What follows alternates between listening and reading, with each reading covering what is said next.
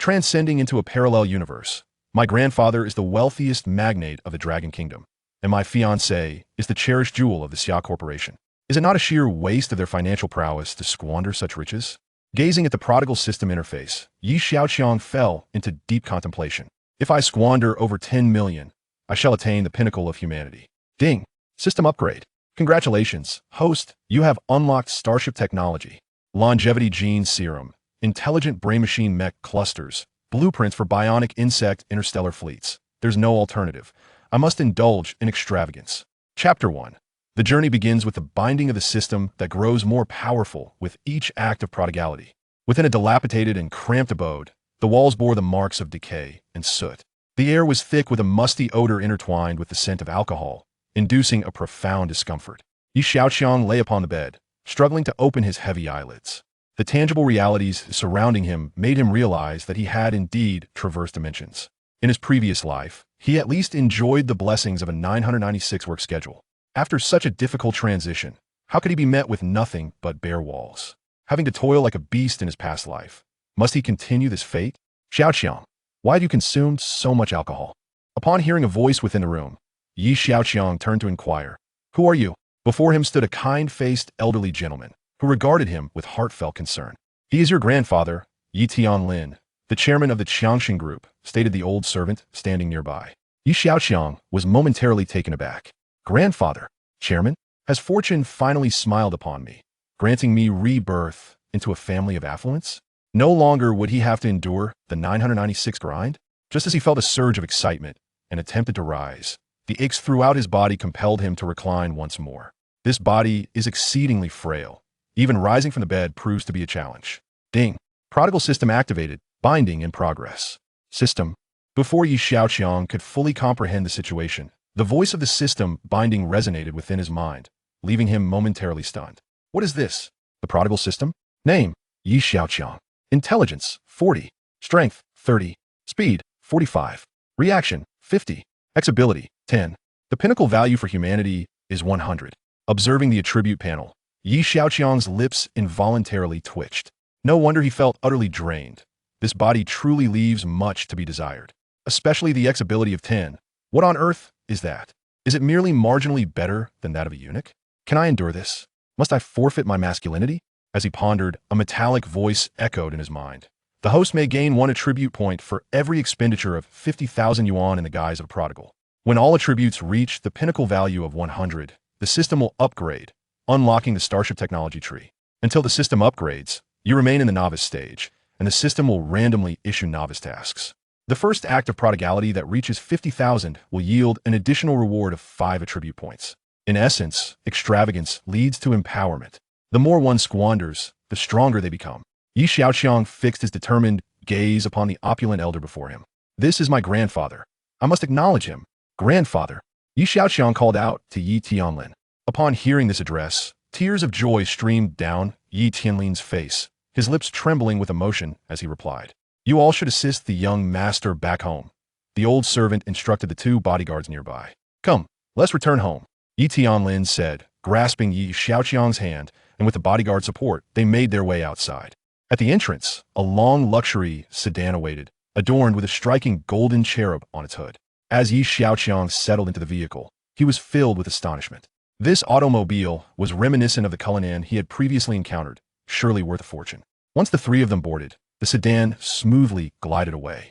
Tianlin's residence lay in a sprawling estate within the magical metropolis of the Dragon Kingdom, a considerable distance away. During the journey, Xiaoqiang remained silent, delving into the memories of the original owner within his mind. This was a parallel world akin to Blue Star. Several years ago, his adoptive mother had brought him to the city. She had sold their village home, and after years of frugality, they finally purchased this old, dilapidated dwelling on the outskirts of the city. Last year, his adoptive mother passed away, leaving him alone and desolate in this world. Meanwhile, his grandfather had spent over a decade searching for his lost grandson. Ultimately, heaven rewarded perseverance, and the 2 were reunited just yesterday. However, the original owner had refrained from returning with Tianlin immediately, as he wished to commemorate his adoptive mother. Yet, shortly after Tianlin departed, someone knocked on the door. Before he could discern the visitor's identity, he fainted. Upon regaining consciousness, he found himself in the present scene. Xiaoqiang suddenly recalled a pressing question.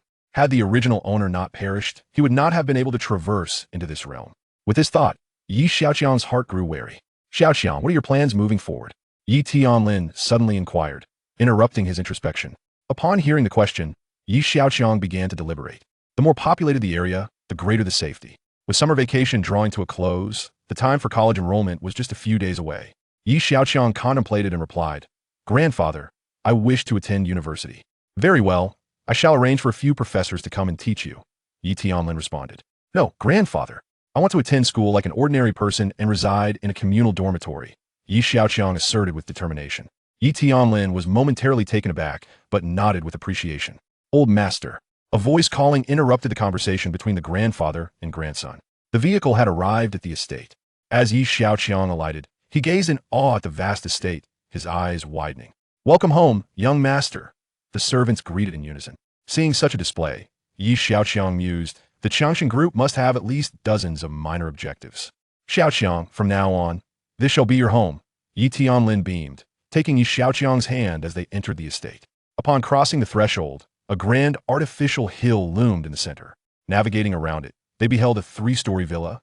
The entire first floor comprised a super luxurious reception hall, its floor gleaming as if polished to perfection. Yi Tianlin, observing his grandson clad in tattered garments, instructed the servants to assist him in bathing and donning fresh attire. Several hours later, Xiaoqiang reappeared before Yi Tianlin, looking revitalized. Yi Tianlin gestured for him to come closer. Xiaoqiang approached and sat down beside his grandfather. Yi Tianlin gazed at his grandson with affection and produced a red envelope. For good fortune, here, accept this. Before Xiaoqiang could fully comprehend, Yi Tianlin produced a card, saying, Here is an additional card containing 1 million.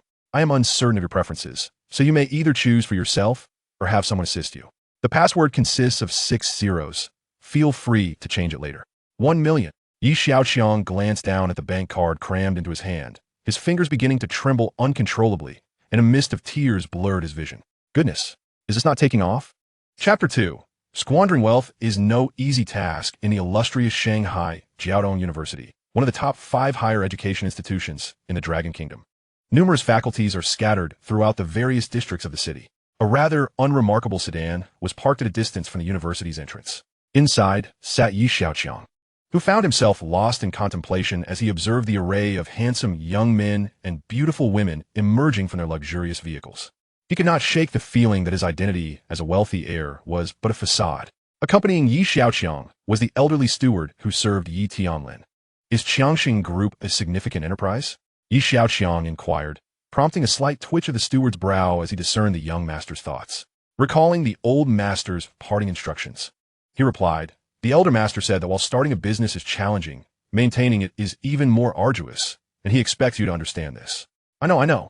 Xiaoqiang interjected before the steward could finish, pushing open the car door and striding towards the university's entrance. At the freshman reception area, a radiant senior glanced at Xiaoqiang before diverting her gaze. Excuse me, could you please direct me to the boys' dormitory, Building 5? He asked. The senior cast a glance at Xiaoqiang and then at her companions, who were all engaged in welcoming new students, leaving him as the sole exception. With a sigh and a furrowed brow, she replied impatiently, Follow me. After a few minutes of walking behind the senior, she pointed ahead. There it is, that building. Following her gesture, Xiaoqiang spotted his dormitory. Just as he was about to express his gratitude, he realized she had already vanished. Upon entering dormitory 105, Xiaoqiang discovered the layout comprised 2 rows of bunk beds, totaling 6 sleeping spaces. Since his grandfather's residence was conveniently located in Shanghai, he felt no urgency to return home, bringing only a backpack instead of a suitcase. After stowing his backpack in the locker, a red envelope gifted by Yi Tianlin slipped down. Upon opening it, he found 800 yuan in crisp bills. Lacking a suitable place to store them, he casually extracted the cash from the envelope and stuffed it into his pocket, which bulged noticeably. Having familiarized himself with his dormitory, Xiaoqiang proceeded to complete some necessary administrative tasks. By the time he finished, it was midday, and feeling famished, he grabbed his meal card and made his way to the cafeteria. The dining hall resembled more of a culinary paradise than a typical university canteen, showcasing the institution's prestige. As he surveyed the surroundings, his gaze landed on a noodle shop boasting an impressively long queue, a promising indicator of its quality. However, After standing in line for a while, Xiaoqiang frowned, muttering, "How long is this going to take? Want to eat, but don't want to wait in line? What are you thinking, brother?" A voice from a nearby student chimed in, dripping with sarcasm. Xiaoqiang frowned, thinking, "Why does my musings concern you? Brother, are you new here? If you want to skip the line, you can always become Wen Xiao's lackey. But that's not something just anyone can do," the student continued. "Wen Xiao? I've never heard of him," Xiaoqiang replied dismissively, instinctively slipping his hand into his bulging pocket and feeling the cash. In the past, his pockets were often full, but with tissues instead.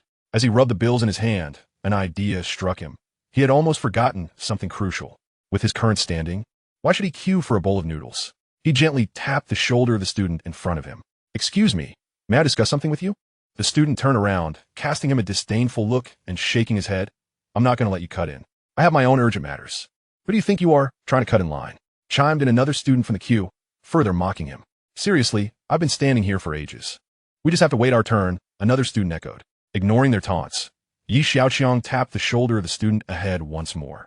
"Hey, I'm saying," before he could finish, the student's expression softened as he noticed the flash of red bills in Xiaoqiang's hand. I'm always eager to help others," he exclaimed cheerfully, withdrawing 5 red bills from Xiaoqiang's grasp. "Come on, you can stand in front of me." Xiaoqiang smiled in gratitude and stepped forward. The 2 students who had mocked him were left dumbstruck. He hasn't even eaten yet, and he has already spent 500 yuan? A bowl of noodles costs at most 30 yuan. What on earth is going on? Their astonishment only deepened as Xiaoqiang continued to advance in line, tapping the shoulder of a female student ahead of him. "Excuse me, could we discuss something?" Upon seeing the bills in his hand and his undeniably handsome face, the female student immediately grasped his intent. Thus, Xiaoqiang moved forward once more. As he continued to advance, the expressions of the earlier 2 students became frozen in disbelief. More and more onlookers turned their attention to the unfolding scene. Who is this guy? Is he out of his mind? He has cut in line 10 times already. That has 5,000 yuan just for a bowl of noodles? What kind of family does he come from? Is he really that extravagant? Xiaoqiang, aware of the murmurs around him, felt a sense of satisfaction. Yet, upon noticing the figures 5,000, 50,000 on the interface before him, he exhaled deeply. For the sake of the Starship technology within the system, for the future of humanity, I shall bear this burden. At that moment, any lingering discontent dissipated, and a resolute glimmer ignited in his eyes. Unbeknownst to him, he had advanced in line 17 times, with only 3 individuals remaining ahead of him. As he continued to cut in line, someone shouted, "If you have that much money, why not head to a Michelin restaurant? Their crab roe noodles cost 8,000 yuan a bowl and come with a touch of prestige. Why flaunt your wealth in the school cafeteria?" Exactly. Xiaoqiang turned to see one of the earlier mockers, along with a few others in different lines, chiming in. "Hey mate, that's not fair. We're all voluntarily letting him go ahead. If you don't like it, you could try doing the same," defended one of Xiaoqiang's supporters in line. This left him somewhat speechless. It seemed that being a spendthrift did not necessarily incur universal disdain. "By the way, are you still going to cut in? If not, I could let you skip ahead." A senior in a short skirt and small bag gazed at Xiaoqiang with interest. This was the very same senior who had welcomed him at the entrance. Xiaoqiang felt his pockets, pondering, "It's not that I don't want to cut in. It's that I don't have enough money." The red envelope contained a total of 800 yuan. After giving away 17 times 500 yuan, he had spent 500, leaving only 300 for his meal card. "I think I'll pass. I wouldn't want to cause a ruckus in the line," he offered a casual excuse. "Are you all still wanting noodles or not?" The cafeteria staff impatiently called out, rapping on the counter. Seeing that Xiaoqiang had no intention of cutting in line again, the 3 individuals in front could not help but sigh. The senior sister ahead shifted forward while turning back to inquire, "I'm Anya." "What is your name, Junior?" "Xiaoqiang," he replied. "Since you're new to the school and still unfamiliar with the surroundings, I'll help you get acquainted shortly." To Xiaoqiang's surprise, the senior sister was quite warm-hearted. After responding affirmatively, he glanced at the system interface. 8,500, 50,000. Spending extravagantly was no easy task. Chapter 3. The Invitation from a Beauty. There's a seat available. Xiaoqiang ordered a bowl of knife-cut noodles for 15 yuan and was about to find a spot when he heard Anya calling out to him. It was peak dining hours, making it difficult to find a seat in the cafeteria. However, for a beautiful senior like Anya, such a task was sometimes not insurmountable. Xiaoqiang walked over. Anya picked up her bag from the seat beside her, and he settled down next to her. At that moment, he became the focal point of attention in the cafeteria. Unlike the disdainful remarks from most boys, The girl's comments were predominantly flattering. That new boy is so handsome. Eating a bowl of noodles feels like dining as a rich heir. Indeed, for the sake of that beloved bowl of noodles, who cares what others say? If you were to pursue me like that, I would gladly endure any rumors. Is this what it means to be rich and willful? If both Yanzu and he were to pursue me, whom would I choose? Sigh, it's such a dilemma. It seems they're all discussing you. Anya whispered to Xiaoqiang. He remained unfazed, focusing on his noodles, his thoughts occupied with the situation at home and how long they could support his extravagant lifestyle. Senior, may I ask you something? After finishing most of his noodles, he lifted his head to pose a question. Go ahead. Do you know Feng Xiao? Xiaoqiang, say injuri momentaridis tunud Anya. He was a well-known rich heir at this academy, with a family business valued at over 50 billion. Anya was unsure of his intent, but replied earnestly. Xiaoqiang responded with a soft "Oh. You haven't gotten into trouble with him, have you?" Anya asked, her eyes wide with concern. No, I just arrived and don't even know him. By the way, have you heard of Xia Group? Xiaoqiang. What do you want to know about it? Anya grew increasingly astonished. Xiaoqiang's question was not about a wealthy young master like Feng Xiao, but about a colossal enterprise like Xiaoqiang. Reflecting on how he had spent over 8,000 yuan just to cut in line for a bowl of 15 yuan noodles, she wondered. Who was he? What was he up to? Oh, just a casual inquiry. My family has business dealings with them. Xiaoqiang fabricated a reason. Xiaoqiang was indeed a behemoth. A Fortune Global 500 company valued at over 30 trillion, and its chairman, Yi Tianlin, was the richest man in the Dragon Kingdom. Anya's eyes sparkled as she shared this information. However, I heard that Yi Tianlin's son and daughter-in-law have passed away, and his only grandson is still missing. If his grandson were here, Anya glanced at Yi Xiaoqiang. He would probably be around your age. Yi Xiaoqiang nodded. So that means, if Yi Tianlin's grandson were studying here, no one would dare to touch him, right? Junior, are you foolish? The Yi family is not to be trifled with. Who would dare provoke them? Moreover, with Yi Tianlin's only son deceased, his grandson is the last of his line. If anyone were to harm him, he would go to great lengths to retaliate. Who could withstand Yi Tianlin's wrath? After listening, Yi Xiaoqiang contentedly wiped his mouth and pushed his bowl away. I understand now. Thank you, senior. As he left, Anya stared blankly at his retreating figure. Hadn't they agreed that she would help him get familiar with the environment? Why had he suddenly departed? After a moment of contemplation, she turned her gaze to the remnants of Yi Xiaoqiang's noodle soup. Picking up the bowl, she took a sip of the broth and fished out a few strands of noodles. Tasting the lingering flavor, she mused, is this noodle so remarkable? What is all the fuss about? With that question in mind, she exited the cafeteria. However, no sooner had she left than another group of girls arrived. Mimicking Anya's earlier actions, chattering excitedly. These noodles are just average. Why does he like them so much? I don't understand either. My noodles aren't too bad either. Right? My noodles taste great too. I wonder if I should let him try mine tomorrow? As Yi Xiaoqiang walked back to his dormitory, he remained blissfully unaware of the discussions behind him. His money from the red envelope had already been depleted, and he fixated on the bank card in his hand. Spending 1 million completely would yield him 20 attribute points. Yet, the pressing question was how to spend it. Pondering this, he felt slightly annoyed. Never mind. I'll take a nap first. This body is too weak. My mind isn't sharp, and my stamina is lacking. I feel quite faint right now. With this thought, he headed directly to dorm 105, climbed to the upper bunk, and fell into a deep slumber. Have you heard?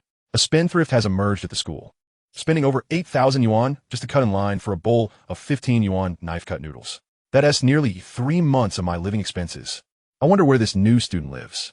With such wealth, surely he doesn't stay in the dorms. Not necessarily. If he is so wealthy, why is he eating at school? Look at rich heirs like Feng Xiao. They all dine at upscale hotels. Yi Xiaoqiang was roused from his slumber by their chatter. Groggily opening his eyes, he realized his roommates were conversing. Aren't you all going to take a nap? He grumbled. Only then did they notice someone was indeed sleeping in the upper bunk. Sorry, what's your name? Yi Xiaoqiang. Oh, nice to meet you. We'll be roommates from now on. Yi Xiaoqiang grunted in acknowledgement, flipping over to continue his rest. After the introductions, his roommates lowered their voices and resumed their conversation. However, Yi Xiaoqiang, disturbed by their chatter, found his drowsiness dissipating. Checking his phone, he saw it was already 2 o'clock. Sitting up, he looked at his talkative roommates and inquired, "What are you all discussing?" His roommates gazed at him in astonishment, replying in unison, "You don't know about this massive scoop? Excuse me, is Yi Xiaoqiang here?" At that moment, a student called from the doorway. "Looking for you." "Me? Who?" Yi Xiaoqiang was taken aback. Having just joined the school, he hardly knew anyone. Anya from the second year. Senior Anya. His roommates erupted in excitement. Yi Xiaoqiang. You actually know her? Ah, Yi Xiaoqiang propped his chin on his hand, suddenly recalling that he had promised the senior to help him get familiar with the environment. Hey, do any of you have plans this afternoon? He asked his roommates. No, nothing at all. Then why don't you come with me?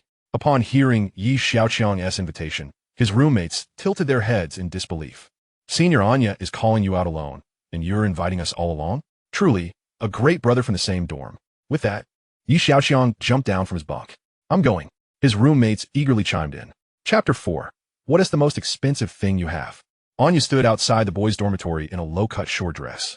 A girl as stunning as she was sure to attract many male gazes while waiting at the entrance of the boys' dormitory. Isn't that Anya? Who is she waiting for here? I have no idea. I haven't heard of any suitor succeeding. The murmurs around Anya caused her to furrow her brow slightly. However, she remained indifferent. A young man willing to spend 8,000 yuan on noodles was indeed worth her attention. What piqued her curiosity the most was the identity of Yi Xiaoqiang. Without clarifying who he was, she would feel restless, as if every inch of her were prickling with discomfort. After a brief wait, a group emerged from the dormitory. Senior, sorry to keep you waiting, Yi Xiaoqiang greeted Anya as he approached. Upon seeing the throng behind him, Anya felt a twinge of disappointment but managed to smile and replied. It's all right. I promised you, didn't I? Anya's radiant smile stirred unease among the surrounding young men. She was waiting for him? Who is he? And what given the right? Indeed, how could he make such a beautiful girl stand under the scorching sun for so long? Has his conscience been devoured by dogs?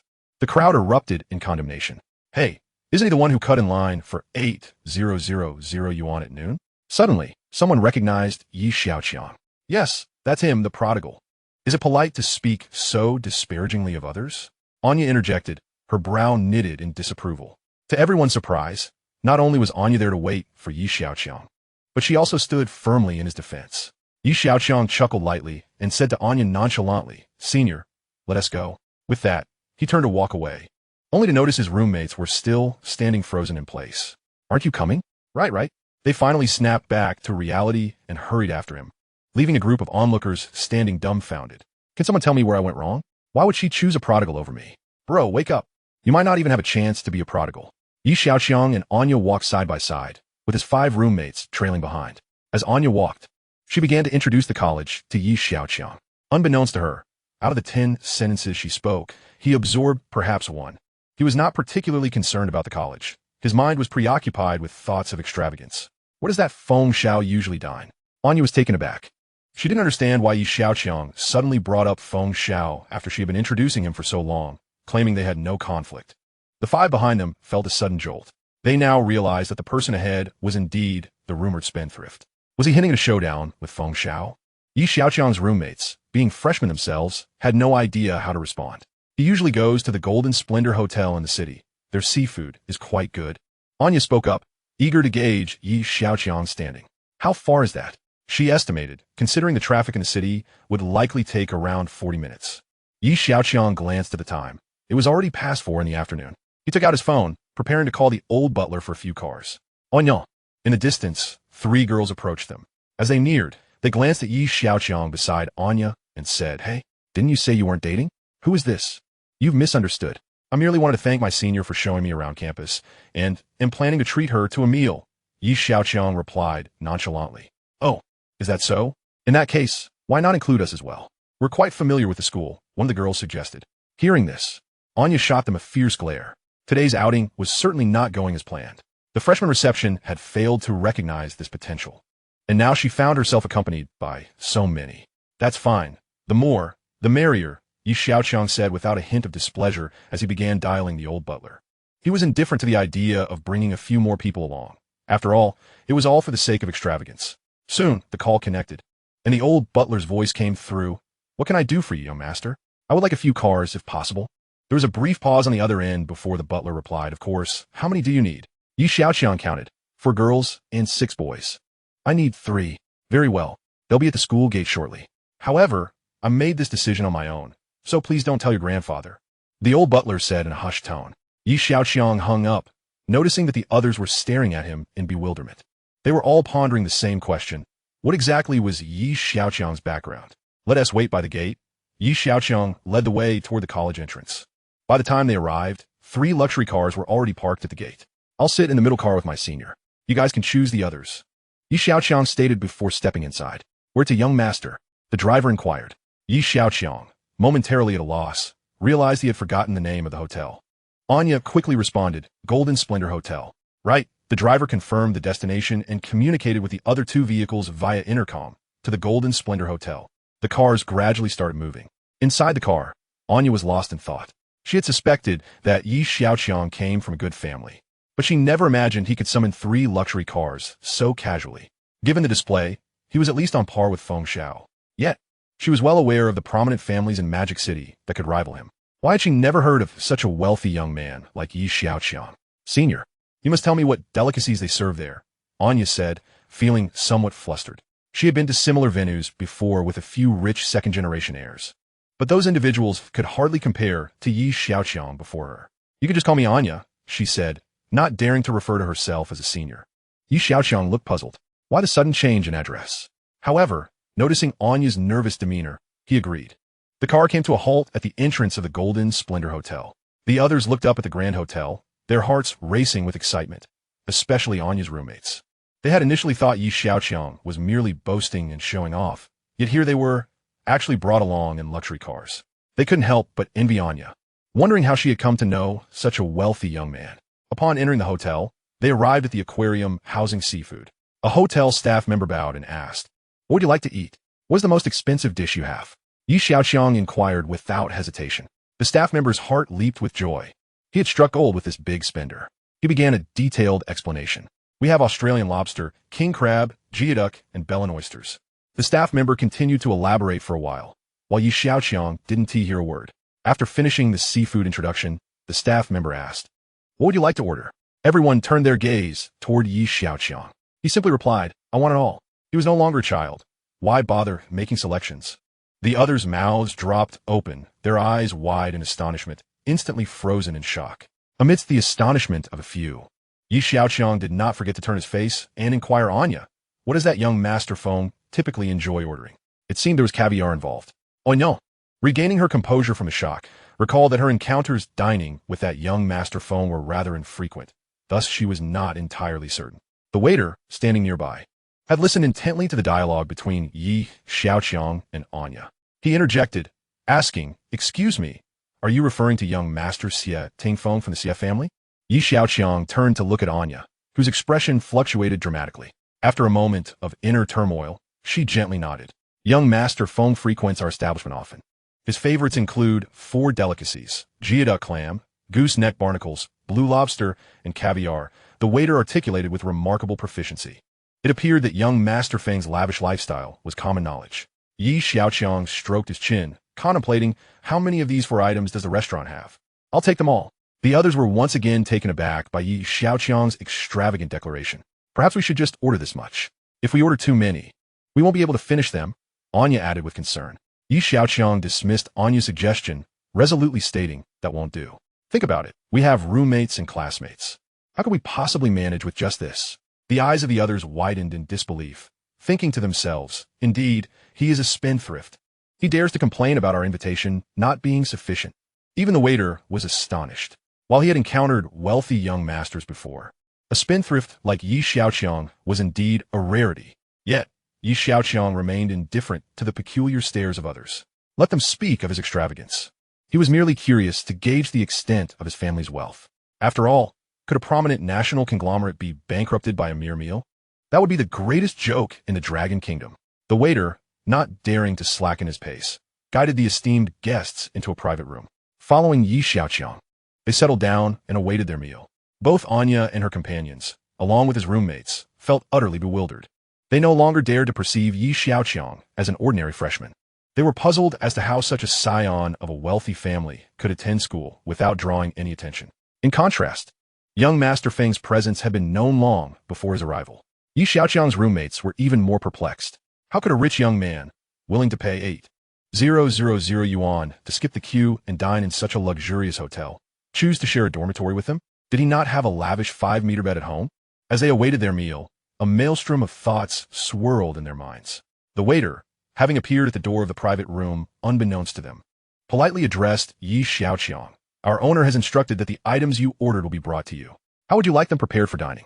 This extravagant customer was swiftly reported to the lobby manager, who in turn informed the hotel owner. Xiaoqiang surveyed his companions, but none dared to speak. In truth, he felt quite uncertain himself.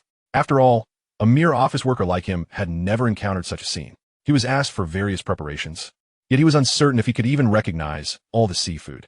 This felt like a peculiar blend of familiarity and extravagance. Prepare each item and fry a bowl of fried rice. For the remainder, please prepare each dish in every cooking style. Xiaoqiang decided upon a prudent yet discreet approach. The waiter responded, "Is there a problem?" Xiaoqiang inquired. "No, not at all." The waiter quickly retreated. In the kitchen, the head chef furrowed his brow as he listened to the waiter relay the order, surveying the array of seafood in the kitchen.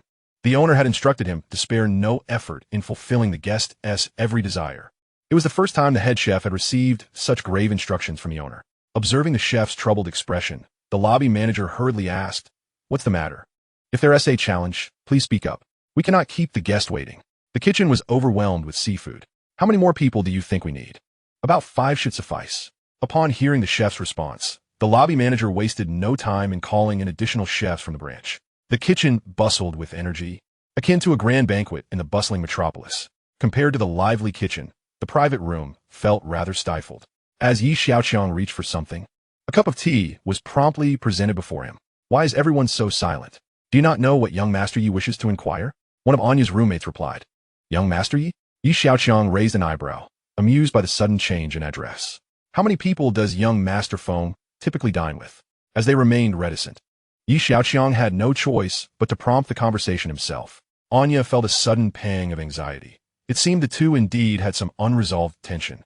As Xiaoqiang had mentioned Feng numerous times, perhaps 5 or 6, Anya cautiously replied, stealing a glance at Xiaoqiang's expression. Leaning back in his chair, Xiaoqiang's fingers drummed rhythmically on the table. Wealthy individuals are usually surrounded by a retinue. Observing the few companions around him, he felt there was a lack of grandeur. Not quite fitting for a rich heir. A spendthrift should embody the essence of extravagance. "Aha, I have an idea." A glimmer of inspiration sparked in Xiaoqiang's eyes. Within the private room, Xiaoqiang remained silent, and his companions were too cautious to utter a word. They had yet to decipher the temperament of this young master, rendering them exceedingly reserved. Even more perplexing was the notion that Xiaoqiang appeared to be experiencing this upscale dining for the first time, despite his status suggesting otherwise. Numerous questions swirled in their minds, but they dared not voice them, resulting in a somewhat oppressive atmosphere. Fortunately, Xiaoqiang remained silent, closing his eyes to rest. Before long, the seafood was served. Sashimi, steamed dishes, and soups adorned the table, in stark contrast to the grand platters presented earlier. A modest bowl of fried rice was ultimately placed before them. The fried rice was plump and golden in hue. The head chef and lobby manager stood respectfully to the side, attentively monitoring Xiaoqiang's expression. Xiaoqiang scooped a spoonful of fried rice in his mouth, chewing thoughtfully, and his eyebrows lifted in approval. "Not bad." Upon hearing Xiaoqiang's affirmation, the head chef and lobby manager finally breathed a sigh of relief. Upon witnessing Xiaoqiang moving his chopsticks, the others dared to begin their meal. Soon, with the exception of Xiaoqiang, everyone else was left with bulging bellies. "Let's head back to school." Xiaoqiang scanned the group, noting their satisfied expressions before preparing to depart. The restaurant packed all the unfinished seafood, filling the trunks of 3 luxury cars to the brim. A glance at the bill revealed a total of 41,500 yuan. Coupled with the 8,500 from lunch, it brought the total to exactly 50,000. First expenditure completed, earning 1 attribute point. Newbie reward triggered, granting the host an additional 5 attribute points. Next stage newbie task activated. Upon spending 500,000, the system will gift a pair of contact lenses. Additional reward condition. If the host completes this task within a week, an extra 10 attribute points will be awarded. Xiaoqiang raised an eyebrow bemused. 500,000 for contact lenses? Is this a joke? Am I in dire need of contact lenses? He sank into the luxury vehicle, his mood soured by the meager rewards of this extravagant system. Though still in a novice phase, he couldn't fathom how the rewards could be so lackluster. Internally, he berated the system 1,000 times, yet it echoed back in silence. 10 minutes after Xiaoqiang's convoy departed, another luxury car slowly came to a stop in front of the Golden Radiance Hotel. Following it was an SUV, for bodyguards clad in black emerged, standing resolutely beside the luxury car's door. When the door swung open, a well-dressed youth stepped out, his hair impeccably styled, exuding the aura of a privileged heir. With a frown etched on his brow, he appeared distinctly displeased. "Young Master Feng, please," a sycophantic attendant implored. This young man was Xiaoqiang. He merely grunted in acknowledgement and strode into the hotel. As the group entered the lobby, a waiter approached promptly. "The usual, sir," one of Xiaoqiang's attendants remarked. The waiter hesitated, his face betraying concern. "Young Master Feng, how about trying something different today? Perhaps some mountain delicacies?" "Mountain delicacies? Do I need to remind you of the usual?" The attendant shot a look at the bewildered waiter. "You're not new here, are you? How could you not know this?" "I'm afraid. All the seafood is gone," the waiter replied, rubbing his hands together in resignation. "What did you say?" The attendant lunged forward, seizing the waiter by his collar, eyebrows raised in fury. "Let him finish, Xiao Wu," Xiaoqiang interjected, a mere glance silencing his attendant. "The guests have purchased all 4 of your favorite dishes." The waiter spoke cautiously, his eyes darting to gauge Xiaoqiang's reaction. Just as the attendant was about to erupt, Xiaoqiang's stern gaze thwarted any further outburst. This hotel had been in operation for many years, the owner a shrewd businessman. Its longevity in this prime location was due not only to the owner's acumen, but also his connections. Though the Xia family did not fear him, they would provoke a confrontation either. With this thought, Xiaoqiang waved dismissively at his attendant. "Forget it. Let us eat elsewhere." The waiter wiped the sweat from his brow as Xiaoqiang exited the Golden Radiance Hotel, heading towards another seafood restaurant. The Golden Radiance was renowned for its exquisite seafood, but with it all claimed by some mysterious figure, he had no choice but to seek alternatives. However, to his dismay, the subsequent establishments also lacked his 4 favorite dishes. What a stroke of bad luck, he muttered, disgruntled as he returned home. Meanwhile, Xiaoqiang surveyed the trunk brimming with seafood and addressed his companions. "We have an equal share of seafood for the boys and girls' dorms. Inform those who missed out tonight that there will be more tomorrow." Anya and the others stared wide-eyed at Xiaoqiang. "So, after such a feast tonight, we're doing it again tomorrow?" Xiaoqiang, oblivious to their astonished expressions, called out to his 5 dorm mates, "Let us go, it's time for bed. With so much food, we can't finish it all in one go." "I can stay behind and call others," one of his roommates volunteered. "Do as you wish. I'm off to sleep," Xiaoqiang yawned, waving his hand dismissively as he turned to leave. This body was too weak, possessing merely 30 points of strength. He glanced at the clock. It was only 8 o'clock. Yet he felt utterly exhausted. All he desired was to return and sleep. Once in his bedroom, he climbed onto the top bunk and fell into a deep slumber. However, the boys' dormitory was lively. They had purchased copious amounts of beer and were devouring the seafood feast with fervor. To avoid disturbing Xiaoqiang, they relocated to the 3rd floor, where the atmosphere resembled a raucous party. The topic of most discussion among them was Xiaoqiang, with the most prolonged debate revolving around whether to call him Brother Chong or Young Master Yi. Meanwhile, in the girls' dormitory, the roommates distributed the culinary delights.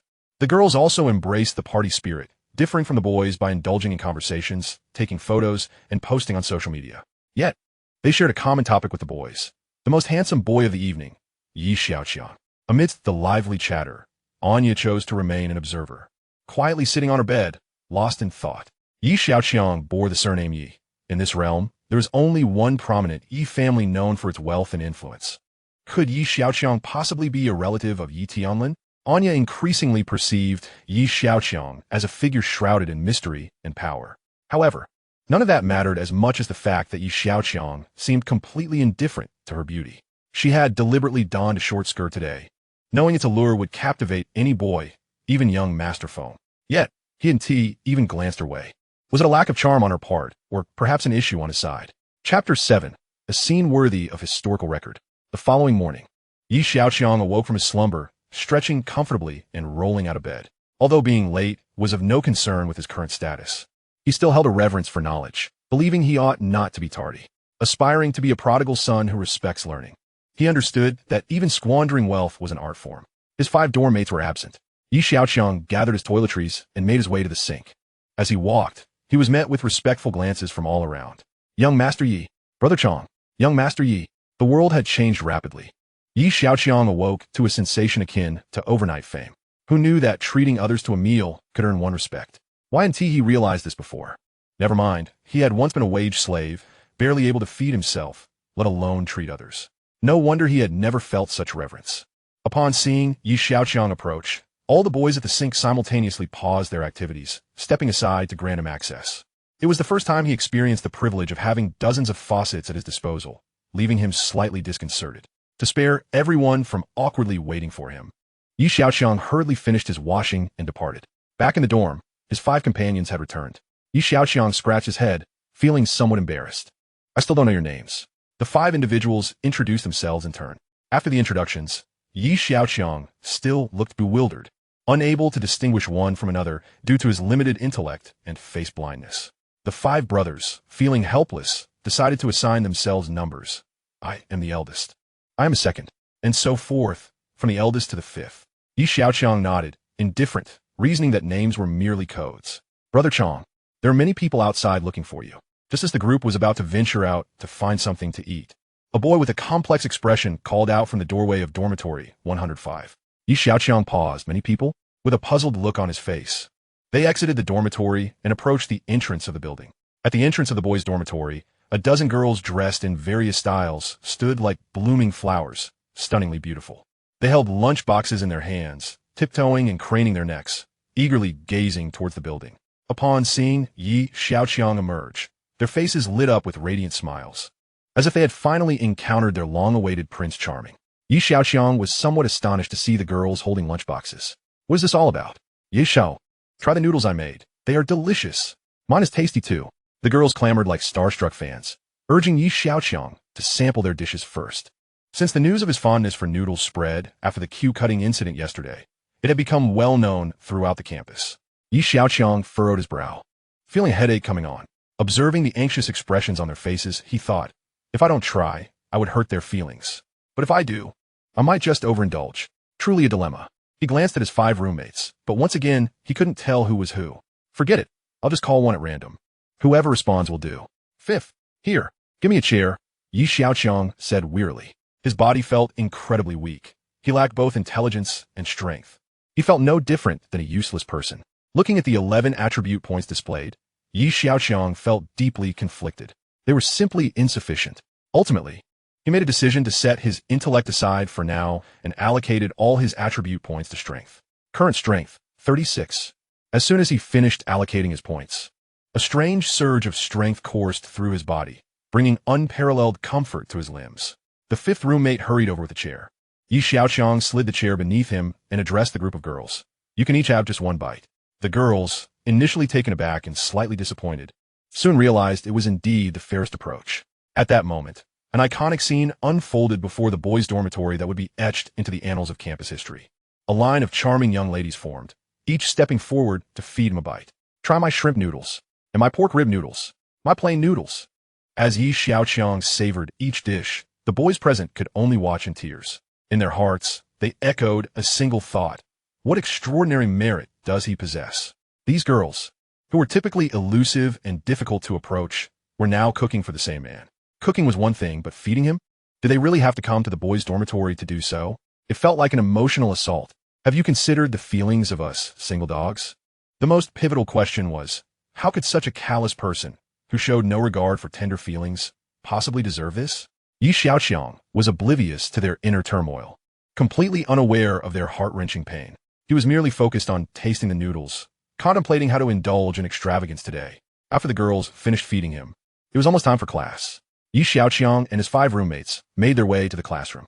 No sooner had they settled in than the class bell rang.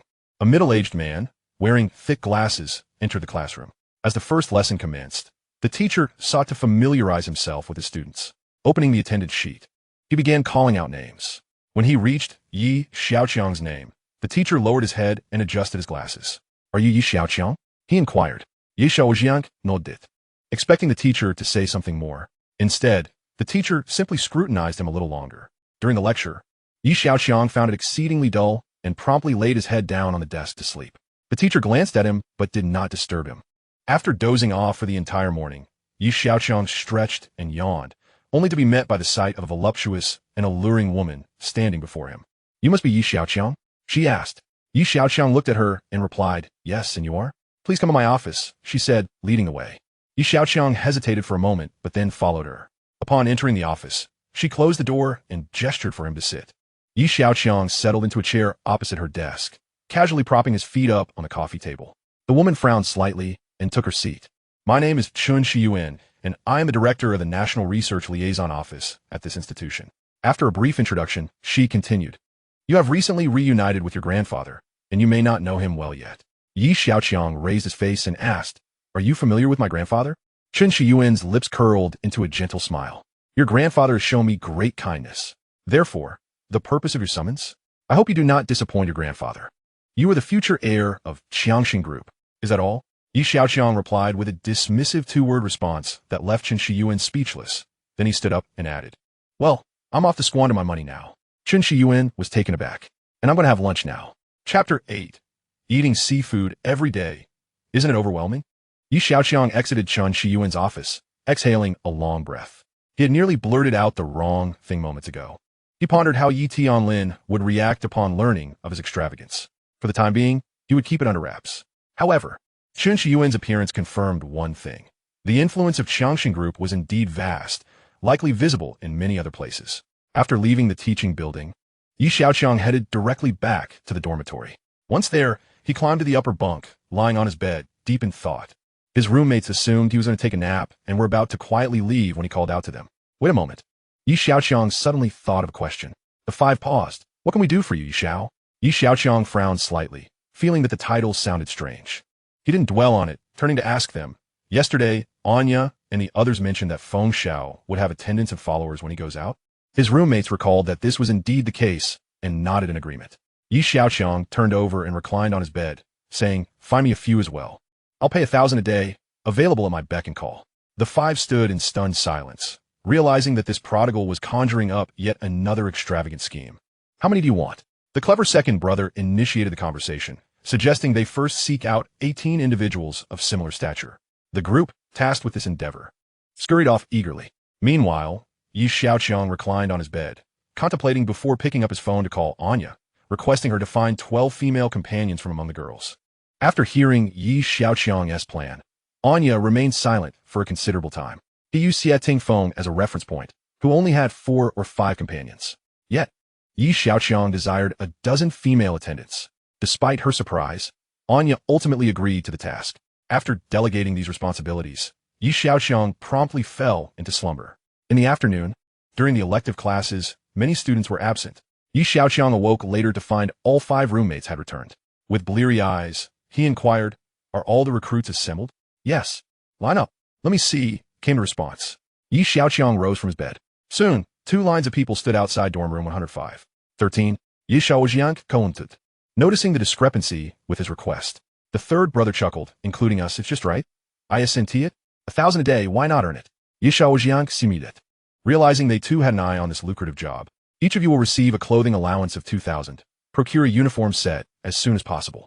We have an event tonight, Xiaoqiang announced to the assembled attendants. Third brother, you're in charge of this. Ensure it's completed by 5 in the afternoon. Gather at the school entrance once done. Xiaoqiang glanced at his roommates, uncertain of who the third brother was. Fourth brother, arrange for 10 vehicles. Luxury cars around 2,000 each. Also, gather at the entrance by 5. After assigning duties to the male attendants, Xiaoqiang proceeded to make arrangements for the female companions, with Anya as the responsible party. At 5 in the afternoon, Xiaoqiang strolled toward the school entrance, where 4 groups stood in orderly formation, 2 lines of male attendants and 2 lines of female attendants, alongside 10 rented luxury cars parked by the roadside. Observing this spectacle, Xiaoqiang stroked his chin, nodding in satisfaction. Now that is how a spendthrift should appear. All right, let us depart. Xiaoqiang commanded the assembled group. This scene echoed the commanding presence of Jiang Wan and let the bullets fly. Soon, the attendants piled into the cars, and the convoy of luxury vehicles set off with grandeur. As they traversed the streets, the impressive procession drew the attention of passers-by, who paused in curiosity. Which wealthy family is celebrating a wedding? Some wondered. But where are the camera crews? Could it be a high-ranking official paying a visit? With this display, it must be at least a vice-ministerial level. Unbeknownst to Xiaoqiang, who was calculating expenses in his mind, the bustling crowd speculated wildly. Each individual's pay, including attire, amounted to 3,000. With 30 participants, that totaled 90,000. The rental for the vehicles was 2,000 each, culminating in 20,000 for 10 cars. Thus, the day's total expenditure reached 110,000. The extravagance was markedly amplified, and most importantly, it exuded an air of prestige, truly the essence of a spendthrift. As the convoy passed through the city, it garnered countless gazes, exacerbating the already congested traffic. The emotions of the male and female attendants within the vehicles were complex. They had witnessed affluent second-generation heirs before, but this level of extravagance was unprecedented. Roughly estimating, the day's expenditure was a staggering 100,000. It must be said, Xiaoqiang was the most extravagant spendthrift they had ever encountered. As before, Xiaoqiang led his entourage directly to the Jinhui Grand Hotel. The staff inside were momentarily stunned by the sight, with some believing they had come merely to dine, while others speculated they might be enforcers collecting protection fees. As the group occupied the lobby, patrons dared not utter a sound, overwhelmed by an intense sense of intimidation. After devouring all the seafood, the group, with their bellies full, wobbled out of the hotel, carrying heavy takeout boxes. At that moment, Xiaoqiang and his followers arrived, taken aback by the sheer number of people. Even the typically arrogant Xiaoqiang felt a tremor of fear. Which big boss was out hunting for food today? When had such a formidable gang emerged in Magic City?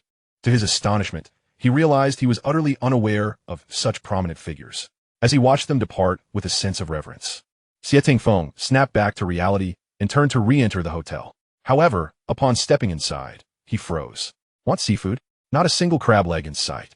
Reflecting on the imposing presence of the previous group, Xiaoqiang resigned himself to patience. If I couldn't eat today, I'll return tomorrow. He pondered if the group from last night was the same. Unbeknownst to Xiaoqiang, who sat in the car, observing the two female companions flanking him, he felt an unsettling sense of awkwardness. Something seemed amiss. After a moment's contemplation, he realized the issue lay with the attire. The male attendants' uniforms were fitting, yet the uniformity among the female attendants lacked flair. After some thought, Xiaoqiang decided to allocate an additional 2,000 to each of the 12 female companions, instructing them to wear outfits that showcased their individuality the following day. In the days that followed, citizens frequently spotted the imposing convoy, mistakenly believing it was a high-ranking official conducting inspections, oblivious to the fact that it was merely an authentic dining brigade. Meanwhile, contrasting the curious onlookers, the affluent second-generation heir, Xiaoqiang found himself increasingly despondent. He had yet to savor the seafood from the restaurant in days, perplexed by the situation. Don't they ever tire of seafood? He mused. Chapter 9. The Mysterious Invisible Glasses. Xia Family Mansion. Xiaoqiang sat on the sofa, lost in thought. Having gone several days without indulging in the seafood he craved, he felt a deep sense of longing. Yet, the overwhelming numbers of his rivals intimidated him. Whenever they crossed paths, he dared not speak up or inquire. After much contemplation yielded no answers, he glanced at his father, who sat across from him, engrossed in the newspaper. Father, has a major gang emerged in Magic City recently? Xiaoqiang ventured cautiously. His father raised his composed face, looking at him as if he were a fool, retorting, the country just concluded a crackdown. What gang? Have you consumed too much seafood lately and muddled your brain? Faced with his father's scathing reprimand, Xiaoqiang's lips twitched in dismay. It had been nearly a week since he had even caught a whiff of seafood. How could one's brain be muddled by it? While it remained uncertain if seafood could indeed cloud one's judgment, it was certainly capable of inducing nausea. At this moment, the male dormitory building was rife with grievances. Numerous individuals stood at the door of dorm room 105, beseeching Xiaoqiang. Xiao, for the love of all that is good, let us change venues tonight. I simply can't endure it anymore. That blue lobster is revolting. One student faltered, unable to continue, as thoughts of the blue lobster caused him to feel ill. As soon as he finished speaking, groans of agreement arose from behind him. Xiaoqiang observed the painful expressions etched on their faces, feeling somewhat bewildered.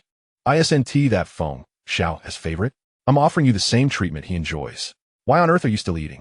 Xiaoqiang furrowed his thick brows, utterly perplexed by the situation with his rather modest intellect. You truly don't wish to eat? He feared misinterpreting their intentions. At the entrance, the crowd nodded frantically, akin to chicks pecking a grain. Very well. However, please refrain from addressing me as Xiao. I find that title rather unappealing. Upon hearing others refer to him as Xiao, he couldn't help but recall that Wen Xiao. What level is he at? With his family's company valued at merely hundreds of billions? And my family's company is worth trillions. Does he deserve to share the same title as me? The group felt a surge of joy as Xiaoqiang ceased to insist on seafood. At last, the matter of seafood had been settled. How about calling you Changgu instead? Someone in the crowd suggested. Xiaoqiang shook his head in disapproval, frowning. Qiang Yi. That sounds rather like a gang leader. It's unappealing. The clever second-in-command, with a glint in his eye, proposed, "Why not call you Xiaozhu?" Xiaozhu? Xiaoqiang's eyes brightened, and he sprang to his feet. "Excellent. I like it. Look at this." Moments later, the second-in-command's phone chimed with a notification of 2,000 received. The crowd gazed at him enviously. Damn it. How could I not have thought of something so simple? Just 2 words, and it's $2,000. The dormitory building buzzed with excitement. Outside, a figure hurriedly approached. This individual was a sophomore from the male dormitory building number 3, here to verify a matter at building 5. He also held the title of lackey to Xiaoqiang. Upon reaching building 5, he caught the familiar aroma of lobsters wafting through the air. A glance around revealed a plethora of red lobster shells in the trash bin. When blue lobsters are alive, their shells are blue, but they turn red when cooked.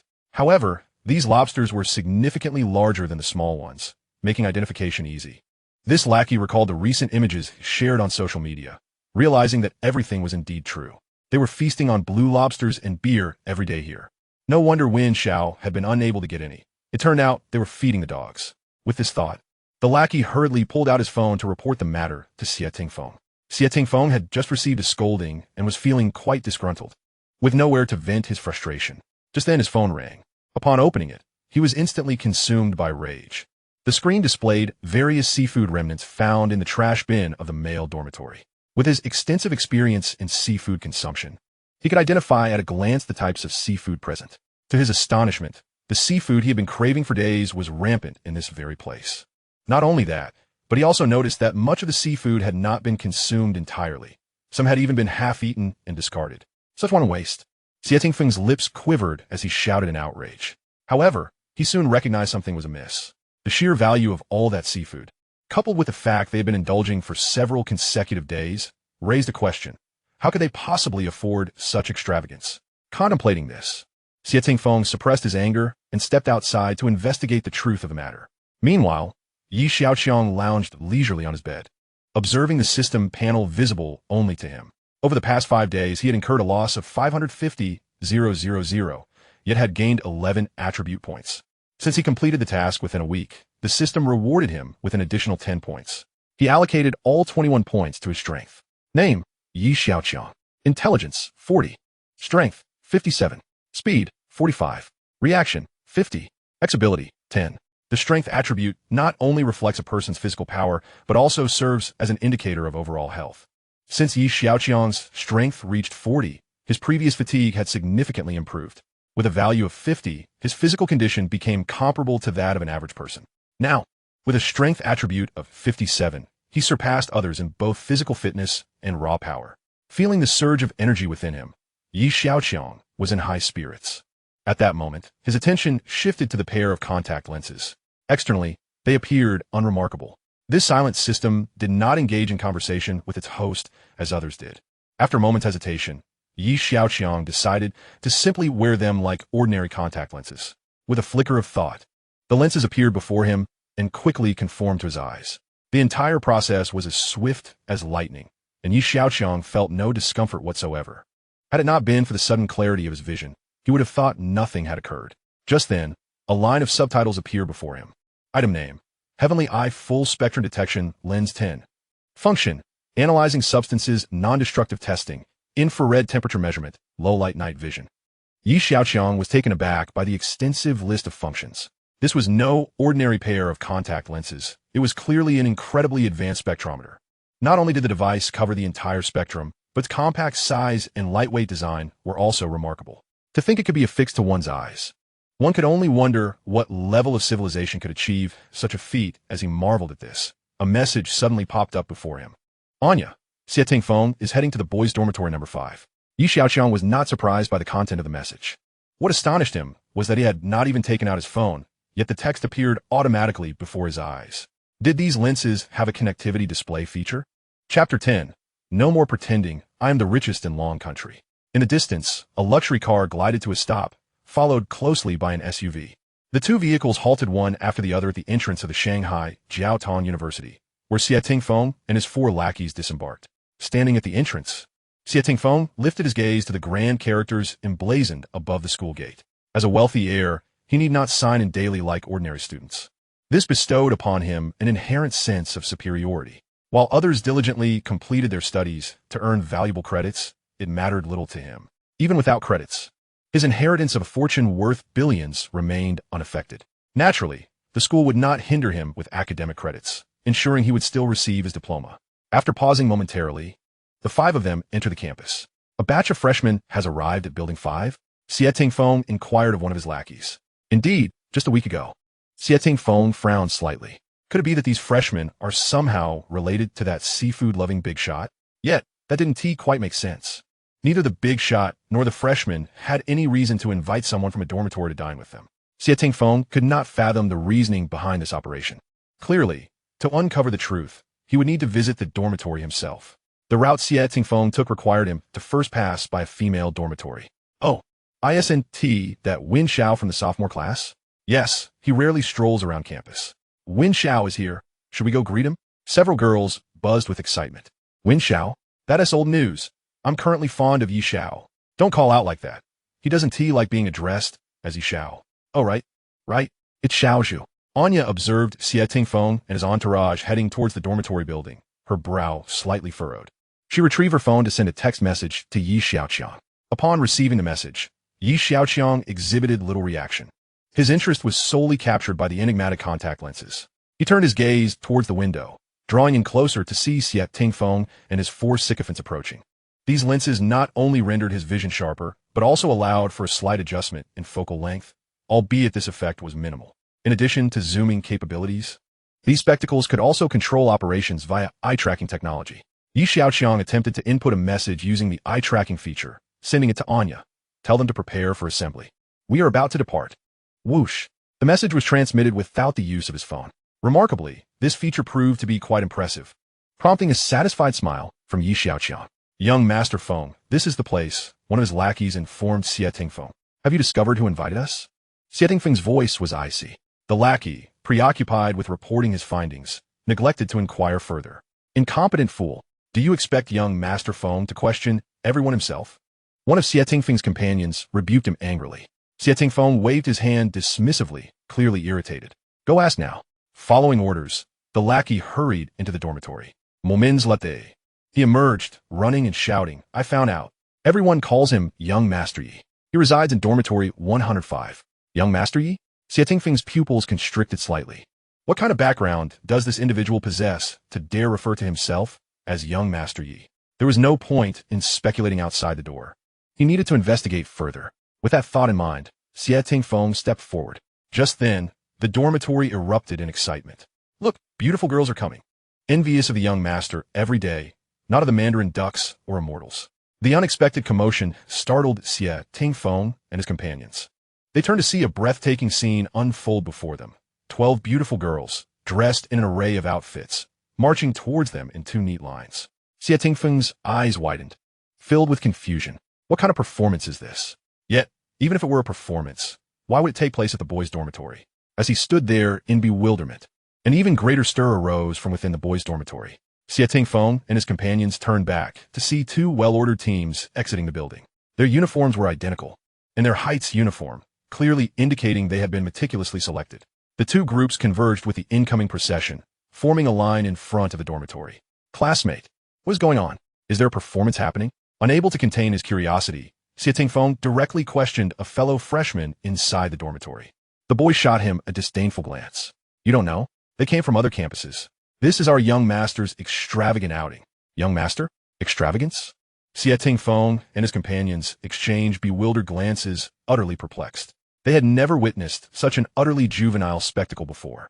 They couldn't fathom what sort of individual could command such a scene. In no time, Yi Xiaoqiang emerged from the dormitory, surrounded by his five companions. He brushed past Xiaoqiang and approached the front of the line, a satisfied smirk gracing his lips as he beheld the two lines of stunning girls. The male team is all present, one of his companions announced. The female team is ready, Anya added, casting a sidelong glance at Yi Xiaoqiang. She had spotted Xiaoqiang at the dormitory entrance when leading her team, yet she did not step out to greet him. Yi Xiaoqiang appeared to remain oblivious to Xiaoqiang's presence, whether due to ignorance or mutual unfamiliarity. Yi Xiaoqiang was indifferent to the thoughts of those around him. Only a singular notion occupied his mind: extravagance. Let us set off. Just as Yi Xiaoqiang's team was about to embark, Xiaoqiang's voice rang out, halting them. Finally regaining his composure, Xiaoqiang recalled the purpose of his visit. He had nearly been sidetracked by this so-called young master Yi. Is there an issue? Xiaoqiang glanced sideways at Xia Tingfeng. Are you the one treating everyone to seafood? Xia Tingfeng scrutinized the male team, finding them oddly familiar. However, upon glancing at the female team, they appeared different. Xiaoqiang stroked his chin, momentarily perplexed. Do you also wish to partake in the blue lobster? A wave of dry heaving erupted from the crowd. Xiaoqiang slapped his forehead, realizing he had overlooked that detail. My apologies, I cannot utter those 3 words. The moment they hear them, they feel nauseous. Xia Tingfeng stood frozen, his mind in a whirl, his lips twitching uncontrollably. He had been striving to suppress his anger, knowing that the person before him bore the surname Yi. Yet he was uncertain of this individual's standing within the Yi family. If he were a distant relative, Xia Tingfeng wouldn't feel particularly threatened. May I inquire about your esteemed father? My father has passed away. In stark contrast to the silence that enveloped the others, Xia Tingfeng's heart sank abruptly. And your grandfather? He asked, his voice trembling slightly. Yi Tianlin, Xiaoqiang declared proudly, lifting his chin. The name Yi Tianlin floated from Xiaoqiang's lips, reverberating like thunder in the hearts of all present. This was none other than the richest man in the Dragon Kingdom, the head of the Prosperity Group, valued at over 3 trillion. Such a formidable figure was the grandfather of this seemingly juvenile character before them. Rumors had circulated that Yi Tianlin's long-lost grandson had finally been found. Anya stood in stunned silence, finally grasping why Xiaoqiang had inquired about the Prosperity Group. What astonished her even more was the fact that such monumental news had remained undisclosed by the Yi family. She was not alone in her bewilderment. Xia Tingfeng felt an even deeper sense of unease. While he might have been unaware of this matter, given his family's extensive network, it was inconceivable that his father was uninformed. There could only be one explanation. The Yi family had chosen to suppress this information for some reason. Xia Tingfeng quickly composed himself, observing this prodigal heir before him. While Yi Tianlin had established an extraordinary legacy, his son and daughter-in-law had tragically perished in an accident. After years of searching, he had finally located this long-lost grandson, a joyous occasion that would typically warrant celebration. Yet who could have anticipated that he would turn out to be a wastrel? Xia Tingfeng couldn't help but wonder what expression the old man would wear upon learning of this. As he contemplated this, his earlier frustration over missing the seafood dinner dissipated entirely. The Yi family had produced a more frivolous second-generation wealthy heir than himself. Oh, how amusing! If his father ever chastised him again, he could simply present this fellow as a shield. With that thought, a grin crept across Xia Tingfeng's face. Is there anything else? If not, I shall indulge in my extravagance, Xiaoqiang remarked, growing somewhat impatient as he noticed Xia Tingfeng's silly grin. Casting a glance at the silent Xia Tingfeng, Xiaoqiang led his entourage forth with great fanfare. Outside, 10 rented luxury cars awaited along the roadside. Xiaoqiang, as per his usual custom, settled himself in the center of the rear seat of the luxurious car, flanked by 2 beautiful women. Once dozens of individuals had taken their places, the elongated convoy gradually departed. Young master, where shall we indulge ourselves today? Inquired Anya softly from the vehicle. Ever since Xiaoqiang had revealed his identity, Anya had grown increasingly comfortable with referring to him as young master. Working under such a person surely promised future benefits. Xiaoqiang furrowed his brow. Let us meander around the city for a while. I need to contemplate. He was confronted with 2 vexing dilemmas. The first was how to squander wealth effectively. He couldn't possibly revolve his expenditures solely around food and drink. Continuing down that path would only narrow his avenues for extravagance. The second issue was that his funds were dwindling rapidly. The car bestowed by Yi Tianlin held less than 400,000 remaining, which might vanish in just a few days. After depleting that amount, he would only gain a meager 8 points in attributes. Among the 5 fundamental attributes, only his strength, at 57, was somewhat respectable. As for the 10 points in the X ability, seeing that number inevitably stirred a tinge of melancholy within him. He closed his eyes in deep thought, needing to devise a plan to procure more funds. Noticing Xiaoqiang's contemplative silence, Anya chose to remain quiet. She found his command somewhat ridiculous. Running this convoy aimlessly consumed considerable fuel. Yet, she dared not contradict him. Did the Yi family truly lack such trivial expenses? Soon, the orders were disseminated, and the convoy continued to meander without a clear destination. Suddenly, the tranquility was shattered by the sound of a ringing phone. Xiaoqiang glanced at his device. It was a call from the old steward. Young master, where are you? The steward's voice crackled with urgency on the other end. What is the matter? Xiaoqiang responded, a look of confusion crossing his face. The old master has seen the video from school. You should not return for the time being. The steward hastily concluded before disconnecting. Xiaoqiang stared at his phone, astonished that news had reached his grandfather so swiftly. He opened the message, revealing a video sent by the steward.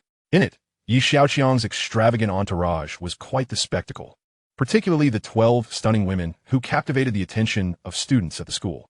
However, in the business circles of Tianlin, this would be an intensely glaring display. At that moment, Tianlin sat in the grand living room of his villa, his face flushed with embarrassment. Opposite him sat a middle-aged man with distinctly chiseled features. Known as Chao Buiyuan, the second in command of the Xia Group. A subtle glimmer flickered in Chao Buiyuan's deep-set eyes as he counseled Tianlin, "Godfather, please calm down. Young Chang might have come from a less favorable environment. He can be educated further in due time." After a brief pause, he added, "I will handle the video issue and investigate who is behind it." Tianlin raised his gaze to Chao Buiyuan and waved his hand lightly. After leaving the villa, Chao Buiyuan entered his own vehicle and departed from the Yi family estate. "Where to, Mr. Chao? Let us pay a visit to this intriguing young man," he replied. "For the finest bar in Modu. I wish to indulge in some drinks." Xiaoqiang instructed Anya. Anya relayed Xiaoqiang's command, and shortly thereafter, the convoy came to a halt outside a bar named Drunken Dream Galaxy. The bar staff, upon spotting the massive entourage, quickly contacted the manager. Recognizing the description and recalling the recent viral video of the prodigal son, the manager sprang to his feet, exclaiming, "Good heavens! This wealth has fallen upon me." He rushed to the entrance, calling out, "Ladies, gather around." At this command, the entire bar began to tremble with excitement. As Xiaoqiang's group arrived at the bar's entrance, they were greeted by a throng of people who lined up on either side, bowing as they collectively proclaimed, "Welcome, young master." Xiaoqiang raised an eyebrow, and amidst the throng, he made his way into the bar. Once inside the grand hall, the second in command straightened his posture and declared loudly, "Bring forth your largest private room and the finest beverages." The manager, with a beaming smile, responded, "Everything is prepared, young master. Please come inside." Following this, Xiaoqiang, guided by a charming barmaid, made his way to the opulent private room that accommodated over 50 guests, complete with dazzling lights and sound systems. Xiaoqiang flopped onto the sofa, casually resting his feet on a coffee table. Barely settled, beautiful women approached to pamper him. "Sing, drink, and dance," Xiaoqiang exclaimed to the crowd. The manager, grinning from ear to ear, slipped away discreetly. Once in his office, he picked up the phone and respectfully reported, "Mr. Chao, he is with me. Rest assured, everything is proceeding at the highest standard." In the bar's private room, lights flashed and shadows danced. The immersive experience of extravagant indulgence over the past week had transformed Xiaoqiang's perception of a character he once scorned. To be a spendthrift, one must first possess the means to squander. Being destitute, as he was upon his arrival, warranted a swift return to slumber. Moreover, extravagance was intended to please oneself. How others viewed him was of no consequence. This unrestrained consumption, aimed solely at self-gratification, was indeed one of life's greatest joys. As Xiaoqiang's thoughts drifted back, he realized that the bar singer was somewhat lacking. "Is this the only type of song you can perform?" he inquired.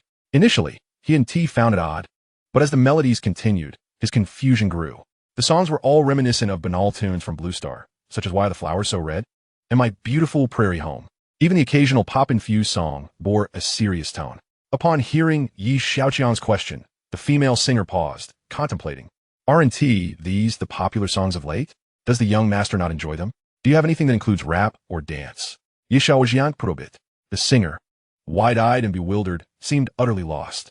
Realizing the limited variety of music styles available, Xiaoqiang sighed internally. "Forget it, just sing whatever you wish." At that moment, the door to the private room swung open, revealing a sharply featured middle-aged man with a welcoming smile. "Nephew, you certainly know how to enjoy life," he remarked. "Observing Xiaoqiang se relayed demianov." Turning to face the speaker, Xiaoqiang's expression reflected confusion. "Shall we have a chat?" The speaker was none other than Chao Buiyuan, exuding an irresistible charm. As the music in the room ceased, Xiaoqiang placed his feet on the floor and approached the door to meet Chao Buiyuan. "Let us find somewhere quieter," Chao Buiyuan suggested with a smile. "You all continue with your music and dance," he added, and with that, Xiaoqiang followed him out. After a brief moment of silence, the music resumed in the private room. Seeing the young master's command, the performers dared not halt, quickly returning to their previous exuberance. Meanwhile, in another quieter private room, Chao Buiyuan gazed at Yi Xiaoqiang across the table and introduced himself. I am Chao Buiyuan, a close friend of your father's. You may call me Uncle Chao. Un so gao. Yi Xiaoqiang regarded the middle-aged man before him. The original owner had been separated from his family at a tender age and had no recollection of this so-called Uncle Chao. You likely do not remember. Gao Boywan Sai Sok Di. You were just a child when the incident occurred. For over a decade, your grandfather and I have been searching for your whereabouts. Now that we have finally found you, I believe your parents in spirit would be greatly comforted. A glimmer of moisture flickered in Chao Buiyuan's eyes as he spoke. However, you must not become complacent. You will soon bear significant responsibilities. Your grandfather is aging, and, as the heir to the Xiaoqiang Group, you must acquire knowledge in the realm of business. Listening to Chao Buiyuan's counsel, Yi Xiaoqiang inquired, what specifically should I do? Chao Buiyuan pondered momentarily before responding. You might consider engaging in some business ventures, perhaps investments. And if I fail? Yi Xiaoqiang asked. That is inconsequential. Start with smaller projects to hone your skills. Chao Buiyuan advised, retrieving his phone. For projects under 5 million, reach out to her directly. He shared his number with Yi Xiaoqiang, while also showing him another contact. Su Mingyan, 178xxxx6531. Yi Xiaoqiang merely glanced at the number, which immediately saved itself in his phone. Chao Buiyuan observed Yi Xiaoqiang's stillness and asked, would you like to jot that down? No need. I have it memorized, Yi Xiaoqiang replied. Chao Buiyuan paused, momentarily taken aback. Could this young man possess photographic memory? After a brief moment of astonishment, he produced a card from his pocket and said, since this is our first meeting, I haven't brought you a gift. Use this to purchase something for yourself. Yi Xiaoqiang's eyes gleamed at the sight of the bank card in Chao Buiyuan's hand. How much? He asked bluntly, catching Chao Buiyuan off guard. Not much, just 1 million. The password is 6 zeros. Hangzhu, un so gao. Yi Xiaoqiang accepted the card with enthusiasm. It felt like a serendipitous windfall, the perfect solution to his needs. Chao Buiyuan rose and patted Yi Xiaoqiang on the shoulder. Exercise a bit of restraint and keep the greater picture in mind. I have matters to attend to, so I shall take my leave. If you need anything, do not hesitate to call. Safe travels, Uncle Chao, Yi Xiaoqiang said, though his gaze remained fixated on the bank card, unmoving. Chao Buiyuan scrutinized Yi Xiaoqiang for a moment, a faint smile curling at the corners of his lips as he exited the private room. Yi Xiaoqiang stashed the bank card away and returned to the lavish main hall. The conversation had indeed opened new avenues of thought for him. The path of extravagance could pivot towards investment. After indulging in a bit more revelry at the bar, Yi Xiaoqiang and his companions departed. The music there had become unbearably monotonous, prompting him to mentally critique the music industry and consider its transformation. In the ensuing 3 to 4 days, Yi Xiaoqiang immersed himself in a hedonistic lifestyle. However, he remained uncertain about what to invest in, yearning for an opportunity that appealed to him and could lead to extravagance. After wandering aimlessly for most of the day, he found himself devoid of direction. Yet, he did not leave empty-handed. Having depleted the remaining 400,000 on the card, he acquired 8 attribute points. This, however, did not satisfy him. What surprised him was that depleting the 1 million had triggered a new beginner's quest. High-performance fiber battery manufacturing technology. This is a high-energy density storage device capable of powering any electronic product. This type of fiber possesses 2 remarkable characteristics: high energy storage density and a soft texture, allowing it to be fashioned into lightweight clothing. It can provide substantial energy support for various electronic products used in individual combat.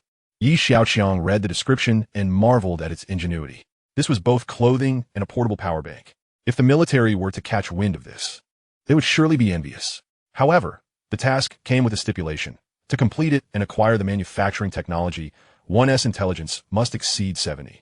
Yi Xiaoqiang glanced at his intelligence attribute of 40. With such a low IQ, even if he were to unveil this technology, he would eventually be drowned by skepticism.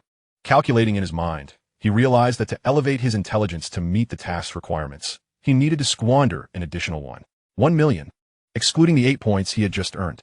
As he contemplated this, a notification box appeared before him. Feng Xiao request to pass friend verification. Chapter 13. The river reverses. The prodigal returns? Yi Xiaoqiang stared at the friend verification request, perplexed by what Xia Tingfeng was after. He opted to accept the verification. As soon as he did, he was added to a group chat. Welcome, young Master Yi. Applause JPG. Welcome, young Master Yi. Applause JPG. There were 5 members in the group, including himself, and the other 4 were known as the 4 young masters: Feng, Yun, Lei, and Zhen. Yi Xiaoqiang understood now. These were the infamous four young masters of his district. Since Yi Xiaoqiang's district was in the north, they were referred to as the Northern Four Young Masters. It was not that the Northern District only boasted these few rich second-generation heirs. Rather, these four were notoriously inept, famous for their incompetence. The four young masters invited Yi Xiaoqiang into the group for a simple reason. There were those even more inept than themselves. Yi Xiaoqiang, with his innocent mindset, recognized that although he had not seen much of the world, mingling with these affluent young men might broaden his own path to extravagance. With many options laid before him, he could explore a plethora of choices. Feng Xiao, where do you plan to squander your wealth today, young Master Yi? Can we tag along? Lei Xiao, yes. Yin Xiao, same here. Jin Xiao, me too. Yi Xiaoqiang, feeling generous, promptly renamed the group to Young Master Yi. Young Master Yi, today, I aim to practice and make an investment. Feng Xiao, surprise JPG. Lei Xiao, shocked JPEG. Yin Xiao, shocked JPG. Jin Xiao, shocked JPG.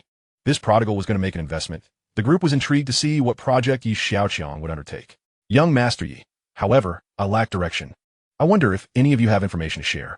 Lei Xiao, I know of a textile company in the suburbs that is preparing to sell out. Young Master Yi, where? I have no classes this afternoon. Take me to see it. Lei Xiao, okay. JPG. Feng Xiao, I'm in. Yin Xiao, me too. Jin Xiao, count me in. After coordinating with Lei Xiao and the others, Yi Xiaoqiang closed the chat interface. Despite his reputation as a spoiled rich kid, he diligently attended classes daily, albeit mostly to sleep. In the afternoon, accompanied by his entourage, Yi Xiaoqiang set off. At the Magic City Economic Development Zone, they arrived at Jinhao Textile Factory. The factory had been idle for several days, and the manager had just seen off workers demanding their wages. Exhausted, he collapsed into his chair and gulped down a few mouthfuls of water to soothe his parched throat. Just as the water went down, the office door burst open, startling the manager, who nearly leapt from his seat, fearing the return of the workers he had just dismissed. Upon closer inspection, he realized it was merely Xiao Lu from sales. Manager, it's serious. A big client is here. Xiao Lu exclaimed breathlessly. Get out. The manager erupted in fury, not even pausing to contemplate before sending a single word his way. Are you kidding me? I'm on the verge of fleeing. And you tell me there's a major client coming? In the current textile industry, apart from a few behemoths, factories of his scale had already gone under. At this juncture, being able to sell for scrap metal prices would be a stroke of luck, let alone a big client. Only a fool would come knocking. Settling back in his chair, the manager pulled out a cigarette and lit it, taking a few puffs. Noticing his skepticism, Xiao Lu took a deep breath and said, Manager, there really is a client. They're in the yard. Just take a look. The manager, still half in disbelief, reluctantly lifted his eyelids to glance out the window. Goodness. Dozens of luxury cars were parked in front of the factory. What on earth was going on? Had the fortunes of the textile industry shifted once more? How could he have missed such significant news? The manager rubbed his eyes in disbelief. After a moment, he extinguished his cigarette, straightened his attire, and addressed Xiao Lu. What are you still standing there for? Go and see. The manager and his entourage exited the office, hastening towards the factory entrance. Regardless of the circumstances, the presence of Yi Xiaoqiang's group was undeniably imposing. The manager trotted along with his team, asking, May I help you, gentlemen? Upon scanning the crowd, he noticed that most of the newcomers were young men, all eyes fixated on one particular youth. This is our young master. The clever old heir interjected eagerly. The manager was taken aback, pondering, Are they here to film a movie? Young master? And you are?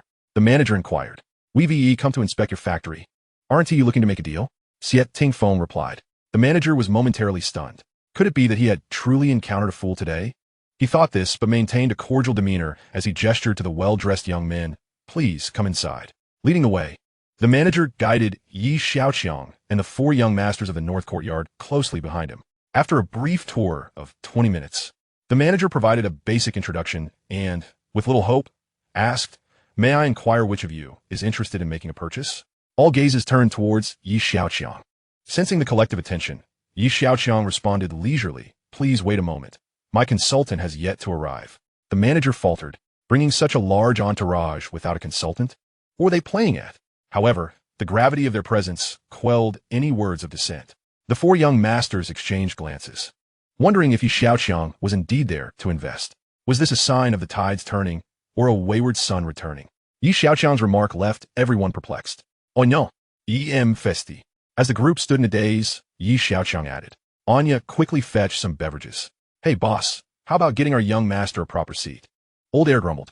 The manager furrowed his brow slightly and suggested, why don't you all wait in my office? The group followed the manager to his office. Once inside, Xiaoqiang casually sank into a sofa, propping his feet on the coffee table. Two female attendants promptly approached to massage his legs. Xiaoqiang squinted in enjoyment and remarked, well done. Each of you shall receive 2,000. The four young masters and the factory staff stared wide-eyed, nearly dropping their jaws. To lavish rewards in such a manner, 2,000 apiece at that. Salesman Xiao Lu gulped, thinking, is there a need for more people? I'm simply eager to try this job. Lu wasn't the only one astonished. The four young masters from the North Courtyard were equally taken aback. Even from affluent backgrounds, they wouldn't dare act in such a brazen manner publicly. Xiaoqiang had done what they wished but lacked the courage to execute, leaving them with a tinge of envy.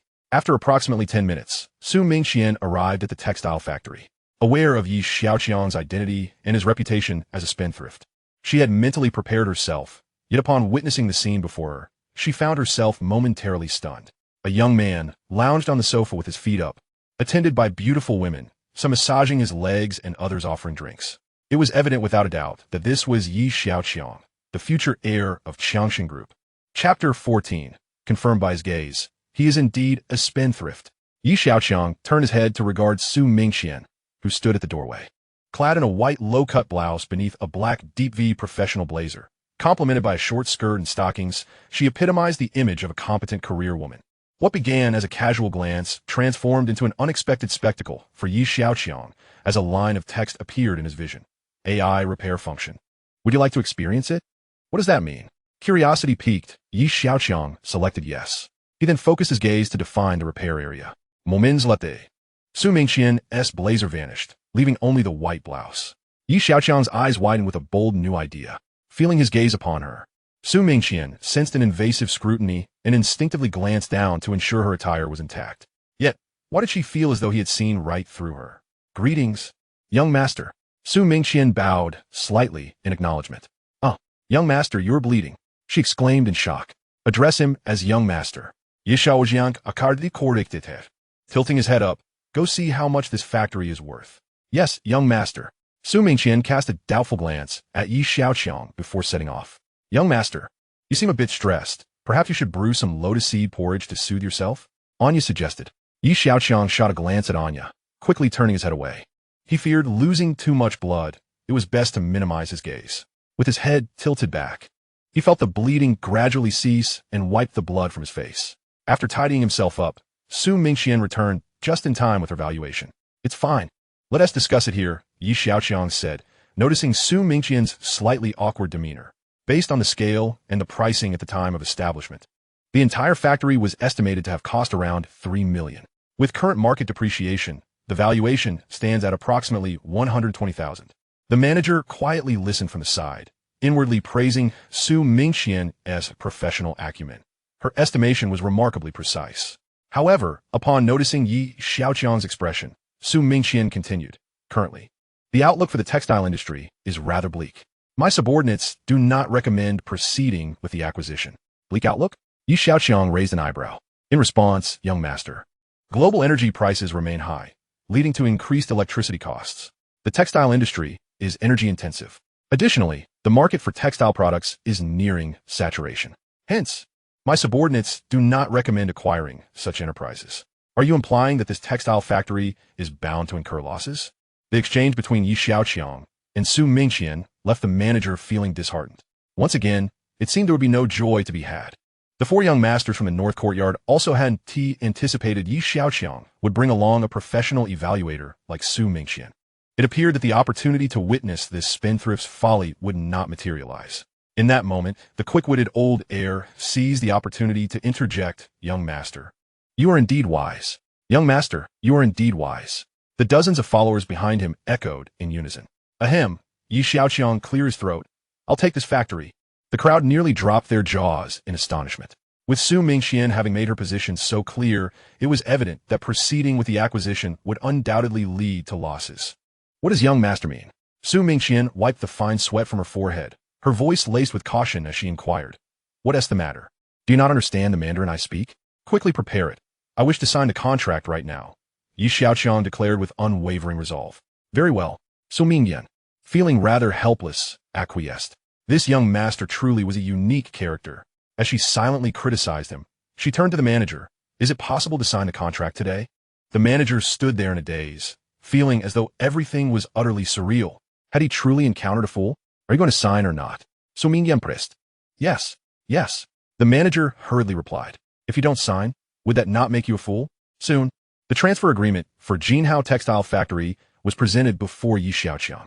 Upon confirming that Yi Xiaoqiang's name was clearly inscribed on the acquisition contract, Xia Tingfeng's anxious heart finally found solace.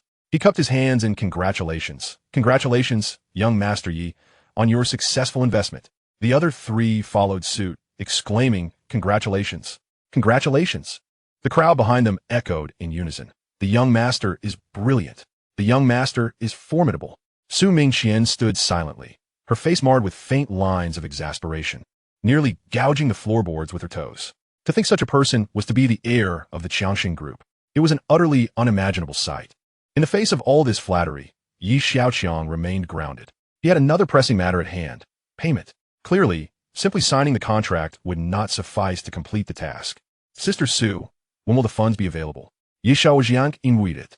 In response to the young master, I will return to file a report to request the funds. Su Mingqian replied, not in a hurry to assist Yi Xiaoqiang, but rather eager to distance herself from this eccentric young master. No ruse, Ji Xiaoqiang replied. Then turned to the manager and asked, how many employees does your factory have? In response to the young master, the manager hesitated for a moment. Realizing he had been led astray, yet given the young master's status as a major investor, it would not be inappropriate to address him with reverence. Including the frontline staff, there are a total of 88 employees. Coordinate with them and ensure they are on standby at all times. The manager stared blankly at Yi Xiaoqiang. Did this investor intend to undertake a massive operation after acquiring the factory? Is there a problem? Yi Xiaoqiang noticed the manager's troubled expression. The manager chuckled awkwardly. It's just that the factory isn't performing well and owes salaries to the employees. How much is owed? 100,000. I will cover it. Have them ready at a moment's notice. The manager, Su Mingyan, the fourth young master of Beiyuan, has acquired a factory destined for loss and is now also responsible for maintaining the employees. The manager looked at Yi Xiaoqiang, confirming he was not joking. All right, I will contact them immediately. The manager nervously wiped his sweat, feeling a bit dazed despite his seasoned experience. With the negotiations concluded, Yi Xiaoqiang saw no reason to linger. After exchanging contact information with the manager, he and his entourage departed from Jinhao Textile Factory. As they gazed at the departing convoy, salesman Lu felt as though he were in a dream. Lu exclaimed, glaring at the manager. Why did you pinch me? Do you feel as if you were dreaming? Upon hearing the manager's question, Lu pondered for a moment and nodded. Did you feel pain just now? The manager asked. Lu nodded again, perplexed. Did we encounter a fool? The manager did not respond immediately, but instead pulled out a cigarette from his pocket and lit it. After taking a few puffs, he exhaled a smoke ring and said slowly, I have confirmed. He is not a fool, just a spendthrift. Chapter 15. Meeting Chun Shiyuan again. Yi Tianlin sat solemnly in a spacious chair at home. The old master is likely worried about the young master again. The old butler remarked while brewing tea for Yi Tianlin. After years of searching, finding his long-lost grandson had indeed brought Yi Tianlin joy for a few days. However, new challenges soon emerged. Yi Tianlin, advanced in years, was destined to pass on the family business to Yi Xiaoqiang. Yet, this grandson did not seem to possess the aptitude for it. The old servant believed this was a good thing. The young master had begun to learn about investments. Sensing Yi Tianlin's concerns, the old butler continued. The young master is beginning to learn about investments. Yi Tianlin glanced at the butler. Investing in a factory that is bound to fail? One must learn to grow on their own. Besides, even old Wang next door has given his son billions to practice with, the old butler cheerfully remarked. Are you implying that I am being stingy? I would never dare. The old servant demurred. Sometimes a large family business is not necessarily a blessing. Noticing the old butler gently wiped the sweat from his forehead, Yi Tianlin sighed and shifted the topic. The Yi family is the most influential family in Long Country, and there is a rule within the family. If any branch of the family has no heirs, their assets must be handed over to the family. This rule ensures that the wealth of the Yi family does not flow to outsiders. This is the secret to the Yi family's enduring legacy in Long Country for over a century. Now that Yi Tianlin has found his grandson, the assets need not be surrendered to the family. However, Entrusting Xia Group to Xiaoqiang's stewardship was indeed a troubling prospect. Outsiders see the grandeur of Yi Tianlin's wealth, but only he knows the burdens he bears. The old butler understood Yi Tianlin's deep-seated worries, but felt it inappropriate to address them. You need not worry, old master. The young master requires time to grow. And with your current health, there is no need for immediate concern, the old butler reassured thoughtfully. Very well, attend to your duties. Yi Tianlin waved his hand dismissively. The old butler bowed and exited. Yi Tianlin picked up his phone and called Chen Shiyuan. Chen Shiyuan was currently troubled by national research projects. While the world seemed tranquil on the surface, undercurrents of tension surged beneath. The state was eager for knowledge and scientific research, particularly regarding military technologies. Now, with the old master calling to ask her to keep an eye on Yi Xiaoqiang, she felt a headache coming on. Mentioning Yi Xiaoqiang made Chen Shiyuan feel overwhelmed. Fortunately, his behavior was merely exaggerated. Aside from his prodigal tendencies, he had not engaged in any particularly outrageous actions. After inquiring with his substitute teacher, she discovered that Yi Xiaoqiang had not missed a single class.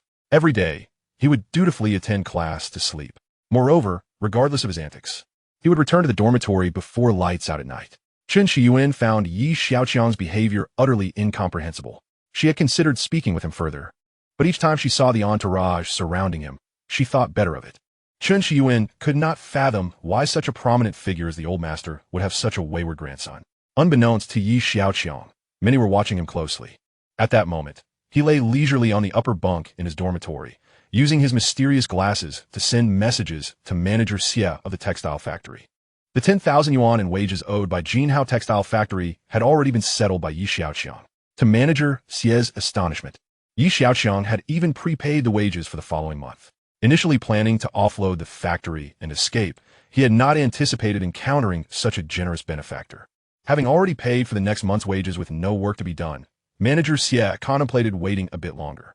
His sole task now was to keep a close watch on his phone, eager for Yi Xiaoqiang's next instructions.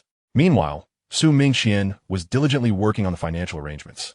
She reported the actual situation to her superiors. To her great astonishment, it seemed that her suggestions against investing, which she had pointed out in her report, were utterly disregarded. Within 2 to 3 days, the funds were approved. In this perplexing situation, she dared not inquire further. From the signing of the contract to the completion of the payment, merely 3 days had elapsed. Yi Xiaoqiang gazed at the system, where the task completion notification was displayed, a faint smile gracing his lips. His 5 dormitory roommates observed the goofy grin on Yi Xiaoqiang's face, their hearts filled with envy. With money to spend freely and surrounded by admirers, he appeared utterly carefree. What alleviates worries? Only sudden wealth. Contemplating this, their resolve to follow Yi Xiaoqiang solidified. Whenever he was in high spirits, he would generously share, often bestowing gifts worth thousands. Being in the company of a joyous individual inevitably spread happiness. Lying on his bed, Yi Xiaoqiang made a rough calculation. The factory purchase cost 1.2 million. Settling wages consumed another 100,000, and he had prepaid 150,000 in wages, totaling 1.45 million, which granted him 29 attribute points. Coupled with the 8 points he retained from before, he now possessed 37 attribute points. The system followed a technological trajectory, which would undoubtedly require considerable intellect in the later stages. Without hesitation, Yi Xiaoqiang allocated all 37 points to intelligence. A flash of golden light surged through his mind. His intelligence soared to new heights. Intelligence attribute 77 indicates you have surpassed 77 of the human population in intellectual capacity. Host completes the task and receives a reward. High-density energy fiber battery manufacturing technology. Knowledge transmission for high-density energy fiber battery manufacturing in progress. A chorus of metallic chimes resonated within his consciousness. Triggering the next phase of the task, squander 5 million within a month. Task reward, a stylish wig. Yi Xiaoqiang's eyes widened as he beheld the peculiar task reward. A wig? Is the system's bounty always so absurd? Whether it be contact lenses or wigs. Each reward appeared more ludicrous than the last. Would they eventually adorn him with a tractor like Starship? He couldn't help but internally ridicule. Nevertheless, although the items bestowed by the system lacked aesthetic appeal, their functionalities were remarkably impressive. Take the glasses, for instance. They appeared ordinary, yet their capabilities were formidable. After several days of exploration, Yi Xiaoqiang discovered that many features remained inaccessible due to insufficient energy. It seemed that unlocking additional functionalities would necessitate a considerable energy expenditure. Xiaoqiang surmised that these glasses might be a part of a set, likely associated with the wig. However, these were merely his conjectures. Glancing at the time, he realized it was nearly time for his afternoon class. Rising from his bed, Xiaoqiang made his way to the classroom. At the entrance of the teaching building stood Chen Shiyuan. A gentle breeze tousled her slightly curled long hair, which cascaded gracefully over her shoulders, exuding an enchanting intellectual beauty. Xiaoqiang could not evade her. "Is Director Chen waiting for me? Come to my office for a moment. Class is about to begin." He sought an excuse to refuse. "Isn't your class merely a time for slumber? Does it truly matter whether you attend? One should not strike the face while chastising. Director Chen, this is rather inappropriate. Then let's find a more private place to converse." Chen Shiyuan showed no intention of relenting. Xiaoqiang shrugged helplessly and followed her to her office. "Was it this time, Director Chen?" Xiaoqiang glanced at the thick stack of documents on her desk and inquired, "How do you expect to take over Xia Group in the future?" "But I have no interest in business," Xiaoqiang replied nonchalantly, casually resting his legs on the coffee table. "Then enlighten me about what piques your interest," Chen Shiyuan asked, crossing her arms. "I am interested in being a spendthrift," Xiaoqiang declared. The moment he uttered those words, Chen Shiyuan's expression shifted dramatically. He awkwardly cleared his throat and glanced behind her. "I am interested in carbon nanotube fiber batteries." Chapter 16, 12 Golden Hairpins and 4 Great Dan Actors. Chen Shiyuan appeared momentarily stunned. After merely a cursory glance, Xiaoqiang had memorized such a lengthy technical term. While this might not be remarkable for others, it was quite unusual for someone who typically indulged in leisure. "Do you have any research on this?" Chen Shiyuan asked with a hint of sarcasm. "Director, your tone is inappropriate. As a director, you should not look down upon any student." Xiaoqiang feigned indifference, yet he had seized upon a flaw in Chen Shiyuan's words. Caught off guard, Chen Shiyuan felt her cheeks heat up slightly. She composed herself and continued, "Very well. I would like to hear your insights." "Insights are hardly the term. This technology is commendable, yet it is vulnerable to weather and environmental conditions. On cloudy days, or indoors, the light-to-electricity conversion of carbon nanotubes becomes ineffective, whereas fiber lithium batteries do not have this limitation." Chen Shiyuan scrutinized Xiaoqiang once more. The fact that he understood the light-to-electricity principle of carbon nanotubes astonished her. Moreover, he was also aware of fiber lithium batteries. Chen Shiyuan could scarcely fathom that Xiaoqiang possessed such knowledge, even if he had gleaned it from the news. If he were disinterested, he would have promptly forgotten it. "It seems you have a keen interest in technology," Chen Shiyuan remarked earnestly. This was indeed unexpected for her. Xiaoqiang hesitated before responding. Ever since his intelligence soared to 77, his thought processes had transformed. While most around him wished for his reckless spending, Chen Shiyuan was different. Furthermore, her unique position sparked an idea in Xiaoqiang's mind regarding a possible avenue for indulgence: investing in technology. Technological investments were inherently costly, making them an excellent avenue for extravagant spending. By carefully selecting overlooked projects, it would be a splendid venture for indulgence, allowing Xiaoqiang to boldly seek funding under its auspices. As Xiaoqiang pondered this, an individual burst through the door. "Director, please grant me a little more time on that project. I will surely achieve a breakthrough." The newcomer, in his 30s, sported unkempt facial hair and disheveled hair. Xiaoqiang cast a glance, identifying the quintessential tech enthusiast. "You have been working on the fiber lithium battery for nearly a decade. The higher-ups have lost patience." Chen Shiyuan addressed the scruffy man. "I believe this is a remarkable technology, merely awaiting the right opportunity for a breakthrough," the man insisted, his face pleading. Chen Shiyuan's expression remained cold and unyielding. Certain research projects, once the higher-ups lose interest, become exceedingly challenging to revive. Moreover, a recent carbon nanotube fiber technology had emerged which, despite its dependence on light sources, was nearing practicality. Observing the resolute expression on Chen Shiyuan's face, the fervor in the man's eyes gradually extinguished, leaving him despondent. "How much do you need? I will invest in your project." Xiaoqiang's sudden declaration shattered the silence. Both individuals turned their gaze toward him. The man then noticed that there was indeed another person in the room. This individual exuded a certain roguish charm, sitting in an unrefined manner with his feet propped up on the coffee table. This was the office of Director Chen. The man glanced at Chen Shiyuan, astonished to see her tolerating such behavior. He had known her for many years, yet this was the first time he witnessed someone daring to present themselves in such a manner before her. At that moment, Chen Shiyuan was also deep in thought. This prodigal son seems to be hopelessly set in his ways. After all, he squanders money indiscriminately, perhaps even inadvertently striking gold in this regard. The crucial point is that it will provide a pretext for me to intervene in the future. Reflecting on the elder's exhortations, Chen Xiuyuan indeed found herself in a quandary. If you're unwilling, so be it. I must attend class now, Xiaoqiang declared as he prepared to rise and leave. Wait a moment. Let's exchange contact information for a more detailed discussion. The man could no longer contain himself. This was his only opportunity at present. The man added Xiaoqiang on WeChat. I am Qiyu. May I ask your surname, esteemed boss? Qiyu was straightforward. Since Chen Xiuyuan remained silent, this young man must possess considerable capabilities. Do not address me as boss. It sounds too pedestrian, and I detest it. Xiaoqiang waved his hand dismissively. With bosses aplenty on the streets, it lacks any sophistication. How should I address you then? Qiyu inquired, somewhat bewildered. Simply call me young master, Xiaoqiang replied before exiting the office, leaving the two in a state of confusion. In class, Xiaoqiang, as per usual, succumbed to slumber. His habitual napping had long since become an accepted norm among his peers. During the break, he remained sprawled there, motionless. Many had already discerned Xiaoqiang's true identity, and they dared not disturb him. Alas, what a peculiar individual. Such a prestigious enterprise as the Xia Group has a wastrel like him, one murmured. Keep your voice down. Are you courting death? What is there to fear? With such ample resources at his disposal, he squanders them daily.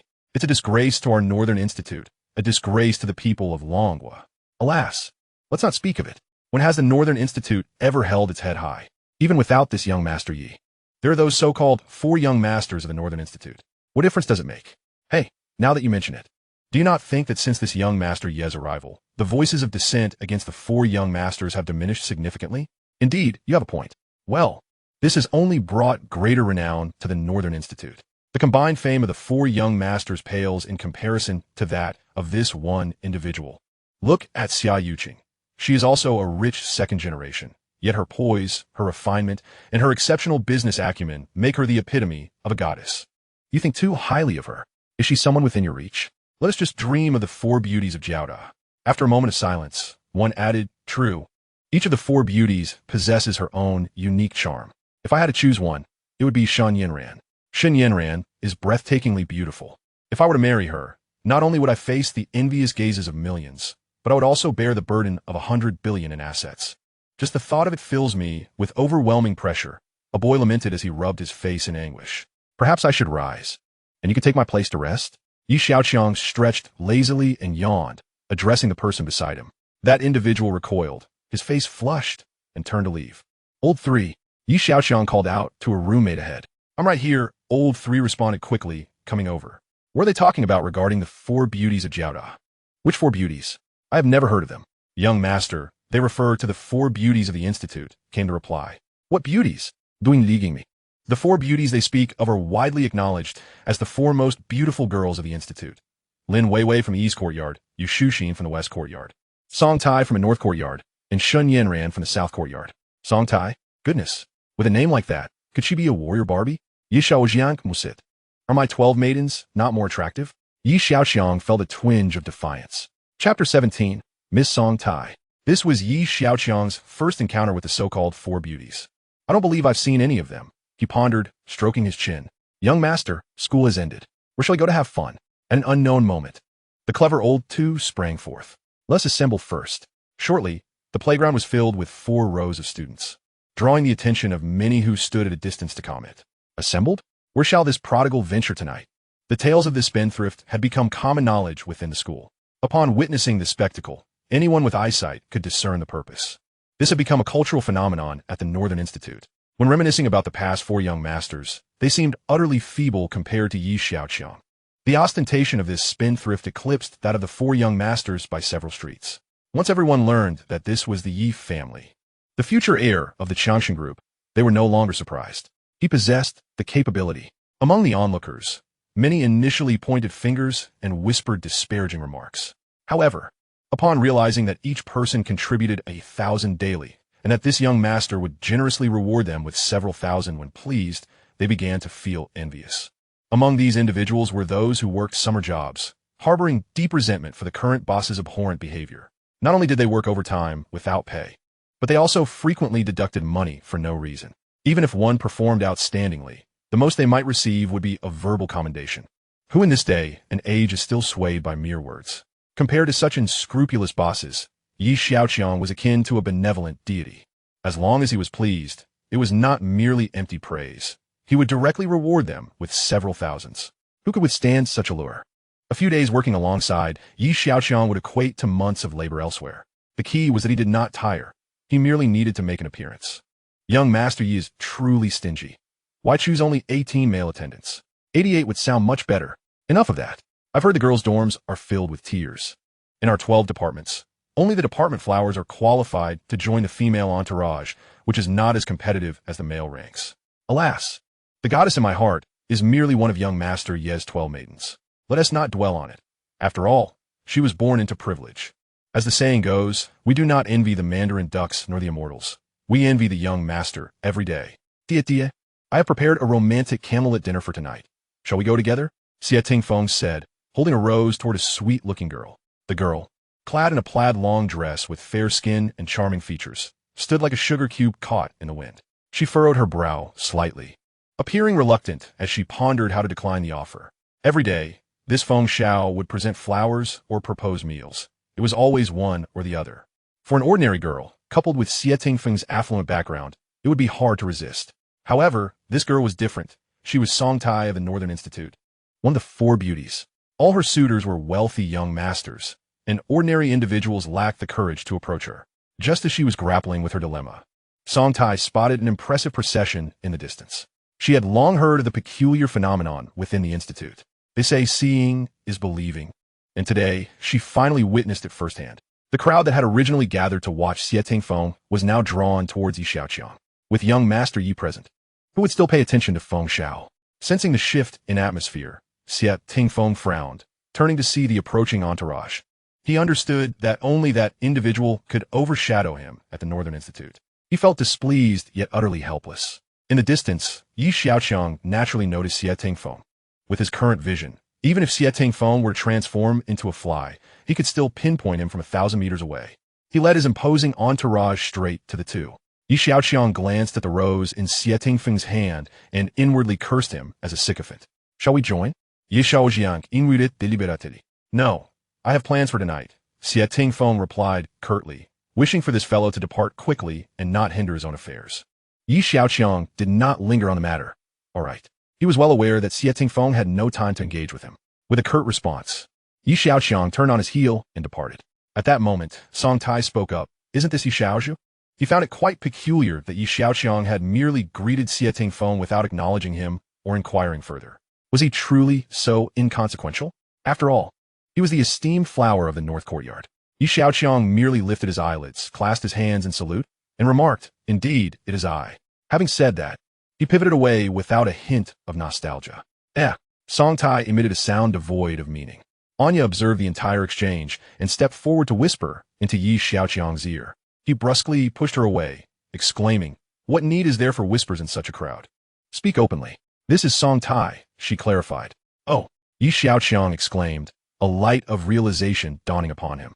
No wonder Feng Xiao would send flowers. It is none other than the renowned Song Tai of the North Courtyard. Earlier, Lao San had provided a detailed introduction of the four Dan.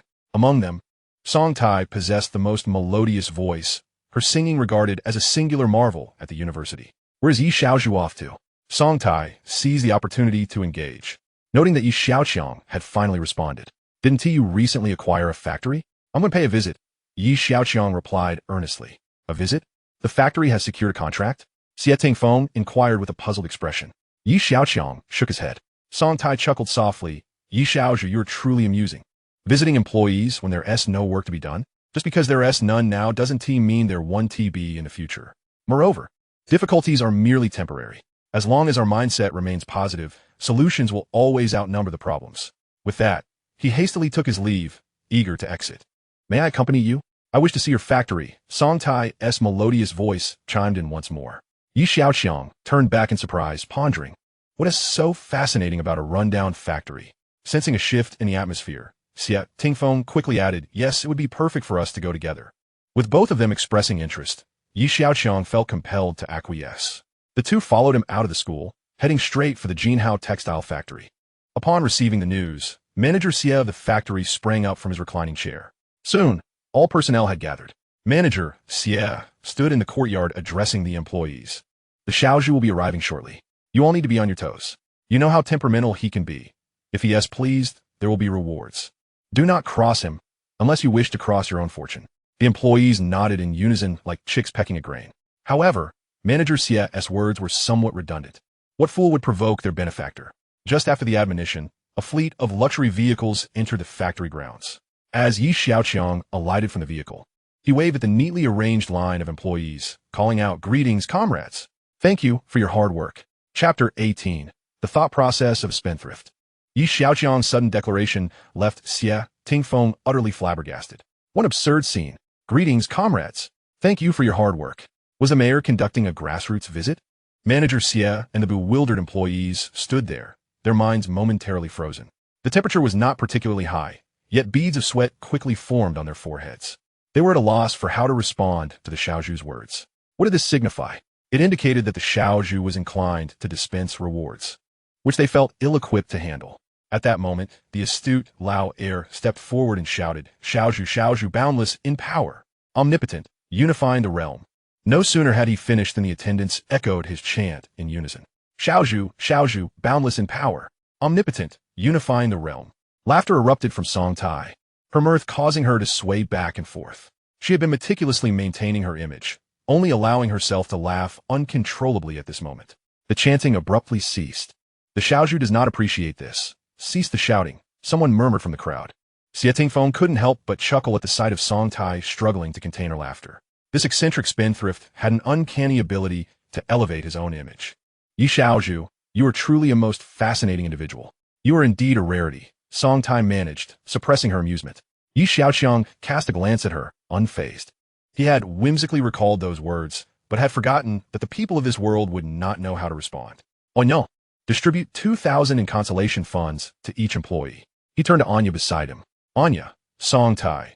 Everyone present was left in a state of confusion, particularly the employees at the textile factory. They had thought that failing to respond to Xiaozhu's words meant they had forfeited any chance of rewards. In their anguish, they could not fathom the Xiaozhu's intentions. With 88 employees, 2,000 each amounted to a staggering 176,000. Anya calculated quickly, envisioning how many bags that could buy. "Is the accountant present?" Anya, knowing the Xiaozhu's temperament, dared not delay. She inquired of Manager Xia. "Yes, I am here." Before the bewildered manager, Xia, could react, an accountant hurriedly stepped out from the crowd. Anya took Xiaoqiang's bank card and proceeded to settle the accounts. "What other goods do we have in the warehouse?" Xiaoqiang inquired, glancing towards the storage area. "In response to the Xiaozhu, we have a considerable amount of cotton," Manager Xia replied. "Take me to see it." Manager Xia led the group straight to the warehouse. Much of the stock had been processed, leaving less than a ton remaining. Observing the cotton in the warehouse, Xiaoqiang asked Manager Xia, "Is there still cotton available on the market?" Currently, a bountiful cotton harvest and a decrease in demand had led to an oversupply in the market. Although prices had reached historic lows, virtually no one was purchasing. Contact the suppliers and see if anyone is willing to sell. Acquire as much as possible, Xiaoqiang instructed after a moment of contemplation. Manager Xia felt a wave of sweat break out. This Xiaozhu truly knew how to squander money, having taken over his own factory without a care. He was now here to dispense consolation funds. This money felt rather hot to handle. Just moments ago, he had allocated a substantial sum, and now he was preparing to sweep the market for cotton. Only a family as affluent as the Yi family could afford such extravagance. Manager Xia thought to himself while hurriedly responding, "Yes, understood. Tai Tai, do you think this Yi Xiaozhu is the most notorious spendthrift in the Dragon Kingdom?" Xia Tingfeng began to assert his presence before Song Tai. Song Tai smiled gently. "I find him rather amusing. If Yi Xiaozhu ever ventures out for leisure, oh wait. For inspections, might I accompany you?" Xia Tingfeng. Song Tai was not simply flattering. She genuinely found this far more entertaining than dining and presenting flowers. "You share my interests, Miss Tai," Yi Xiaoqiang remarked, a hint of surprise gleaming in his eyes. Song Tai paused, then realized that Yi Xiaoqiang was referring to the penchant for extravagance. "I do not possess the vast fortune to squander as you do, Yi Xiaozhu," she corrected herself. "My surname is Song, not Tai." "Ah." Yi Xiaoqiang scratched his head awkwardly. "It matters not. Names are merely labels." Yi Xiaozhu was a man unbound by trivialities. Different appellations reflect not only varied titles, but also elusive styles of conduct. Is it that you favor what others dismiss and dismiss what others favor? Song Tai increasingly found Yi Xiaoqiang far more intriguing than the typical rich heir. That is not necessarily the case. I have my own criteria for judgment. As for what others deem good or bad, it holds little significance to me, Yi Xiaoqiang replied nonchalantly. Song Tai's sweet visage revealed a hint of astonishment. An alluring charm emanated from Yi Xiaoqiang, reminiscent of a Sigma male, engaging in one's own pursuits, unencumbered by the opinions of others, is an ideal many aspire to but find difficult to achieve. In Yi Xiaoqiang, Song Tai indeed perceived this quality. Undoubtedly, such a steadfastness exerts a considerable allure on the opposite sex. It is often said that seeing is believing, and today, Song Tai experienced this truth firsthand. While I may lack understanding in other domains, I am curious about Yi Xiaozhu's perspective on the current music scene. Song Tai's melodious voice is well known throughout Jiaodong University. However, her ambitions soar higher, aspiring to achieve immense fame not only throughout Longhua, but also on an international scale. The music industry is fiercely competitive, and to attain recognition in this realm, one must possess not only commendable vocal prowess, but also a carefully crafted image and strategic marketing efforts. The cultivation of a star may require an investment of millions, if not more. Despite Xie Tingfeng's constant gifts, they hold no appeal for Song Tai. Yet, in Yi Xiaoqiang, she glimpsed a glimmer of hope. Music industry? Yi Xiaoqiang furrowed his brow, feeling an ineffable complexity. Reflecting on the songs he had heard in the bar, he couldn't help but curl his lips in skepticism. Do you all sing with such clarity in your enunciation? He pondered aloud, bewildered. Isn't it expected for songs to have clear diction? Song Tai queried, her expression one of confusion. If the lyrics are unclear, one might as well listen to instrumental music. Not quite. I'm merely curious as to why there aren't any songs that are vague in their articulation, he replied. Tell me, would anyone purchase an album featuring indistinct lyrics? Yi Xiaoqiang's mind suddenly sparked with an idea. You mean an album filled with unclear enunciation? Song Tai's eyes widened in astonishment. The concept was utterly unprecedented. Precisely. Do you think there's potential? A light flickered in Yi Xiaoqiang's eyes as he felt a surge of genius. Chapter 19. Here's 1 billion to practice. Song Tai was utterly astounded by Yi Xiaoqiang's notion of releasing an album with indecipherable lyrics. How would one even sing such songs? It's utterly unheard of. Yet, she couldn't dismiss the seriousness etched upon Yi Xiaoqiang's face. She had no doubt he would pursue this idea. Are you certain this could be profitable? Song Tai inquired, gazing at him intently. Yi Xiaoqiang, puzzled, recalled a world where such songs existed and thrived commercially. He still remembered the catchphrase of that particular singer. Oh, not bad. Can it really not succeed? Yi Xiaoqiang scanned the crowd, seeking affirmation. To his dismay, everyone else remained skeptical, while only he bore a glimmer of hope. Anya had already transferred the funds back. As the time approached, Yi Xiaoqiang departed the textile factory amidst the employees' tearful farewells. Such a benevolent employer was rare indeed. They expressed their desire to work for him in their next lives, dedicating not just 1, but 8 lifetimes if necessary. On the way back, all were in high spirits, except for Xia Tingfeng, who felt a cloud of gloom. He realized that besides himself, it seemed no one harbored ill will toward Yi Xiaoqiang. He had initially thought Song Tai would scorn Yi Xiaoqiang, allowing him to shine in contrast. However, to his surprise, Song Tai conversed with Yi Xiaoqiang far more than she had with him in an entire week. Xia Tingfeng could even perceive a burgeoning interest from Song Tai towards Yi Xiaoqiang as they exchanged contact information. His mind was filled with questions. Where had he gone astray? Despite being superior to a spendthrift, why did others seem to favor him more? This shocking revelation left him in a state of disarray, leading him to ponder whether societal values had deteriorated to the point where people began to favor wastrels. The car came to a gradual halt at the school gates. As Song Tai exited, she intended to bid farewell to Yi Xiaoqiang. Upon seeing the sweet-faced Song Tai, Yi Xiaoqiang felt a rush of warmth flood through him. You're bleeding, Song Tai exclaimed in surprise. Yi Xiaoqiang lifted his chin, accepting a tissue offered to him, and reassured her, it's nothing. You may leave first. Seeing the numerous attendants surrounding Yi Xiaoqiang, Song Tai felt assured and departed without concern. Young master seems a bit heated lately, Anya remarked with concern. Damn it. Ever since I got these contact lenses, the heat hasn't subsided, Yi Xiaoqiang mused inwardly. The following day, Saturday, Yi Xiaoqiang received a call from the old butler, requesting him to return home for a meal. Perhaps the old man had reconciled his thoughts. Regardless, he was still the grandson of Yi Tianlin. This reality was undeniable. The old man may have been angry, yet he couldn't deny his grandson. Early that morning, The old butler dispatched the family's golden little angel to the school gate to collect Yi Xiaoqiang. Yi Tianlin had initially intended to keep a low profile, but his grandson's actions had stirred considerable commotion. Now, all of Modu was aware that Yi Tianlin's grandson had returned. Yi Tianlin decided to embrace the situation with grandeur. As the little angel halted at the entrance, a throng of onlookers gathered, intrigued. The little angel was a top-tier sports car, coveted by the world's wealthiest elites due to its limited production. The Yi family's version bore a unique golden angel emblem, recognized by all in Modu as belonging to them. The old butler stood beside the car, patiently awaiting the young master's emergence. Look, there's that spendthrift. With an audible gasp, a group approached the main gate. Observing the spectacle, the old butler thought to himself, good heavens, while I've yet to witness the young master's earning capabilities, this display certainly rivals that of the old master. It must be said, in the presence of Yi Xiaoqiang's entourage, even the golden little angel seemed to lose its allure. The 12 companions, each adorned in diverse styles, JK, Lolita, maids, captured the attention of countless onlookers. As Yi Xiaoqiang approached the old butler, the latter forced a smile despite the wrinkles lining his face. Young master, I had no idea you would bring along so many attendants for a family meal.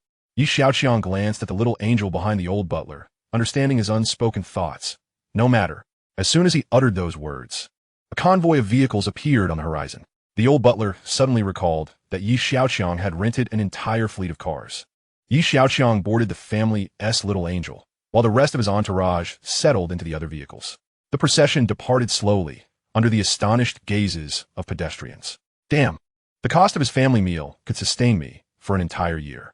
Don't compare your annual salary to someone's pocket change. To be frank, despite his reputation as a spendthrift, I couldn't help but admire him. The convoy arrived at a grand estate. The sight of such a lengthy procession left the servants in the garden in awe, their jaws nearly dropping at the spectacle. Upon disembarking, Yi Xiaoqiang made his way alone to meet Yi Tianlin. A group of attendants stood in a daze, gazing at the magnificent estate, the residence of the wealthiest individual in the Dragon Kingdom. Had it not been for accompanying the young master, they would never have had the opportunity to behold such grandeur. Yi Xiaoqiang had instructed the old steward to guide them on a tour. The 30 followers trailed closely behind the steward, fearful of losing their way. Yi Xiaoqiang arrived at Yi Tianlin's study and gently knocked on the ajar door. Grandfather. Yi Tianlin, engrossed in a newspaper, did not lift his head. Close the door, he replied. Yi Xiaoqiang complied, shutting the door before taking a seat on the sofa. Yi Tianlin set aside the newspaper, rose from his chair, and sat across from Yi Xiaoqiang. Are you no longer angry with me, grandfather? Yi Xiaoqiang ventured. I have given this matter considerable thought over the past few days. Our family is quite extraordinary, and our methods may need to deviate from the ordinary. Yi Tianlin spoke with profound significance. Yi Xiaoqiang smiled, but chose not to respond. I am uncertain whether I should support your approach. Yi Tianlin sighed softly. However, you must understand that our family is not like those of ordinary people. It will attract envy from many, and human nature is ultimately unpredictable. Director Chun is on your side, isn't she? Yi Xiaoqiang inwided. She is someone you can trust. Yi Tianlin acknowledged, aware that Yi Xiaoqiang was referring to Chen Shiyuan. Is there anyone else? Yi Tianlin hesitated. The rest, you must discern for yourself. He wished for Yi Xiaoqiang to cultivate his own judgment as the future heir of the Xia Group. I heard you've been learning about investments recently, Yi Tianlin observed, noting the improvement in Yi Xiaoqiang's demeanor over the past weeks. Yes. Do you support this? Yi Xiaoqiang asked eagerly. I can initially provide you with 1 billion to practice. Yi Tianlin pilet solemnly. Chapter 20. Frantic Implications. Listening to Yi Tianlin's promise, Yi Xiaoqiang felt exhilarated. 1 billion would surely propel him forward. You lack some professional talent around you. Perhaps you should recruit from the group company, Yi Tianlin suggested. Just give me Su Mingqian for now. I haven't figured out the rest yet. Yi Xiaoqiang was highly impressed with Su Mingqian's valuation skills. Yi Tianlin nodded in agreement, recognizing her exceptional abilities within the group. Meanwhile, the old steward was leading the attendants around the estate, admonishing them, you must take good care of the young master. If you do, ample rewards await. The group understood the implications. They were acutely aware of the benefits of being close to the young master. Many outside would go to great lengths just to gain entry. They would not dare squander such a lucrative opportunity. After lunch, Yi Xiaoqiang did not linger at the estate. He was a person driven by ambition. The thought of his frail body made him uneasy. Simply squandering his resources would not sit well with him. Before departing, Yi Tianlin stood by the car and said, "Do not rent a car outside anymore. We have more than enough vehicles at home." Yi Xiaoqiang pondered this, realizing Yi Tianlin's underlying message. Renting a car was trivial, but the perception that the grandfather and grandson were at odds would be undesirable. They could not allow outsiders to take delight in their misfortune. "Grandfather, I understand. I will head back to school now." Yi Xiaoqiang smiled, bid farewell to Yi Tianlin, and left the estate.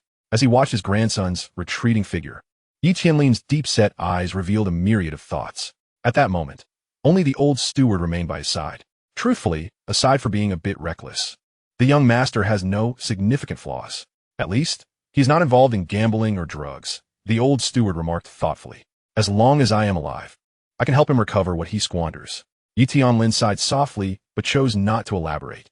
The steward sensed Yi Tianlin's thoughts and suggested, "Perhaps we should find a suitable partner for the young master to help him settle down." Yi Tianlin regarded the steward thoughtfully before turning back into the house. Yi Xiaoqiang's convoy did not head straight back to school. Instead, he called Chen Shiyuan from the car. The matter was simple. Yi Xiaoqiang wanted her to accompany him to Qi Yu's research lab. It was the weekend, and Chen Shiyuan was not at school. She sent Yi Xiaoqiang her location. The car soon stopped at the roadside, where Yi Xiaoqiang spotted Chen Shiyuan in a coffee-colored trench coat. Beneath it, she wore a white shirt, and around her snow-white neck was a silk scarf. Upon seeing Yi Xiaoqiang, Chen Shiyuan opened the car door and entered, exuding a refreshing fragrance. "Are you going for an inspection?" Chen Shiyuan asked, a hint of surprise in her voice. "Is it really necessary to take such extra steps? According to the logic of a spendthrift, it is not healthy to remain inactive all the time. One must move about occasionally," Yi Xiaoqiang replied, not addressing her question directly. Chen Shiyuan chose not to press further. After providing the driver with the destination, she fell silent. Before long, they arrived at Qi Yu's research lab. Qi Yu stood outside, and upon seeing his affluent patron arrive, he hurried over. "Young master, Director Chen," Qi Yu greeted them.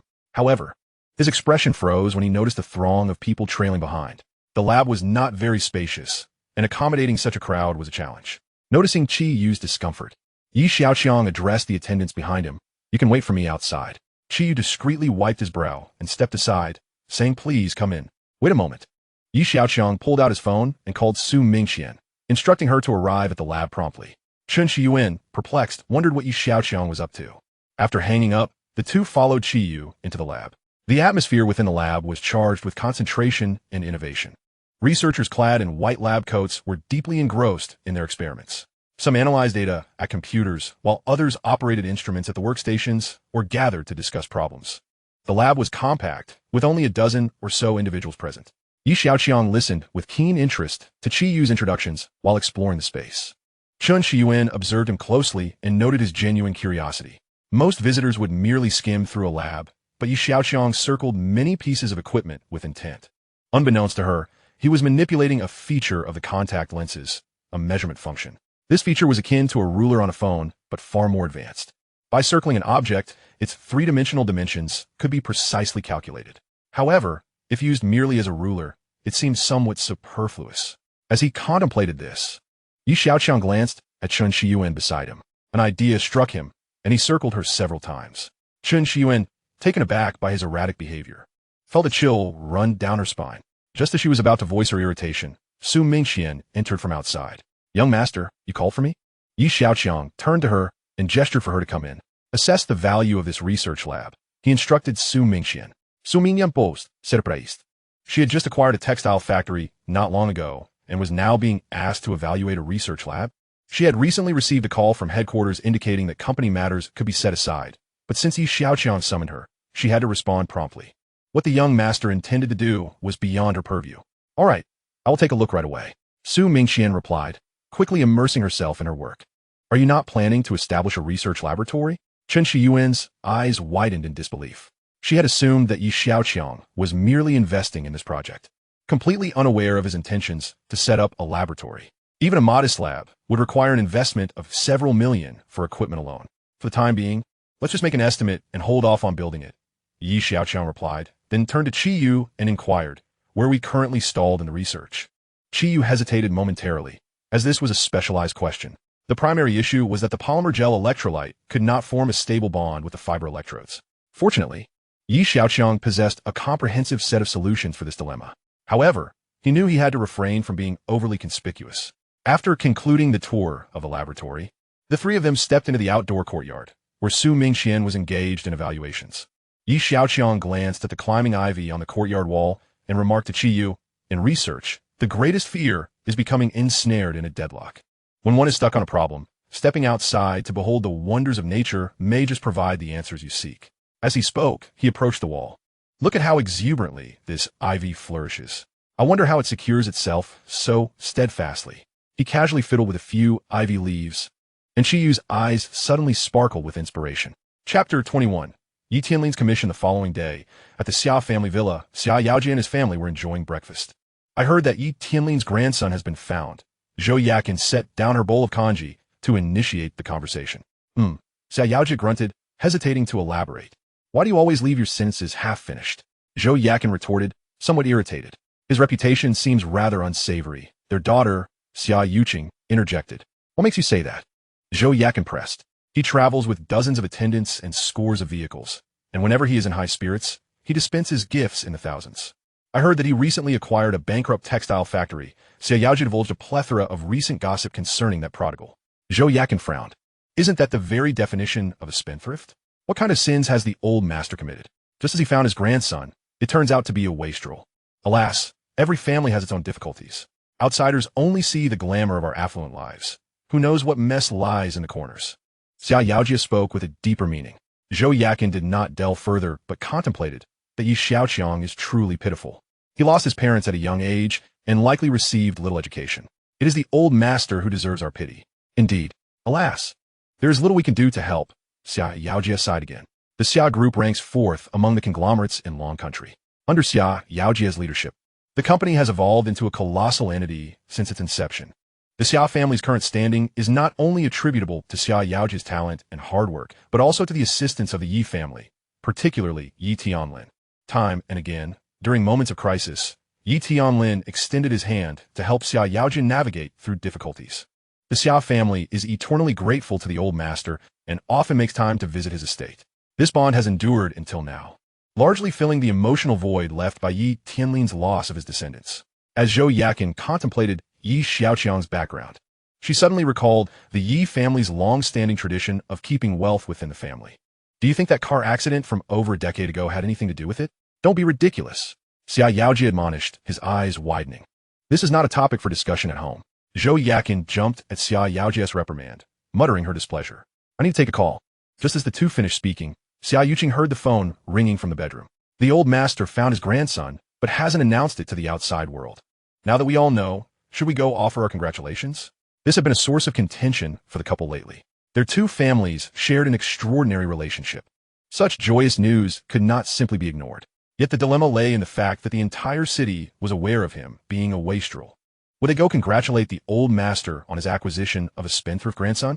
While the two were grappling with this quandary, their daughter returned from her call. "Who called you so early?" Xiaoqiang casually inquired. "Grandpa Yi," their daughter replied, causing both parents to freeze simultaneously. What a coincidence! The crux of the matter was that the old master had not reached out to either of them. "What did he say?" Xia Yaoji asked. "He invited me over for lunch, saying he prepared my favorite sweet and sour ribs." On the other side, at the Yi family estate, the old butler observed the figure standing by the window and remarked, "Master, I have instructed the staff to procure all of Miss Xia's favorite dishes." Yi Tianlin waved his hand to indicate his acknowledgement. The old butler exited the study, leaving Yi Tianlin alone to gaze pensively out the window. He had just met with Yi Xiaoqiang, but had refrained from probing too deeply. However, every action of Yi Xiaoqiang's was reported back to him. The latest news indicated that Yi Xiaoqiang had acquired a textile factory and was preparing to purchase low-priced cotton on the market. Furthermore, he had also funded a research project for Qiyu. None of these ventures appeared to hold any commercial promise. In fact, they were likely to incur substantial losses. This sparked considerable speculation within the company. Soon, midday arrived, and a luxurious sports car pulled up to the estate. Xiaoqiang emerged from the vehicle and made her way directly to the study. All the while, she was pondering why Yi Tianlin had summoned her. As she traversed the opulent living room and ascended the staircase to the study, she felt a sense of familiarity. She had often come here to play as a child. While she walked, she contemplated whether she might encounter that spendthrift. Previously, she had always accompanied her parents, but this time, she was alone. She gently rapped on the door. "Grandpa Yi." Yi Tianlin turned around, his face beaming with kindness. Come, let us go downstairs to eat and converse. With that, the two descended to the dining room. Upon seeing the table laden with delicacies, Xiaoqiang smiled and remarked, "These are all my favorite dishes." The old master instructed the staff to procure them early this morning. The old butler chimed in with a smile. "Please take a seat. Today, it will just be the two of us. I did not invite your parents. They are likely busy," Yi Tianlin stated. Xiaoqiang sat down gently, refraining from responding.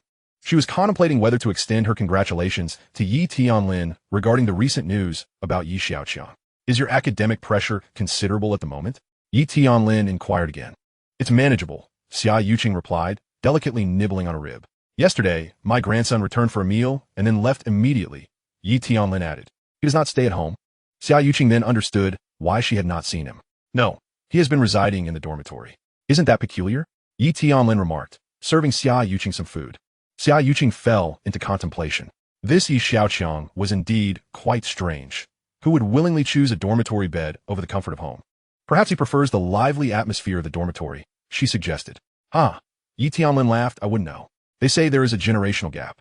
He might find conversing with an old man like me rather dull." "How could that be? I don't feel that way at all." "Enough. You need not comfort me. Surely you have heard about Yi Xiaoqiang's circumstances." Yi Tianlin glanced at Xiaoqiang and continued, "I wish to entrust you with a request, if you have the opportunity. Please speak to him." Without waiting for Xiaoqiang's response, he went on, "His parents passed away early. I am also quite occupied and find myself lacking the time for extensive communication with him. Moreover, my antiquated mindset renders it challenging to engage in conversation with him. After much contemplation, I can only seek your assistance." Xiaoqiang listened quietly. Every word spoken by Yi Tianlin was a prelude to what was to follow, his tone earnest and sincere. The crux of the matter was that the old gentleman merely suggested she talk to him when she had the opportunity. As for whether she had the time or how to approach the conversation, that was entirely within Xiaoqiang's purview. "Rest assured, Grandfather Yi, when I meet him, I shall have a proper discussion." Chapter 22. Are we acquainted? Upon returning to school, Yi Xiaoqiang reflected on the words his grandfather had imparted. In a large family, there are many complexities, and one must exercise caution. Wealth is secondary. One's life is paramount. That very evening, he received an invitation from Song Tai. With October approaching, the school was set to host a sports meet, which would naturally feature a variety of performances. Song Tai, being the songbird of the North Courtyard, was an integral part of the lineup. Yi Xiaoqiang was unaware of whom else she had invited for the rehearsal next week, but as a member of the North Courtyard, it was only fitting for him to show his support. That night, Yi Xiaoqiang refrained from venturing out, instead lying in bed, fiddling with his contact lenses. During his visit to the research lab, he had measured the three-dimensional data of certain instruments. With a spirit of inquiry, he also took note of Chun Shiyuan's measurements. If approached in this manner, the functionality of the high-tech glasses would indeed be far from trivial. Due to various limitations, these glasses had only managed to exhibit a fraction of their potential. One could only imagine the astonishment if all functions were unlocked. With that thought, Yi Xiaoqiang grew increasingly intrigued by the wig. A product of the system, it must surely be of exquisite quality. A few days later, Yi Xiaoqiang led a team straight to the South Courtyard. As they entered, they attracted a frenzy of onlookers. Although they had never seen Yi Xiaoqiang in person, his reputation had long since spread across the 4 major academies. Even throughout the entirety of Long Country, in terms of extravagance, he claimed the second position, with no one daring to assert themselves as the first. Today, the inhabitants of the South Courtyard were fortunate enough to witness the splendor of this spendthrift. "Look, ISNT, that the spendthrift from the North Courtyard? Keep your voice down. He is the grandson of Yi Tianlin. If he hears you, he might drag you off to donate blood. I heard he spent 8,000 yuan just to queue for a bowl of noodles that cost 15 yuan. What does that matter? Whenever he feels pleased, he tips thousands. Thus, working under him must be far superior to toiling outside. Are those 12 beauties the rumored 12 beauties? They are indeed the 12 flowers of the department." Leading his team through the South Courtyard, Yi Xiaoqiang became the focal point of attention. In an instant, he was the center of a multitude of gazes. "Song Tai, Yi Xiao has arrived," a girl exclaimed breathlessly as she rushed to Song Tai's side. Song Tai smiled, aware that with such a commotion, everyone would know. Before the rehearsal had even commenced, Song Tai approached the entrance of the gymnasium to welcome Yi Xiaoqiang. Just as she reached the doorway, she spotted Xia Group and his entourage approaching. It was evident he was there to show his support. From a distance, Xia Group waved to Song Tai, who responded with a light smile, acknowledging him. Before Xia Tingfeng's delighted grin could fully bloom, a tremendous commotion erupted behind him. Look, isn't that Yi Xiao from the North Courtyard? Upon hearing this, Xia Tingfeng turned to see a large contingent making their way toward him. To bolster the North Courtyard's presence, Yi Xiaoqiang had added a temporary entourage. Comparing his impressive assembly to the few individuals Xia Tingfeng had brought along felt like contrasting a firefly with the radiant moon. Xia Tingfeng immediately felt deflated. Damn it. He has once again managed to outshine me. Xia Tingfeng cursed inwardly. Turning to Song Tai, he observed her beaming with delight, waving her alabaster arm at Yi Xiaoqiang. At that moment, Xia Tingfeng's expression darkened, his fists clenched. Isn't that Feng Xiao? You're quite early, Yi Xiaoqiang remarked, instantly spotting Xia Tingfeng. Xia Tingfeng managed a forced smile, his knuckles cracking behind him. Today, he would finally have the chance to hear the legendary songbird. Yi Xiaoqiang merely glanced at Xia Tingfeng before turning his attention to Song Tai. Yi Xiao, please come in, Song Tai said, leading the way. Following her lead, the group entered the gymnasium. Upon stepping inside, they felt the myriad of eyes upon them. Yi Xiaoqiang scanned the area, retracting his gaze. He was not concerned with the scrutiny of others. Rather, he sought to identify if there was a more formidable cheering squad than his own. Since they were there to support the North Courtyard, they ought to eclipse the others in presence. Yi Xiao, don't bother searching. They wouldn't dare compare themselves to you. Song Tai seemed to have anticipated Yi Xiaoqiang's thoughts. Yi Xiaoqiang smiled, determined not to be outdone in presence. He found a seat and was just about to settle down when a ruckus erupted behind him. Turning around, he was momentarily stunned. Inside the venue, every eye, male and female, was fixed on the entrance.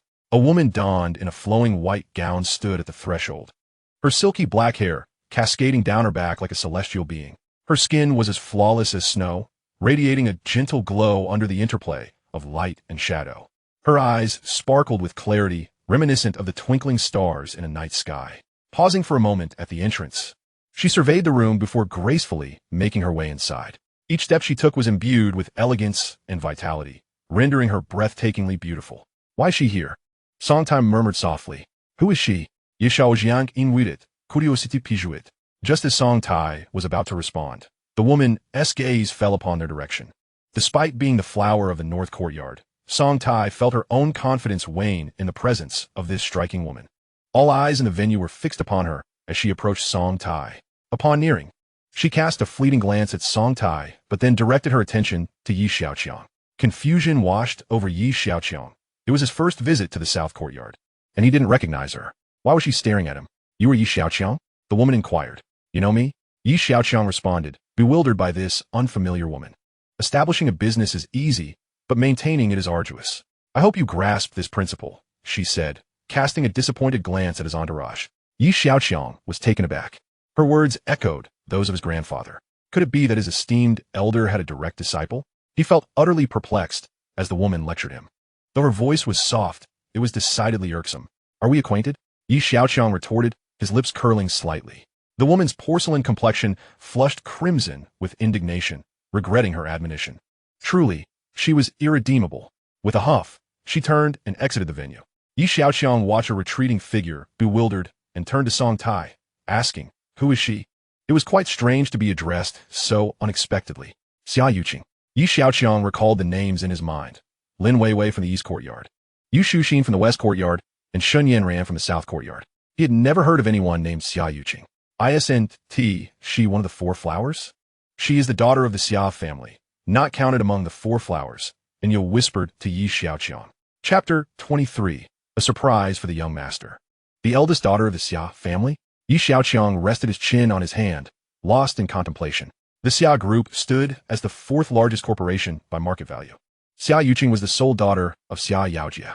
It was said that she possessed remarkable business acumen, having displayed an extraordinary talent for commerce from a young age. An exemplary student, she had never followed a conventional academic path, consistently advancing through grades ahead of her peers. Yet, what could have compelled her to approach him with such words? Were their families particularly close? Yi Xiaoqiang pondered. We glanced up again. Xiaoqiang had already departed from the gymnasium. It was indeed Xiaoqiang. Why would she engage in conversation with that spendthrift? You don't know?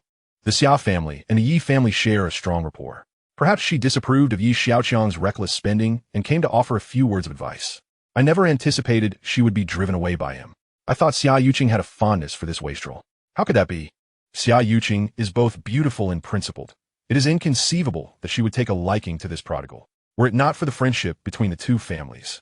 She likely wouldn't have given him the time of day.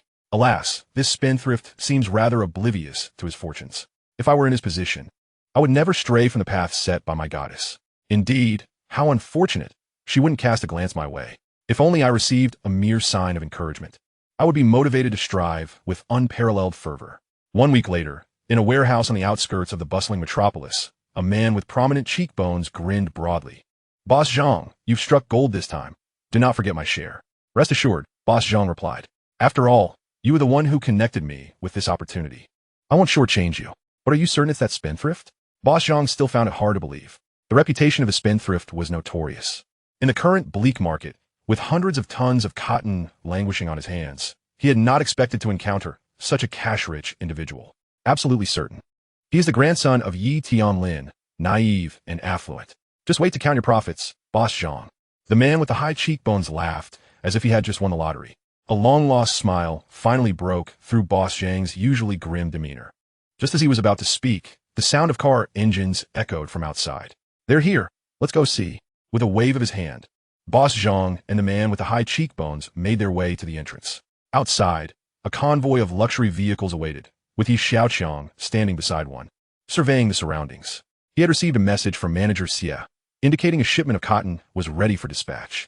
Following the directions provided by manager Xia, the convoy had located the site.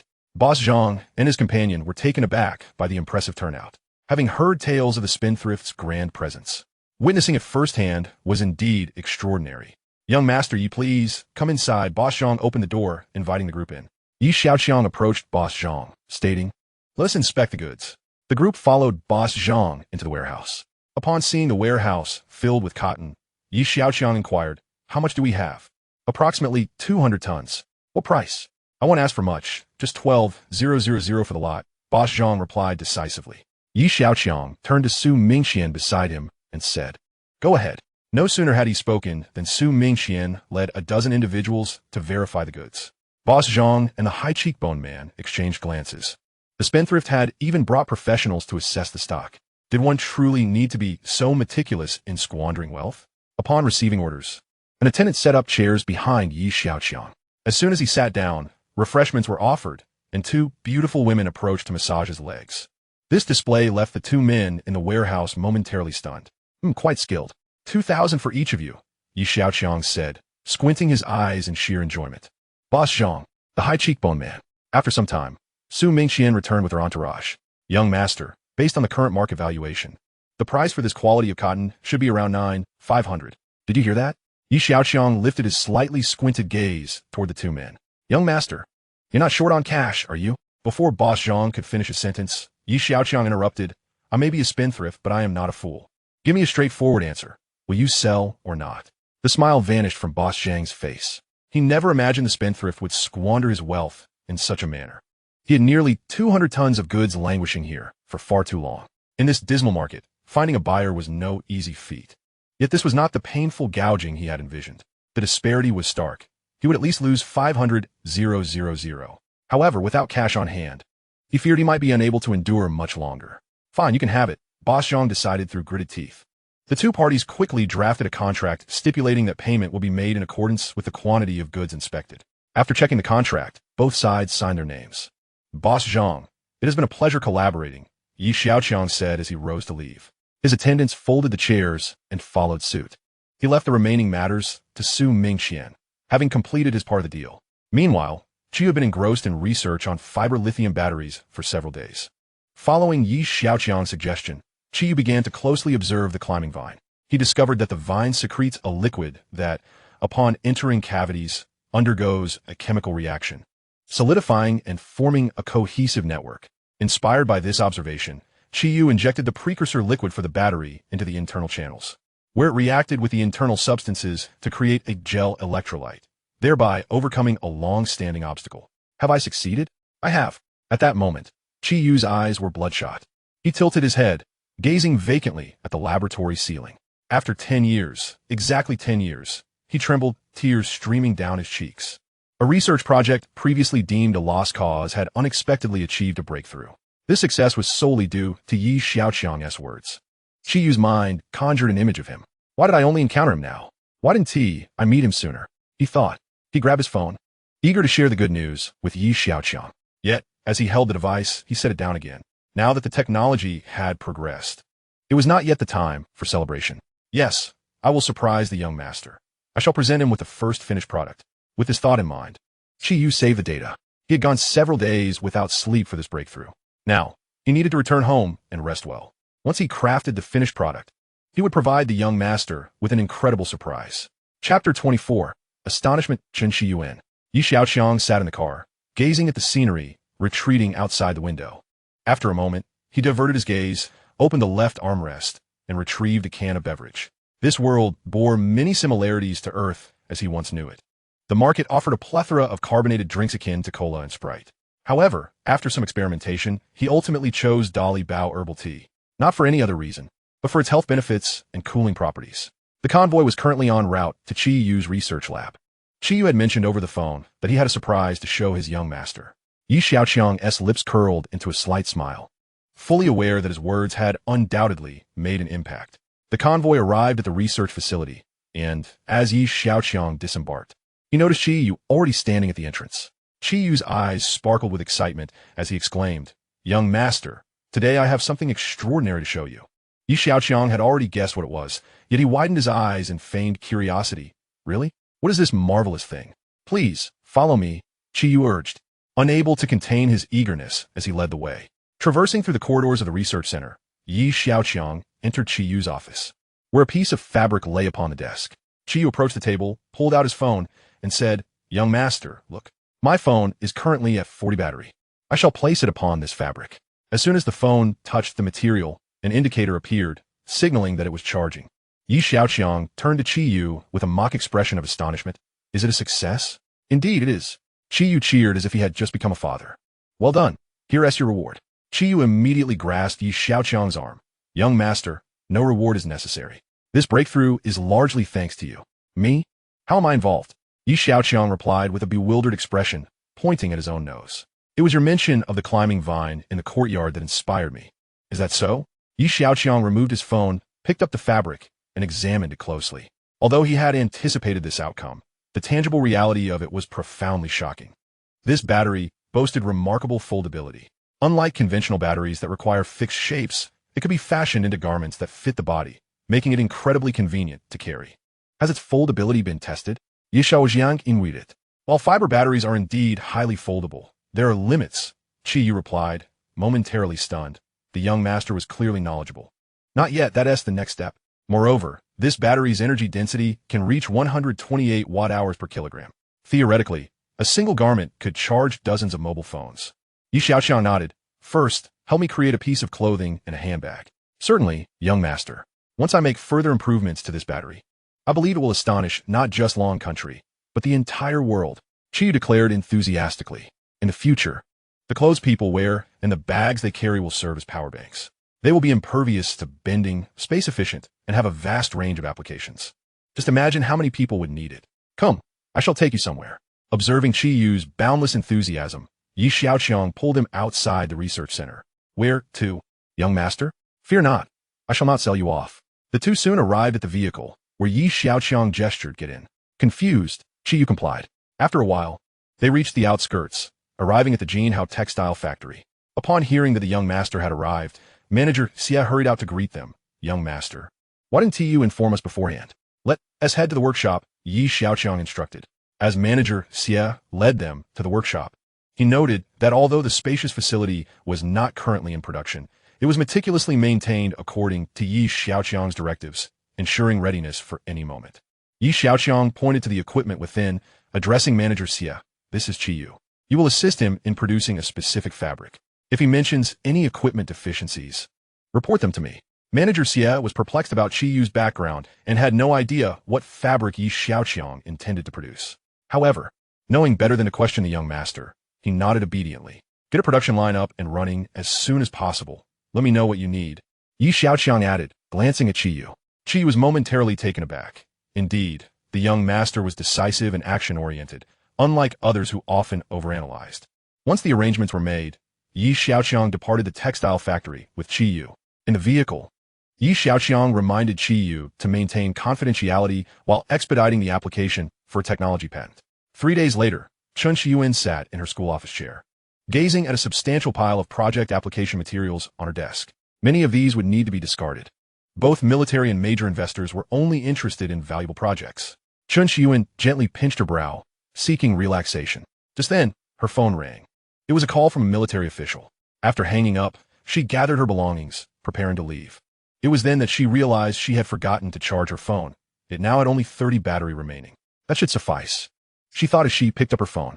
There was no time to charge it, so she swiftly exited the door. As she reached the school gate, she spotted Qiyu jogging towards her. Director Chun, wait. What is it? Chen Xiyuan halted, hoping he wouldn't take up too much of her time. This is for you, Qiyu said, holding up a women's handbag. Chen Xiyuan was taken aback. Why was Qiyu suddenly giving her a bag? Noticing her hesitation, Qiyu quickly clarified. This is from young Master Yi. He handed the bag to Chen Xiyuan and turned to leave. Chen Xiyuan was astonished, but had no time to ponder. She tossed her phone into the bag and headed towards her vehicle. After a journey of over half an hour, Chen Xiyuan arrived at the appointed meeting place with a military official. The guards checked her pass before granting her entry. Navigating through several checkpoints, Chen Xiyuan finally reached the official's office. After a moment of adjustment at the door, she knocked. Upon receiving a response from within, she entered. Let us hear it. The official gestured for her to sit. Knowing the official's temperament, Chen Xiyuan immediately took out her phone, ready to present her report. However, as she retrieved her phone, she was taken aback. She distinctly remembered it being at 30 when she left, yet now it displayed a full 60. The battery had inexplicably increased. The official, observing her sudden shock, inquired, "What is the matter, Xiaoqiang?" Chen Xiyuan snapped back to reality, suppressing her inner bewilderment, and replied, "Nothing. I will now proceed with my report on the work situation." Chapter 25. How did you know my measurements? After exiting the official's office, Chen Xiyuan gently closed the door behind her. She struggled to quell the tumult of emotions surging within her. The situation was overwhelmingly shocking and unexpected, and she was convinced that the bag held some secrets. Once inside her car, Chen Xiyuan confirmed again. Placing her phone in the bag kept it charging. Could this handbag truly be made from the fiber lithium battery? Xiaoqiang had only invested in this project a little over 10 days ago, and the technology had already made significant advancements. What an extraordinary coincidence. Was this young man simply extraordinarily lucky? At that moment, Chen Xiyuan's mind was filled with questions. She cast another glance at the clothing within the handbag before driving away. October was fast approaching. The sweltering summer had quietly departed, and the refreshing chill of autumn was spreading throughout the metropolis. On a vast expanse of green grass on the outskirts, a group of people had gathered. The outermost circle consisted of 18 men, while the inner circle held 12 women. In the center of the grassy area stood a massive sunshade. Beneath the parasol, Xiaoqiang lay comfortably on a mat, taking a nap, while 2 of the maidens from the 12 fanned his legs, and one used her legs as a pillow for him. The remaining 9 individuals sat nearby, ever ready to respond. Moments later, Su Mingqian approached his side, kneeling beside him as she reported the latest updates. The inspection of 200 tons of cotton had been completed, and the payments had been settled. Qiyu had injected an additional 400,000 into the research funds. The improvements to the textile factory's production line had cost 1.3 million. Listening to Su Mingqian's report, Xiaoqiang closed his eyes in contemplation. With a month to expend 5 million, there was now less than half the time remaining. Coupled with the miscellaneous expenses on his end, there was still a shortfall of 1 million. He had to spend this amount within 15 days to fulfill the task. Xiaoqiang had initially planned to boldly venture into the music scene, showcasing a rather ambiguous singing style. Alas, his inability to compose meant this idea would have to be abandoned. Opening his eyes, he surveyed his surroundings and addressed Su Mingqian. How much would it take to purchase that small hillside? At this, cold sweat trickled down Su Mingqian's forehead. The area of the hillside was considerable, likely requiring several hundred million. Such an amount would necessitate the direct approval of Chairman Yi Tianlin. Observing Su Mingqian's apprehensive demeanor, Xiaoqiang found amusement. To pursue the purchase of this land now would entail a convoluted process, jeopardizing his task. Just teasing you. For now, I have no intention of buying it. Su Mingqian discreetly wiped away her sweat, interpreting his words as a potential interest. If the land acquisition were to establish a factory, she could comprehend, as it would be an investment. However, this young master might simply be buying for leisure. Akin to his ownership of the textile factory, doing nothing with it while still paying employees, a truly extravagant waste. She had begun to understand his temperament. As long as it pleased him, it was all about buying, buying, buying. Profitability was not a concern for him. Su Mingqian presumed that Yi Xiaoqiang frivolously squandered money solely to please himself and had no worries. She believed the one truly burdened was Yi Tianlin. Unbeknownst to her, Yi Xiaoqiang was troubled about the final 1 million. Logically, spending 1 million in half a month should not pose a challenge. He could, for instance, visit a private casino or gift a beautiful woman a car or house. Yet, Yi Xiaoqiang had his own principles regarding extravagance. Firstly, he was vehemently opposed to gambling and drugs.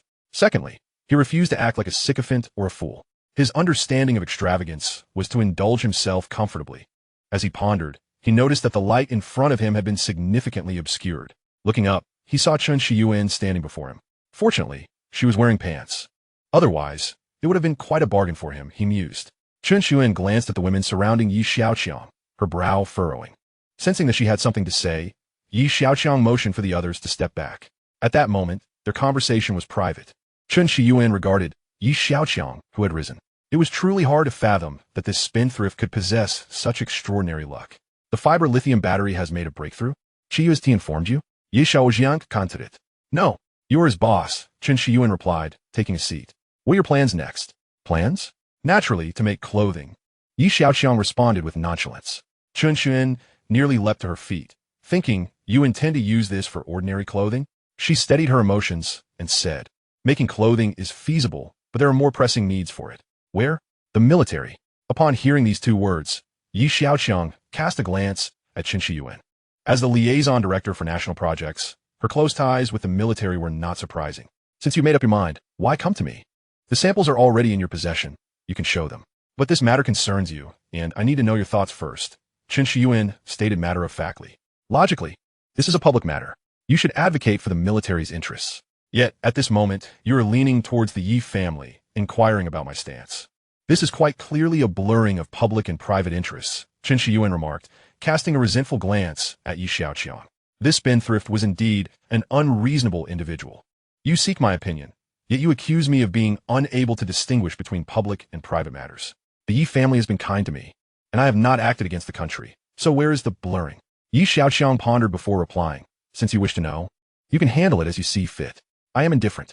How did Qiyu achieve the breakthrough? Chen Shiyuan was eager to know this answer. Although it was not uncommon for scientists to eventually make breakthroughs after years of research. The fact that Yi Xiaoqiang had taken over the fiber battery for such a short time before a breakthrough was indeed perplexing. You should ask him. I am merely a spendthrift. I know nothing beyond that.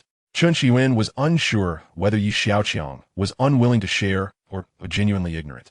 She did not intend to linger on this point any longer. Are you willing to collaborate with the military? I've said it before, it's up to you. Just let me know once a decision is made. Chen Shiyuan could not discern Yi Xiaoqiang's true intentions. For the moment, he did not seem opposed to the military being informed about this technology. All right, I understand. After a brief pause, Yi Xiaoqiang noticed that Chen Shiyuan was still standing there. Why haven't you left? We were discussing business. Chen Shiyuan's beautiful eyes fixed on Yi Xiaoqiang. Yi Xiaoqiang felt somewhat uncomfortable under her gaze. Is there a personal matter? Your gift of clothing fits me perfectly, Chen Shiyuan remarked, her cheeks slightly flushed. Oh, there is no need for thanks. It's a trivial matter, hardly worth mentioning. Yi Xiaoqiang replied generously. However, Chen Shiyuan hesitated, as if struggling to find the right words. How did you know my measurements? Chapter 26, The Spendthrift's Ambitions. In a testing room, a group of experts was examining the bag brought by Chen Shiyuan. Watching as the experts dismantled the bag into disarray, she felt an inexplicable pang of sorrow, relieved that she hadn't brought the clothing with her. The military officer stood silently beside her. The fiber battery could be fashioned into various textiles, capable of taking almost any form to be worn. Its applications were exceptionally broad. In the military domain, the prevalence of electronic products was increasing. If this flexible battery were incorporated into military uniforms or backpacks, its utility would be self-evident. This represented a groundbreaking technology. After a considerable time, an expert approached the officer with data in hand. Report, sir, the data tests have been completed. Preliminary calculations indicate that the battery can withstand at least 100,000 flexes, with an energy density of 125 watt-hours per kilogram. With further improvements, it will undoubtedly meet the needs of actual combat. The officer nodded and turned to leave the testing room. Chen Shiyuan accompanied him to an office. How many people are aware of this matter? The officer inquired once seated. With you, no more than 4. You mean that young man from a Yi family succeeded shortly after providing funding? The officer seemed somewhat incredulous. Indeed, this project has seen no progress for nearly a decade. And the military abandoned it last month, Chen Shiyuan replied candidly. The officer was aware of this situation. He had personally reviewed the documents regarding the abandonment. You must admit that Yi Tianlin is quite fortunate, he remarked begrudgingly, nodding slightly. Once a project shrouded in despair, it astonishingly flourished under the stewardship of Yi Xiaoqiang.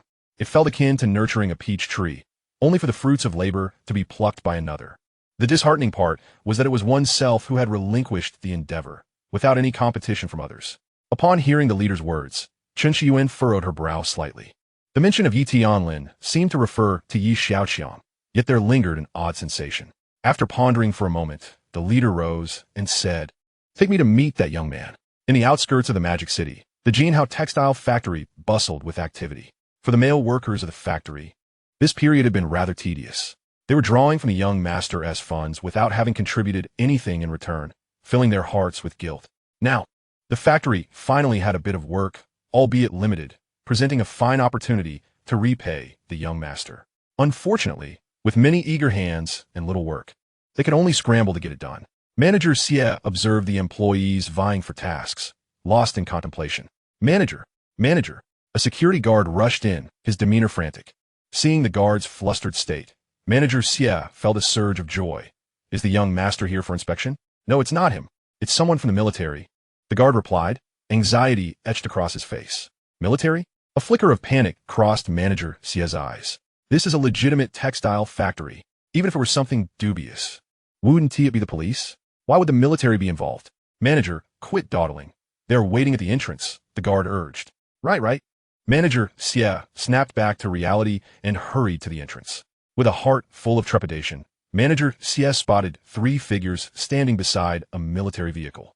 One appeared to be a high-ranking officer, accompanied by a beautiful woman with long hair. The third was someone he recognized, Qiyu. As he walked closer, he mused, could this Qi be in some trouble? Should I call the young master first? Just then, he noticed a convoy approaching from behind the military vehicle.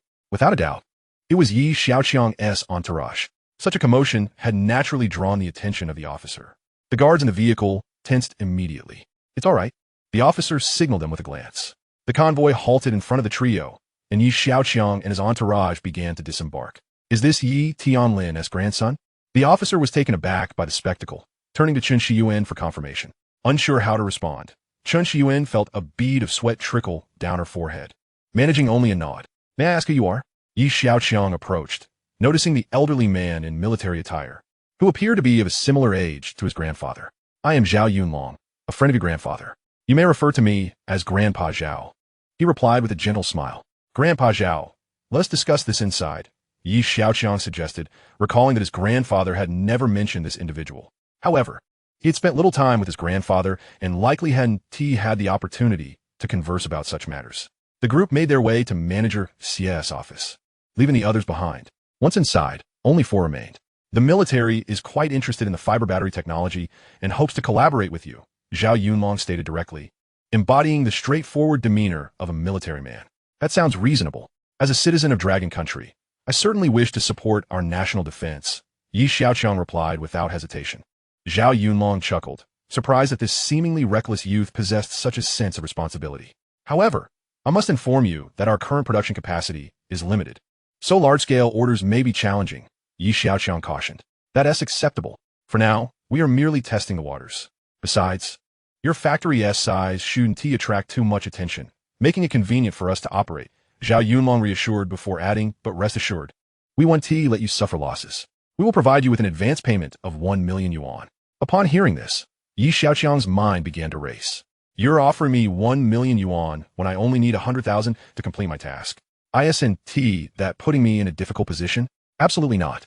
Yi Xiaoqiang exclaimed, rising from his seat, shaking his head vehemently. Zhao Yunlong was taken aback. Was this young man rejecting the offer due to its size?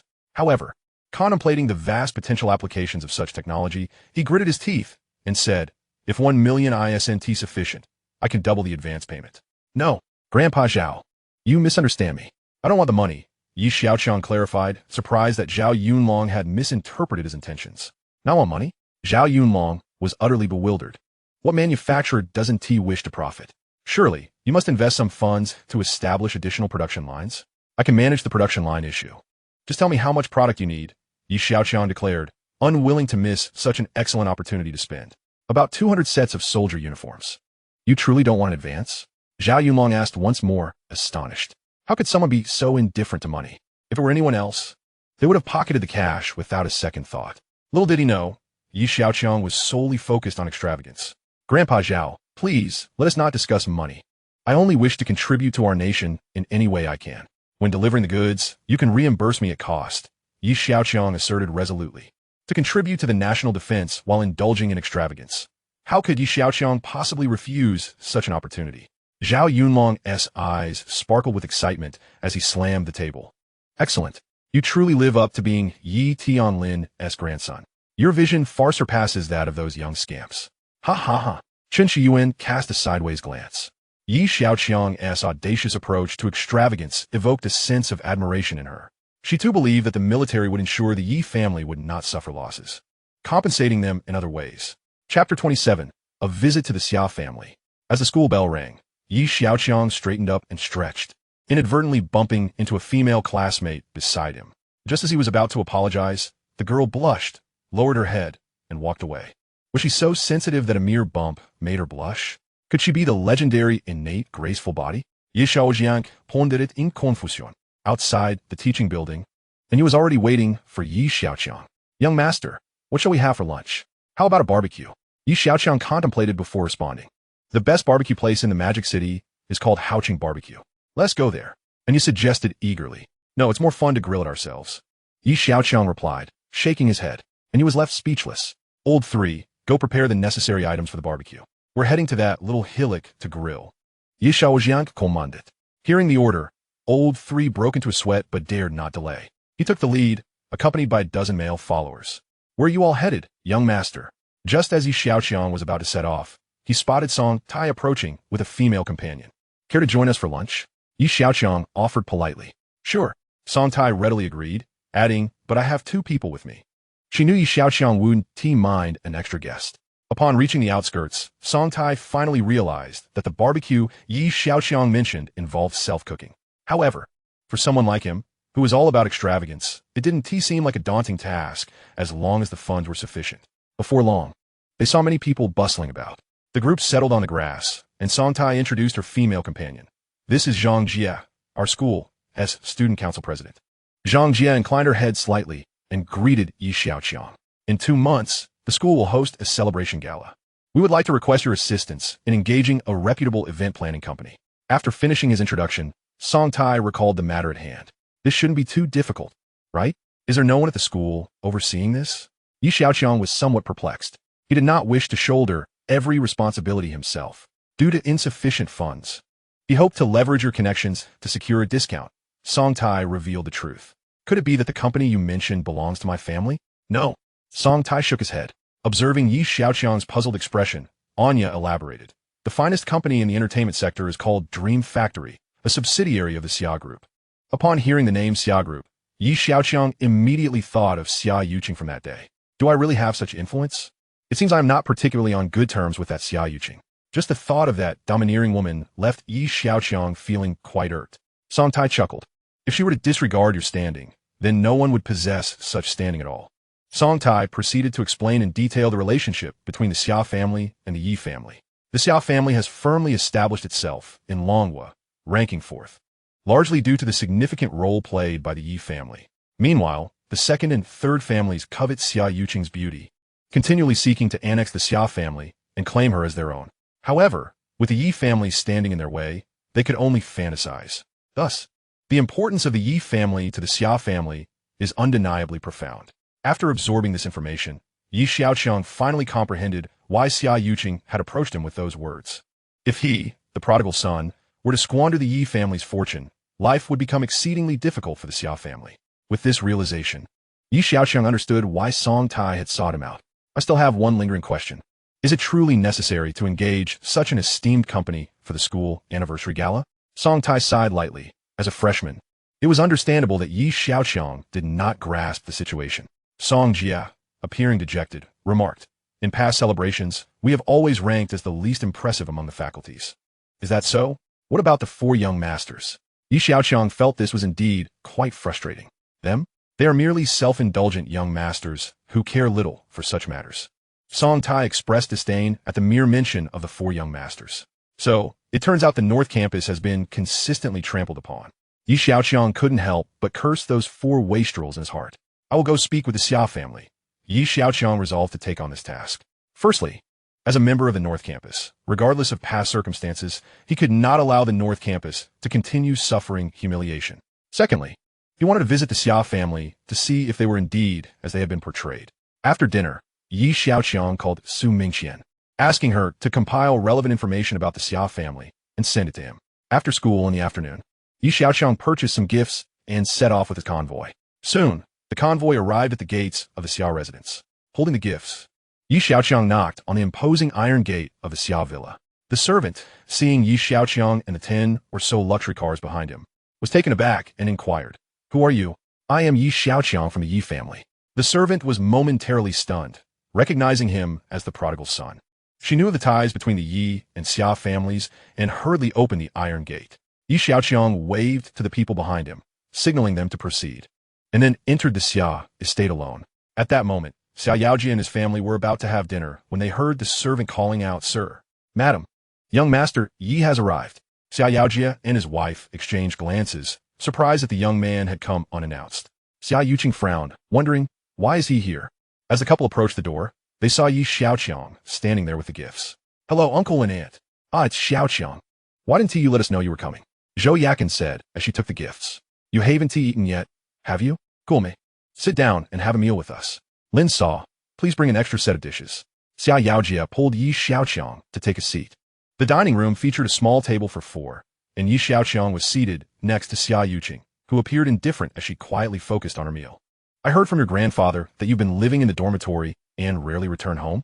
Xiaoqiang asked as the servants set down the dishes. "Yes. There are many classmates at school. It's lively," Yi Xiaoqiang replied, already having a set of dishes placed before him. "Yuqing, don't just eat for yourself. Serve Xiaoqiang some food," Xiaoqiang said, glancing at her usually reticent daughter. Xiaoqiang paused her chopsticks. He has hands of his own. Xiaoqiang shot a disapproving look at Xiaoqiang and, feeling slightly embarrassed, smiled at Yi Xiaoqiang. "Please don't mind her. She's been spoiled by us." "She's right. I have hands and can serve myself," Yi Xiaoqiang replied nonchalantly. Xiaoqiang stole a sidelong glance, realizing that Yi Xiaoqiang indeed did not consider himself an outsider. "Young master, is there something you wish to discuss with us?" Xiaoqiang inquired. "Yes. It's regarding a matter at school." The couple exchanged glances, understanding that he had come to speak with Xiaoqiang. Chapter 28. The Mysterious Brain-Machine Interface Headset. The three of them engaged in casual conversation. During dinner, Xiaoqiang spoke the least, essentially remaining silent. If you don't ask, she won't respond. Even when she did, her answers were succinct. If it could be conveyed in 4 words, she would refrain from saying a fifth. After the meal, Yi Xiaoqiang remained in the living room to discuss matters with Xiaoqiang, while Xiaoqiang and Xiaoqiang returned to their room. "It's not good for our daughter to maintain such a stern demeanor," Xiaoqiang expressed her concern. She was well aware of her daughter's temperament and suspected it stemmed from discontent with Yi Xiaoqiang's prodigal ways. While the prominent families appeared harmonious on the surface, undercurrents of tension ran deep. The relationship between the Xia and Yi families was crucial. This stability must not waver. The second-ranked Lin family and the third-ranked Qin family were ever watchful, waiting for any misstep. "You need not worry excessively. I believe Yuqing is well aware of her own interests," Xiaoqiang comforted, patting Xiaoqiang's shoulder. In the living room, Yi Xiaoqiang observed Xiaoqiang, clad in a purple loungewear set. Her fair complexion resembled a layer of frost. She possessed striking features, yet her expression was rather uninviting. "What is it? Please, speak your mind," she said in a tone as flat as still water, betraying no emotion. "With the anniversary celebration approaching, I would like to enlist your family's dream factory to help us arrange a program." Xiaoqiang slightly lifted her clear, beautiful eyes, a flicker of surprise crossing her face. He actually possesses a sense of collective honor. "Very well. Tomorrow I will inform the company's representative." In an instant, the glimmer of surprise in her eyes faded, returning to her usual placidity. Xiaoqiang's demeanor remained consistently indifferent, And Xiaoqiang was not naive. He perceived her lack of warmth. He certainly would not seek to embarrass himself by attempting to bridge a gap where none existed. Just because she is beautiful doesn't he make her exceptional. If he were to lean in, it would be with his warmth against her coldness, not the other way around. With the matter settled, Xiaoqiang rose without hesitation to depart. Concerned for Xiaoqiang's safety, Xiaoqiang insisted he stay overnight. The Xia family's grand villa had ample rooms. After arriving in his designated room, Xiaoqiang locked the door from the inside. He had already completed the 5 million prodigal task today, but had been too preoccupied to claim his reward. Unlike the pair of contact lenses, this headset could not be worn directly. It required shaving his head and preparing his scalp first. The function of the glasses took precedence, and Xiaoqiang was filled with anticipation for the headgear. He made his way to the bathroom in his bedroom, where an array of male grooming products, including a razor, awaited him. In no time, a bald-headed figure emerged in the mirror. He ran his hand over his gleaming scalp and murmured to himself. It is said that a handsome man who is bald is truly handsome. After indulging in a moment of self-admiration, Xiaoqiang summoned the headgear from the system. The headgear was remarkably light, its material indiscernible, and after slightly adjusting it, he placed it upon his head. Once donned, a line of text materialized before his eyes. Connecting, please wait. The headgear conformed perfectly to his scalp, feeling as though it were an integral part of his being. Follicle matching complete. Your hair will grow naturally, encased by intelligent polymer material.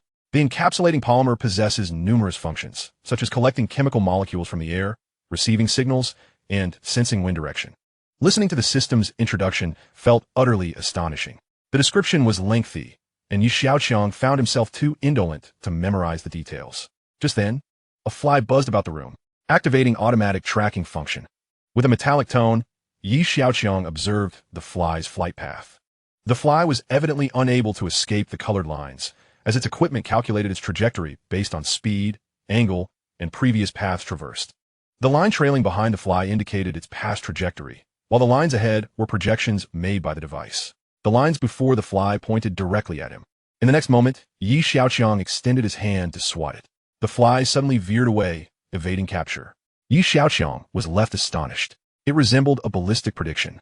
However, the device he wore surpassed anything imaginable in reality. The predictive calculations exhibited virtually no delay and, crucially, it was wearable, seamlessly merging with his body. Despite having clearly observed the fly's flight path, he had failed to catch it. It must have been his reaction time and speed that were lacking. If he could synchronize his speed and reflexes, it would be utterly phenomenal. Name, Xiaoqiang. Intelligence, 77. Strength, 57. Speed, 45. Reaction, 50. X ability, 10. At that moment, Xiaoqiang possessed 100 attribute points. Without further hesitation, he maxed out his reaction and increased his speed to 95. The fly circled back, and, seizing the moment, he flicked his hand. Crack! The fly fell to the ground with a thud. Xiaoqiang glanced at the fallen fly, which lay sprawled with its legs extended, and nodded in satisfaction before heading to bed. The following day, after waking and freshening up, Xiaoqiang made his way to the dining room. The table was laden with an array of breakfast options. Had it not been for Xiaoqiang's presence, the breakfast at the Xia family would likely have been simpler. He greeted Xiaoqiang and his wife before approaching the dining table. At that moment, Xiaoqiang descended from the upstairs. Their eyes met briefly before Xiaoqiang quickly averted her gaze. Xiaoqiang stood frozen, as several lines of text appeared before him. Eyes to mouth occupy 33 of face length. Distance between eyes occupies 42 of face width. From hairline to brow bone to nose base. And from nose base to chin, each occupies 1/3 of face length. Data. The overwhelming data and lines left Xiaoqiang bewildered. Just give me the conclusion, he thought indignantly. Who can make sense of all these numbers? Conclusion. The facial features, body measurements, and height proportions of a young lady conform to perfect standards. What? This is a scientific endorsement from the system? There's a saying that goes, trust in science. So, fine, admitting she is a beauty isn't that difficult. Xiaoqiang, commit. Xiaoqiang's call brought Xiaoqiang back to reality. Only then did he realize Xiaoqiang had already passed by him. After breakfast, Xiaoqiang will take you to school. Xiaoqiang mentioned to Xiaoqiang. All right, I'll trouble Yuqing then. Xiaoqiang politely replied. Oh, look at this child. What are we to each other that you need to be so formal? Xiaoqiang, from now on, this is your home. If you want anything to eat, just tell Annie. Xiaoqiang said, glancing at the silent Xiaoqiang, extending an invitation to Xiaoqiang. Okay, Annie. I will come to visit you and Uncle Xia whenever I have the chance. Xiaoqiang responded without reservation. Suddenly, Xiaoqiang accidentally knocked a chopstick to the floor. Just as it was about to hit the ground, Xiaoqiang swiftly reached out and caught it before it fell. Here you go. Thank you, Xiaoqiang said softly. After finishing breakfast, Xiaoqiang and Xiaoqiang got into the car heading to school. The journey was silent, and upon reaching the north campus, Xiaoqiang dropped Xiaoqiang off before continuing towards the south campus. In the afternoon, with no classes, Song Tai and Zhang Jie came to find Xiaoqiang. As expected, his involvement made things proceed extremely smoothly. When he rehearsing, Xiaoqiang envied it. Given that it was their first interaction, he felt it better to attend in person. Once they became familiar, his presence would be less critical. This Saturday, Zhang Jie replied. All right, see you on Saturday. Xiaoqiang watched the two depart and then turned his attention to the system interface. To his surprise, after completing the 5 million frivolous spending task, no new tasks have been issued. However, the interface for acquiring attribute points through extravagance remained active. With 2 days remaining until Saturday, Xiaoqiang contacted the cotton supplier through the fourth young master again. The price remained at 9,500 per ton, and he procured nearly 300 tons of goods. Having become familiar with the entire process, Su Mingqian directly took a team to the designated location for inspection. After the inspection, she returned to the school with a contract bearing the other party's signature for Xiaoqiang to sign, including previous transactions. This young master had already acquired 500 tons of cotton for a total expenditure of 475 million. Su Mingqian's heart trembled at the figures in the ledger. This did not even include the costs of purchasing a textile factory and employing workers. Fortunately, the Yi family was affluent. After signing, Su Mingqian hurriedly departed with the contract. In the boys' dormitory, when not boasting, they often engaged in discussions about military and political affairs. Hey, have you guys seen the news? The situation in Eastern Europe is tense. Hasn't it always been tense? What's the deal? Are they really going to fight? That's hard to say. It depends on whether the big goose can endure it. Now the North Atlantic Organization is pressing right up to the big goose's doorstep. This poses a dilemma for them. I reckon there won't be a war. Even if there is, it would be brief and the Lan family would be wiped out. How they fight is beyond my concern. I only want to know if it affects us. Of course it will have an impact. For instance, oil and natural gas. This student rattled off numerous examples. The others listened intently, casting admiring glances at him. He certainly knew a lot. Just as this student basked in self-satisfaction, a previously silent classmate spoke up. There's one more thing that will be affected that you haven't mentioned. Upon hearing this, the previously smug student felt challenged. Impossible. I've mentioned all the things that could be affected. You didn't mention cotton. Cotton? What connection does warfare have with cotton? Is it for making military overcoats? You may be unaware, but allow me to enlighten you. Cotton can be transformed into nitrocellulose, which serves as a common propellant for most bullets and artillery shells. Really? You can verify it yourself. The previously smug student's expression darkened as he disdainfully remarked, with the paltry strength of those 5 ruffians from Nago, they wouldn't stand a chance against Shaolin, nor would they be able to wait for the international cotton market to tighten. TCH, they lack even the most basic military knowledge. On Saturday, Xiaoqiang arrived at the rehearsal venue accompanied by his entourage. Manager Xiao Wenkai from the Dream-Making Company personally brought his team of professionals to the site. Young Master Yi he greeted, fully aware of Xiaoqiang's status and the ties between the Yi and Xia families. Although he harbored a deep disdain for this spendthrift, he maintained a polite smile. Xiaoqiang acknowledged him with a slight grunt. Under the organization of Zhang Jie, the performers ran through the program. After observing the presentation, Xiaoqiang furrowed his brow. At last, he understood where the North Courtyard fell short. Firstly, there were issues with the program's arrangement. However, this was manageable since Dream-Making Company was involved, making corrections relatively easy. Secondly, as the North Courtyard's trump card, Song Tai lacked a single commendable song. Although Xiaoqiang wasn't particularly knowledgeable about music, he knew that the melodies from his previous world far surpassed those of this one. Song Tai was the North Courtyard's songbird, blessed with a naturally exceptional voice. Yet she had no song that could truly showcase her vocal prowess. It was akin to asking a renowned vocalist to perform Two Tigers repeatedly. Xiaoqiang summoned Anya to bring Song Tai over and candidly stated, "Your song is inadequate." Song Tai was at a loss for words. The song she performed had been selected by the entire faculty and student body of the North Courtyard, and yet Xiaoqiang had the audacity to declare it unsatisfactory. "Do you even understand?" she questioned internally, though she refrained from voicing her doubts. Were it not for Xiaoqiang's connections, they could hardly have afforded to engage Dream-Making Company. With manager Xiao even present, she thought it preposterous. Oh, really? Do you have a better song? Song Tai retorted, skeptical of Yi Xiaoqiang's ability to propose anything superior. It was a dismissive response. Yi Xiaoqiang fell into contemplation, as a particular song crossed his mind. If Song Tai could perform it, the effect would undoubtedly be explosive. The song was Left Hand Points to the Moon. Unfortunately, he lacked the ability to compose music. Just as he was about to give up, a voice resonated in his mind. The intelligent brain-machine interface has detected your need and is generating the song Left Hand Points to the Moon. Startled, Yi Xiaoqiang marveled at the equipment's capability to restore memories.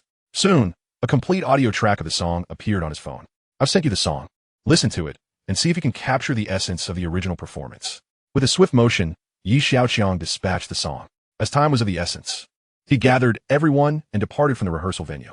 After a while, the performers completed a run-through of the program, marking the end of the day as rehearsal. After bidding farewell to Song Tai and the others, Xiaoqiang left with his staff. Zhang Jie approached Song Tai with curiosity and inquired, "What did Yi Xiaoqiang say to you?" Seeing that the coast was clear, Song Tai glanced at Zhang Jie and replied, "He said my song isn't good enough." "Does he even know anything?" Zhang Jie stayed unimpressed. Everyone knew the reputation of this spendthrift. How could he possibly understand music? Were it not for his ties to the Xia family, they wouldn't have sought his involvement at all. Song Tai dismissed the matter, her phone neglected. Being a local of Magic City, she gathered her belongings and hailed a taxi home. Upon returning home and enjoying a hot shower after dinner, she took a moment to collect herself before resuming her vocal practice. After a while, she paused to sip some water and rest. Her phone lay quietly on the table, and suddenly she recalled the song Yi Xiaoqiang had sent her. "My song isn't good enough? I must see what you've chosen." Song Tai mused as she opened her phone. She scrolled to the track and gently pressed play. Left hand grips the earth, right hand holds the sky.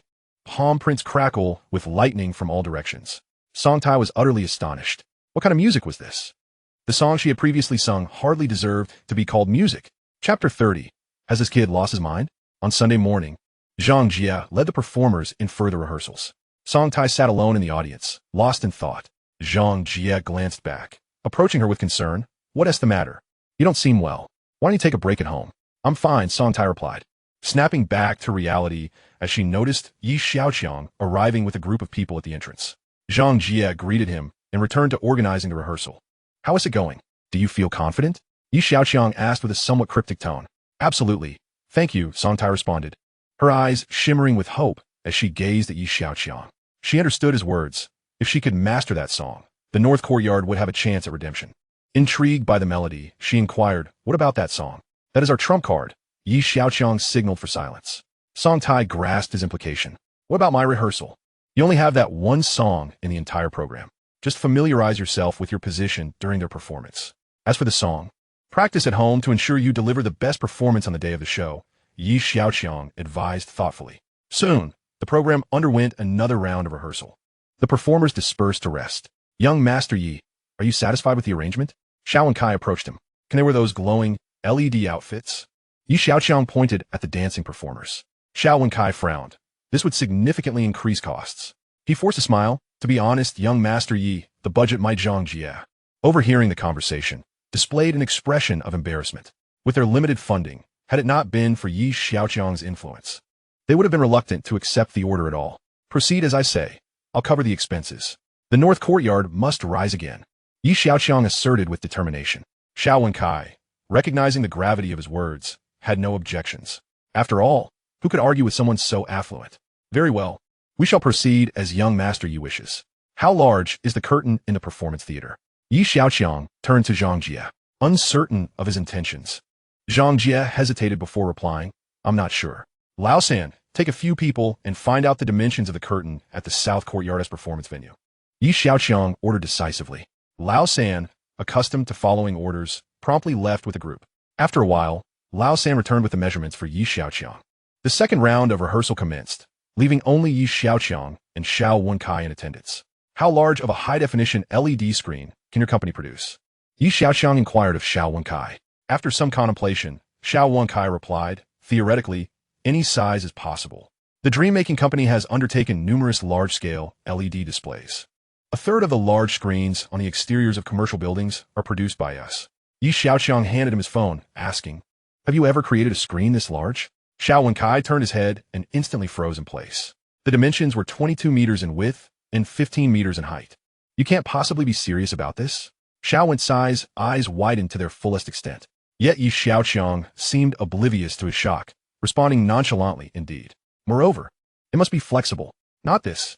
Xiao Wencai was momentarily rendered speechless. Typically, an ordinary LED screen would cost 25,000 yuan per square meter. Considering that Xiaoqiang intended to create a screen of no less than 330 square meters, the total would amount to a staggering 25 million yuan.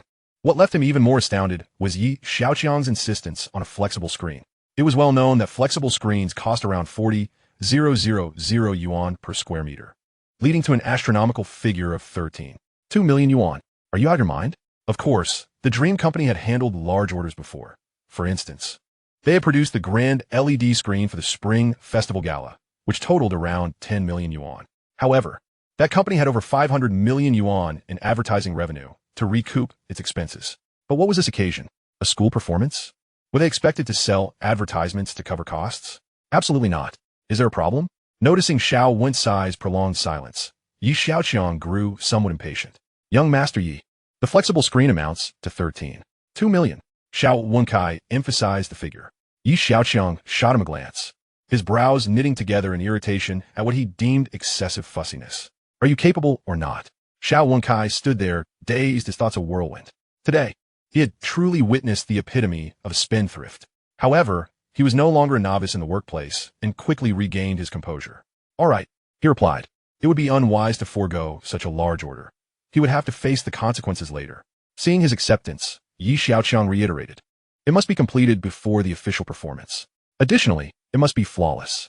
Xiao Wencai wiped the sweat from his brow and nodded in agreement. Once everything was arranged, Xiaoqiang departed the rehearsal venue with his entourage. In the afternoon, Xiaoqiang sat on the sofa in the living room, perusing a newspaper. Sir, Manager Xiao has arrived, announced a servant as Xiao Wencai entered the room. Wencai, please take a seat, Xiaoqiang said, looking up briefly before calling out to Xiaoqiang's room. Yuqing, Manager Xiao is here. Upon hearing her father's voice, Xiaoqiang emerged from her room. Good day, Manager Xiao, she greeted promptly. What brings you here? Is there an issue? Xiaoqiang suspected that Xiao Wencai would not have come without reason. Miss Xia, Xiao Wencai hesitated, unsure of how to begin. After a moment's pause to gather his thoughts, he continued, Young Master Yi wishes to procure an LED display for the performance. Oh, then let him, Xiaoqiang replied casually. Xiaoqiang shot a bewildered glance at Xiao Wencai. Was it really necessary to report such trivial matters? When did he become so overly meticulous?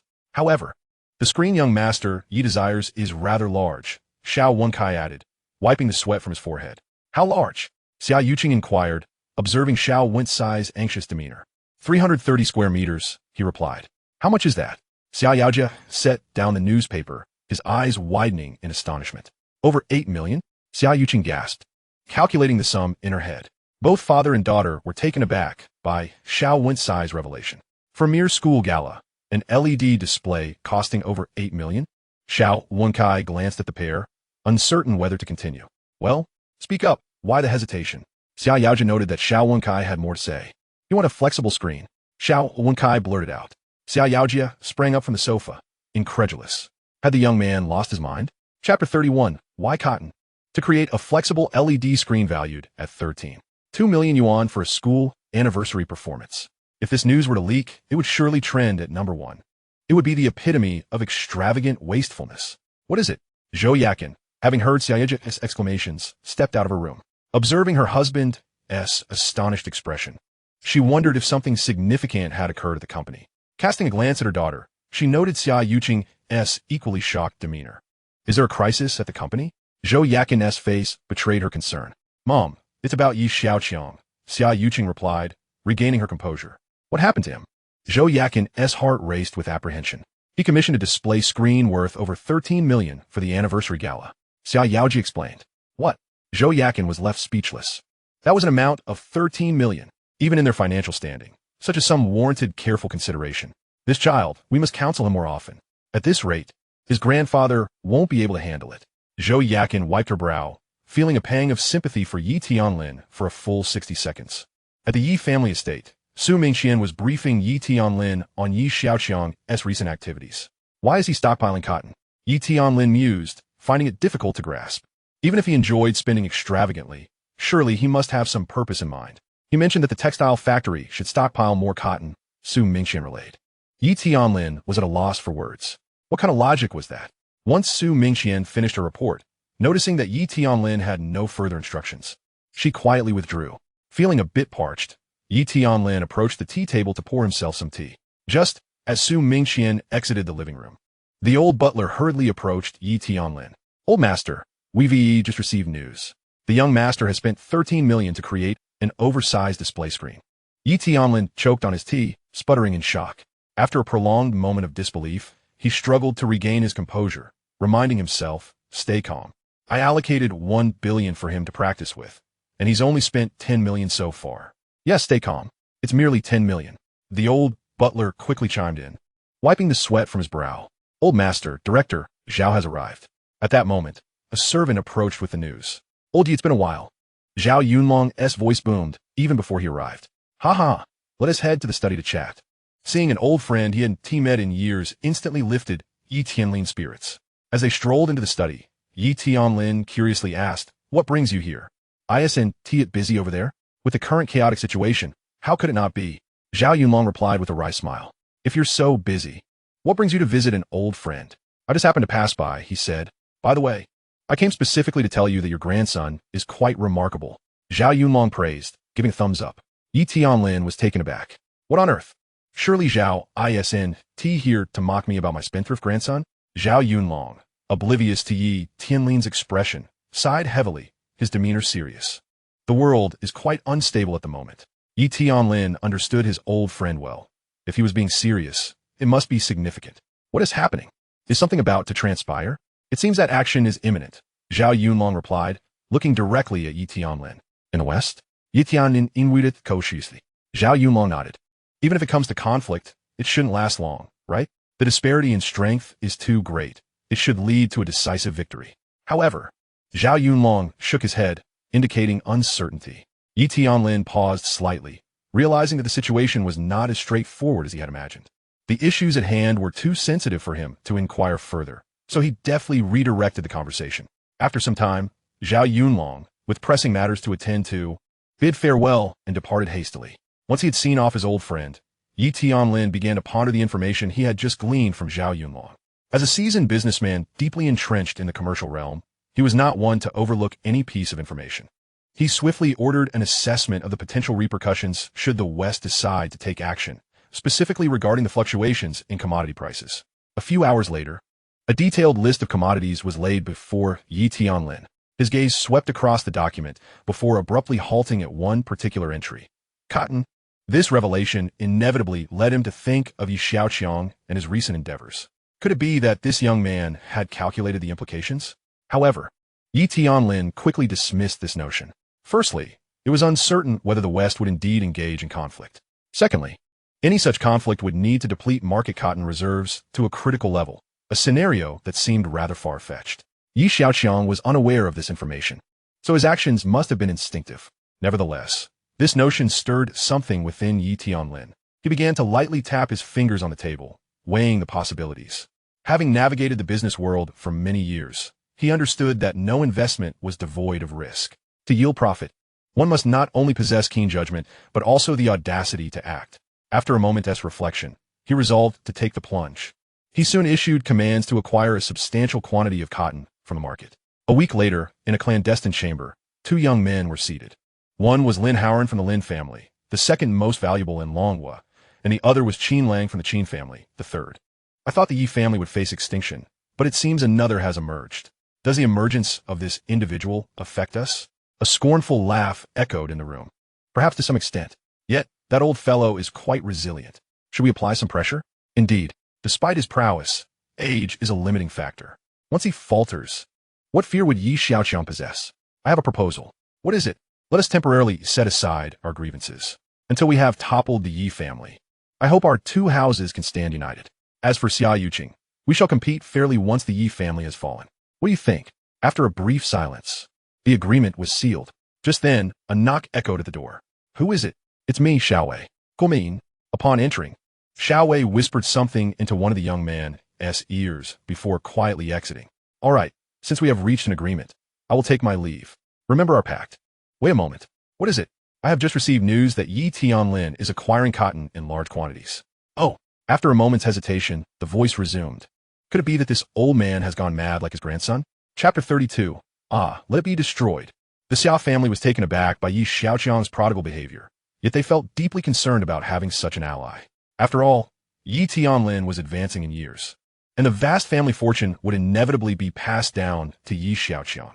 However, this young man displayed no talent for making money, but was a master at squandering it. What was to be done? Unbeknownst to them, Yi Xiaoqiang was oblivious to their worries. He was solely focused on how to squander wealth to maximize his remaining attribute points. Just as he was troubled over potential expenditures, he stumbled upon a delightful opportunity. Most importantly, he refused to suffer indignities.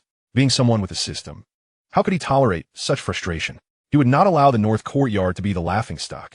If he was to act, he would aim for something grand.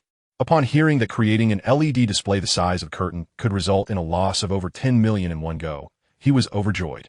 This meant that once the event concluded, he could fully augment his remaining attributes, transforming into a formidable force. Yi Xiaoqiang's system calculated full attributes at a percentage. Achieving full points would signify that his capabilities surpassed those of any human being by more than 100%. Even if someone were to break that record years later, his value would only rise. This was the terrifying nature of this attribute system. Young master, we have arrived. A subordinate opened the car door. As Yi Xiaoqiang pondered these thoughts, he subconsciously found himself at the Jinhao textile factory. His visit served dual purposes: to inspect the military orders and to ascertain if there were any challenges in producing a battery the size of a curtain. Stepping out of the car, he noticed manager Xia waiting outside. Greetings, young master. Manager Xia bowed respectfully to Yi Xiaoqiang. Yi Xiaoqiang gently patted manager Xia's shoulder. The factory workers were busy at their tasks and did not emerge to welcome him. Yi Xiaoqiang was not one to be overly sentimental. Following manager Xia, he arrived at the bustling production area. Qiyu, covered in grease, saw Yi Xiaoqiang at the entrance and quickly approached. Greetings, young master. Yi Xiaoqiang nodded. Surveying the workshop before addressing Qiyu, I need a large fiber battery. How large? Qiyu inquired. 22 meters wide and 15 meters high. Yi Xiaoqiang raised his voice to be heard over the noise. What? Qiyu thought he had misheard. Perhaps we should discuss this in the office. It's too loud here, manager Xia suggested. The three moved to the office, where Qiyu glanced at the data and fell silent for a long moment. The battery production line had only recently commenced, and Yi Xiaoqiang had assigned him a considerable task. Theoretically, there should be no issues, Qiyu finally remarked. Will that amount of electricity suffice for such a large LED screen? Yi Xiaoqiang's primary concern was this very question. The LED display operated on direct current. If alternating current were used, a converter would be necessary. A fiber battery, being direct current, would essentially function as a supersized battery, eliminating the need for a converter. Yi Xiaoqiang worried whether the battery's capacity could support the screen's consumption. Qiyu furrowed his brow and pondered. I need to know the power consumption of such a large screen. I'll give you Xiao Wensai's phone number. You can communicate with him. Yi Xiaoqiang handed Qiyu the number. As he prepared to leave, he reminded, ensure everything is foolproof. Inform me immediately of any difficulties. Yes, young master. Qiyu watched Yi Xiaoqiang's departing figure, momentarily lost in thought. The seriousness with which Yi Xiaoqiang had approached the matter was hardly that of a spendthrift. Inside the North Courtyard Gymnasium, the performers were still intently rehearsing. Zhang Jia found it peculiar that ever since Yi Xiaoqiang criticized the song, Song Tai had been distracted while singing. Had Yi Xiaoqiang's words left a lasting emotional impact? It seemed unlikely, as Song Tai was not one to be easily shaken. Zhang Jia was genuinely concerned about Song Tai's state. If her condition did not improve, their hopes would be utterly dashed. Unbeknownst to Zhang Jia, Song Tai's mind was consumed with the divine melody Yi Xiaoqiang had provided. To prevent others from discovering her secret, she continued to sing her original song during rehearsals. For her, these practices were merely a formality. It was easy to imagine how poor her performance would be. Just as Zhang Jia was feeling anxious, the leaders of the North Courtyard arrived. After the three leaders surveyed the surroundings, one of the vice deans spoke up. You must strive to uphold the reputation of the North Campus. We cannot allow the other campuses to look down upon us anymore. We must not bring further disgrace to Dean Ma. At that moment, the participating students nodded in agreement, yet internally they were grumbling. This vice dean, while preaching about not tarnishing the North Campus's reputation, had never offered any tangible support. A glance at the meager funding he allocated would suffice to reveal its pitiful inadequacy. In fact, it was even less than that of the wastrel, Xiaoqiang. I heard Xiaoqiang wants to meddle in your rehearsal? The vice dean continued. No, he is merely assisting us by connecting us with a company for guidance. Sont interested firmly preempting Zhangia. Oh, we absolutely cannot let that wastrel interfere. Otherwise, the North Campus will surely face catastrophe this time, the vice dean reiterated emphatically.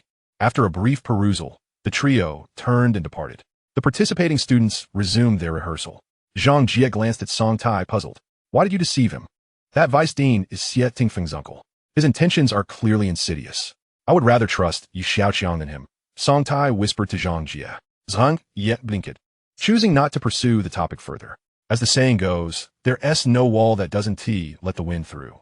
Somehow, the news of Yi Xiaoqiang's involvement in the gala rehearsal quietly spread throughout the North Campus. In the dormitories, many students were conversing in hushed tones.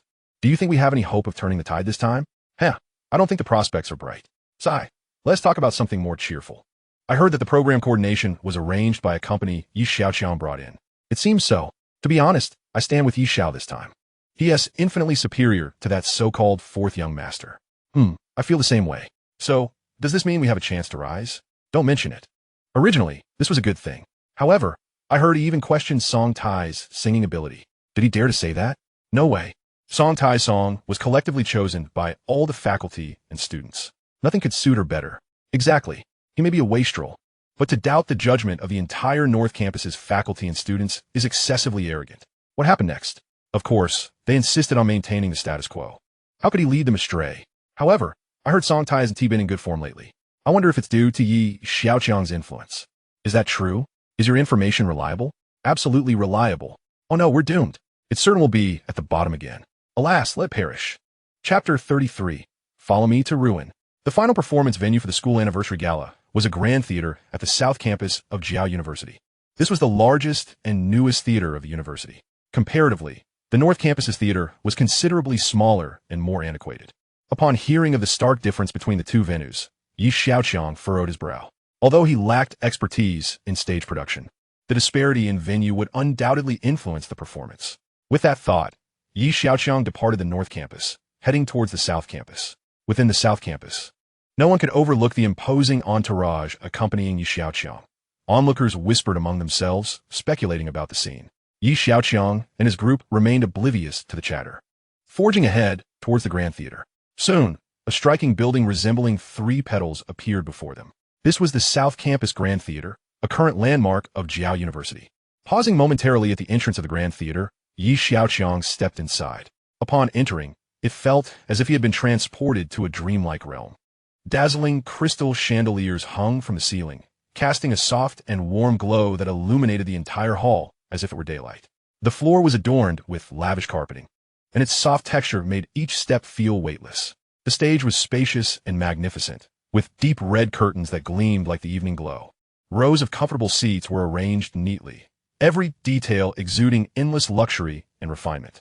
Indeed, it is far more impressive than the North Campus, Yi Xiaoqiang mused aloud. Actually, the North Campus Theater was quite splendid back in the day, Anya remarked wistfully. How do you know? Yi Xiaoqiang chuckled. Anya, being only a sophomore, noted that the North Campus Theater seemed to have aged significantly. Yet, her tone suggested she had been at the school for quite a while. I heard from others. If the North Campus were to construct a new theater, it would certainly not be inferior to this one, Anya expressed with a hint of regret. That is not our concern. We are here to survey the site, Yi Xiaoqiang replied, beginning to scan the entire stage with his gaze. Anya looked puzzled. Is this visual inspection useful? What she did not realize was that Yi Xiaoqiang's eyes functioned as a measuring tool. With the assistance of a neural headset, his eyes could scan objects, storing relevant data and generating relatively simple three-dimensional models. What Yi Xiaoqiang was doing was as detailed a measurement as possible to preliminarily establish a three-dimensional model. He walked while taking measurements, noting different angles and every detail. Perhaps too engrossed in the task, he only paused when he encountered a perfectly proportioned inscription, which surprisingly belonged to someone he recognized, Xiaoqiang. Their eyes met. Yi Xiaoqiang was not socially anxious, yet he found himself at a loss for words with this frosty figure. If they were not acquaintances, they were familiar enough. Yet, her icy demeanor left little room for enthusiasm. Regardless, he would never approach her with an overly enthusiastic demeanor. Considering the relationship between their families, Yi Xiaoqiang managed a polite, albeit awkward smile. Xiaoqiang, not wishing to make their relationship too strained, felt similarly ambivalent. She despised Yi Xiaoqiang's lack of ambition and his self-indulgent ways. He squandered the hard-earned legacy created by their elders, prioritizing mere enjoyment and frivolous spending. In response to Yi Xiaoqiang's awkward smile, she managed a half-smirk, equally uncomfortable. Yuqing, you're here. At that moment, a voice called out. The two turned to see a remarkable young man greeting Xiaoqiang. Who is that? Yi Xiaoqiang did it. Qin Leng. Xiaoqiang replied softly. Yi Xiaoqiang pondered for a moment, recognizing him as the third son of the Qin family. Over the past few days, he had gleaned some insight into the intricate relationships among the families through Anya and Su Mingxian. The Yi family, led by Yi Tianlin, dominated the Dragon Country with a market valuation of over 30 trillion. The Lin family ranked second, with a market valuation exceeding 20 trillion. The Qin family held third place, with a valuation of over 10 trillion. The Xia family, valued at over 7 trillion, had maintained a strong relationship with the Yi family, effectively suppressing the Lin and Qin families. The Lin and Qin families had been at odds due to their mutual desire for Xiaoqiang's beauty. With a commercial prodigy like Xiaoqiang emerging from the Xia family, and with the Yi family's support, it was likely that, given time, she could surpass the Qin family. However, the Yi family faced challenges in succession, hinting at an increasingly complicated future landscape. Qin Lang's gaze soon fell upon Yi Xiaoqiang. Although he had never met him, the manner in which he presented himself was unmistakable. I am quite curious about how this wastrel ended up at the South Campus. Qin Lang cast a disdainful glance at Yi Xiaoqiang and inquired with a tone laced with hostility. Do you reside by the seaside? Qin Lang interjected. One nosy inquiry, his face flushed with indignation, akin to that of a ripe beetroot. What? Do you wish to become acquainted with me? Though I must inform you, I have no time for such pleasantries. At that moment, Yi Xiaoqiang unleashed a verbal barrage akin to the rapid fire of a Gatling gun, leaving Qin Lang utterly defenseless. Qin Lang was taken aback by Yi Xiaoqiang's formidable retorts. After a brief moment of adjustment, he suddenly sneered, seeing you in this manner. I find myself reassured about the Yi family. I recognize you possess a candid disposition, one that cannot withhold your thoughts. However, you cannot merely verbalize your grievances, can you? Qin Lang was momentarily rendered speechless. At that juncture, even Xiaoqiang, who was typically reserved and unsmiling, found amusement in the exchange. As it happens, I am en route to the Dream Factory. Yuqing, I shall accompany you in your vehicle, Yi Xiaoqiang remarked, directing his words towards the giggling Xiaoqiang. He discerned her disinterest in Qin Lang. Very well, Xiaoqiang replied. With that, the two departed the Grand Theater, flanked by their entourage. Upon reaching the entrance, Xiaoqiang spotted Yi Xiaoqiang's convoy and bid him farewell with a simple goodbye. Wait a moment. You promised to take me to see Xiaoqiang, and you are already breaking your word? Yi Xiaoqiang countered. Xiaoqiang halted in her tracks, believing Yi Xiaoqiang was merely fabricating an excuse to depart. After all, I'm one of your significant clients, she retorted. Without hesitation, Yi Xiaoqiang opened the door to her car and seated himself within. Xiaoqiang, with a slight furrow of her brow, contemplated briefly before joining him. The convoy then set off towards the Dream Factory. Soon, they arrived at their destination. Yi Xiaoqiang and Xiaoqiang took their seats in Xiaoqiang's office, while their aides remained stationed in the corridor outside. Yi Xiaoqiang shared the 3D blueprint of the Southern Grand Theater with Xiaoqiang. Upon examining it, Xiaoqiang expressed astonishment. This design, did you create it? Please demonstrate it through animation. I believe it would be beneficial to find a theater of similar dimensions in the Magic City for better rehearsal outcomes. Yi Xiaoqiang articulated his thoughts with clarity. Very well, young Master Yi. Thank you for your efforts, Manager Xiao, Yi Xiaoqiang concluded, rising to depart. Xiaoqiang cast a sidelong glance, surprised by Yi Xiaoqiang's dedication to the Northern Academy's performance.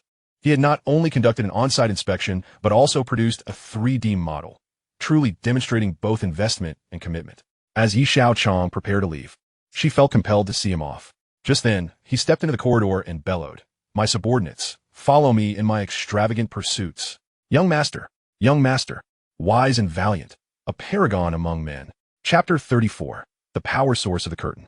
The neural headgear can transform memories or imaginings into audio, video, or imagery, which is quite remarkable. This implies that anything stored in Yi Xiaoqiang's memory or imagination could be extracted. After several days of exploration, Yi Xiaoqiang discovered that the contact lenses also possess recording capabilities, theoretically allowing for frame-by-frame playback of scenes. However, he was still unsure how to utilize these myriad functions effectively. Excessive or frequent use could deplete energy reserves, leading to dizziness, and in severe cases, even fainting. Presumably, once the energy issue is resolved, this device will prove exceedingly powerful. Sister Sue, are there currently no vendors selling cotton on the market? Xiaoqiang inquired, reclining on the grassy slope of a hillside. In response, young master, a major client has been aggressively acquiring cotton recently. Su Mingqian replied. Xiaoqiang sprang up from the grass, incredulous as he regarded Su Mingqian. Is there truly someone competing with me for cotton? Please investigate who it is. Su Mingqian's expression faltered. I looked into it, but found nothing. Such a significant buyer cannot be elusive. He retorted, I know someone who can surely find out. Su Mingqian declared. Who? President Xiao. Xiaoqiang pondered for a moment, seemingly grasping the reason behind it. Su Mingqian lacked sufficient authority to mobilize extensive resources. Xiaoqiang took out his phone and dialed Uncle Qiao. It's Xiaoqiang. I would like to request your assistance. Speak, came the voice of Qiao Bo Yuan from the other end. I've heard that a major buyer is currently purchasing cotton in large quantities. Could you help me ascertain who it is? After a moment of silence, the voice on the line responded, It's your grandfather. Xiaoqiang was momentarily stunned, and after a brief pause, he replied, Why is he competing with me for cotton? How would I know? Qiao Bo Yuan was equally perplexed. Xiaoqiang was publicly known as a spendthrift. What could possibly motivate the old man? Was he attempting to join his grandson in this reckless endeavor? What is the matter, young master? Anya and Su Mingqian inquired in unison. I discovered that the one contesting me for cotton is my grandfather. Oh no. Su Mingqian. Others. What is the situation across the other academies? Xiaoqiang was baffled by the notion of his grandfather vying for cotton. Since it was beyond his comprehension, he decided to set it aside for the moment. Lin Wei from the Eastern Academy was a master of ethnic musical instruments, effortlessly performing complex pieces. In contrast, Xiaoqiang from the Western Academy excelled at painting, producing exquisite landscapes in no more than 15 minutes. Shunyan Ran from the Southern Academy danced with grace and elegance, winning the hearts of many. Anya was well acquainted with the strengths of each academy. And what of our Northern Academy? She inquired, due to a lack of funding and professional guidance. Our performances have not met expectations. Primarily, we rely on Song Tai-S singing to leave an impression on the other three academies. Xiaoqiang now understood. The other three academies had invested in professional guidance and had notable representatives, thereby showcasing considerable prowess. In contrast, the Northern Academy, aside from Song Tai, had no distinct advantages. This was a significant reason why the members of the Northern Academy opposed Xiaoqiang's proposal to change Song Tai's song. However, with the young master's substantial support now, I believe the Northern Academy has great potential and can at least compete with them, Anya stated with conviction. Xiaoqiang smiled faintly and refrained from further comment. In the office of the Northern Academy's dean, the atmosphere was one of gravity. This anniversary gala is of utmost importance, and all parties are taking it very seriously. The Magic City television station will also be present to record the event. I trust you will all treat this with the highest regard. Dean Ma addressed the assembled leaders of various academies. The attendees nodded in agreement. However, I have heard that Yi Tianlin's grandson, Xiaoqiang, is meddling in this affair and has expressed discontent with Song Tai's song. I wonder if there is any truth to this, Dean Ma continued, surveying the room. Chunshi Yuan sat below, deep in thought, pondering why this individual seemed to be everywhere. Dean Ma, I have observed the students' rehearsals. Xiaoqiang has merely enlisted the Dream Factory to provide guidance and has not altered the song that Song Tai is set to perform, reported a school leader from the audience. Very well, that is reassuring. Song Tai is the hope of our Northern Academy. We cannot allow outsiders to meddle in our affairs. The song was collectively chosen, and there will be no issues, Dima reiterated, emphasizing his point. After imparting additional directives, the meeting concluded, and the attendees dispersed. Chunshi Yuan, arms crossed, walked slowly back to her office, her mind occupied with a singular question. How did Xiaoqiang ascertain her measurements? She had previously posed this question directly to him, to which Xiaoqiang had replied, I simply looked. Yet, Chunshi Yuan found this response utterly implausible. You can ascertain my measurements with just a glance? How was that even conceivable? In recent days, Chunshi Yuan has been diligently investigating the potential leakage of size information. Yet despite her exhaustive efforts, she remains perplexed. This prodigal child truly is a source of constant frustration. At this moment, the individual causing Chunshi Yuan such distress is situated in the debugging room of the dream-making company. The LED display comprises numerous dot matrix arrays, akin to a regiment that necessitates unified coordination and command. The technician, adhering to the display requirements, meticulously sets complex programs to achieve precise control over the colors and brightness of each array, thereby ensuring optimal display efficacy. Any deviation in this control could result in malfunction. Upon grasping the underlying principles, Xiaoqiang couldn't help but feel a twinge of concern.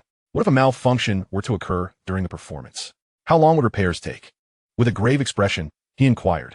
Perhaps we should conduct several more tests. Furthermore, it would be prudent to assign a technician to be on standby during the official performance.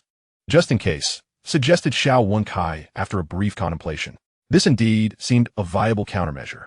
However, it would be best to resolve any issues beforehand to prevent complications from arising later, Xiaoqiang reiterated. Understood.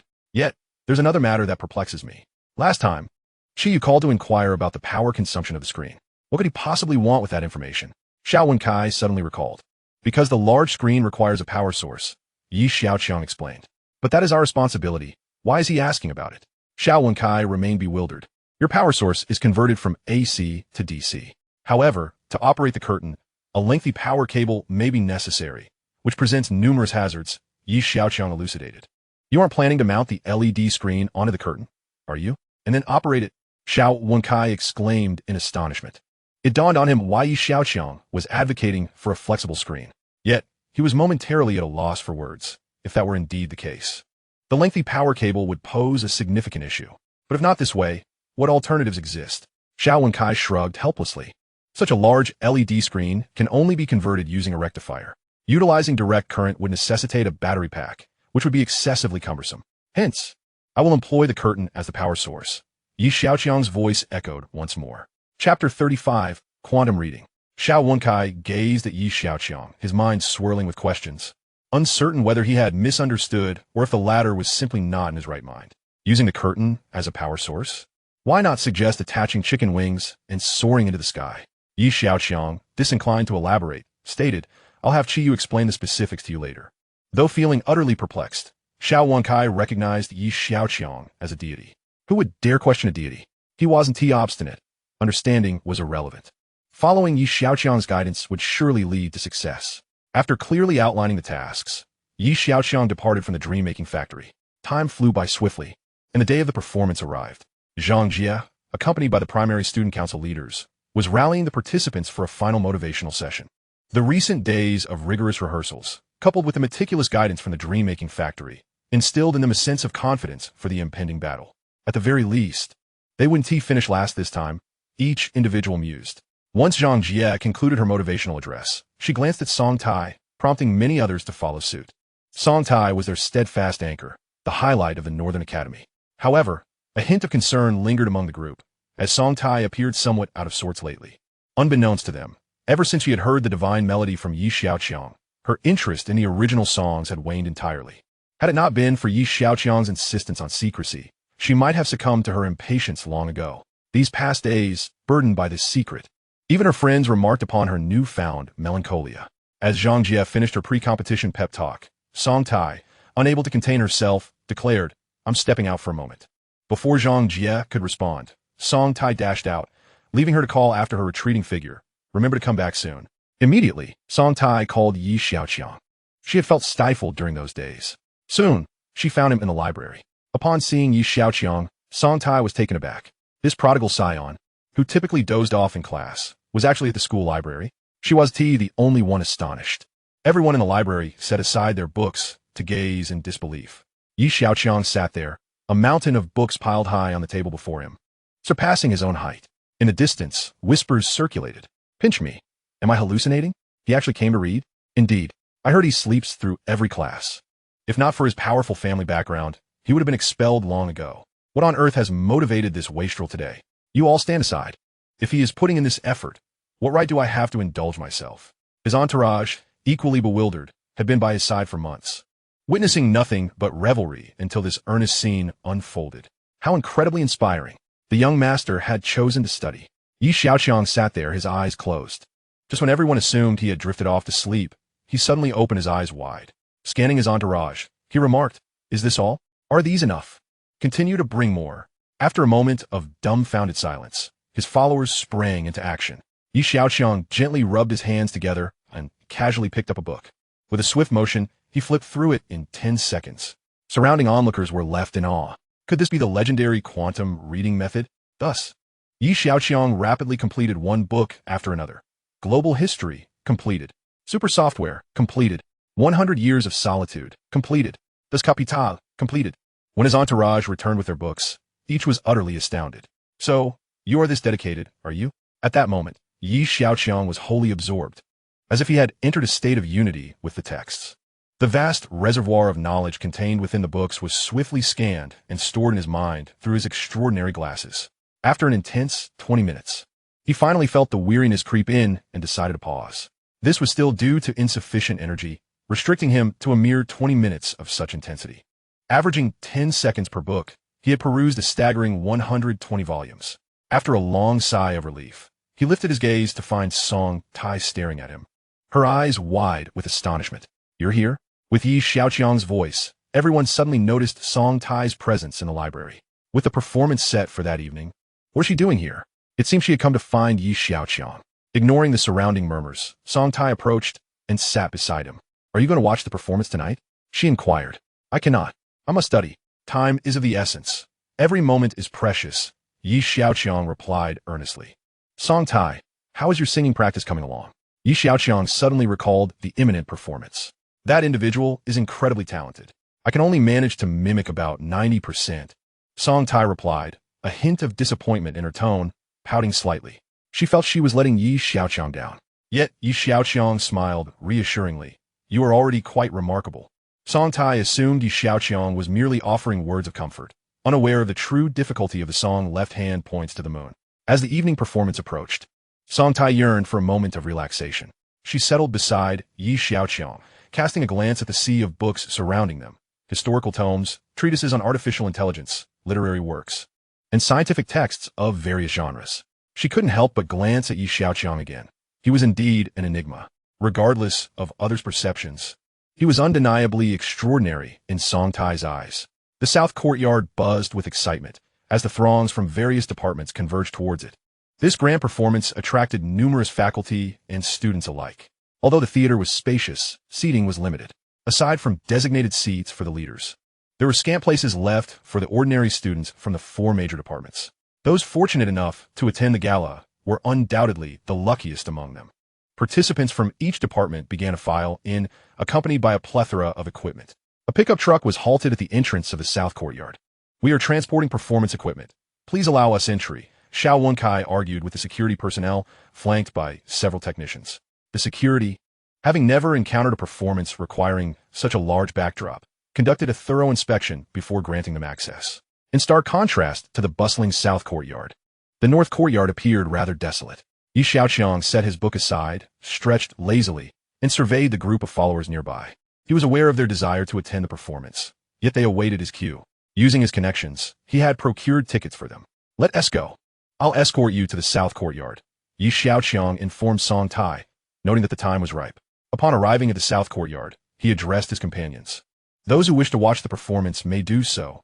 I will spend some time in the library." With this, those eager to attend the gala no longer hesitated. At that moment, and he stepped forward, saying, "Young master, I shall accompany you to the library." "So shall we," chimed in Xiaoqiang's 5 roommates.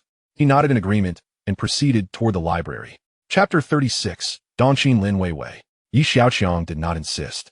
Whether they chose to accompany him or attend the gala was entirely up to them. The school library was, after all, a safe haven. Meanwhile, inside the South Courtyard Theater, Zhang Jie anxiously fixated on the entrance. Apart from Song Tai, everyone else was backstage preparing for the event. Only when she saw the smiling visage of Song Tai come into view did Zhang Jie finally relax. However, she found Song Tai's current delight puzzling. "Where have you been? You seem to be in much better spirits," Zhang Jie inquired curiously. "Ah, thankfully your family's lark is still in good form. Otherwise, the 4th department's performance would have been one short. That would have been utterly dull." Before Song Tai could respond, an actor from the East Courtyard interjected with a laugh. Her words elicited a chorus of laughter from those around. The North Courtyard was often regarded as a mere filler within the university. Had it not been for Song Tai's emergence, it might have gone entirely unnoticed. Zhang Jie's expression darkened as she clenched her fists tightly. "You should speak so lightly. I hear there's a spendthrift from their side who has invested quite a bit in this performance." Rumor has it they even invited the renowned Dream Factory. Another actor from an unknown department chimed in. Upon hearing this, a wave of discussions ensued. Is it true? Is it that spendthrift, named Xiaoqiang, who travels with dozens of followers? Who else possesses such resources? To be honest, I envy them. If only we could secure a major company for guidance, we might even clinch the championship. All right, don't flatter yourselves too much, West Courtyard. Let us not forget the formidable South Courtyard, which boasts both talent and resources. Indeed, we cannot measure up to the South Courtyard. It remains to be seen if the North Courtyard's expenditures yield any results. It would be quite amusing if they spent lavishly, yet ended up at the bottom. Laughter erupted from backstage. Just you wait. Zhang Jie was about to retort when Song Tai intervened, shaking her head. Addressing the laughing crowd, she declared, I thought your skills had significantly improved, yet it appears they have merely flourished in banter. Let's showcase our talents on stage rather than engage in idle chatter. Exactly, echoed a chorus of agreement from behind Song Tai. The instigators of the earlier jest glanced disdainfully towards the North Courtyard. Very well, we shall meet on stage. In the front of the audience sat the VIP section, reserved for esteemed leaders. With only half an hour remaining until the performance, the regular audience seats were already filled. An anticipation hung in the air. At the entrance, important leaders from the academy made their way to the VIP section, settling in and engaging in lighthearted conversation. Today marks the 70th anniversary of our university. I wonder what impressive performances each department has prepared, Dean Liu remarked with a smile.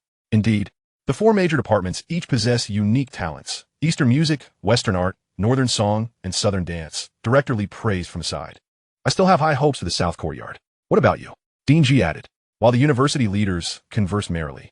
Only Dean Ma from the North Courtyard maintained a serious demeanor, remaining silent. Chun Xian, seated beside him, furrowed her brow slightly. She scanned the audience in the North Courtyard, failing to spot Yi Xiaoqiang. This fellow always eluded conventional reasoning. With 15 minutes left until the performance, cameras were set up in front of the stage. The Magic City television station was already in position, ready to record the entire event and later edit the most exciting segments for broadcast.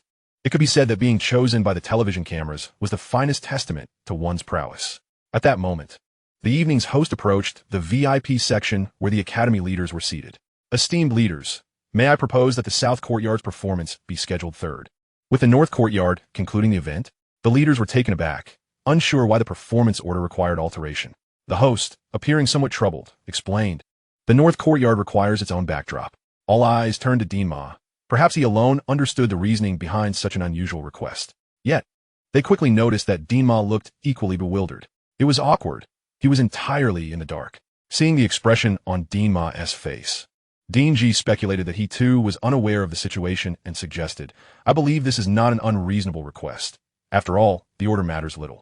What do you all think? The other leaders understood the North Courtyard's historically inferior standing and had noticed Dean Ma's stern demeanor since arriving at the venue. Hearing Dean Ji's words, they expressed no objections. Seeing that the leaders had reached a consensus, the host bowed slightly and withdrew. Moments latte. Music filled the air as the host took center stage. Thank you to all the leaders and guests present. After a brief introduction, the performances officially commenced. The first act was from the East Courtyard, featuring a male singer who sang a piece primarily focused on the history of the university. Following this, there were piano, violin, and other instrumental solos and ensembles. The instruments became the signature showcase of the East Courtyard. The grand finale featured Lin Weiwei performing a gouging solo. Each time Lin Weiwei played, it was an exquisite delight. Her gouging skills were truly exceptional. Silence, please, she's about to begin. The previously animated audience fell into an abrupt hush. Lin Weiwei, adorned in traditional attire, gracefully seated herself before the gouging. Her flowing garments danced lightly as her expression remained serene. With delicate movements of her fingers, the rich, resonant melodies permeated every corner of the theater. Her fingertips moved skillfully across the strings of the gouging, a revered instrument known as the king of musical instruments, celebrated for its wide range and elegant tones. With its 21 strings, the gouging demands intricate finger techniques to produce complex melodies, a challenge that deters many. Yet, Lin Weiwei appeared effortlessly at ease. Her slender hands executed a dazzling array of 17 common finger techniques, creating a visual and auditory delight that left the audience in awe. The atmosphere of the evening rapidly escalated to a crescendo.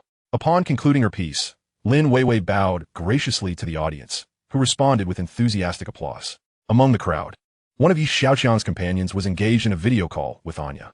In a library, Anya, wearing headphones, watched the gala. She wore only one earbud, while the other rested in Xiaoqiang's ear. After listening, Xiaoqiang remarked, truly deserving of the title Eastern Lute. Lin Weiwei's gouging performance is indeed impeccable. Anya smiled and replied, to receive such praise from the young master is certainly extraordinary. Chapter 37. A Flawed Opening. The performers from the Eastern Courtyard concluded their acts and descended the stage. The host gracefully approached the forefront. We have just been enchanted by Lin Weiwei's gouging performance. It was truly captivating. Thank you to the Eastern Courtyard for their splendid presentation. Applause erupted once more from the audience. Now, let us welcome with applause the remarkable performance from the Western Courtyard. No sooner had the host stepped off the stage than the music began. The first act from the Western Courtyard was a dance. Whispers circulated among the audience. This dance cannot possibly compare to that of the Southern Courtyard. You have such high standards. The dance is indeed the Southern Courtyard's signature performance. True enough. But this dance from the Western Courtyard is commendable as well. Just wait and see. After all, this is not their forte. In the guest area, the leaders of the institutions shared quiet laughter, indicating that each courtyard had made ample preparations for this evening, surpassing previous events in quality. I dare say, it is difficult to predict who will emerge victorious this time, remarked the dean of the Western Courtyard, his expression exuding pride. Though the signature performance of the Western Courtyard had yet to be revealed, the opening was undeniably formidable. Director Li seized the moment to comment. Dean Ma shot a sidelong glance at Director Li, furrowing his brow before returning his gaze to the stage. After a while, under the audience's eager anticipation, Yu Shuxin from the Western Courtyard took the stage. I'm so looking forward to this. I feel that the Western Courtyard's previous performances have outshone the Eastern Courtyard. I wonder what Yu Shuxin will bring us this time. I recall her last performance was a watercolor painting. If it is the same again, it will lack novelty. Still lacking novelty? You have certainly developed discerning tastes. Why don't you perform instead? Enough. Silence, please. Yu Shuxin is starting. Wait, I don't see any painting tools. On stage, a camera focused on a wooden frame in front of Yu Shuxin. What is this? A voice from the guest area expressed confusion. Sand painting? Yes, it is sand painting. Sand painting is fundamentally different from watercolor painting. The former is dynamic, ever-changing, while the latter is static. Of course, this requires an exceptional level of skill from the artist. Yu Shuxin gazed at the fine sand within the frame, her mind conjuring the image she would create. Suddenly, she moved. Her fingers seemed to play casually, yet in the interplay of light and shadow, a breathtaking image materialized before the audience. How fast? A wave of gasps erupted from the audience. Before the astonishment could settle, Yu Shuxin moved again. The previous image shattered into fragments, only to be swiftly replaced by a new creation. In the guest area, the dean of the Western Courtyard beamed with delight, while Dean Ma's expression darkened further. As the Western Courtyard's performance concluded, applause erupted, clearly surpassing that for the Eastern Courtyard. That was truly magnificent. The performances are becoming increasingly splendid. Let us applaud once more for Yu Shuxin's extraordinary sand painting. The host returned to the stage for transitions. Next, we have a captivating performance from the Southern Courtyard. Let us welcome them with applause.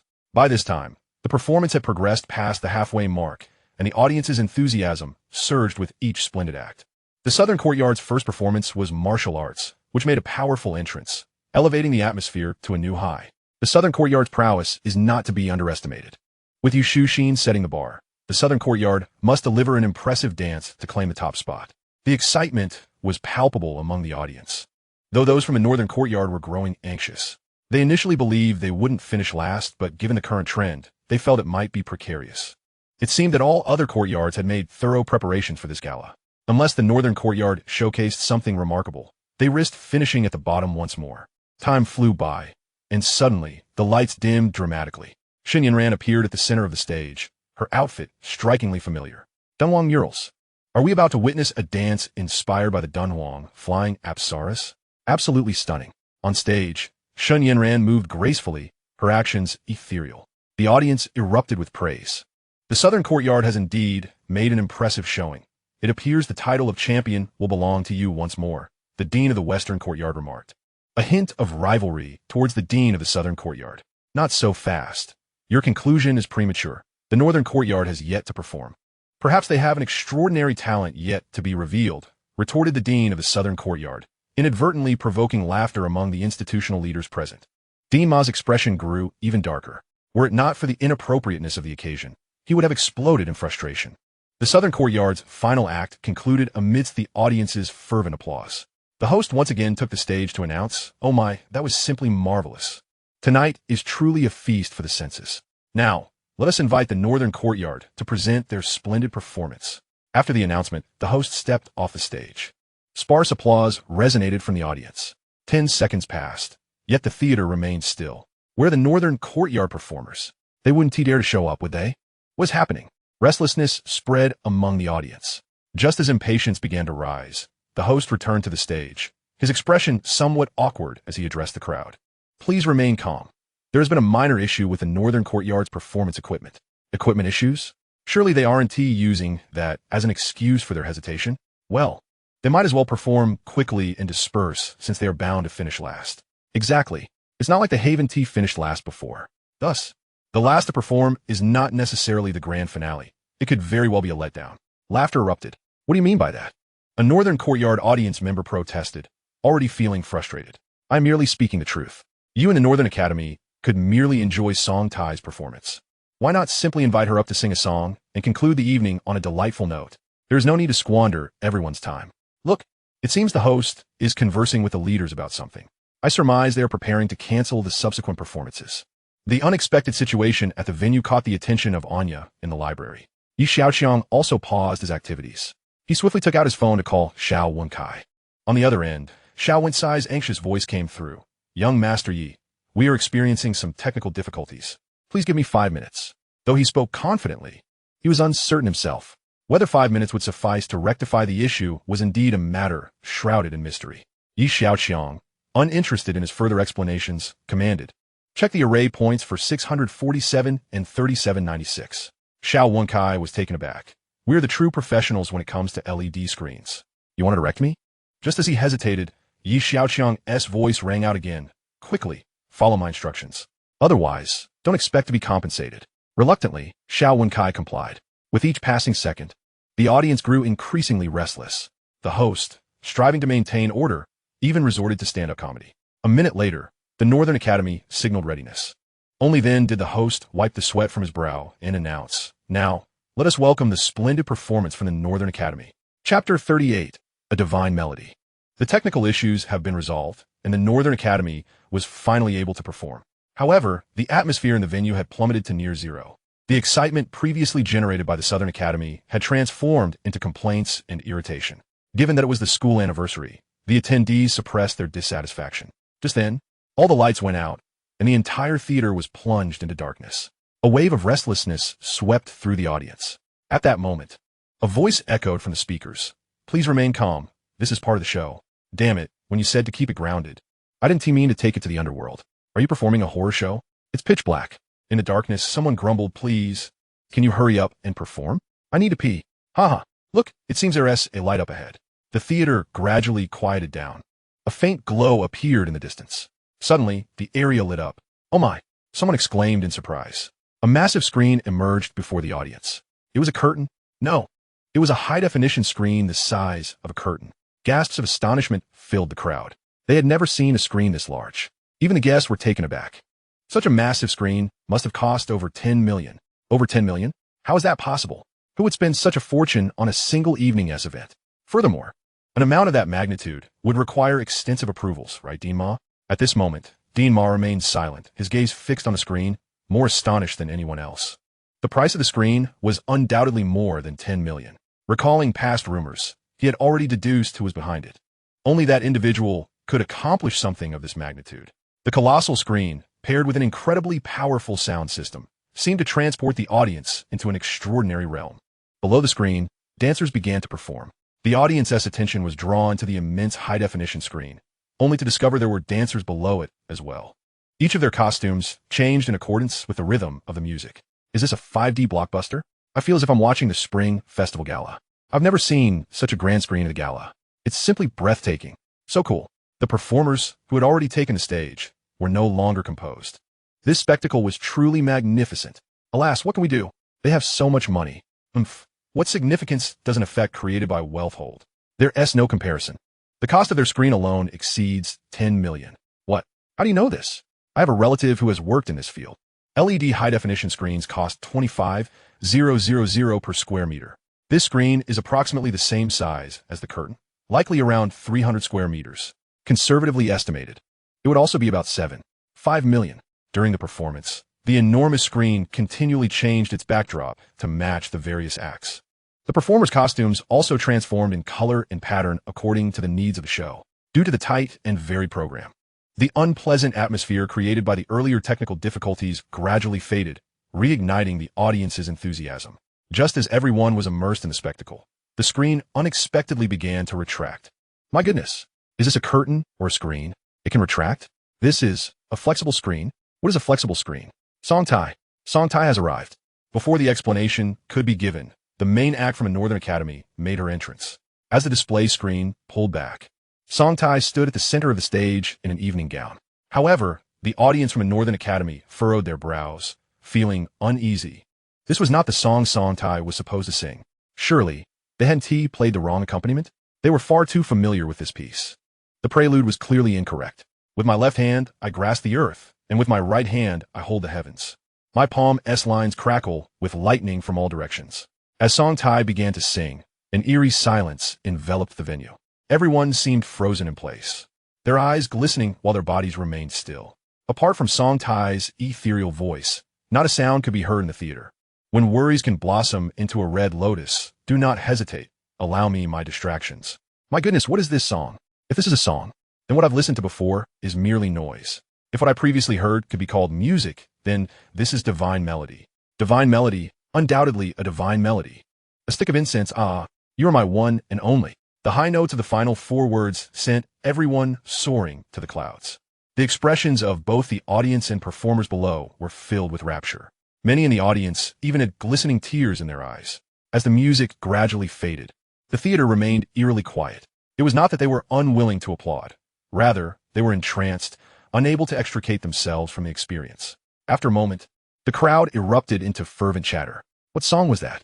It resonated with my very soul. Why did I end up crying? I actually cried. The speaker scanned the audience, realizing she was not the only one wiping tears from her eyes. So ethereal. My vocabulary fails to do it justice. Sis, you are invincible. Cease. You've opened up my mind. The audience buzzed with excitement. Only then did the host realize that the Northern Academy's performance had concluded. He hurriedly stepped onto the stage, composed himself, and stated, "This is a song that transcends time and space, reaching deep into the soul." After listening to Xiaoqiang's performance, I feel as if my spirit has been cleansed. It is truly astonishing. Surely, that song was not the one listed in the program? The host was certain that Xiaoqiang's performance had deviated from the program. Indeed, this song is titled Left Hand Points to the Moon. The host furrowed his brow. He had never heard of this title. I haven't heard of this song. Did you compose it? Not I. Xiaoqiang shook her head. Can you tell me who composed it? Not only the host, but everyone present yearned to uncover the identity of the genius behind this divine melody. Xiaoqiang furrowed her brow, uncertain whether this masterpiece was indeed the creation of Xiaoqiang, though it was undeniably a song he had dedicated to himself. After a moment of contemplation, she declared, Xiaoqiang. A collective gasp echoed through the crowd, leaving both the attendees and the host momentarily stunned. Who? The host inquired once more. Yet, Xiaoqiang. Which Xiaoqiang? The host recalled someone, but swiftly dismissed the thought. Impossible. Absolutely impossible. Is there a second Xiaoqiang at Jiaotong University? Xiaoqiang pressed. The audience erupted in astonishment once more. Surely, she couldn't be referring to that prodigal son, could she? Was it a flaw in my hearing, or was it her words that were amiss? Did she truly mean that prodigal son? All eyes began to scour the venue. But apart from a few of Xiaoqiang's followers, he was nowhere to be found. It seemed he was absent from the scene. The host glanced at the time and resolved to conclude the evening's festivities on a triumphant note. Esteemed leaders and distinguished guests, I invite you all to cast your votes for tonight's best performance. Thus, I hereby declare the 70th Anniversary Gala a resounding success. Chapter 39, The Impact of the Gala. The Anniversary Gala has drawn to a close. Despite some minor hiccups along the way, the reverberations it stirred left the entire Jiaotong University in a state of exhilaration, particularly among those from the North Campus. Faced with formidable competition, they had once felt utterly defeated but miraculously achieved a stunning turnaround, even executing a remarkable triple kill. For the North Campus, this night was nothing short of breathtaking, leaving them restless until dawn. All their thoughts converged on a singular figure. both the prodigal son and a deity in the hearts of the North Campus inhabitants. At last, the North Campus had risen. No, they had staged a comeback. Little did they know, just minutes before the gala concluded, a luxurious convoy quietly departed from the South Campus under the cover of night. Though the event had ended, social media erupted with excitement. The awe-inspiring display on the colossal screen and Song Tai's soul-stirring masterpiece flooded the feeds. Anya and Xiaoqiang's 5 roommates have been discreetly observing him throughout the evening. The orchestrator of this sensation maintained an air of nonchalance, perhaps viewing it as a trifling matter. As the 6 contemplated this, a sense of profound respect welled up within them. 3 days later, at the Xia family villa, Xiaoqiang perused financial reports, his smile nearly reaching the ceiling. Wenkai, splendid work indeed. You have truly excelled this time. Listening to Xiaoqiang's praise, Xiao Wenkai discreetly wiped his brow. He felt unworthy of the credit, replying, Chairman, this is all thanks to young Master Yi. I dare not take undue credit. Xiaoqiang paused momentarily, then burst into hearty laughter. I never expected that Yi Xiaoqiang would inadvertently serve as our advertisement. His collaboration with the Dream Factory has garnered immense external recognition of our capabilities. Yaojia, look at this news, Zhou Yakin interjected, holding up her phone and reading aloud.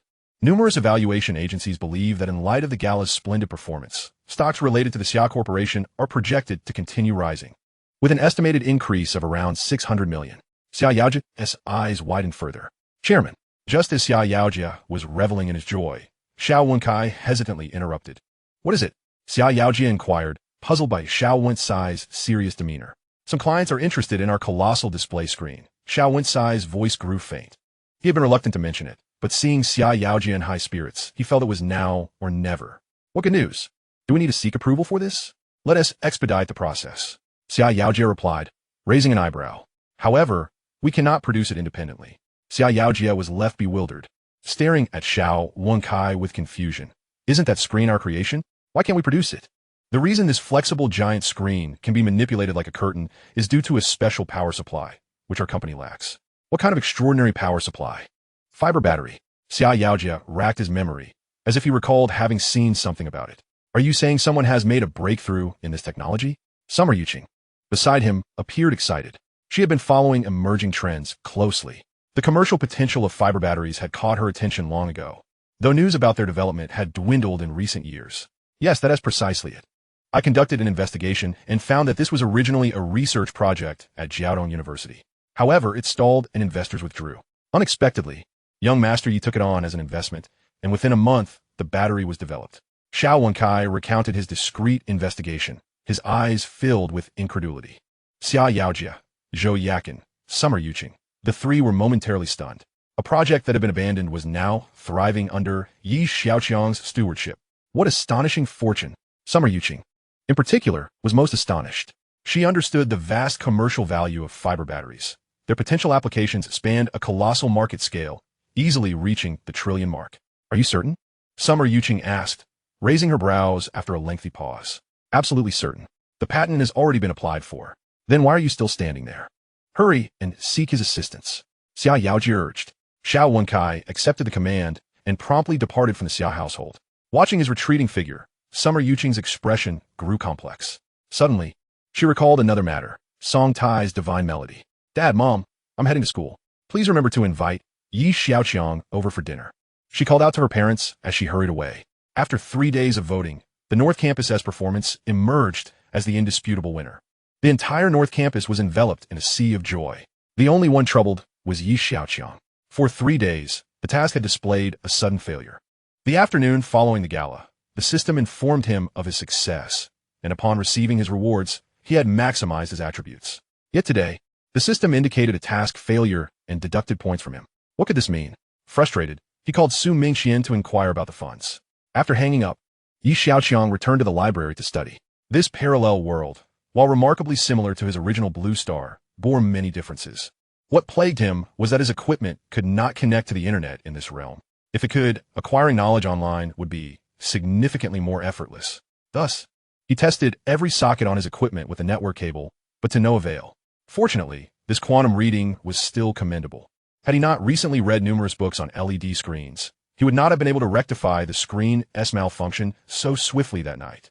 Enjoying the sweet taste of knowledge, Yi Xiaoqiang led his team toward the library, where many paused to express their admiration. Long live the young master. Hail, young master. Xiaoqiang nodded in acknowledgement, his head nearly spinning from the attention. Upon reaching the library, his followers busied themselves retrieving books. Before long, a substantial stack of books had accumulated before Xiaoqiang. At that moment, Xiaoqiang arrived. Young master Yi Shu. Do not disturb the young master while he is engrossed in his reading, a female attendant whispered. Xiaoqiang cast a glance at Xiaoqiang, who was buried among the tomes, feeling rather perplexed. In his recollection, a spendthrift seemed far removed from the pursuit of knowledge. How long will your young master be occupied? Xiaoqiang inquired softly. As you can see, he has yet to finish the books on the table, the attendant replied. Xiaoqiang calculated briefly and thought, goodness, at least over 100 volumes. How long will this take? Perhaps Xiaoqiang simply wished to avoid his company. Never mind. I shall return to inform the chairman and let him decide. With that thought, Xiaoqiang turned and left the library. Chapter 40, The Greater Good. Song Tai was now in the limelight. The Magic City television station had aired the complete version of the divine song Left Hand Pointing to the Moon. Moreover, the song was going viral across social media and the internet. The most popular comment under the video approached a staggering 100,000. Heavens! The hairs on my body stood on end. The phrase "No 2, no other" sent me straight to space. I dare say with this song, Song Tai could undoubtedly conquer the international stage. His voice is ethereal, spanning 3 octaves in succession. That is a hellish difficulty.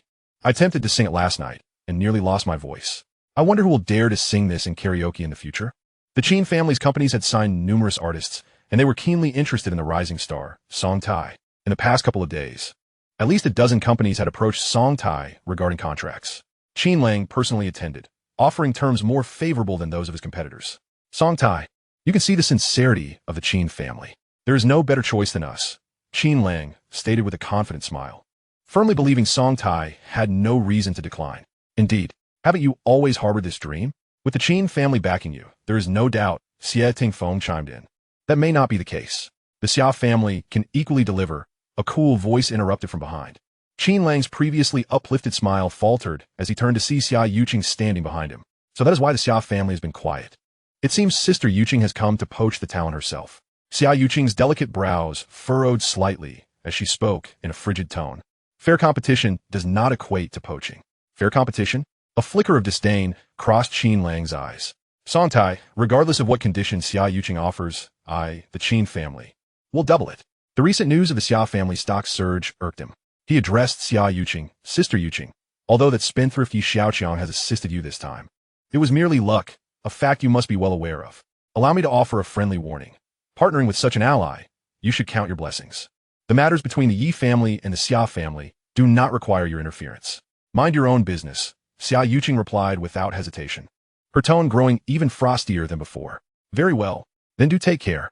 With that, Qin Lang departed with his entourage. Xiaoqiang cast a glance at Xiaoqiang, lowered his head, and discreetly left as well. Where is Xiaoqiang? Xiaoqiang asked, her icy demeanor softening slightly. He is in the library, came Song Tai's response. For reasons unknown, every time he encountered this exceptional young woman, he felt a subtle pressure. Xiaoqiang was momentarily taken aback. She had not anticipated that Xiaoqiang would be in the library. Would you be interested in coming to DreamWorks? I shall heed the young master's wishes. Song Tai's reply left Xiaoqiang momentarily speechless, astonished at Xiaoqiang's significant standing in her mind. Very well, I await your news. With that, she turned to leave. At the library entrance, Xiaoqiang happened upon Xiaoqiang. Is he inside? Xiaoqiang inquired of Xiaoqiang. Young Master Yi is inside reading, he replied. Xiaoqiang furrowed her brow, trying to conjure an image of Xiaoqiang earnestly studying. After 3 seconds of effort, she realized that constructing such a scene was exceedingly difficult. I should go take a look. Xiaoqiang did not press further, sensing from Xiaoqiang's expression that matters were not as smooth as anticipated. Xiaoqiang hesitated. I understand. You carry on with your tasks, Xiaoqiang said before entering. The library was a place she frequented. Born into a prestigious family, she had no desire to rest on her laurels. In her eyes, every diligent individual deserved respect. Conversely, those born into wealth who did not strive were, in her view, shameful. Turning a corner, Xiaoqiang spotted Xiaoqiang buried in his books. He was surrounded by the volumes, eyes closed, gently massaging his temples, presenting a weary appearance. Xiaoqiang halted, a glimmer of appreciation evident in her gaze. Anya recognized Xiaoqiang at once and whispered to Xiaoqiang, Young master, Miss Xia is looking for you. Xiaoqiang opened his eyes and saw Xiaoqiang gazing at him. Do you need something? My father asked me to summon you for dinner, Xiaoqiang replied. Her cheeks tinged with a faint blush as she fabricated a reason. Xiaoqiang, preoccupied with uncovering the cause of the failed payment, responded, all right. However, you'll need to wait for me a moment while I finish these. Xiaoqiang's expression tightened slightly. Xiaoqiang had nearly 100 books before him, and it was already afternoon. Would he not be up until midnight finishing them? Was this perhaps his way of rejecting her invitation? Xiaoqiang could not help but recall her initial attitude towards Xiaoqiang during his first visit to her home. He must be seeking revenge on me, Xiaoqiang thought. With a gentle sigh, she pulled a book from a nearby shelf and found a place to sit. Just as she settled in, she heard the sound of pages rustling. Turning her crystalline eyes, she was momentarily taken aback. Xiaoqiang picked up a book and, with a swift motion, finished it in one go. He then picked up another and repeated the process. Xiaoqiang's eyes widened in astonishment. Is this how one reads? She was utterly dumbfounded. 20 minutes later, Xiaoqiang stretched and wore a satisfied smile, seemingly pleased with his recent study session. Come, my companions. Let's head to Uncle Xia's for dinner. Xiaoqiang called to his attendants. However, they dared not move, each one casting anxious glances at the now pale-faced Xiaoqiang. Sensing the tension in the air, Xiaoqiang scratched his head and said to Xiaoqiang, it's fine to bring them along tonight, right? Xiaoqiang's reasoning was simple. The last time was a visit, and it felt inappropriate to bring so many to dinner. But this time they were inviting him, so bringing a few more people should not be unreasonable. Xiaoqiang, not one to be trifled with, had 4 words flash through her mind. The greater good. A faint smile crept onto her face. No problem. Let's go eat. The entourage, wary of Xiaoqiang, returned the books to the shelves, lowering their heads or avoiding her gaze as they followed Xiaoqiang out of the library. A short while later, a luxurious convoy made its way toward the Xia family villa. Xiaoqiang glanced at the message his daughter had sent on his phone and remarked to Xiaoqiang, see, I told you, Yuqing has a strong sense of the greater good. You need not worry about that. Indeed. Just look at whose daughter she is. Xiaoqiang praised repeatedly. I shall go instruct the staff to prepare more food and drink. With that, Xiaoqiang stood up and left. Xiaoqiang sat alone in the living room. After a while, a servant, visibly flustered, approached him and reported, Sir, young Master Yi and his companions have arrived. Please allow him to enter. The servant nervously wrung his hands, adding, Sir, it seems we do not have enough dishes. Xiaoqiang felt a bit bewildered. It was not just young Master Yi. There were over 30 others. What? Chapter 41. I have no interest in making money. As Xiaoqiang stepped into the courtyard, he was indeed met with a throng of people, and a few lines of worry crossed his forehead. Hello, Uncle Xia. Xiaoqiang greeted him with an air of casualness. Welcome, please come inside. Xiaoqiang smiled and nodded. A mere 30 individuals were hardly a burden for the Xia family to accommodate. Having lived for several decades, he had never encountered such a scene. Considering they were allies of the Xia family, a sense of headache washed over him. Xiaoqiang happened to arrive just then, startled by the commotion, thinking perhaps the National Security Bureau had come. She approached Xiaoqiang and said, I will instruct the servants to prepare more food and drinks. The sudden influx of guests caught the Xia family off guard. Fortunately, being a prominent household, they managed to cope, albeit with some inconvenience. The living room on the first floor was spacious, and the servants had managed to cobble together several tables into a larger dining arrangement. The kitchen was in full swing, and an assortment of cooked dishes had been procured from outside. After much hustle, they finally assembled a dinner for over 30 guests. On the second floor, Xiaoqiang and Xiaoqiang's family were seated at a 4-person table. Xiaoqiang raised his glass and remarked, to host a banquet with over 10 million spent on a giant screen is an unparalleled ambition. Regardless of how others viewed Xiaoqiang's actions, it undeniably brought immense benefits to the Xia family. In Xiaoqiang's eyes, he could not praise him enough. Xiaoqiang smiled in agreement. Indeed. Yet, Xiaoqiang appeared bewildered. He had not even followed the news. His mind was solely focused on completing his tasks and becoming stronger, utterly oblivious to any ensuing consequences. Feeling somewhat embarrassed, Xiaoqiang replied, Uncle Xia, you flatter me. At that moment, his primary concern was the reasons behind any potential task failures, and he promptly inquired, have the expenses been received? Xiaoqiang chuckled, I discussed it with Yuqing. This banquet was unprecedentedly successful, generating tremendous advertising effects for our Xia family. The cost of the screen? It's been waived.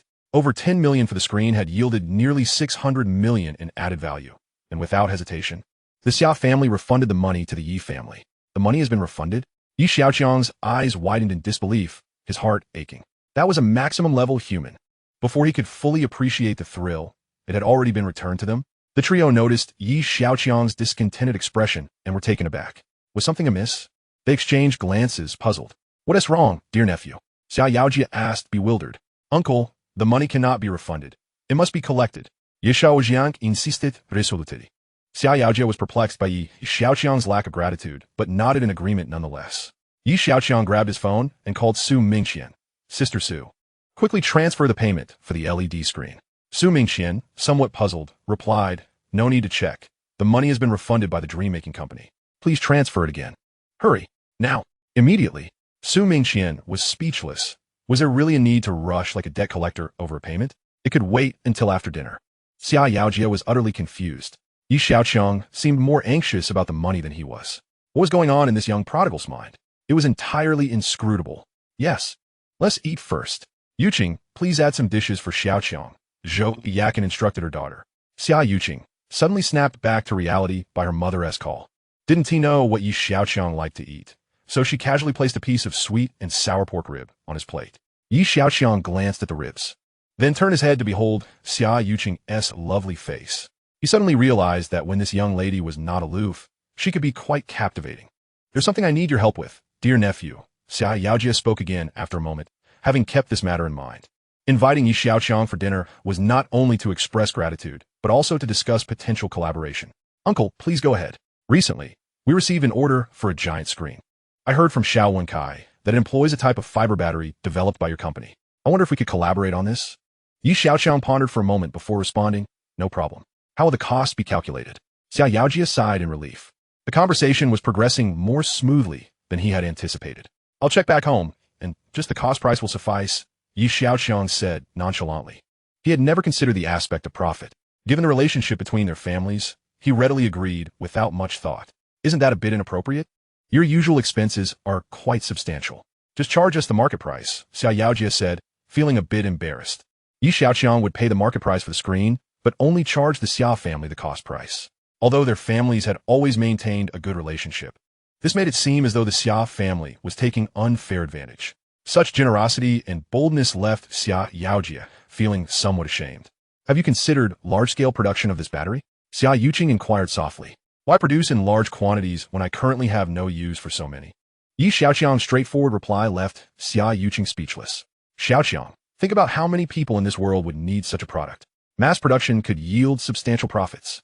Xiaoqiang could no longer contain herself, wondering if this young man was truly oblivious.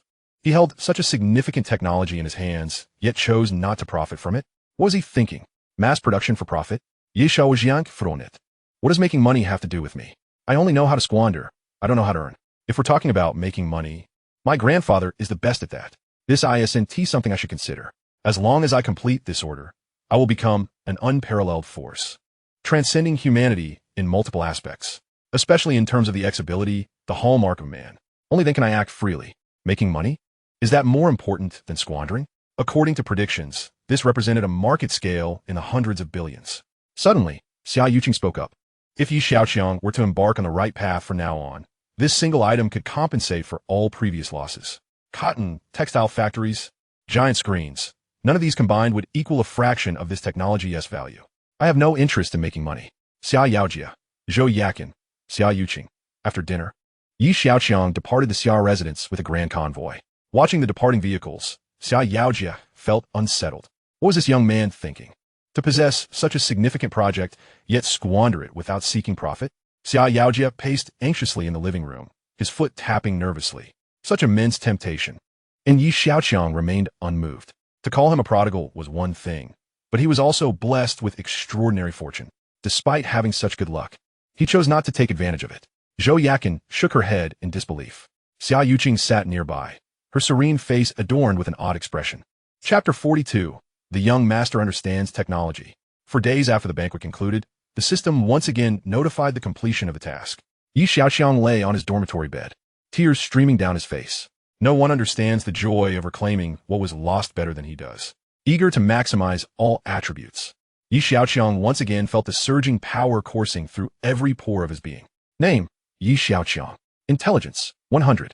Strength, 100. Speed, 100. Reaction, 100. X ability, 100. System upgrading. Unlocking the Starship technology tree upon completion. Detected overflow consumption of funds. The system will automatically convert it into upgrade experience, enhancing equipped gear to version 20. Upon completion of the system upgrade, every expenditure of 200,000 will yield 1 attribute point. These points can be exchanged for skills, blueprints, and various items. Specific items will be presented to you post-upgrade. Detected side quest, self-cultivation of a Starship commander. Obtaining the highest degree in a certain category allows for the exchange of corresponding technology. Upon seeing this side quest, Yi Xiaoqiang was momentarily taken aback.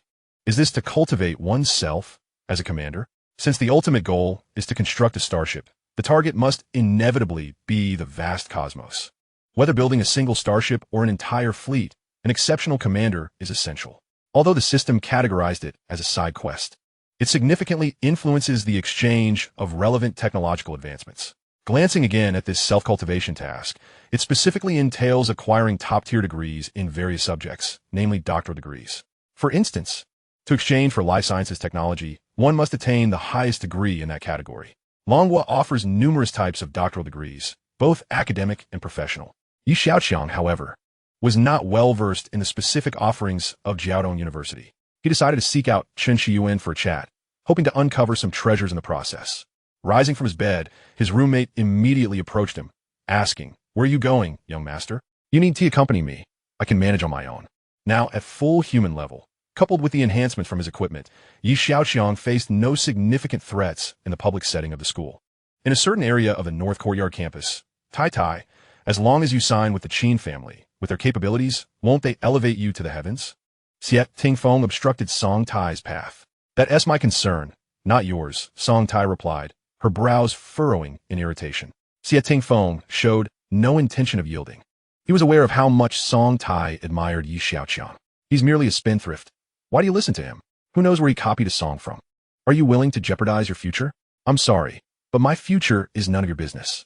Furthermore, you lack the qualifications to comment on young master," Song Tai retorted, glaring at Xia Tingfeng with annoyance. "Exactly.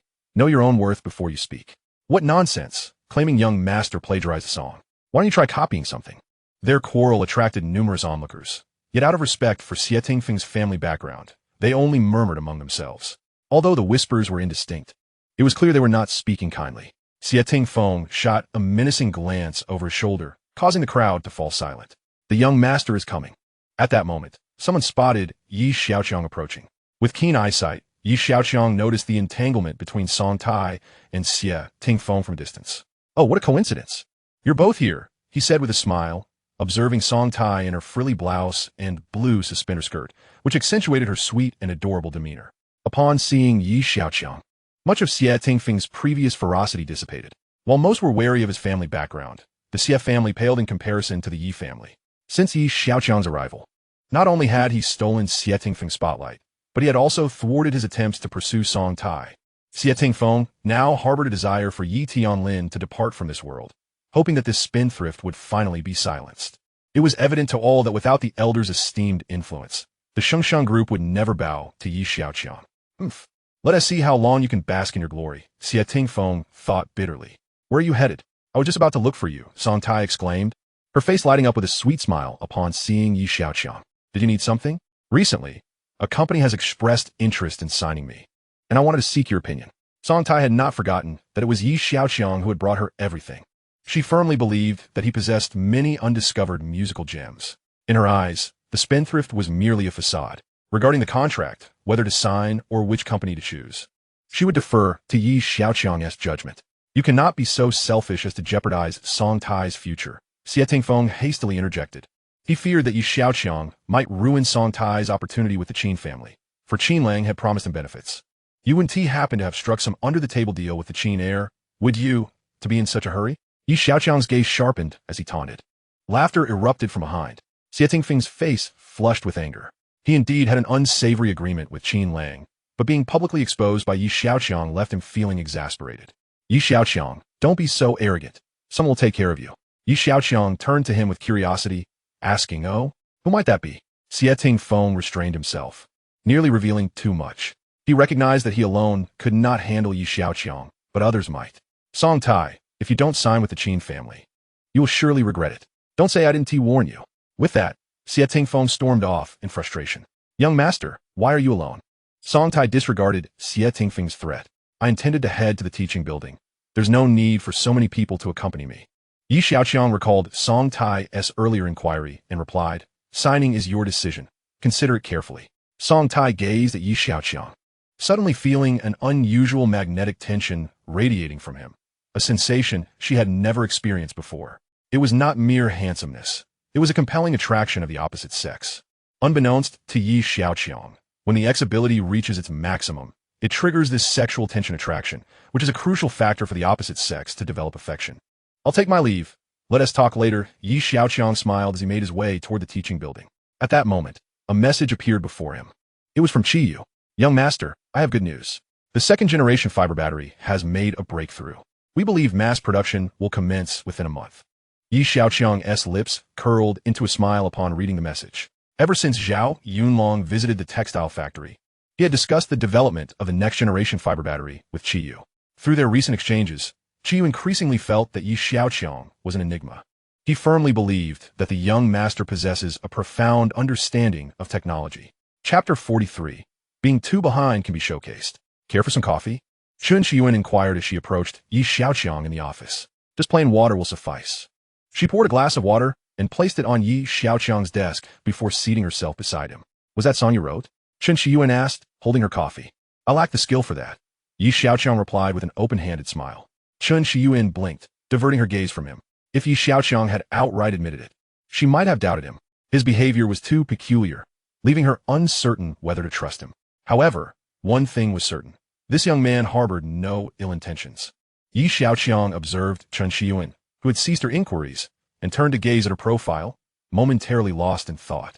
Chun Shiyuan, both mature and alluring, caught Yi Xiaoqiang's attention, yet what truly captivated him was a peculiar line of subtitles before him. Detected high levels of estrogen, luteal activity initiated. The body is creating an environment suitable for the survival and development of carbon-based life forms. Yi Xiaoqiang. Chun Shiyuan gently sipped her coffee and, upon turning her face, noticed Yi Xiaoqiang staring at her blankly, causing her to blush slightly. What do you need me for? She inquired, tilting her head. Yi Xiaoqiang snapped back to reality, mentally cursing himself. The headgear and glasses had activated analysis mode, presenting him with a plethora of bewildering information. However, the findings soon materialized. Every month, a woman's emotions undergo cyclical changes. There are days when she desires men, days when she detests them, days when she wishes to torment them, and even days when she secretly longs to apologize. The current subject is in one of those desiring men days. Yi Xiaoqiang, do you have any abandoned projects available? He thought of one of the purposes of his visit.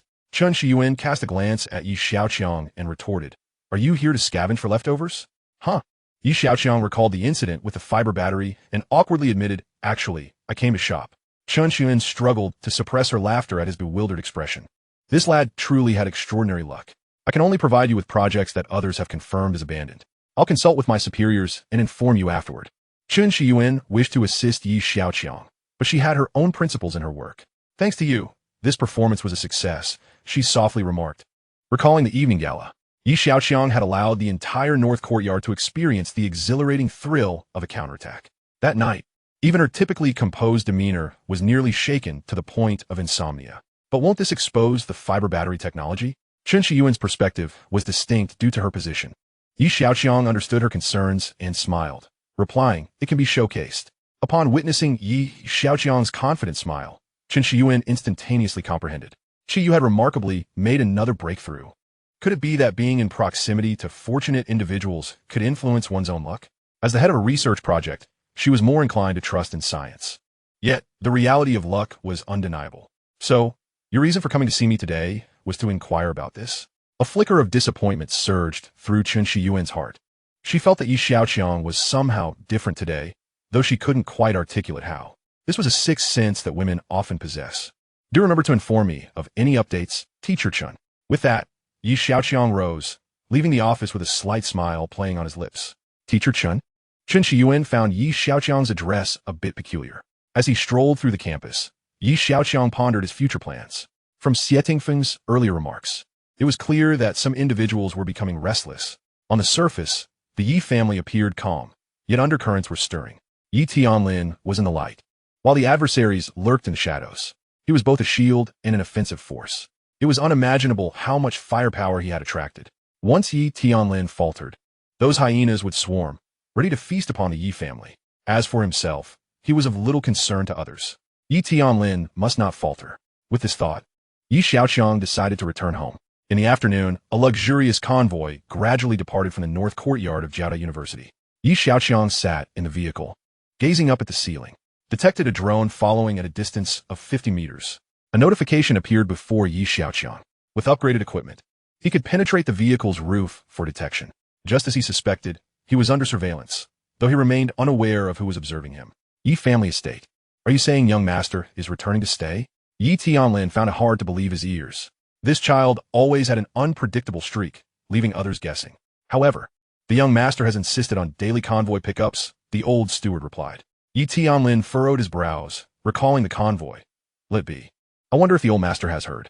The gala guided by the young master was a hit, especially that over 10 million big screen, which increased the Xia family's market value by 6 billion, the old steward exclaimed joyfully. The wrinkles on his face crinkled at the corners of his eyes, forming several rows. Ha! I heard that Xia Yaoji even invited Xiaoqiang out for a meal. But for such a grand gesture, inviting him to dinner is rather stingy. I'll have to have a word with him later. Yi Tianlin realized his grandson was becoming increasingly adept at stirring things up. Over 10 million leveraged 6 billion. He must ensure the Xia family compensates in some manner. As they conversed, Yi Xiaoqiang's convoy arrived. After entering the estate, Yi Xiaoqiang led his entourage upstairs to his bedroom. This room was spacious, ample enough for 30 individuals. Upon seeing the 5-meter-wide bed, everyone's eyes widened in astonishment. Yi Xiaoqiang meticulously surveyed every corner of the room. After a moment, he pointed out a few pieces of furniture and said, "Replace these." Naturally, the physically demanding tasks fell to the male attendants. Within moments, several young men had swiftly removed the items. Yi Xiaoqiang turned to the 12 golden crows and instructed, "Remember to wake me up early tomorrow. I can't afford to be late." "Yes, young master," the women replied in unison. "All right, you may all return now." After clearly outlining his directives, Yi Xiaoqiang waved them off. The women giggled as they descended the stairs and left. Once he dismissed everyone, Yi Xiaoqiang made his way to Yi Tianlin's study. Yi Tianlin was savoring tea in his study. "Come, take a seat." Yi Tianlin gazed at Yi Xiaoqiang with a hint of amusement in his eyes. Yi Xiaoqiang acknowledged and scanned the study. At that moment, the hair atop his head swayed slightly. Each individual possesses approximately 100,000 strands of hair, and each of Yi Xiaoqiang's strands was enveloped in a special polymer material, capable of detecting free-floating chemical molecules in the air. The human body emits certain chemical substances that reflect its health status. The hair, encased in the special material, could capture airborne chemicals, thereby determining the body's health condition. Before long, the analytical results were displayed on his contact lenses. At this moment, Yi Xiaoqiang's gaze fell upon a wooden pen holder on the desk. Chapter 44. This kid truly knows how to indulge. After a thorough investigation, Yi Xiaoqiang determined that there was an issue with the pen holder. It released a substance into the air, and prolonged exposure to such an environment could lead to chronic poisoning. Yi Xiaoqiang had no intention of removing it, as that would raise suspicion. The solution was simple. Placing a pot of aloe vera in the room would suffice. What made you decide to come back home? Yi Tianlin inguited curiously. I just missed you. Yi Xiaoqiang smoothly fabricated a charming response. Yi Tianlin paused slightly, believing him to some extent. Regardless, it brought him a measure of joy. Everyone outside is praising your gala success. Any compliment directed at Yi Xiaoqiang could keep Yi Tianlin in high spirits for a while. The old master lacked material wealth but craved spiritual fulfillment. Yi Xiaoqiang hesitated, yet he did not wait for his grandfather to bring up the fiber battery matter. Clearly, Yi Tianlin was still unaware of this issue. I cannot tolerate the underperformance of the north courtyard. I had no idea the other courtyards were so fragile in comparison. Yi Xiaoqiang exclaimed with an air of dominance. Yi Tianlin raised an eyebrow. Fragile? How many can secure over 10 million just to create a screen? This meets the standards of the CCTV Spring Festival Gala. Who dares to compete with you? Yi Xiaoqiang, unfazit, continued to engage in casual conversation while discreetly scanning Yi Tianlin's health with his glasses. The old gentleman had toiled for most of his life and was now in his 70s. If one considers the effects of that pen holder, a serious illness would undoubtedly arise within 5 years. one from which he might not recover. Fortunately, the issue had been detected in time. After a brief exchange, the grandfather and grandson retreated to their respective rooms to rest. The following morning, the convoy arrived at the Yi family estate. Upon disembarking, everyone sought their designated roles. 18 male attendants lined up neatly in 2 rows on the first floor, while 12 beautiful maidens made a beeline for Yi Xiaoqiang's bedroom. Clad in a variety of outfits, ranging from JK uniforms to maid costumes, and adorned with both black and white stockings, these 12 enchanting figures exuded a captivating charm, leaving a lingering fragrance in their wake. Witnessing this spectacle, the old housekeeper was momentarily stunned, and even Yi Tianlin felt a pang of nostalgia. Where had the time gone? He had scarcely enjoyed his youth before finding himself aged. At that moment, Yi Xiaoqiang remained blissfully asleep in bed. "Young master, it's time to rise." A sweet voice echoed through the spacious room. Yi Xiaoqiang opened his bleary eyes, only to find himself surrounded by beautiful women. Faced with such an enchanting predicament, surrender seemed the only option. Several of them, noticing his reluctance to rise, swiftly pulled back the covers. As the blankets flew open, a rosy hue swept across their cheeks. The young master's bedding seemed to defy gravity, prompting an immediate understanding of the significance behind the character Chang in his name. Realizing the situation, Yi Xiaoqiang hastily pulled the covers back over himself, exclaiming, "Please step outside first. Otherwise, I won't be able to get up." 20 minutes later, Yi Xiaoqiang made his way to the dining room for breakfast. As he took a bite of fried dough sticks, he also sampled eggs and was served milk. At least 6 beautiful women attended to him during the meal. Yi Tianlin watched enviously from the side. He had never dared to indulge in such luxuries during his youth. "By the way, Grandpa, I noticed your study lacks greenery. I'll have someone buy a potted plant for you." Yi Xiaoqiang mumbled with his mouth full. Yi Tianlin nodded in acknowledgement and rose to leave after finishing his meal. This grandson truly knew how to indulge. After breakfast, the time was already past 9. "Oh no, please retrieve the materials from Director Chun. Old 3, go buy a beautiful aloe vera plant," Yi Xiaoqiang instructed. The two took their leave to fulfill their tasks. Sometime later, the aloe vera was in place, and the project materials provided by Chun Xuan were laid before Yi Xiaoqiang. He summoned the Starship technology system. Starship technology encompassed a multidisciplinary approach, integrating aerospace, physics, materials science, electronics, and life sciences. The system interface comprised 3 main sections: formulas, blueprints, and skills, all pertaining to Starship-related technologies. Now that the hazards of the pen holder had been mitigated, it was time to explore potential remedies for his grandfather's health. Yi Xiaoqiang navigated to the pharmaceutical formula section and discovered a recipe for a longevity serum. He then found a related project among a stack of discarded proposals. Rome was not built in a day, nor would a starship be completed overnight. Whether now or in the future, research into longevity genes was undeniably practical. The immediate priority was to safeguard his grandfather. He could not afford any misfortune, or how could he enjoy his extravagant lifestyle? However, acquiring the formula for this longevity serum required certain prerequisites, such as obtaining a doctoral degree in life sciences, establishing a pharmaceutical factory for production, and assembling a research team. "Anya, do you know how one obtains a doctoral degree?" Yi Xiaoqiang inquired, tilting his head. At his words, everyone was taken aback. While they might believe he could manage a bachelor's degree, a doctoral degree seemed far-fetched. Attaining a doctorate typically necessitated first securing a master's degree, though it was not an absolute requirement. The latter part of Anya's response was barely audible. Achieving a doctoral degree through the conventional route was already quite remarkable. Any special circumstances would be akin to reaching for the stars. "Are there really special circumstances?" Yi Xiaoqiang asked, his excitement palpable. Perhaps there was a shortcut after all. There existed a direct doctoral training mode. Yi Xiaoqiang's question reminded Anya of someone, Xiaoqiang. She had completed her undergraduate studies and was reportedly preparing for her graduation exams. By age, she was even younger than a typical first-year student. This near-perfect individual at Jiaodong University excelled in every aspect: appearance, family background, and talent. A true prodigy among the rich second generation, she eclipsed her peers by several leagues. How does one apply? Yi Xiaoqiang's inquiry interrupted Anya's thoughts. Stunned, she pondered surely. He doesn't intend to apply, does he? When Anya did not respond, Yi Xiaoqiang assumed she was unaware. "Never mind, I'll ask at school tomorrow." "Let us go out for a stroll," he said, leading everyone outside. In the car, the driver asked, "Young master, where to?" After a moment's contemplation, Yi Xiaoqiang replied, "To the headquarters of Xia Group." The driver paused for half a second before responding, "Understood." Half an hour later, a colossal building loomed before them, reminiscent of a fierce beast. From a distance, The edifice appeared as a sword piercing the heavens, exuding an aura of immense authority. As the convoy approached, the structure became even more vivid and distinct. Crafted from high-tech materials, the building's surface gleamed like a mirror, reflecting the changing light and shadows of its surroundings. Enveloped in glass curtain walls, the entire edifice sparkled, transporting onlookers to a dreamlike realm. Upon disembarking, they gazed up in awe, exclaiming, "What grandeur!"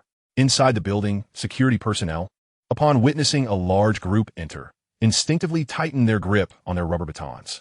"What brings you here?" a guard inquired, beads of sweat forming on his brow as he eyed the newcomers warily. "Young master has come to visit the company." The second-in-command stepped forward to explain. The guard glanced at Xiaoqiang, then surveyed the rest of the group. "You are young master Yi?" It was evident he was not lacking in discernment. The reputation of the prodigal son had long preceded him, especially considering the unique entourage he commanded, 12 women and 18 men, a total of 30 attendants. Very astute. "So why the hold-up?" The second-in-command pressed. The guard hesitated, caught in a dilemma. "No need to make it difficult for him," Xiaoqiang remarked, pulling out his phone to call Su Mingqian. Soon, Su Mingqian arrived in the lobby, respectfully addressing Xiaoqiang. "Young master, what brings you here?" "I was just wandering about, and ended up here. Thought I'd take a look," Xiaoqiang replied lightly.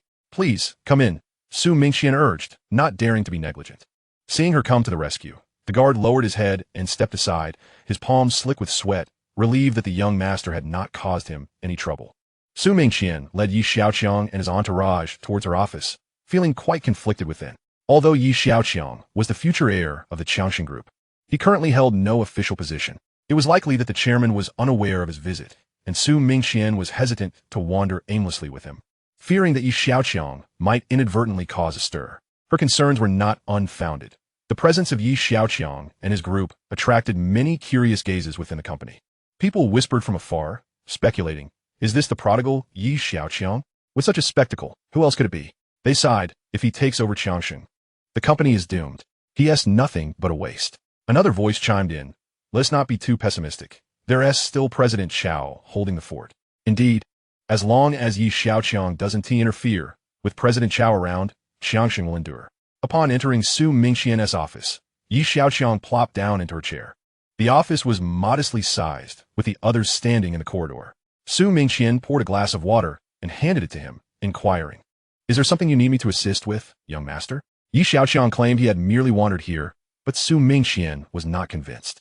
Having followed him for some time, her instincts told her that despite his reckless ways, Xiaoqiang was not foolish. He was there to leverage Xiaoqiang's information network to seek out suitable pharmaceutical companies for acquisition. Just as he was about to speak, he was interrupted by a voice. "Ah, my dear nephew, why didn't you inform me of your arrival beforehand?" Chao Buyin said, appearing at the doorway. "Uncle Chao, you're at the company as well?" Xiaoqiang replied, "Feignin surprise. This place is too cramped. Let us move to the conference room. Xiao Su, please gather the heads of each department to the conference room." Gao Baiyuan Institute Su Mingqian. As Xiaoqiang approached the doorway, he suddenly halted, glancing at the crowd in the corridor with a slight frown. Chao Buyin, noticing this, blinked and gestured towards the group, saying, "They're all your people. Let them join us." Soon, a large group made their way to the conference room. It was spacious, with Xiaoqiang, Chao Buyin, and the heads of various departments seated at the conference table, while the entourage stood behind Xiaoqiang. The department heads exchanged glances with Xiaoqiang and his followers before their attention ultimately settled on the furrowed brow of Chao Buyin. With a smile, Chao Buyin introduced, "Ladies and gentlemen, this is the chairman's grandson, young master Xiaoqiang, the future helmsman of Xiaoqiang Group. Today, he is here to receive a comprehensive report on the company's status from each of you." The heads nodded in acknowledgement. "Actually, I'm not here to listen to reports today. I just want to inquire if there are any updates regarding pharmaceutical companies for sale." Xiaoqiang interjected. Internally, Chao Buyin scoffed. After months of no profit from the textile factory, he was now eyeing pharmaceutical companies? "What kind of pharmaceutical company are you looking for?" Chao Buyin asked, intrigued. "Any that is bankrupt or on the verge of bankruptcy will suffice." Xiaoqiang replied without hesitation. The department heads were taken aback.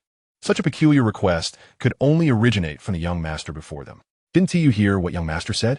Chao Buyin's face showed a hint of irritation. Yes, we'll take care of it right away." The heads hurriedly nodded in agreement. Xiaoqiang subtly surveyed a few of them and smiled. "I appreciate your efforts. Once you have results, please have Sister Su relay the information to me." With that, Xiaoqiang departed from Xia Group, accompanied by the crowd.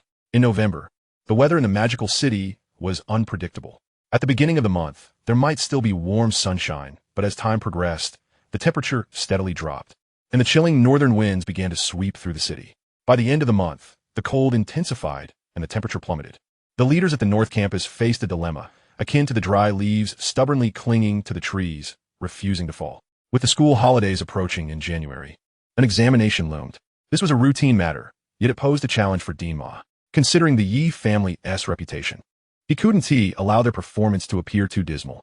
Furthermore, during the last school anniversary gala, Xiaoqiang single-handedly brought prestige to the North Campus, causing him, as the campus dean, to triumph over his colleagues. Deep down, Dean Ma simply hoped Xiaoqiang could pass the exam with dignity. The others had largely guessed Dean Ma's intent, yet executing it proved difficult. How about we lower the difficulty of the questions? The director of education suggested. He just sleeps through class. What difference does it make if the difficulty is lowered? Another chimed in. What if we leak the questions to him? Nonsense. That would ruin the school's reputation. Dean Ma rebuked. Afterward, he pinched his brow, feeling the weight of the situation. After a moment of contemplation, he lifted his head and scanned the room, his gaze landing on Xiaoqiang. Her expression was distinct from the rest. Rather than anxiety, she bore a look of hesitation, as if she had something to say. Director Chun, do you have something on your mind? Dean Ma inquired, prompting the attention of the others to shift towards Chun Xiuan. She hesitated before speaking. I'm just wondering what conditions a direct doctoral student needs? Dean Ma was taken aback. They were discussing Xiaoqiang's exam, so why was she suddenly bringing up direct doctoral students? Let us set that aside for now and focus on resolving this matter first. Yes, the others echoed, thinking Chen Xiuan had a brilliant idea. However, she added, but this is something Xiaoqiang asked me to inquire about. Why does he need to know? If he wants to know, he can ask himself, Dean Ma replied, slightly impatient, not wanting to waste time on trivial matters. What if he is considering applying for the direct doctoral program? Chen Xiuan asked, her face tense. Dean Ma. The others. Chapter 46. Controversies abound. 2 weeks had passed since the anniversary gala at the beginning of November. The buzz surrounding Song Tai had not diminished. Rather, it had intensified. The reason being, despite the time that had elapsed, Song Tai had yet to sign with any talent agency. Numerous rumors circulated online regarding the situation. Some claimed she was prioritizing her studies and temporarily sidelining her pursuit of a singing career, while others suggested she was waiting for a lucrative offer. There were even more outrageous claims that she was being financially supported by Xiaoqiang. The rumors grew increasingly absurd, prompting Song Tai to eventually accept an interview to clear her name. Look quickly, young master, Anya exclaimed, pointing to a news video playing on her phone. In the textile factory, Xiaoqiang had just concluded discussions with Qi Yu regarding the production of the second-generation fiber batteries. He turned to face the screen. In the video, Song Tai was surrounded by a throng of reporters. One reporter, pushing to the front, thrust a microphone in her direction, asking, "What is your relationship with Xiaoqiang?" We're friends. Are you more than friends? Just ordinary friends. Is that song really from him? Yes, I've clarified this multiple times. Are you hesitating to sign because you're being threatened by him? If it's too sensitive to discuss, you could just wink at the camera. What nonsense! Xiaoqiang thought, his frustration mounting. He never coerced anyone, and Anya frowned, pointing at the phone in disbelief at the media's misrepresentation of Song Tai. He stepped onto a chair, pointing at the reporter in the video, and exclaimed, "Which unscrupulous media outlet is slandering me?" Xiaoqiang's voice drew the attention of the crowd. As they grasped the situation, they joined in the denunciation. After a round of vehement cursing, their gazes fell upon the microphone, which prominently displayed the 3 letters, barbecue. Once again, it was this shameless media perpetually concocting falsehoods. Anya recognized the insignia, recalling that it belonged to a British television station. Presently, an intense debate was igniting online. Xiaoqiang observed the comments section, which had surpassed 10,000, yet remained silent. Dear family, who can tell me who Xiaoqiang is? I suspect he is a great songwriter. How do you know? Only someone capable of composing such a divine melody could be deemed great. Indeed, I share that sentiment. This song exists only because it can be heard in the heavens. How often can it be appreciated on earth? Laughable. He is merely a spendthrift. A great songwriter. You say? Are we discussing the same person? I attended the same school as him. What do you think? I believe he squanders money. His authorship of this song is something I can only scoff at. Then why does Song Tai insist that the song was given to him by Xiaoqiang? Who knows where he plagiarized it from? Plagiarized? Just name the original. There is no evidence. It's all just baseless chatter. You wouldn't happen to be from a northern institute, would you? So defensive. People like you can't stand to see others succeed. Always spewing nonsense, slandering without proof. Indeed, I too detest such individuals. If you claim someone has plagiarized, provide evidence. Additionally, I must clarify that I am from Hangqing. I only speak the truth. After perusing several comments, Xiaoqiang closed the page. As the incident continued to escalate, an increasing number of people began to believe that he was indeed the creator of the song. Xiaoqiang appeared indifferent, unconcerned with whether others believed or not. In contrast to his nonchalance, someone else was becoming increasingly troubled. Xiaoqiang sat in her office, lost in thought, surrounded by a plethora of documents. Xiaoqiang observed her trance-like state and remarked, "We have exhausted all our connections to confirm that no one has written this song." Xiaoqiang remained silent, unable to fathom how the mounting evidence pointed to Xiaoqiang as the original composer of this masterpiece. Could it be that this prodigal son possessed musical talent? That possibility could not be dismissed. However, the intertwining of all these events was undeniably peculiar. He casually picked up a discarded research project and, upon acquiring it, achieved success. He invested over 10 million in creating a colossal screen, generating 600 million in added value for the Xia family. He effortlessly produced a song that became an anthem. He held a multitude of projects with immense commercial potential, yet he appeared utterly indifferent, showing no intent to profit from them. Such wastefulness. Miss, should we approach young master Yi regarding Song Tai's contract? Recently, Xiaoqiang would often lapse into a daze whenever matters concerning Yi Xiaoqiang arose. Xiaoqiang had also perused numerous comments online. It was evident that Yi Xiaoqiang could play a significant role in Song Tai's contract. If Song Tai were to be poached by another company, it would not only result in a substantial loss for the Xia Group, but also deliver a substantial gift to their competitors. Xiaoqiang lifted her gaze to meet Xiao Wen's eyes, a flicker of determination crossing her clear eyes. As the weather grew cooler, the last few withered leaves on the outdoor trees relinquished their hold, swept away by the autumn breeze. There is a saying, go with the flow. It is a natural law that must be obeyed. Yi Xiaoqiang withdrew his gaze from the window, landing it on Xiaoqiang's fair and delicate face. Perhaps due to the warmth of the cafe, a faint blush adorned her cheeks, rendering her appearance less frigid. Actually, you wish to become a star, don't you? Yi Xiaoqiang suddenly inquired of Song Tai, who sat beside him. Song Tai nodded gently. Who doesn't harbor a dream of stardom? Yet the sudden fame feels surreal. Then go for it. You can always return if you change your mind. Song Tai turned to look at Yi Xiaoqiang. Once you enter the depths of the entertainment industry, it is not so easy to retreat. However, with Yi Xiaoqiang's words, everything felt different. After all, she was also from a northern institute. I cannot allow my own to suffer any indignities.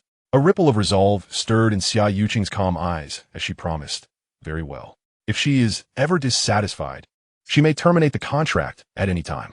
Young master, you are truly a good person. Her previous worries evaporated in an instant, and Song Tai excitedly embraced Yi Xiaoqiang, planting a kiss on his forehead. A moment later, feeling it inappropriate, a blush crept across her sweet face. Yi Xiaoqiang situt in situnut silenge, having never before experienced such a kiss from a beautiful female. Yet, the sensation dissipated too swiftly. His body had no time to react before it vanished. Manager Xiao, did you bring the contract? Yi Xiaoqiang awkwardly inquired, glancing at Xiao Wenkai. Yes, I did. Xiao Wenkai placed the contract on the table. Xiaoqiang turned her head away, her expression seemingly reverting to its cold pallor. Chapter 47. Acquiring the pharmaceutical factory and continuing to waste money. At the Northern Institute of Technology, in the president's office, Dean Ma stared at Yi Xiaoqiang as if he were an extraterrestrial, his eyes wide with disbelief. When Chen Shiyuan spoke, he was skeptical.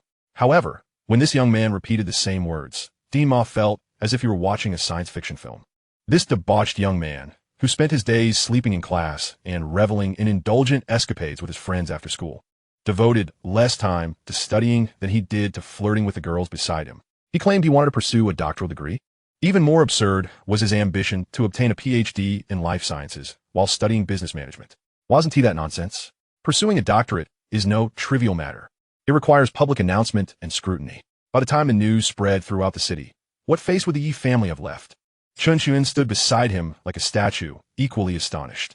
Not only was he attempting to pursue a doctorate, but he was also crossing disciplines. Dean, I have made up my mind. I request your assistance, Yi Xiaoqiang stated with unwavering determination, not sounding like he was joking. You must first complete your undergraduate exams in life sciences to be eligible to apply, Dean Ma reminded him. I kindly ask you to help me apply now. I wish to finish the graduation exams before the winter break, Xiaoqiang said casually, as if he were discussing a meal. Dima, feeling as if he were witnessing a ghost, remained speechless for a moment before asking, "Does your grandfather know?" It had become impossible to make sense of this young man. With less than 2 months left, he intended to complete his graduation exams in an unfamiliar field. Dima no longer wished to engage in conversation with him, and was too lazy to inquire further. As long as Yi Tianlin agreed, it made no difference to him. After all, it was the reputation of the Yi family that was at stake.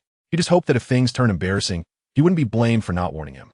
Yi Xiaoqiang, sensing his thoughts, replied, "Rest assured, Dean, I will not keep this from my grandfather. All right, go back and prepare for the graduation exam application. If you have any questions, you can reach out to me or directly to Director Chun," Dima said, casting a glance at Yi Xiaoqiang. There was nothing more he could do to assist. With the graduation exam matter finally resolved, Yi Xiaoqiang was one step closer to completing his task. Yi Xiaoqiang let out a long sigh, his mind rife with grievances. While others possessed systems that provided whatever they desired, his was not only mute, but also required the attainment of a doctorate in life sciences to unlock the corresponding technological formulas.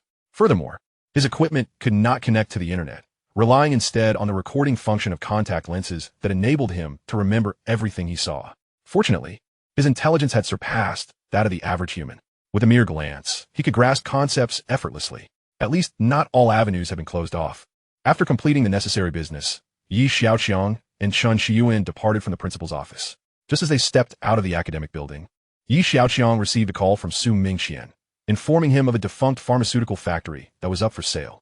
After bidding farewell to Chun Shiyuan, he gathered his entourage and set off in a luxurious convoy towards the suburbs, approximately 30 kilometers away. 30 kilometers later, at Tianlin Pharmaceutical Factory, a weary middle-aged man with dull eyes leaned against a woman, exhaustion etched across his face. The woman cradled his head in her hands, her eyes brimming with tears. Perhaps this is his fate. "Morning sun, you have done your utmost, but you must not sacrifice yourself as well. If something were to happen to you, what would I do?" Her words trailed off, and her tears cascaded down like pearls slipping from a broken string.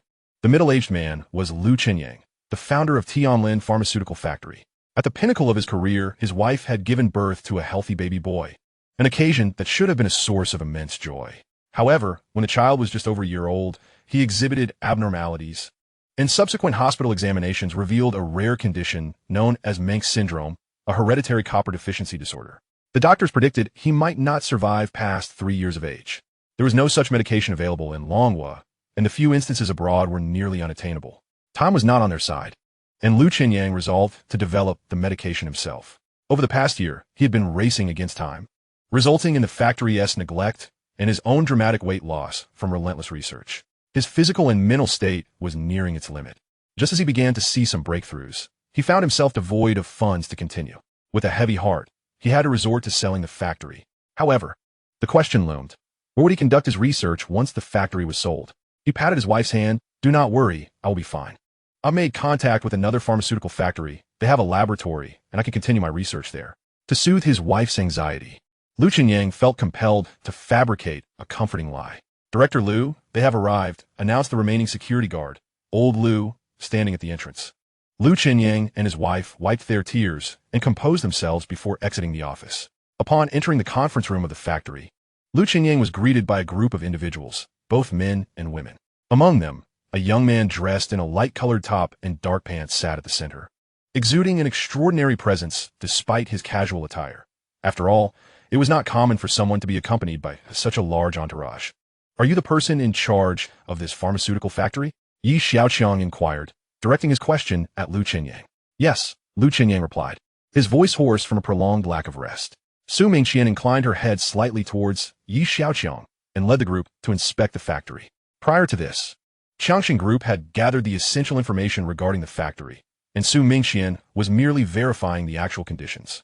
The assessment did not take long, and the valuation results were soon presented to Yi Xiaoqiang. Yi Xiaoqiang glanced through the documents and turned to Lu Qinyang. "What is the asking price?" "5 million. To be paid in full," Lu Qinyang replied through gritted teeth, a pang of pain evident in his voice. Yi Xiaoqiang's gaze flickered. This factory was valued at 12 million. Why was it being sold for so little? "I need the money urgently. Isn't this the outcome you desired?" Lu Qinyang's lips curled into a bitter smile. A cadre of capitalists, eager to seize an opportunity, yet they still questioned him. Yi Xiaoqiang remained indifferent. Su Mingqian whispered, "The Lin family has been eyeing this factory. Seeing that Lu Qinyang is desperate, they are deliberately driving the price down." It then dawned on Yi Xiaoqiang that Lu Qinyang had mistaken him for someone from the Lin family. The pharmaceutical industry was a pillar for the Lin family, and buyers capable of producing such a sum were exceedingly rare. Moreover, not every entity excelled in pharmaceutical ventures. Had it not been for Yi Xiaoqiang's interest, Xia Group would not have even considered this matter. Subsequently, Su Mingqian presented Lu Qinyang's detailed information to Yi Xiaoqiang.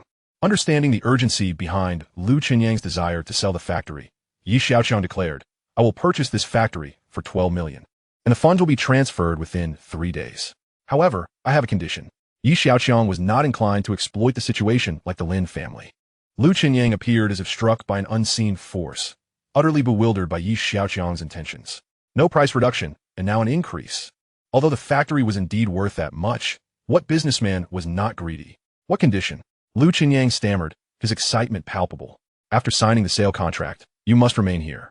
Of course, you will still have access to the laboratory." Lu Qinyang felt as though he had been struck by lightning, standing there in shock. Purchasing his factory at the original price was already a source of immense joy. This was money that could save lives. He had thought to secure the funds and quickly find another laboratory to continue his research, only to discover that this individual was allowing him to keep using the existing facilities. Had he encountered a living bodhisattva today, he would not only agree to stay, but would even give his life if necessary. "I agree, but I must first develop this medication. My son is counting on it." At that moment, Lu Qinyang's vision blurred, unable to distinguish between gratitude and excitement. Yi Xiaoqiang looked at the weary Lu Qinyang and said, "However, you must rest well. If you were to succumb, how could you fulfill your promise? Su Jia, please help him find additional support from the headhunting agency." With that, Yi Xiaoqiang rose and departed from the pharmaceutical factory. Lu Qinyang and his wife stood speechless, rooted to the spot, until they could only see Yi Xiaoqiang's fading silhouette, at which point they knelt in that direction. As Yi Xiaoqiang walked ahead, Su Mingqian and the others followed closely behind. "How much do I have left in the investment fund?" Yi Xiaoqiang suddenly inquired of Su Mingqian. Su Mingqian, still lost in thought from the earlier scene, was jolted back to reality by Yi Xiaoqiang's question. The earlier moment had deeply moved her. She had not expected Yi Xiaoqiang to not only refrain from taking advantage of Lu Qinyang, but to repeatedly assist him. This young master possessed a surprising depth of compassion. "Excluding this purchase, you have spent 18 million, leaving 980 million. Su Mingqian had now become Yi Xiaoqiang's investment assistant. Yi Xiaoqiang mentally jalgulated. Even with the addition of this pharmaceutical factory, it amounted to just over 30 million, still falling short of 50 million. He was not anxious, as many projects requiring funding lay ahead. Everything was merely in its infancy. In December, the list of students applying for early graduation examinations at Jiaotong University was announced. The bulletin board was crowded with onlookers.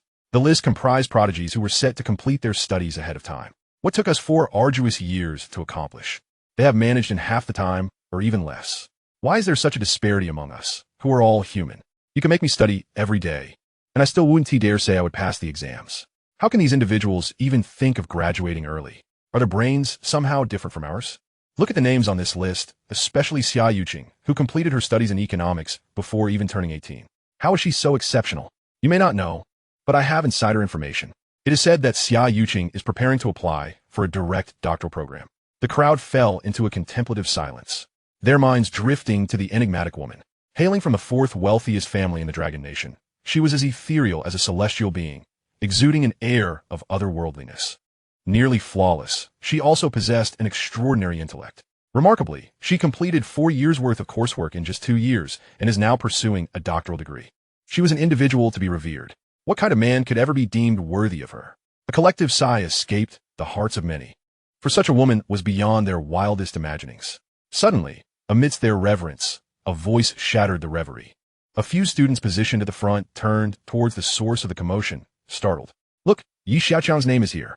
One exclaimed, "Are you seeing things? This is the list for the early graduation examination. Indeed, it's in black and white, right here." The crowd was left dumbfounded. Although Yi Xiaoqiang had allowed the North Campus to bask in pride momentarily, no one truly believed in his capabilities. They hardly knew him. How could academics ever be associated with him? Surely, there had been an error on the part of the list compiler. A few inquisitive individuals whipped out their phones to verify online. To their astonishment, Xiaoqiang's name appeared prominently. Wait a moment. How is this even possible? As the crowd remained in a state of bewilderment, another voice chimed in. Hey look, Xiaoqiang isn't applying for early graduation in business management, but in life sciences.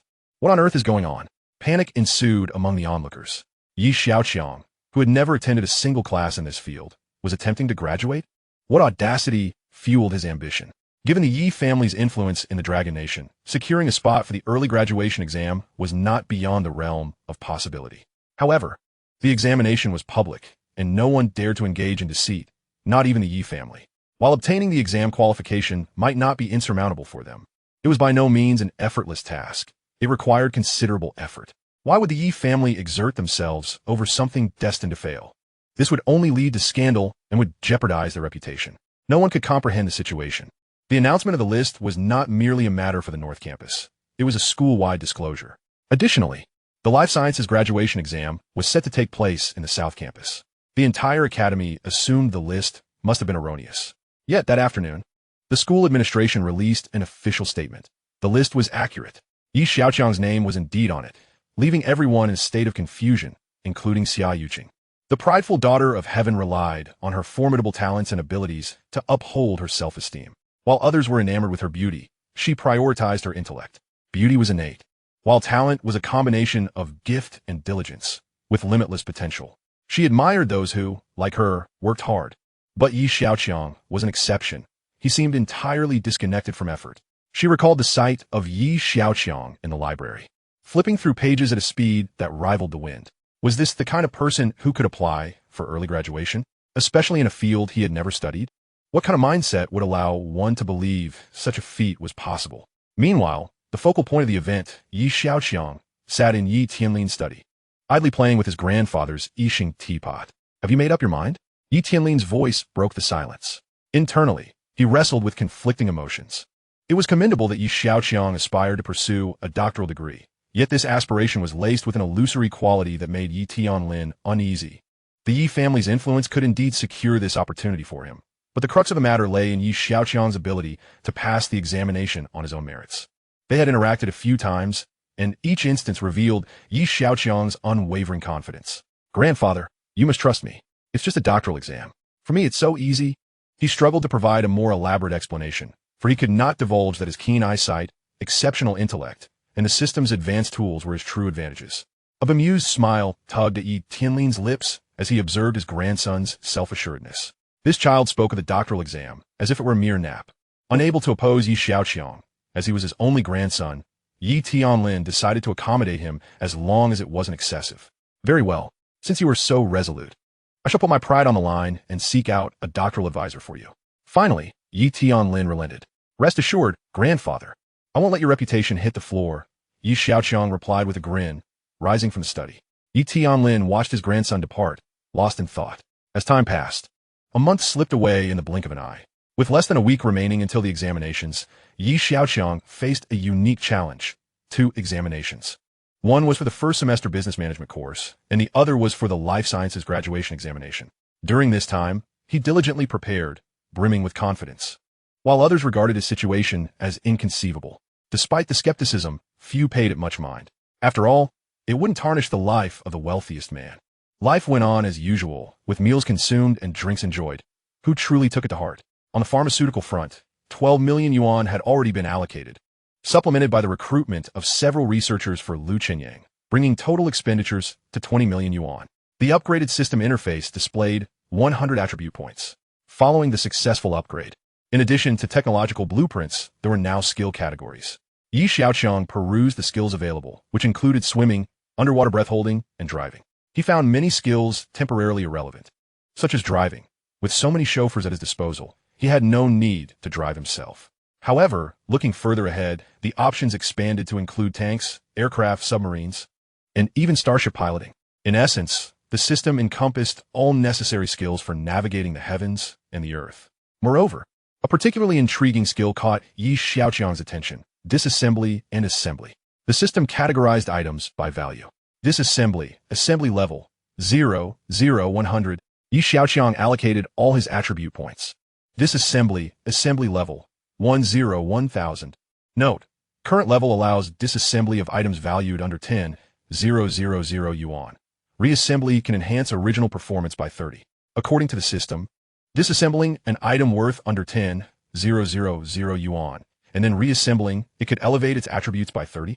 Xiaoqiang pondered this revelation.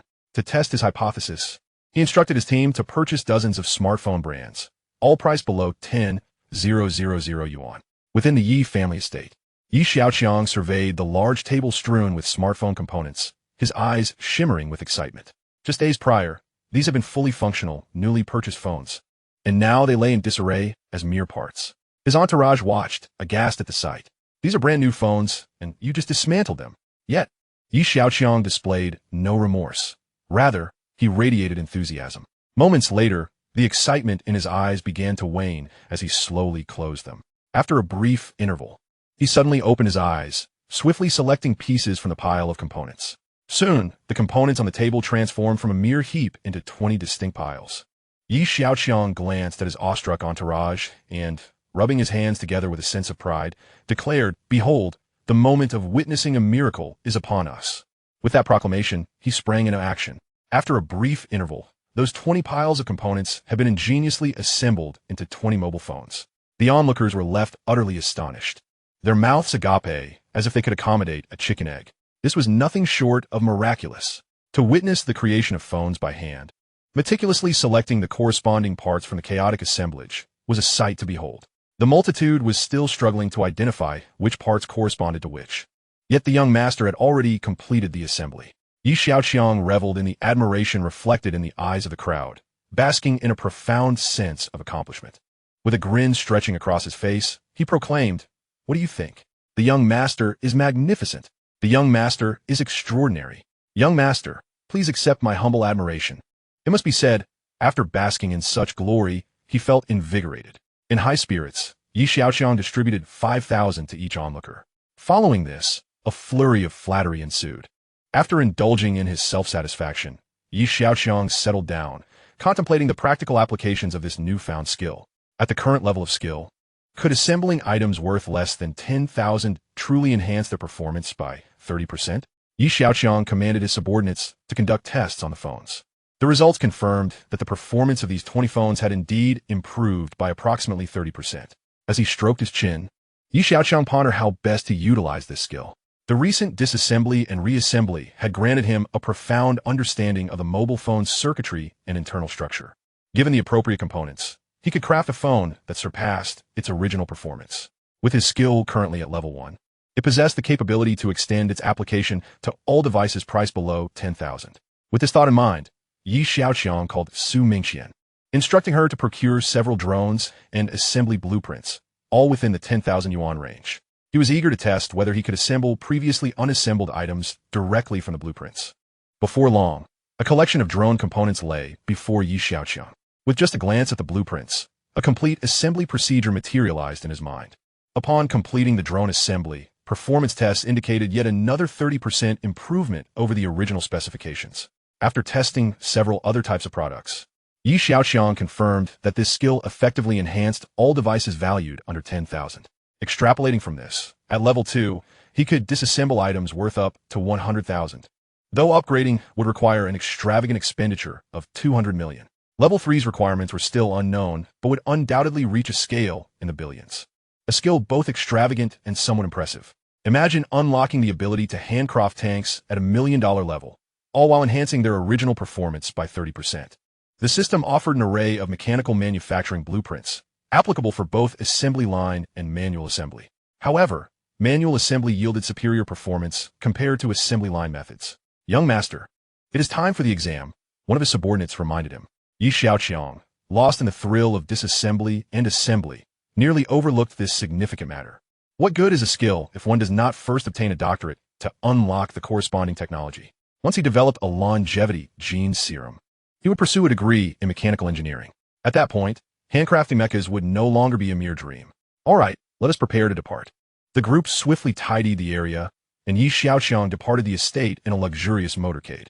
Tianlin stood on the upper floor, observing the jovial young people in the courtyard, a smile gracing his features.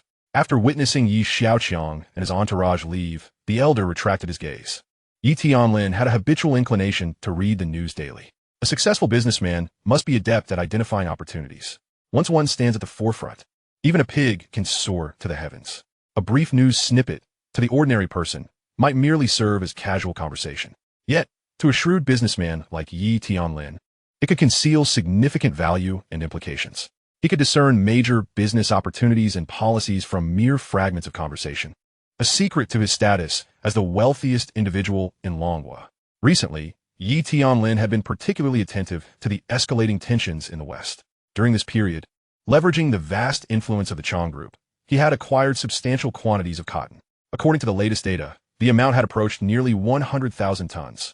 Suddenly, a news flash caused his pupils to constrict. War had indeed broken out in the western regions. Chapter 50. The lavish life is the wake-up call. In the North Campus of Jiaotong University, Class 3 of Business Management, the supervising instructor paced back and forth on the podium, his expression grim. A sealed envelope containing the examination papers lay atop the podium. Surveillance cameras dotted the corners of the classroom, ensuring a comprehensive 360-degree monitoring of the entire class. The seating was nearly filled with examinees, with only 6 seats remaining vacant. With approximately 10 minutes to go before the exam commenced, where was Xiao? Surely he hadn't overslept? With so many subordinates, how could he possibly have overslept? Yet, why was he still absent? You ask me, and I ask whom? The students in the class were growing increasingly anxious when 5 individuals appeared at the classroom door, none other than Yi Xiaoqiang's 5 roommates. Where's Yi Xiao? One student inquired, noticing the 5, but not spotting Yi Xiaoqiang. His 3rd roommate hesitated, recalling the scene on the playground. On the playground, the 4 young masters of the North Campus had blocked Yi Xiaoqiang's path, concerned that their 5-member team might delay the exam. Yi Xiaoqiang had urged them to proceed without him.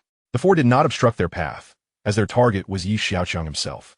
Yi Xiaoqiang cast a sidelong glance at the quartet, realizing they were merely stalling for time, knowing full well they lacked the courage to act. He understood their intent was to make him late for the exam. Today was merely a final examination. What was their game? The vast playground was now left with just the 5 of them. Whether they approached him with force or persuasion, he was no mere clay figure to be molded. Hey, Yi Xiao, don't misunderstand. We simply believe you're wasting valuable time, one of them sneered. What do you mean? Yi Xiaoqiang suintet, demanding clarification. Whether you go or stay, the outcome remains unchanged. Why bother? Xia Tingfeng scoffed. Your ancestors must have been street vendors. Given your knack for calculations, Yi Xiaoqiang replied, feigning astonishment. You think you could take me on? Xia Tingfeng retorted, pointing a finger at Yi Xiaoqiang. You might want to reconsider your courage. If something were to happen to me, your family might not be able to afford the consequences. Yi Xiaoqiang felt no trepidation. If it came to blows, he could easily handle them alone, even facing all 4 simultaneously. However, he was confident that Xia Tingfeng lacked the audacity to strike. Given his family's wealth in the hundreds of millions, the other 3, sensing Xia Tingfeng's impulsiveness, quickly pulled him back. They quickly reached a silent agreement. Regardless of their combined strength, they were no match for the Yi family today. Their objective was simple, to stall as long as possible. In essence, they were merely trying to irritate him without any real intent to harm. Yi Xiao, exams are so dull. Why not indulge in some immediate pleasure? There's a great spot nearby, and the ladies are quite appealing, one of them suggested. As the time approached, Yi Xiaoqiang decided it was time to end the charade. Without waiting for Lei Xiao to finish his sentence, Yi Xiaoqiang strode forward, showing no intention of avoiding an encounter. In the final moments, Xia Tingfeng hastily stepped aside, watching Yi Xiaoqiang depart into the distance. Despite the profound resentment brewing within him, he dared not confront Yi Xiaoqiang directly. Yi Xiaoqiang, I await the spectacle of your downfall, he muttered through clenched teeth.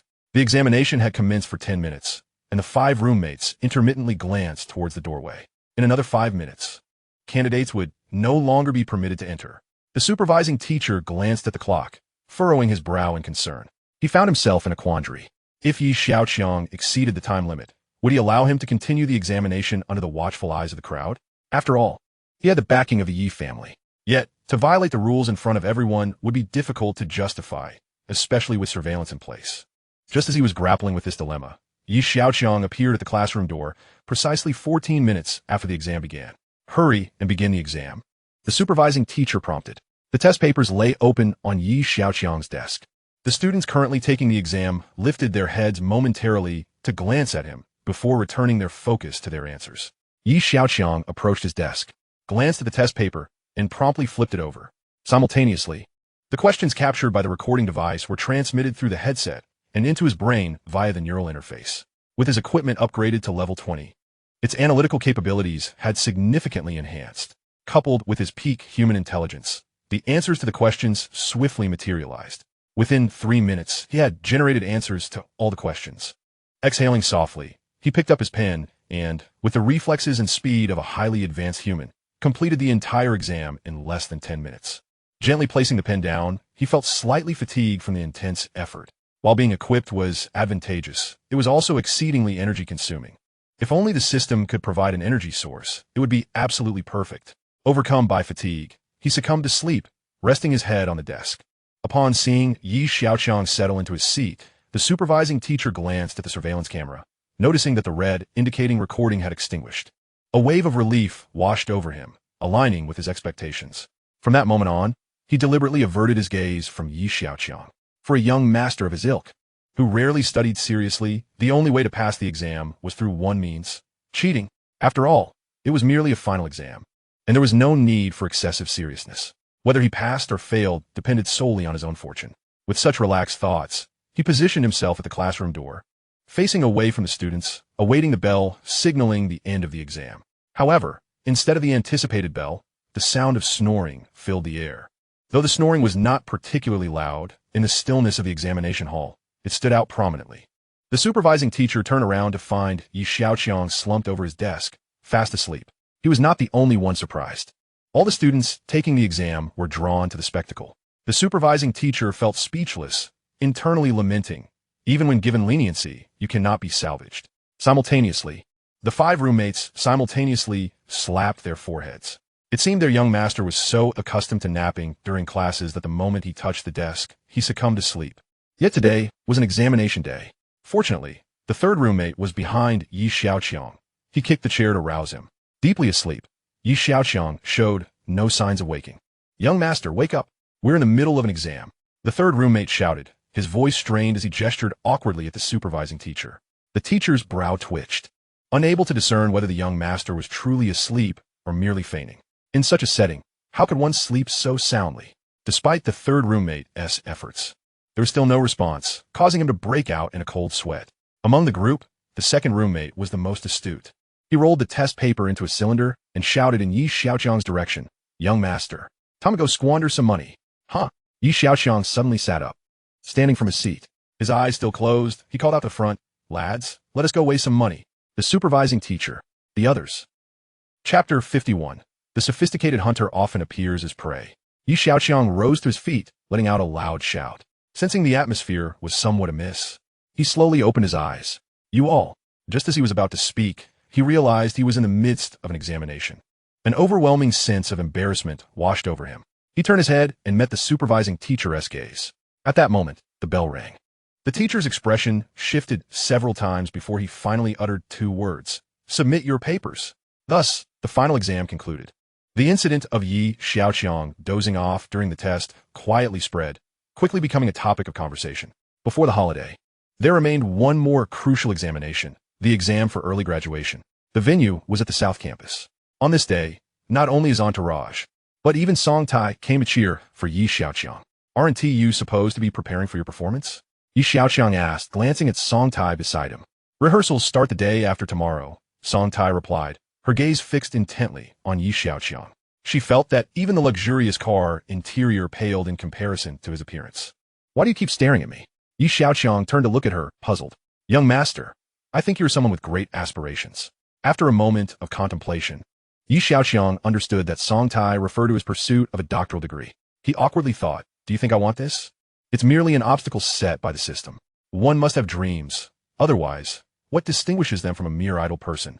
Song Tai was momentarily taken aback, then burst into laughter. "Young master, you truly have a sense of humor. However, your words are quite philosophical.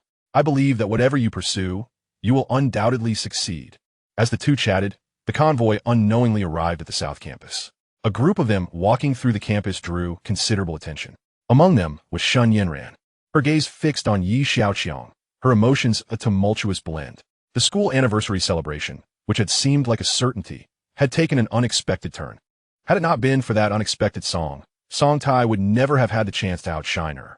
That song had been penned by none other than Xiaoqiang himself. During this time, She could not fathom it. How could a carefree young master effortlessly produce a stunning piece of music? Initially, like everyone else, she had assumed the song was plagiarized. Yet months passed, and no one had come forward to expose him. Although her heart harbored doubts, the reality remained. It was astonishing that he could create a song that shocked the nation. What kind of person was he? After wrestling with her inner turmoil for a long while, Shen Yinran stepped out from the crowd, making her way toward Yi Xiaoqiang. Isn't that Shen Yinran? It seems she's heading towards Yi Xiaoqiang. Could it be that even she has succumbed to wealth? Look at those surrounding Yi Xiaoqiang, the 12 beauties and the already signed star, Song Tai. Now even our campus flower has yielded? Honestly, although I've cursed him countless times behind his back, I genuinely wish I could lead such a loathsome life. Sigh. I finally understand the saying from the North Campus. Neither envious of the Mandarin ducks nor the immortals, but envious of the young master every day. Yi Xiao truly has a way with people. Even during exams, he has so many supporters cheering him on. Shen Yinran approached Yi Xiaoqiang, her beautiful eyes scanning the group, and spoke with a light laugh. Yi Xiaoqiang cast a glance at her, and a multitude of chaotic analytical data materialized before his eyes. The ultimate conclusion was, this woman possessed a flawless figure and a score of 9 in appearance. The rating for the 12 beauties was 85, with figures like Song Tai and the lady before him both exceeding 9. From the data, Yi Xiaoqiang deduced her identity. You are Shen Yinran? He inquired. Shen Yinran smiled gently. I never expected that young master Yi would know my name. Dongqin, Sihue, Beish. Nanwu, who at Jiaodong University is unaware of me. Yi Xiaoqiang pondered, wondering if she had come to confront him for overshadowing her at the gala. Rumor had it that the song Song Tai performed at the anniversary celebration was plagiarized by Yi Xiaoqiang, a claim he found hard to believe. Shen Yinran, casting a sidelong glance at Song Tai, remarked, I cannot believe that someone who can doze off during exams could possibly compose a masterpiece. Just as she finished her sentence, another voice chimed in. It was Qin Lang. Unless he writes a song for us on the spot, I won't believe it. I wonder if young master Yi dares. Qin Lang approached, flanked by 7 or 8 companions who echoed, yes.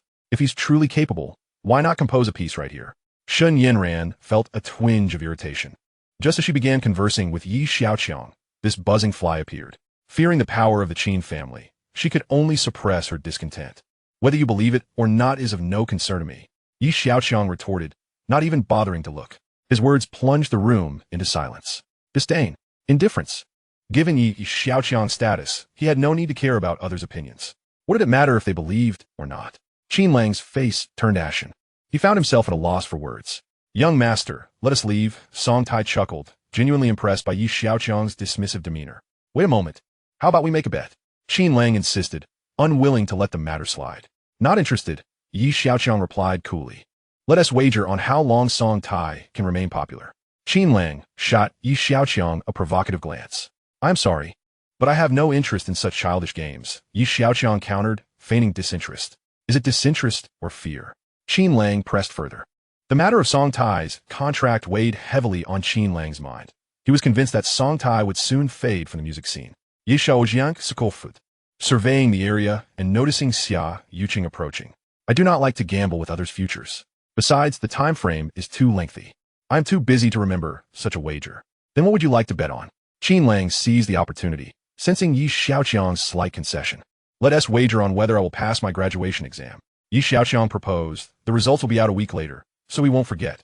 Song Tai appeared anxious, shaking his head vigorously in disapproval. Qin Lang's heart leaped with joy. If such a person passes, I will change my surname to something else. Do you dare to bet? Qin Lang believed Yi Xiaoqiang had lost his mind. Just give me a straightforward answer. Bet or not? Yi Xiaoqiang replied with evident impatience. You bet. Why not? If you are not afraid, why should I be? What are the terms? Yi Xiaoqiang noted that he had hooked a fish and felt a surge of delight.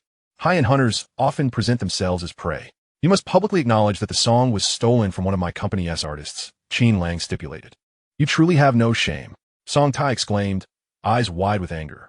Shen Yinran also shook her head lightly, realizing that dignity was of little importance to the Qin family. Xiaoqiang's voice rang out from behind Qin Lang. Unbeknownst to him, she had overheard their exchange. Yet, he thought it inconsequential. Once he brought down the Yi family, Xiaoqiang would eventually become his plaything. And if you lose? Yi Xiaoqiang countered, observing the sly look in Qin Lang's eyes. Chapter 52, Camel, I said it.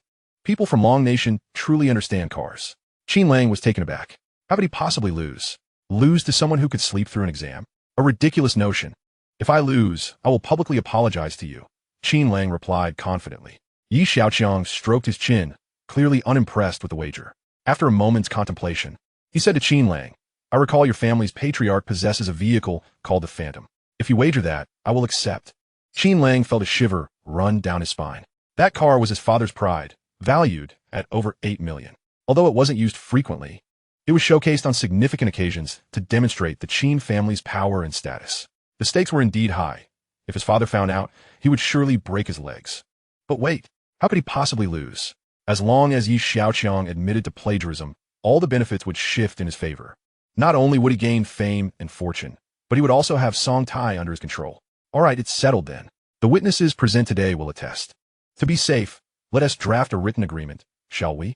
Qin Lang, desperate not to miss this opportunity, was determined to leave Xiaoqiang no room for denial. Xiaoqiang shrugged indifferently, as you wish. Qin Lang's subordinates swiftly produced paper and pen, with another bending down to serve as a table.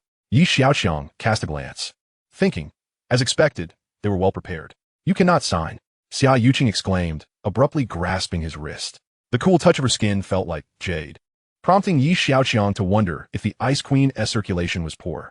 He turned to meet her gaze, grinning. Are you worried I might lose? I'm not, she stammered, pulling back her hand as if shocked. Song Tai stood anxiously nearby, mouth agape, but unable to voice his thoughts, knowing that once Xiaoqiang made a decision, it would not easily change. With a flourish, Xiaoqiang signed his name. Qin Lang collected the agreement, producing 2 copies, one for each party. We shall meet again in a week, he declared, leaving with a triumphant smile and his entourage. Xiaoqiang glanced at those around him. All right, I am off to take the exam. Remember to come watch the show in a week. Amidst the astonished gazes of the crowd, Xiaoqiang strode towards the examination hall. 3 days later, during the final exam, Xiaoqiang was once again the first to rise and submit his paper. Throughout these days of examinations, he had consistently been the first to finish. The other students had grown accustomed to this pattern. Those who submitted their papers first typically fell into one of 2 categories, either the academically challenged or the top scholars. Judging by the reactions of the faculty and students present, Xiaoqiang undoubtedly belonged to the former. However, with his strong mentality, he was utterly indifferent. After submitting his paper, he exited the examination hall. Upon seeing him emerge, his entourage rushed forward. Congratulations, young master, on successfully completing the exam. We're next for some fun. The third member inquired. Xiaoqiang, hand in his pockets, gazed up at the clouds in the sky and grinned, off to buy a car. The group followed him to the vehicle, which drove towards the Yi family's private airport. A medium-sized private jet awaited on the runway. The flight attendant cast a fleeting glance at the group behind Xiaoqiang, her brow furrowing slightly. With a tone of utmost respect, she addressed him, Young Master Yi. This aircraft can accommodate a maximum of only 16 passengers. Xiaoqiang comprehended her implication. Excluding the 2 flight attendants, only 14 seats remained, which meant he could only bring 13 companions along. After selecting the appropriate entourage, they boarded the plane. The Gulfstream G650, valued at over 300 million, accelerated down the runway and gradually ascended into the sky. Xiaoqiang's destination was the affluent land of Camel Country, renowned as a paradise for luxury automobiles. The entire journey would take approximately 8 hours. He reclined his seat, flanked by 2 elegant ladies, each gently massaging a leg. Perhaps their techniques had improved, for Xiaoqiang soon succumbed to slumber. Meanwhile, the other attendants were brimming with excitement, leaning against the window to gaze at the sea of clouds, appearing as though they had never encountered such grandeur before. The Yi family had made prior arrangements with their counterparts.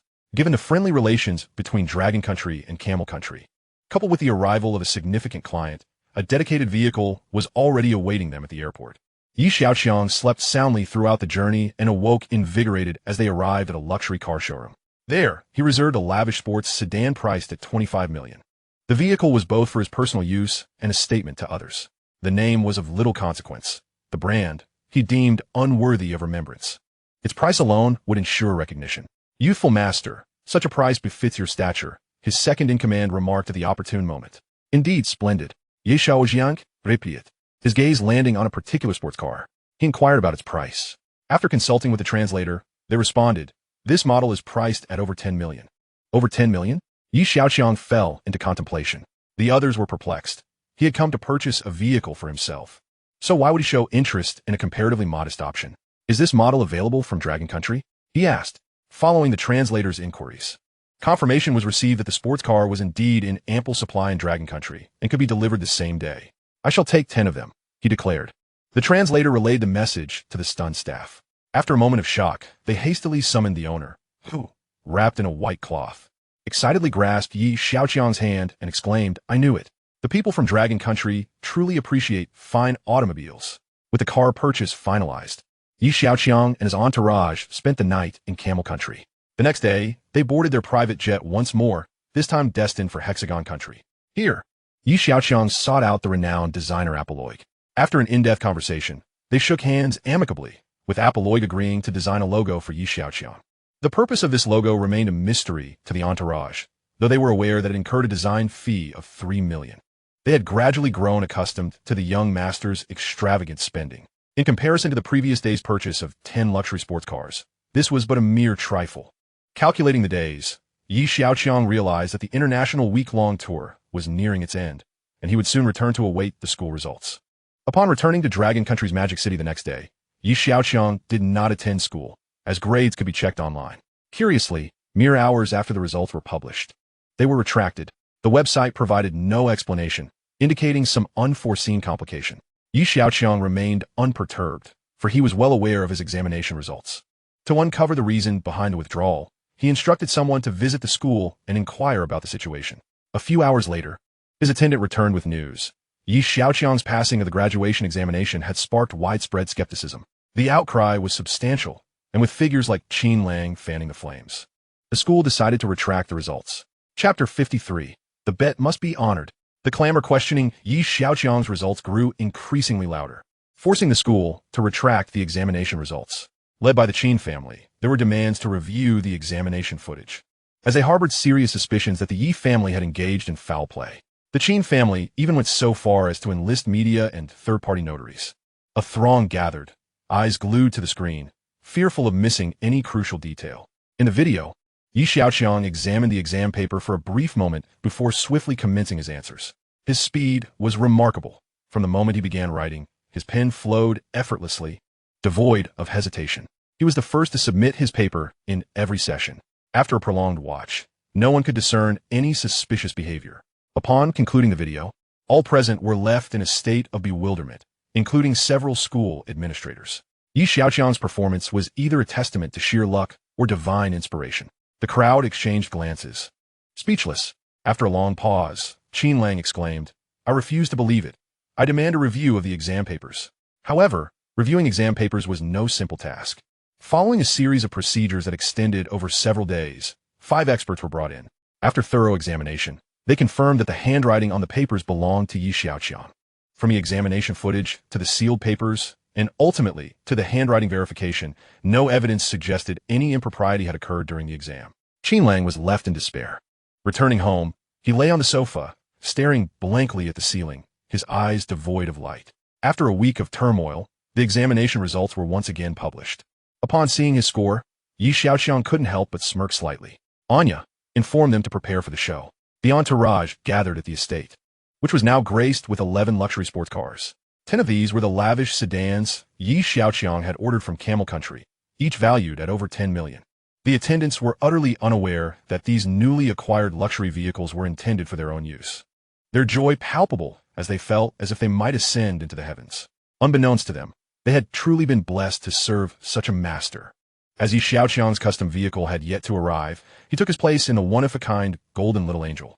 With everyone ready, this luxurious convoy set off.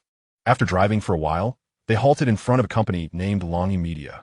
Wealthy families often encourage their children to establish companies to hone their management skills, evaluating their capabilities based on operational performance.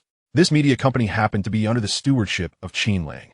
As the vehicle came to a stop, Xiaoqiang pressed a button nearby, causing the window curtains to slowly part. Glancing at the bold characters spelling Longy Media, he surveyed the surroundings and noticed that vehicles from the Xia and Shun families had also arrived.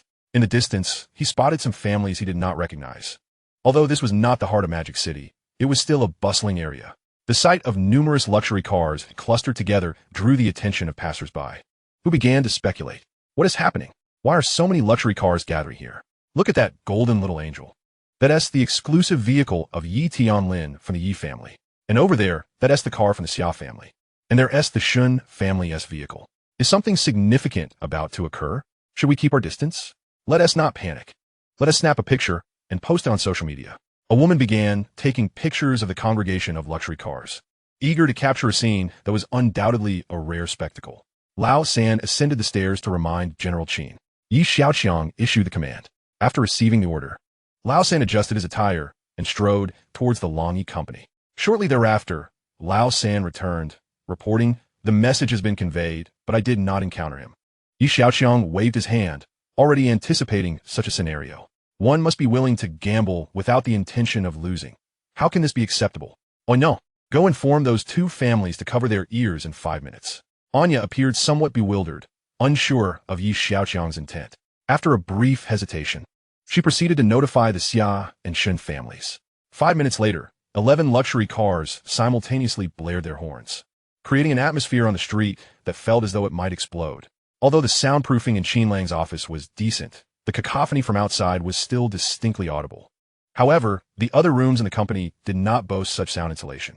Not to mention the employees within the company, the clients were undoubtedly disturbed. They peered out, and upon recognizing the Yi family's vehicles, the curses that had nearly escaped their lips were abruptly swallowed. They were not to be trifled with. Many individuals began to leave the company one after another, while passers-by covered their ears, unwilling to depart, eagerly awaiting the spectacle. Soon, Qinlang could no longer remain seated. In less than 10 minutes, he appeared outside the first-floor entrance. "What do you mean, Yi Xiaoqiang?" Qinlang glared at the golden little angel, certain that Yi Tianlin could not possibly be inside. The car door swung open, and Yi Xiaoqiang alighted. "I am merely reminding young Master Qin that it is time to fulfill the wager." Yi Xiaoqiang's words drained the color from Qinlang's face. "Shall we change the stakes? You set the conditions." Qinlang's tone softened. The two stood in close proximity, their voices low. Qinlang merely wished to quell the matter. The Xiaoqiang was not only his father's vehicle, but also a matter of pride for the Qin family. At this, Yi Xiaoqiang let out a cold snort. "If you were to win today, would you allow me to change the stakes?" Qinlang's complexion paled further. He understood that Yi Xiaoqiang would not relent today. "Very well. You are indeed ruthless."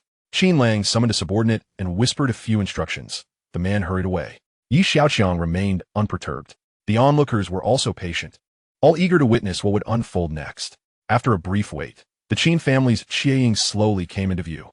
"Look, isn't that the Qin family's Xiaoqiang?" someone exclaimed. "I remember now. Today is the day Yi Xiaoqiang and Qinlang must honor their wager." "Wager? What wager?" "They bet that if Qinlang lost, the stake would be this very Xiaoqiang." "No way. Is it really that thrilling? That's over 8 million for a luxury car, just like that." "Hey, did you notice the cars that Yi Xiaoqiang's subordinates are sitting in? They look quite new, perhaps just purchased." I just posted on social media. A friend commented that it's this year's latest GT62S, worth over 10 million. What? That can't be right. How could his subordinates be driving such expensive cars? Check for yourself. The group quickly searched, their mouths agape in astonishment. Yi Xiaoqiang truly lived up to his reputation as the most extravagant heir. His subordinates were driving cars worth over 10 million each. Once the Xiaoqiang came to a stop, the driver exited the vehicle and approached Qinlang. "Here are the keys." Qinlang gritted through clenched teeth. The man paused, momentarily dazed, before turning and handing the car keys to Yi Xiaoqiang. Yi Xiaoqiang took the keys, toyed with them for a moment, then walked towards the Xiaoqiang. Circling the vehicle, he inquired of his entourage, "Who among you desires this car?" Chapter 54. Smash this 8 million piece of junk. The 30 subordinates glanced at the Xiaoqiang and uniformly shook their heads. Is this 8 million vehicle truly as desirable as the one we currently have beneath us? Furthermore, if they couldn't discern Yi Xiaoqiang's intentions at this moment, they might as well pack their bags and leave. Aren't these people a bit foolish? This is a Xiaoqiang and they don't want it? Hey, why are you hitting me? Is it any wonder you can't be one of his subordinates, lacking any discernment? At this moment, everyone present was curious about how Yi Xiaoqiang would handle a car. Since none of you want it, then smash this 8 million piece of junk. Yi Xiaoqiang shuruk helplessly, and after speaking, turned to re-enter the vehicle. Qinlang. The crowd, the 18 male subordinates, were momentarily stunned. Lao Si stepped forward to inquire, "Young master, we lack tools. Then go buy some. Is that really a question?" Before Yi Xiaoqiang could respond, Anya retorted angrily.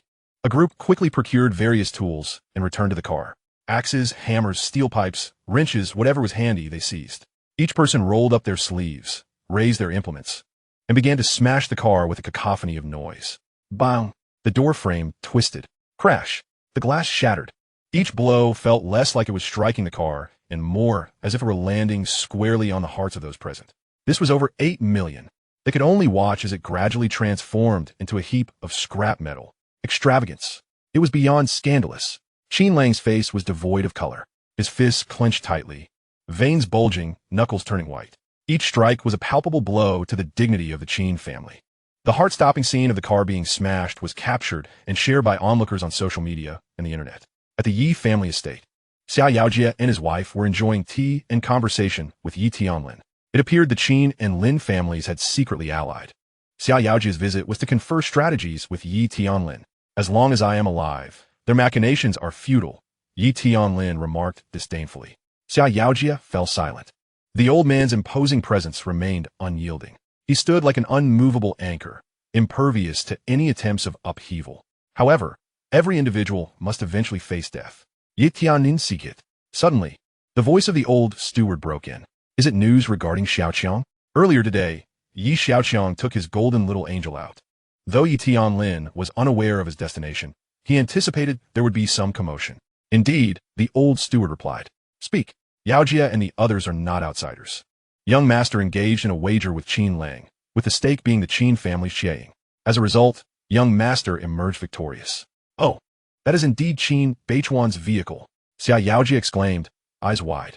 However, the old steward glanced at the three and continued, young master smashed that car on the spot. Xiaoqiang, Xiaoqiang, ha ha ha. Yi Tianlin was momentarily taken aback before bursting into laughter. Excellent, excellent. This will surely turn Qin Beichuan's face green with rage. As he laughed heartily, Yi Tianlin couldn't help but cough. He pulled out a handkerchief to wipe his mouth. Xiaoqiang suddenly noticed something crimson on the handkerchief. Old master, the doctor advised you to control your emotions and not strain yourself, the old steward expressed with concern. No need, no need. Every person must face death, eventually. Yi Tianlin replied, folding the handkerchief and placing it in his pocket. He then addressed Xiaoqiang. I heard that last time. Yi Xiaoqiang's advertisement for your Xia family increased your market value by 600 million. Yes. I refunded the money for the screens, but he got quite upset with me. Xiaoqiang replied, puzzled by Yi Tianlin's sudden mention of the matter. He was acutely aware that every word from the old man carried profound meaning. There was nothing casual about his utterances. As you know, my grandson has quite the reputation for being a spendthrift. However, he is my only grandson, and I cannot chastise or discipline him. What troubles me now is his utter lack of restraint in spending. How shall we navigate this predicament? Yi Tianlin's face was etched with concern. Xiaoqiang's gaze flickered momentarily before he nodded slightly. Reflecting on our youth, we too were somewhat unruly. It was only after establishing families that we learned to focus on our careers. Truly, the ancient adage holds, one must first marry to build a career. Yet, I wonder if I will be able to endure until Xiaoqiang finds a partner. Upon reaching this thought, Yi Tianlin could not help but heave a sigh. That will not be the case. You will surely live a long life and witness Xiaoqiang wed, Xiaoqiang replied, echoing his sentiments. Yi Tianlin managed a wry smile, waving his hand in weariness. I'm a bit tired. You all carry on. We must return to the company. Old sir, we shall take our leave, the Xia couple said, rising from their seats. Upon receiving a nod from Yi Tianlin, they turned to depart from the Yi family villa.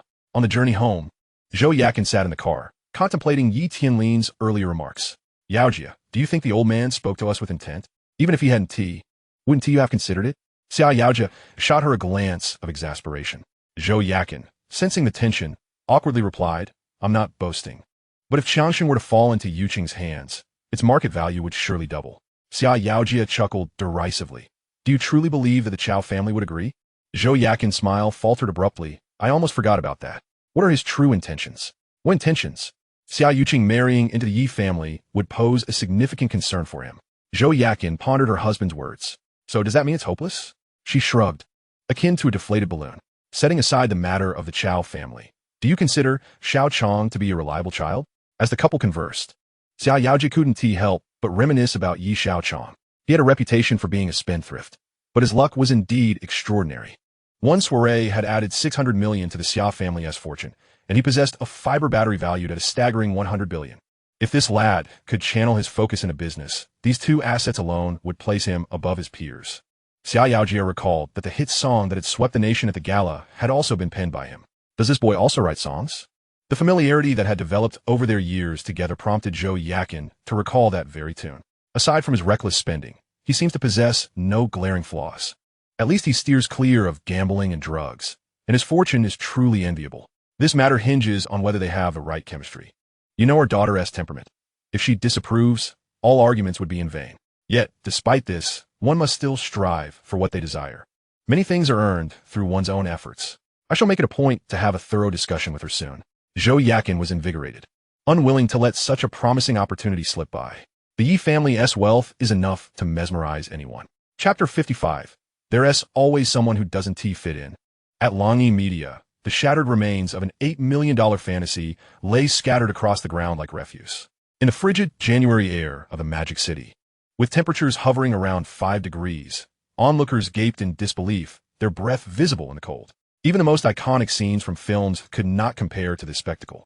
The 18 individuals smashing the car donned only flimsy shirts, soaked through with sweat, yet no one dared to slack off. Failure to exert effort would result in no reward. Unsure if they had met the young master's expectations, they glanced back at the golden little angel. Well done. Each of you will receive 5,000. Xiaoqiang's voice was not loud, yet his female companions amplified his words, relaying the message to the crowd. The spectators were stunned. There was a reward for smashing the car. 18 people, 90,000. What pained the onlookers was the realization that they could not earn that 5,000. Only those who served under Xiaoqiang were eligible for the reward. Yet, with only 30 spots available, securing a position was more challenging than entering Xiaoqiang Group. Xiaoqiang peered through the car window at the heap of scrap metal, her eyes flickering with intrigue. Xiaoqiang was ruthless and decisive, a trait that rivaled even Yi Tianlin. The 18 individuals, relieved by the young master's praise, felt an immense weight lift from their shoulders.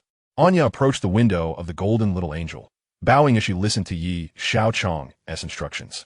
After a brief moment, she conveyed a message to the Shun and Xia family vehicles before returning to her own. The Yi family promptly started entering their vehicles, and moments later, their convoy gradually departed from Longyi Media. As soon as the Yi family's convoy left, the Shun family's car followed closely behind, with the Xia family's vehicle trailing as well. Inside the car, Xiaoqiang smiled at the additional 44 points displayed on the system interface. His previous trip to Camel Country had netted him 500 attribute points, and now he unexpectedly acquired another 44. By calculation, the car's value was 880,000. What surprised Xiaoqiang was that this expenditure also counted as reckless spending. This assembly level 1544100. Xiaoqiang glanced at his skill level, noting that he required 456 points to reach level 2, at which point he would be able to assemble items under 100,000.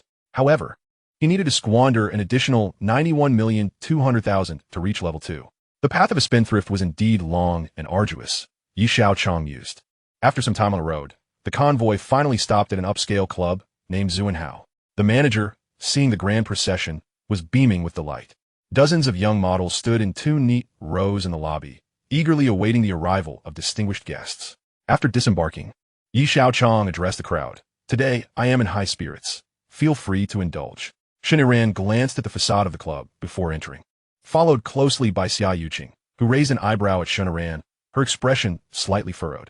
The club manager eyed Xiaoqiang's entourage, his eyebrows twitching with excitement. The beauties surrounding this young man were far more alluring than those within the club, especially the last two, who exuded an air of nobility. While it was common to see patrons bringing their own drinks to consume, this was the first time he had seen someone bring in ladies to enjoy. The manager waved his hand to dismiss the models, signaling that they could step aside. You must first open a membership before you can make a purchase, the manager explained. I want the largest private room. Xiaoqiang disregarded the manager's words. Additionally, I will take all the fine wines priced over 1,000. With that, Xiaoqiang led the group inside. Only Anya remained at the bar to handle the payment. After completing the transaction, Anya proceeded toward the private room. The manager turned to a server, inquiring, "Did you notice what kind of cars this group arrived in?"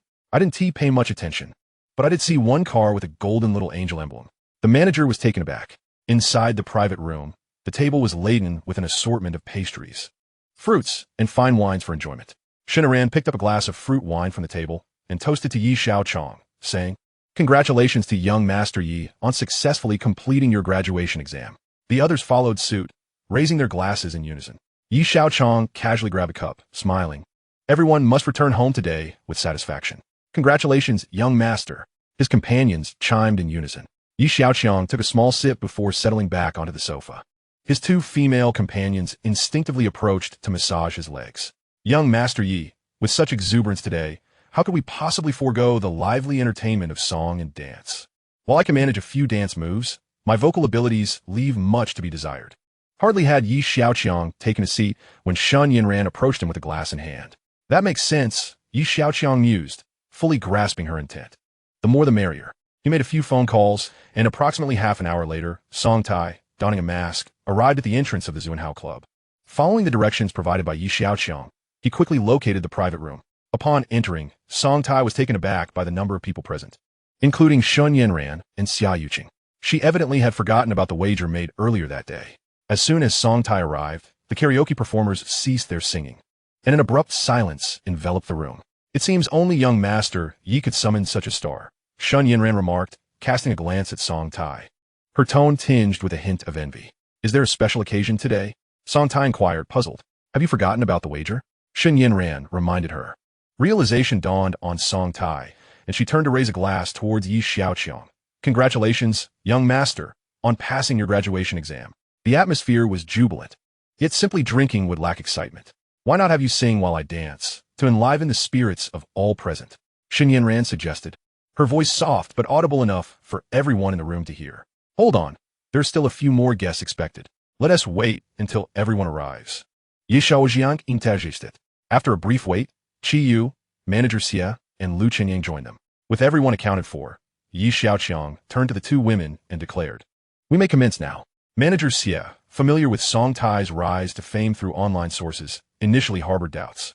However, witnessing the scene before him, he was now thoroughly convinced. The effortless creation of a hit song was indeed astonishing. After the duo's performance concluded, thunderous applause erupted within the private room. Seizing a moment of respite, Yi Xiaoqiang leaned towards Qi Yu and Lu Qinyang, saying, I require research papers on life sciences. Could you assist me in this matter? The two exchanged a brief glance before nodding in agreement. At that moment, Yi Xiaoqiang's phone lit up. Designer Apolloid had sent several logo design drafts. Glancing over the designs, Yi Xiaoqiang thought, these are intended for other scrutiny, so it is prudent to solicit their opinions. He beckoned to those nearby. Please take a look at these designs, and let me know which one you find most appealing. The closest to him, Lu Qinyang and Qi Yu, promptly shared their thoughts, pointing at their preferred options on the screen. A group gathered around Yi Xiaoqiang, casting their votes on the designs. Anya Genti Nudgit Yi Xiaoqiang, gesturing toward the corner of the room. There, Xiaoqiang sat somewhat isolated, lost in thought. In Chapter 56, the atmosphere in the private room felt oddly awkward. Xiaoqiang's presence was unexpected, catching everyone off guard. After the voting concluded, Yi Xiaoqiang approached Xiaoqiang. Everyone has shared their opinions. Now it's your turn, he said, offering her his phone. Xiaoqiang lifted her clear, watery gaze, glancing at the designs with surprise. Is this the work of designer Apolloid? Yi Xiaoqiang was momentarily taken aback. She was the first to recognize the designer's name. Indeed, you have a discerning eye. So, which one do you prefer? He inquired with a grin. Xiaoqiang regarded him with skepticism. A few years ago, Apolloid's work might not have held much weight, but now he was among the world's top logo designers. And commissioning him would not come cheap. Yi Xiaoqiang had previously expressed a lack of interest in business ventures for profit, which led her to ponder the purpose behind his selection of designs bearing his name. She studied the 6 design proposals attentively, her finger gliding across the screen. Yi Xiaoqiang, unhurried, settled beside her as she admired the artwork. Outside the club, a few vehicles approached and stopped at the entrance. Xia Tingfeng was the first to disembark, eagerly running to another car and bending to open the door. Lin Xiao, we've arrived. In a bid to secure a significant client, Xia Tingfeng had invited Lin Howren from the Lin family. With Lin Howren's involvement, he would provide the funds. Today was about finalizing the deal at this upscale club. As Lin Howren emerged from the vehicle, the club manager greeted him with a welcoming smile. Young Master Lin, please come inside. Upon entering, Lin Howren surveyed the young women in the lobby and remarked, it appears we are among the first guests. The manager offered a wry smile, responding, not quite. There was another group before you. But your party certainly has not been neglected. Xia Tingfeng scoffed. Who comes here without ordering a companion? The manager raised an eyebrow and replied, the previous group brought quite a few ladies with them. Interesting. Who brings ladies here to play? Quipped a rotund, middle-aged man. Revealed to be the client, Xia Tingfeng aimed to impress. Mr. Liu, feel free to select a few ladies, Xia Tingfeng noted, having discerned Mr. Liu's lecherous demeanor. He brought him here to cater to his tastes. Mr. Liu, without hesitation, chose two women, embracing them as they entered the private room. The manager, not wanting to miss the opportunity, followed the esteemed guests inside. "What can I get for you?" he inquired personally. "Bring out some Martel XO and Hennessy. All the finest drinks," Mr. Liu commanded. The manager hesitated. "I'm afraid we've run out of those, sir." "What? Your establishment, claiming to be the most luxurious in the city, has no liquor?" Mr. Liu exclaimed, his face quivering with disbelief. "I sincerely apologize. The previous guests purchased the last of it. Who could possibly buy all your liquor?" Xiaoqiang fumed. "Forget it. We arrived after them," he said, attempting to placate the situation. "Mr. Liu, if you wish for something to drink, I can have someone fetch a few bottles." Just as Xiaoqiang prepared to voice his frustration, Lin Howren placed a hand on his shoulder, reminding him of the conditions under which he had agreed to assist him, prompting Xiaoqiang to swallow his anger and send someone to buy drinks. Mr. Liu's expression soured slightly. To come here and find no quality drinks was disappointing. Were it not for Lin Howren and the two lovely models in his embrace, he would have stormed out. Xiaoqiang, eager to maintain the atmosphere, urged his subordinate to act quickly and procure the drinks. "Let us not keep our guests waiting." He felt a sense of frustration. Which wealthy heir had he offended today? His staff executed their tasks swiftly, returning shortly with premium spirits. After a few drinks and the company of lovely women, Mr. Liu managed to forget his earlier displeasure. "Mr. Liu, shall we proceed to sign the contract?" Xiaoqiang seized the moment, eager to capitalize on the opportunity. Just as Mr. Liu opened his mouth to respond, his phone rang. "I need to take this call. I'll be back to sign shortly." Mr. Liu glanced at the caller ID, rising unsteadily as he headed for the door. Xiaoqiang let out a relieved breath, feeling a sense of accomplishment. This deal had almost slipped through his fingers. After taking the call, Mr. Liu, now a bit tipsy, stumbled back toward the room. He pushed the door open, feeling bewildered. "Why are there so many people?" Liu Fatty muttered, his squinting eyes barely able to open as he peered inside. Good heavens! There were actually a dozen beautiful ladies present. Such figures, such looks, and that vibrant aura of youth they exuded. They were no less enticing than the two fragrant beauties he had just held in his arms. Among the crowd, two stood out even more remarkably. One possessed a stunning visage and a flawless figure, while the other had a sweet and charming appearance that melted Liu Fatty's heart. Already lecherous by nature, the effects of alcohol emboldened him further, causing him to disregard all else. He approached, and from behind, embraced one of the women. A sharp scream immediately drew the attention of everyone in the room, and silence enveloped the private booth. The woman he had grabbed was one of the 12 beauties. Liu Fatty was taken aback, loosening his grip by a considerable margin, allowing her to swiftly break free and distance herself from the stranger. "Who are you?" someone shouted angrily. Liu Fatty, jolted back to reality, stammered, "Mistaken identity, wrong room," and turned to leave. "Stop him," ordered Xiaoqiang. Several male companions near the door blocked Liu Fatty's escape. Liu Fatty focused his gaze and noticed that the one giving orders was a young man, accompanied by a woman of ethereal beauty. What is this situation? Who is this young man? Liu Fatty's mind churned with unease, sensing that this lad held a significant identity. Xiaoqiang remained seated. The crowd parted to create a pathway as he fixed his gaze on Liu Fatty and inquired, "Who are you?" I must have entered the wrong booth," Liu Fatty stuttered. "Is that so?" Xiaoqiang pressed again. "I am Liu Shi from the next room," he finally admitted. Meanwhile, Xiaoqiang waited anxiously for Liu Fatty to return, his mind racing with concern. Could that gluttonous fool have snuck away after indulging himself? "Lin Xiao, I'll check on President Liu," he said, standing up and departing the booth. Following the corridor, Xiaoqiang arrived at a half-open door and casually glanced inside. Liu Fatty's unmistakably rotund figure immediately caught his attention. A slight shift of his gaze revealed a table laden with exquisite wines and delicacies. No wonder he couldn't order those rare vintages at the club. Peering further inside, Xiaoqiang's eyes widened in shock. It was him, Xiaoqiang. Chapter 57. A modicum of sincerity, yet insufficient. Xiaoqiang, observing the array of fine wines on the table, felt a surge of resentment. Xiaoqiang had nearly caused him to lose an important contract. However, he dared not reveal his feelings at that moment. Liu Fatty was still under the watchful eyes of Xiaoqiang's subordinates. That incorrigible glutton was indeed his most significant client, and he needed to rescue him. With that thought, a shadow lifted from Xiaoqiang's face, replaced by a charming smile. "Yishao, who is this?" "Xiaoqiang, quidiot, Jitingfeng." Xiaoqiang hesitated. He could not allow Xiaoqiang to discover that this was his vital client. Yet, He could not appear too detached either, or he would lack a valid reason to intervene. Yes, my cousin, here for some fun. He must have had too much to drink and wandered into the wrong room, Xiaoqiang replied, his voice tinged with uncertainty, his gaze evading. Xiaoqiang glanced sideways at the two men, then back at his subordinate who had been wronged. If it were truly a mistake, I wouldn't be so petty. However, those who have wronged me shall not escape unscathed. How will my subordinates respect me otherwise? Xiaoqiang's tone was soft, yet it sent shivers down Xiaoting's spine. Xiao, I haven't wronged anyone. No one saw anything, did they? Lu Fadi began to grasp the gravity of his situation. He realized that this fellow was none other than Yi family's prodigal son. He had indeed run into a formidable opponent. Lu Fadi was not foolish. The earlier commotion had erupted suddenly, and although some had witnessed it, none had any solid proof. Even if these individuals pointed fingers at him, if he adamantly claimed that Xiaoqiang had conspired with others to frame him, it would be a challenging case to adjudicate. With this in mind, Lu Fadi spoke. Xiaoting caught on. Xiao, it's merely a misunderstanding. The scene was chaotic, and no one could see clearly. Do you think I lack evidence? Xiaoqiang sneered. The two men fell silent, yet their minds were aligned. As long as he possessed no tangible proof, they could at most linger here for a while. The wronged subordinate sighed inwardly, aware that the young master was trying to defend her, but lacked the necessary evidence. All eyes turned to Xiaoqiang. Frustration, helplessness. You can't keep me here indefinitely, can you? Lu Fadi chuckled lightly, his excess flesh quivering slightly. Xiaoqiang slowly rose and strolled over to Lu Fadi. Some people only learn through pain. You want evidence, do you? Very well, I shall provide it. With that, Xiaoqiang retrieved his phone and played a video, a recording of Lu Fadi's earlier indiscretion.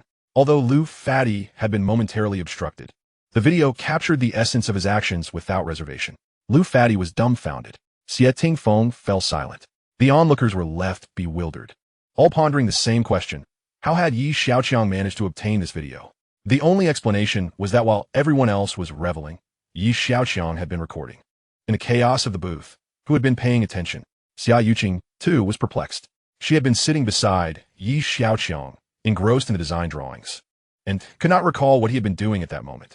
How do you have this? Lu Fadi's face fell, his earlier bravado evaporating. It just so happened that I saw everyone having a grand time and decided to record, not expecting to catch you in the act, Xiaoqiang shrugged. He hardly needed to use a phone.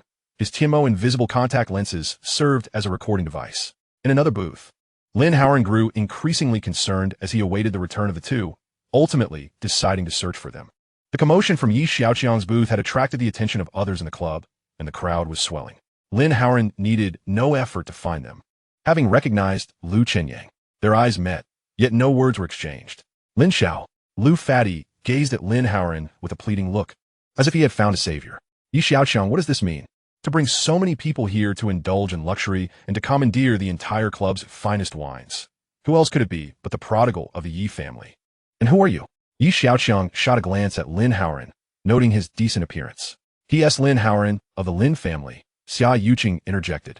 Only then did Lin Howard notice Xiaoqiang's presence, a flicker of displeasure crossing his features. Are you here to intervene as well? This Lu fellow has been harassing my subordinates. What do you intend to do about it?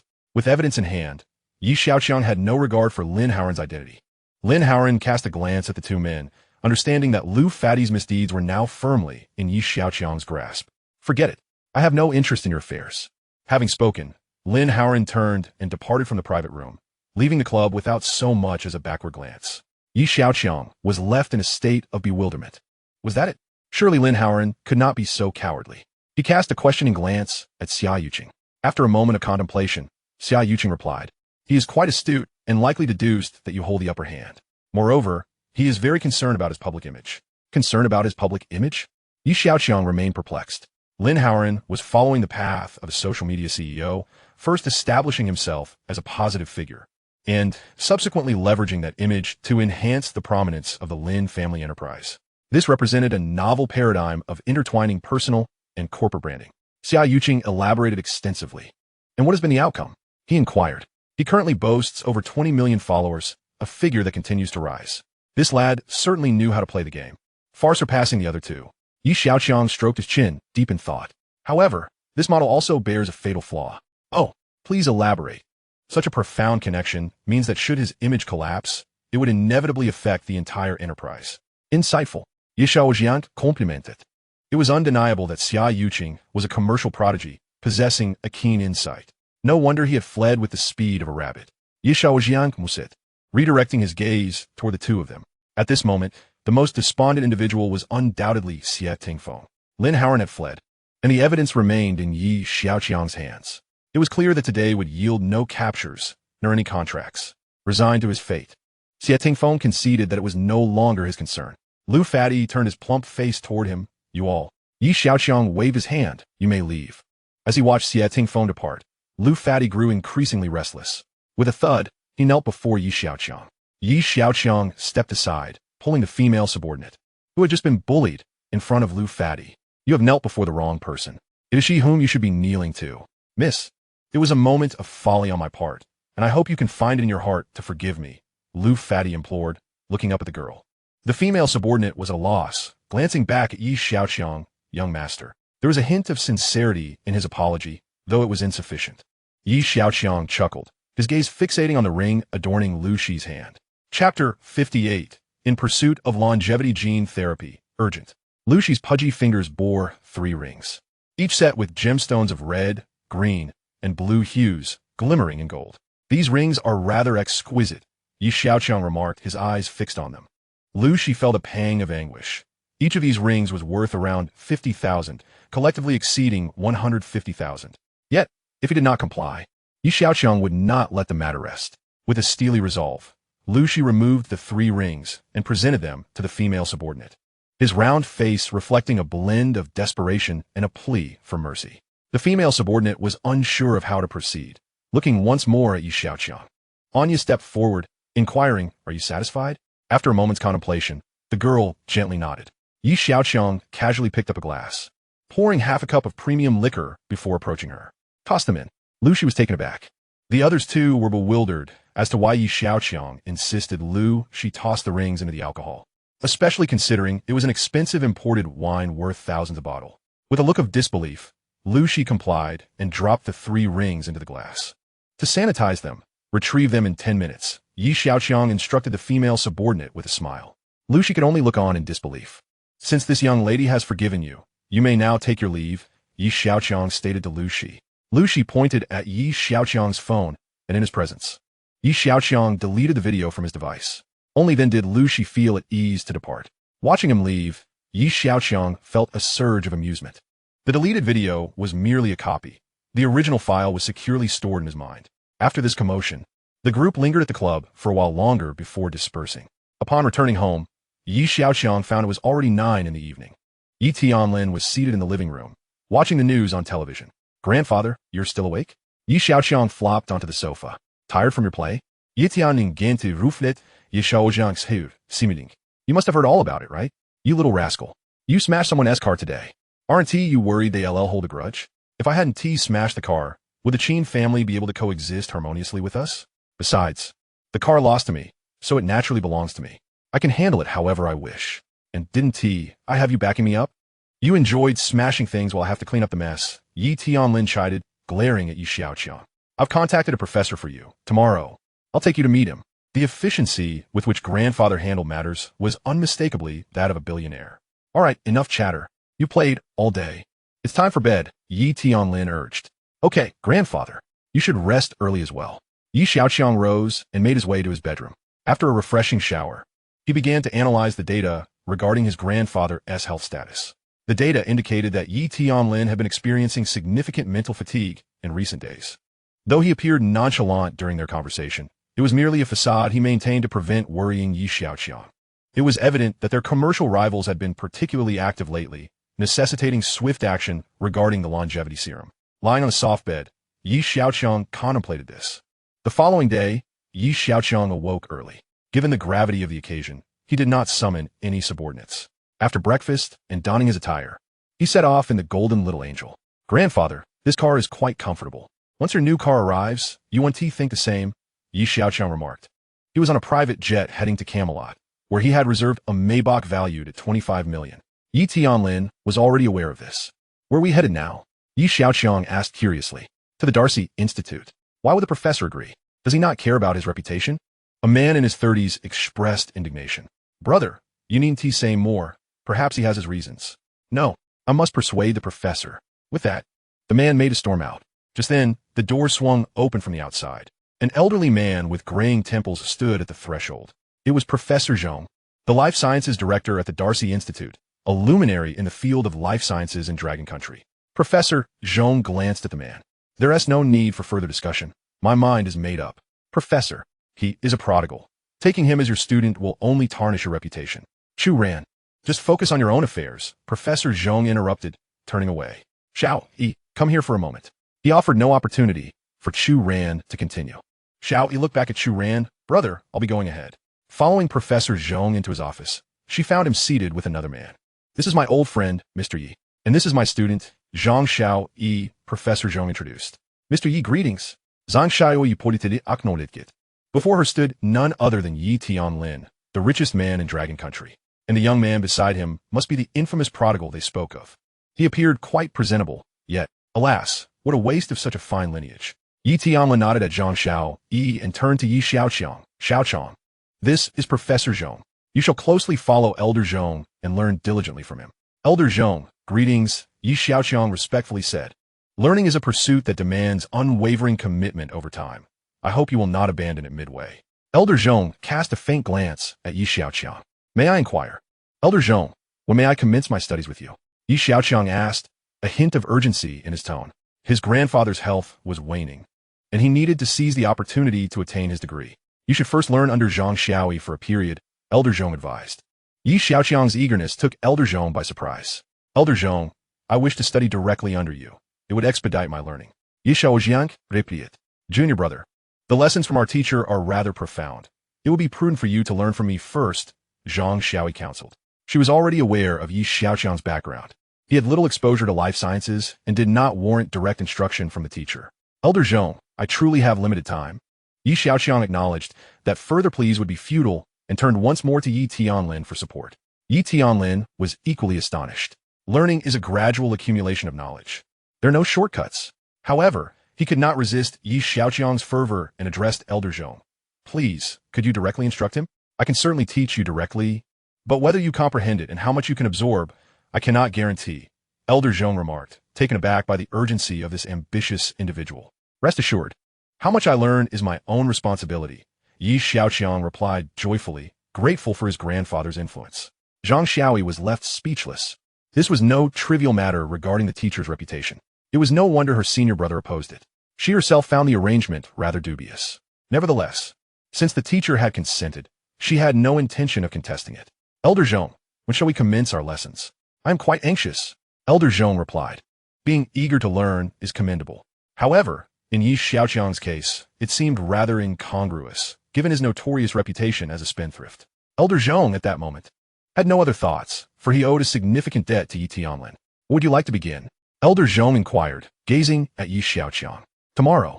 Yi Xiaoqiang replied without hesitation. Tomorrow? Elder Zhong hesitated for a moment, then acquiesced. Very well, it shall be tomorrow. Thank you, Elder Zhong. Yi Xiaoqiang bowed in gratitude.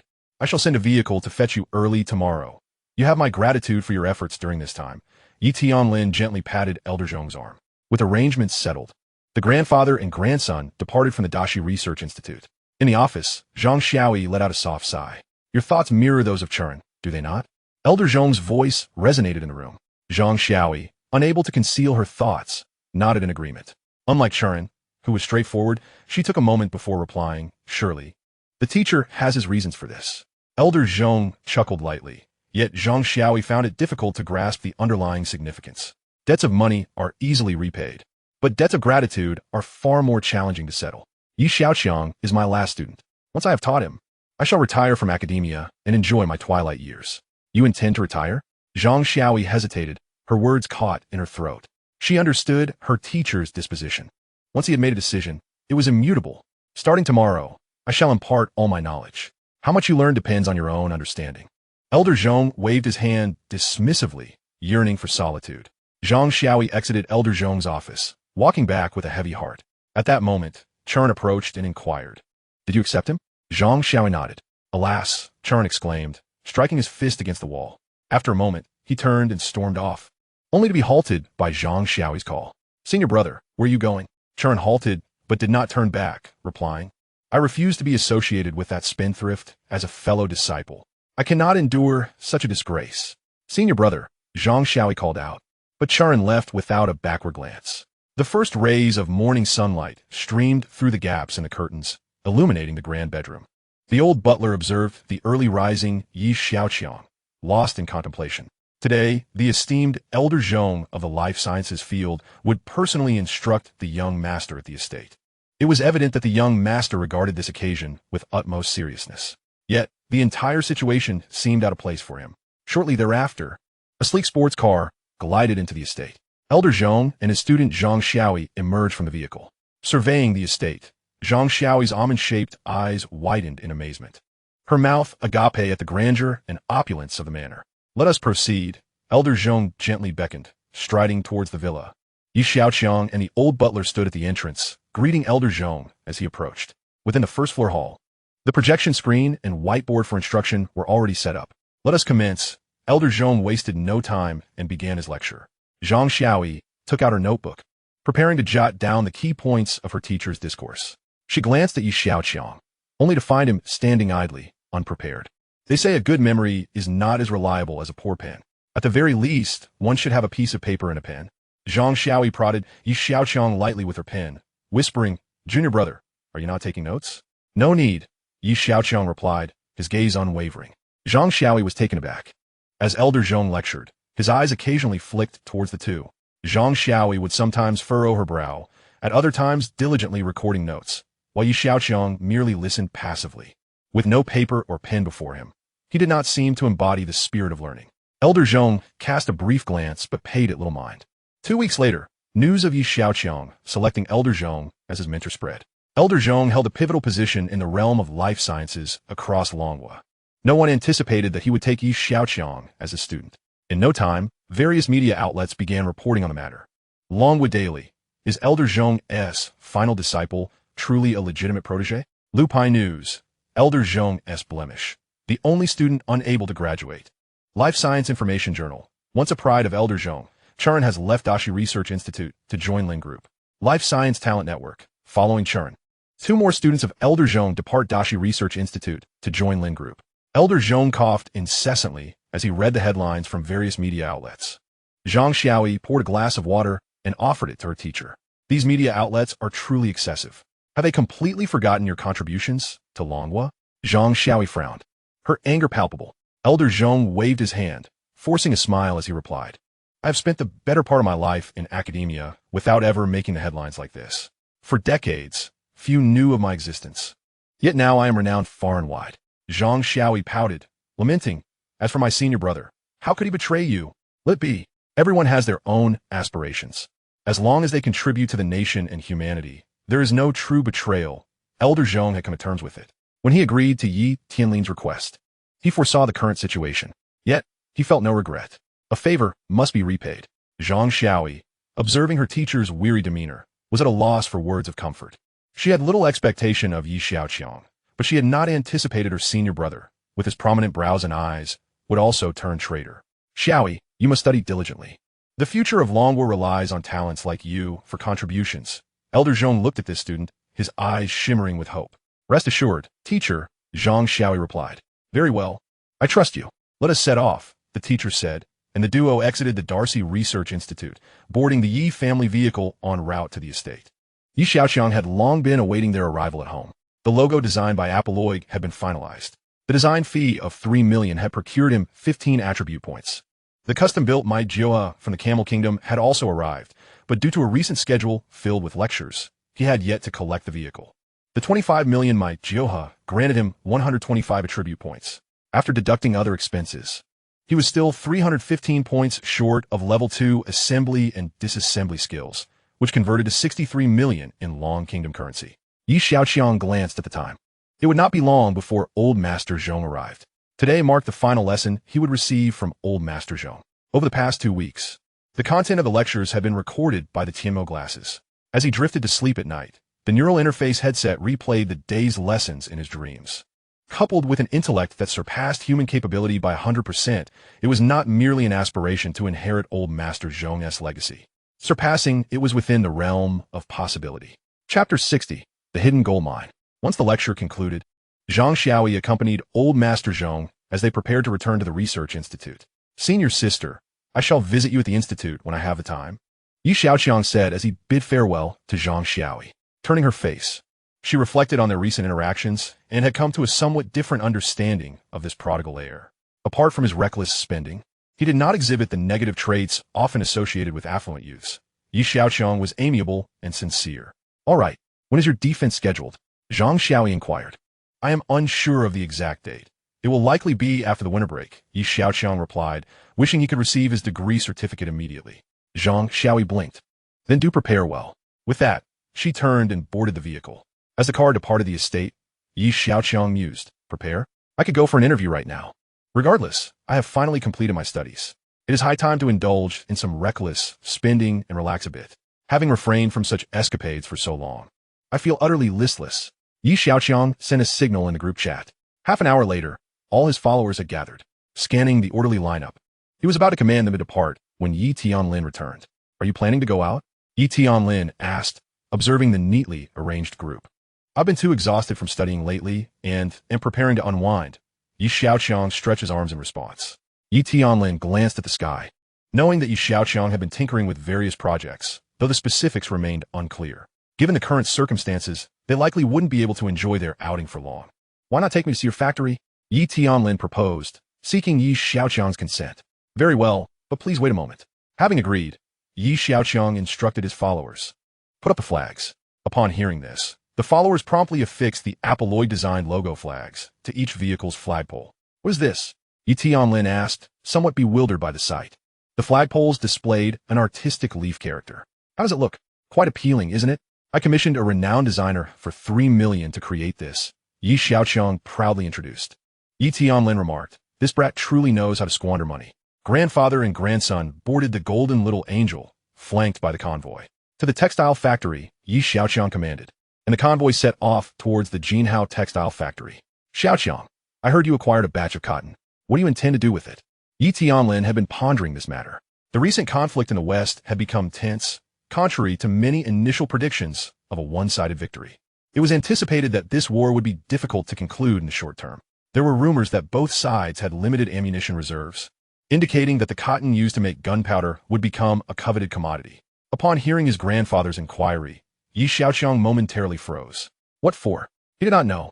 It was merely for the sake of indulgence, without any deeper consideration. Yi Tianlin chuckled lightly. How about this? I will find a place for the cotton. When you determine its use, I will have someone retrieve it for you. After a moment's contemplation, Xiaoqiang nodded in agreement. Not long into their journey, Xiaoqiang's phone rang. Chun Shiyuan called to inform him that Commander Zhao Yunlong was headed to the textile factory. Is this inconvenient for you? Yi Tianlin asked after Xiaoqiang hung up. Not at all. Grandfather Zhao will be coming shortly as well. Zhao Yunlong? Yes. Yi Tianlin suddenly remembered Zhao Yunlong had praised Xiaoqiang in his presence the other day. He had initially thought Zhao Yunlong was mocking him for Xiaoqiang's extravagance. It seemed the situation was not as he had presumed. He did not dwell on it further. He would learn everything upon their meeting. When the Yi family convoy arrived, the military vehicles were already stationed at the factory entrance. After disembarking, Yi Tianlin accompanied Xiaoqiang towards the office. What brings this busy man here?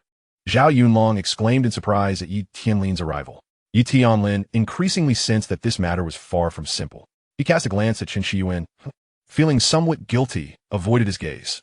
When did you two become acquainted? Yi Tianlin asked with a smile as he took a seat. Anyone who can connect with our military is no ordinary person. To be candid, we are quite interested in the products from your factory. Zhao Yunlong pointed at Xiaoqiang and informed Yi Tianlin. Yi Tianlin was momentarily speechless. There were not many items that could attract military attention. After disembarking, he observed the factory while walking. To him, it seemed like an ordinary textile factory, one of countless such establishments in Long Kingdom. Clearly, this factory was not as simple as it appeared. On the surface, it was a textile factory, but in reality, it produced fiber batteries. Zhao Yunlong, seeing that Yi Tianlin could not deduce it, revealed the information directly. Fiber batteries? A type of flexible battery that can be made into various textile products. Chun Shiyuan elaborated further. Can be made into clothing? Yi Tianlin exclaimed, pointing to his own attire in astonishment. Grandfather, do you remember the anniversary gala at Jiaodong University? That giant screen used this type of battery. Yi Xiaoqiang replied with a hint of pride. Yi Tianlin was taken aback. The instinct of a businessman prompted him to evaluate this innovation. The more he analyzed, the more astonished he became. This product had vast applications and immense potential, a veritable goldmine. Ha ha ha, Xiaoqiang, you truly know how to stir things up. Yi Tianlin laughed heartily. He had initially planned to invest 10 billion for Yi Xiaoqiang to practice, not expecting to earn much. Breaking even or sustaining minimal losses would suffice. However, unexpectedly, not only was he not losing, but he was also making a significant profit, having spent less than half of the 10 billion. He had already uncovered such a commercially promising project. Yet, Yi Tianlin quickly considered a pressing issue. The scale of the factory was modest, and it did not appear to be operating at full capacity. Additionally, there was no news about fiber batteries in the market, indicating that large-scale production had yet to be realized.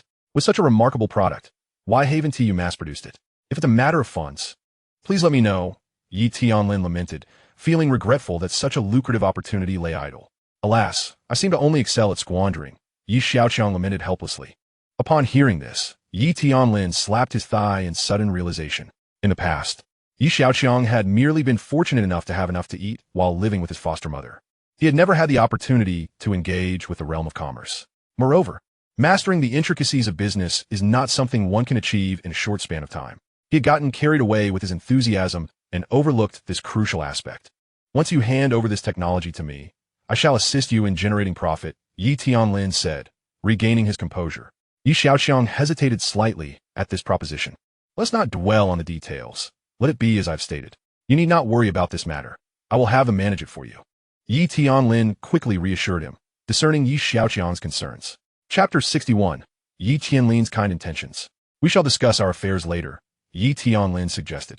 Noticing Yi Xiaoqiang's indecision and prompting him to prioritize the more pressing issues at hand, Zhao Yunlong had come this time to discuss the second-generation fiber battery technology. Tests indicated that the key performance parameters of the second generation had improved by 20 compared to the previous generation, and the military was quite satisfied with the battery's performance. Let us finalize the price, Zhao Yunlong said to Yi Xiaoqiang, eager to expedite the negotiations regarding the batteries. As per our usual practice, once the valuation is determined, I will have them send it to you. It would be prudent to ensure a fair profit. You should only charge the cost price. I feel I owe you a significant favor. Please do not think of it that way, Mr. Zhao. I am merely indulging in this venture. The nation has a need for it, so I shall produce a bit more, Yi Xiaoqiang replied. Very well then, I must take my leave. If you require anything in the future, do not hesitate to seek me out. As Zhao Yunlong stood to leave, he gave Yi Tianlin a thumbs up. Your grandson's generosity is unmatched among his peers. Truly commendable. Yi Tianlin, flattered by Zhao Yunlong's praise, could not suppress the upward curve of his lips. This old friend was notoriously hard to please, and very few young individuals earned his commendation. As he observed the military vehicle depart, he turned his attention back to Yi Xiaoqiang. Grandfather, allow me to show you the warehouse, Yi Xiaoqiang said, leading the way.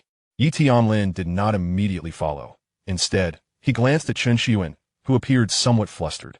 She had failed to report the developments regarding the fiber batteries to Yi Tianlin in a timely manner. You have done well, Yi Tianlin remarked with a meaningful smile, opting not to elaborate further. Upon hearing this, Chen Xiuan lowered her gaze in contemplation. When she looked up again, Yi Tianlin had already followed Yi Xiaoqiang to the warehouse. A group accompanied Yi Tianlin on a tour of the textile factory. As the visit concluded, dusk had fallen and the temperature had dropped sharply with the setting sun, prompting everyone to huddle their necks. Yi Tianlin remarked, the new year approaches in just a few days. Tomorrow, I shall have the old steward take you to pay respects to your parents. Very well, then let us return, Yi Xiaoqiang replied, noticing Yi Tianlin's less than optimal condition. Concerned for his grandfather's health, he felt no inclination to continue their leisure activities. The following day, Yi Xiaoqiang accompanied the old steward to pay respects to his parents. At the time of the incident, the original owner had been quite young and retained no memories of his parents. Young master, what are your thoughts on Miss Xia?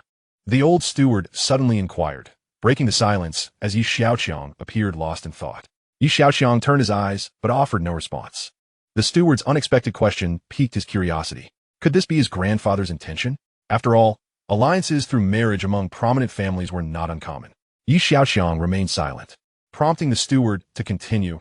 In terms of financial acumen, your grandfather ranks first, while she could easily place within the top 5.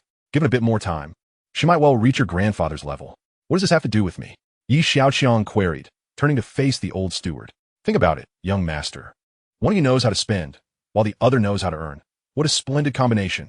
As the new year approached, the entire dragon country was enveloped in a festive atmosphere. Red lanterns and couplets adorned the streets of Magic City. During this time of family reunions, Yi Xiaoqiang's companions had returned to their families, and he saw no reason to keep them around. The once grand estate now felt somewhat desolate. On New Year's Day, as was tradition, the Xia family, led by Xiaoqiang and his wife, came to pay their respects to Yi Tianlin. The only difference this year was the presence of Yi Xiaoqiang. After their meal, Yi Tianlin, the Xia couple, and the old steward gathered around a mahjong table, where the steward noted that it was the first time in many years that Yi Tianlin appeared so joyful. Yi Tianlin shuffled the tiles, occasionally glancing at the young couple. We old folks can play cards. You youngsters should take the opportunity to explore, he suggested. Indeed, let Ali and Ahu accompany you, Xiaoqiang chimed in, summoning 2 bodyguards. You will escort the young lady and young Master Yi on their outing. Yes, ma'am, Ali and Ahu replied. Xiaoqiang, here's a card. Take it and spend it as you wish, Yi Tianlin instructed, handing him a card. The others gasped in astonishment upon seeing the card's purple-gold hue. There was but a single such card in the entire dragon country. It was nearly impossible to exhaust the funds on this card in a single day. The Xia couple's eyes widened in disbelief. Yi Xiaoqiang, puzzled, accepted the purple-gold card, remarking, this card looks rather exquisite, but I am unaware of its value. You likely couldn't spend it in a day, Yi Tianlin replied with a confident smile. Yi Xiaoqiang was momentarily taken aback. All right, you all should hurry and go. Do not disturb us while we play, Xiaoqiang urged. Yi Tianlin's presentation of the purple gold card was not merely about the money, given the Yi family stature. They did not require such a card for shopping excursions. Instead, it signified an attitude, a statement. Yi Xiaoqiang stepped out, albeit with a hint of confusion. Inside, only 4 individuals remained at the mahjong table. After some time, Yi Tianlin furrowed his brow and sighed. In playing mahjong, there must be both draws and discards. How can you play when you hoard your tiles? 3 of circles, Yi Tianlin exclaimed, and the old steward promptly discarded a tile. Pung, 9 of characters, Yi Tianlin declared, claiming a tile, but discarding another. Pung of 9 characters, the old steward grinned. As the game progressed, it was Yi Tianlin's turn to draw. He drew a tile and, with a flourish, pushed over the stack of tiles. Winning. Do you see? With both draws and discards, the game come to life. The Xia couple exchanged glances, momentarily contemplating the overturned tiles. After a brief exchange, Xiaoqiang remarked, marriage and family are akin to playing cards. One must earn while the other spends for the cycle to continue. Ah, you are far more insightful than Yaojia, Xiaoqiang replied. Yi Xiaoqiang and Xiaoqiang strolled through the most bustling commercial street in Magic City. Today, he felt little desire to spend. It would be unbecoming to announce, I will cover all the costs. In a store, did Xiaoqiang truly lack for anything? Standing in the square, Yi Xiaoqiang surveyed his surroundings and noticed a crowd gathered nearby, seemingly engaged in something exciting. There seems to be a lot of people over there. Shall we go take a look? He suggested, and Xiaoqiang made no objections. Her aloof demeanor was merely a facade. No one genuinely relished solitude. The 2 bodyguards, observing their momentary stillness, assumed they would engage in an extended discussion about their destination. In a moment of distraction, the 2 individuals vanished from their sight. Did you see young Master Yi and the young lady? No. Weren't you just watching them intently? Chapter 62. Is it impossible to show off without spending money? In a corner of the square, a crowd had gathered. Upon closer inspection, it turned out they were challenging an 8-second timer. The proprietor glanced at the plush toys on the shelf behind him and called out loudly, passers-by, don't miss this opportunity. For just 10 yuan, you can have 10 chances. If your hand trembles just right and you succeed, you can take home a gel cat plush toy worth over 2,000 yuan. Seize the moment, for it may never come again. Boss, I recall seeing only 10 toys on the shelf this morning, and now it's the afternoon, yet still only 10. Isn't this difficulty a bit excessive? Who could possibly succeed? This young man, the proprietor teased, eyeing a nearby lad. Consider this. If you succeed even once, it's akin to spending 10 yuan to acquire a plush toy worth several thousand. Wouldn't you agree? The proprietor smirked, thinking, if it were that easy for you to succeed, how could I possibly earn 500 yuan in a single morning? The young man glanced at his girlfriend, who wore an expression of eager anticipation, and sighed softly. He had just attempted the challenge, and it was indeed exceedingly difficult to succeed. Let us go, he said, pulling his girlfriend away. At that moment, a man and a woman pushed their way through the crowd. The man was young and handsome, clearly a scion of a wealthy family, while the woman possessed an ethereal beauty, exuding an aura of affluence. Upon seeing the arrival of these two, the young man's girlfriend suddenly suggested, "Shall we wait to see them attempt the challenge before we leave?" Hearing his girlfriend's proposal, the young man looked at the striking woman and nodded in agreement. "Are you two here to give a try as well? The gel cat plush toy here is worth over 2,000 yuan, the proprietor remarked to the newcomers. Xiaoqiang felt momentarily bewildered. He was merely curious to see what all the fuss was about in this crowded space. After finally squeezing in, he discovered it was the 8-second timer challenge. Just as he was about to leave out of boredom, he noticed that Xiaoqiang seemed quite interested. Her eyes remained fixated on the plush toys on the shelf. Undoubtedly, such soft and cuddly dolls hold an innate allure for women. Xiaoqiang was surprised that this seemingly unremarkable plush toy was valued at thousands. However, for someone like Xiaoqiang, purchasing such a toy would hardly be a concern. Observing her current demeanor, it seemed more about the thrill of challenging the game itself. The satisfaction derived from succeeding in a challenge is distinctly different from the mere act of purchasing. "If you want to play, then give a shot," Xiaoqiang remarked. Recognizing her intentions, after a moment's hesitation, Xiaoqiang took out her phone and paid 10 yuan. The challenge commenced, and all eyes turned to her. She extended her delicate hand to press the button. The timer on the screen began to flicker rapidly. She reached out again, and the timer halted at 080716. Challenge failed.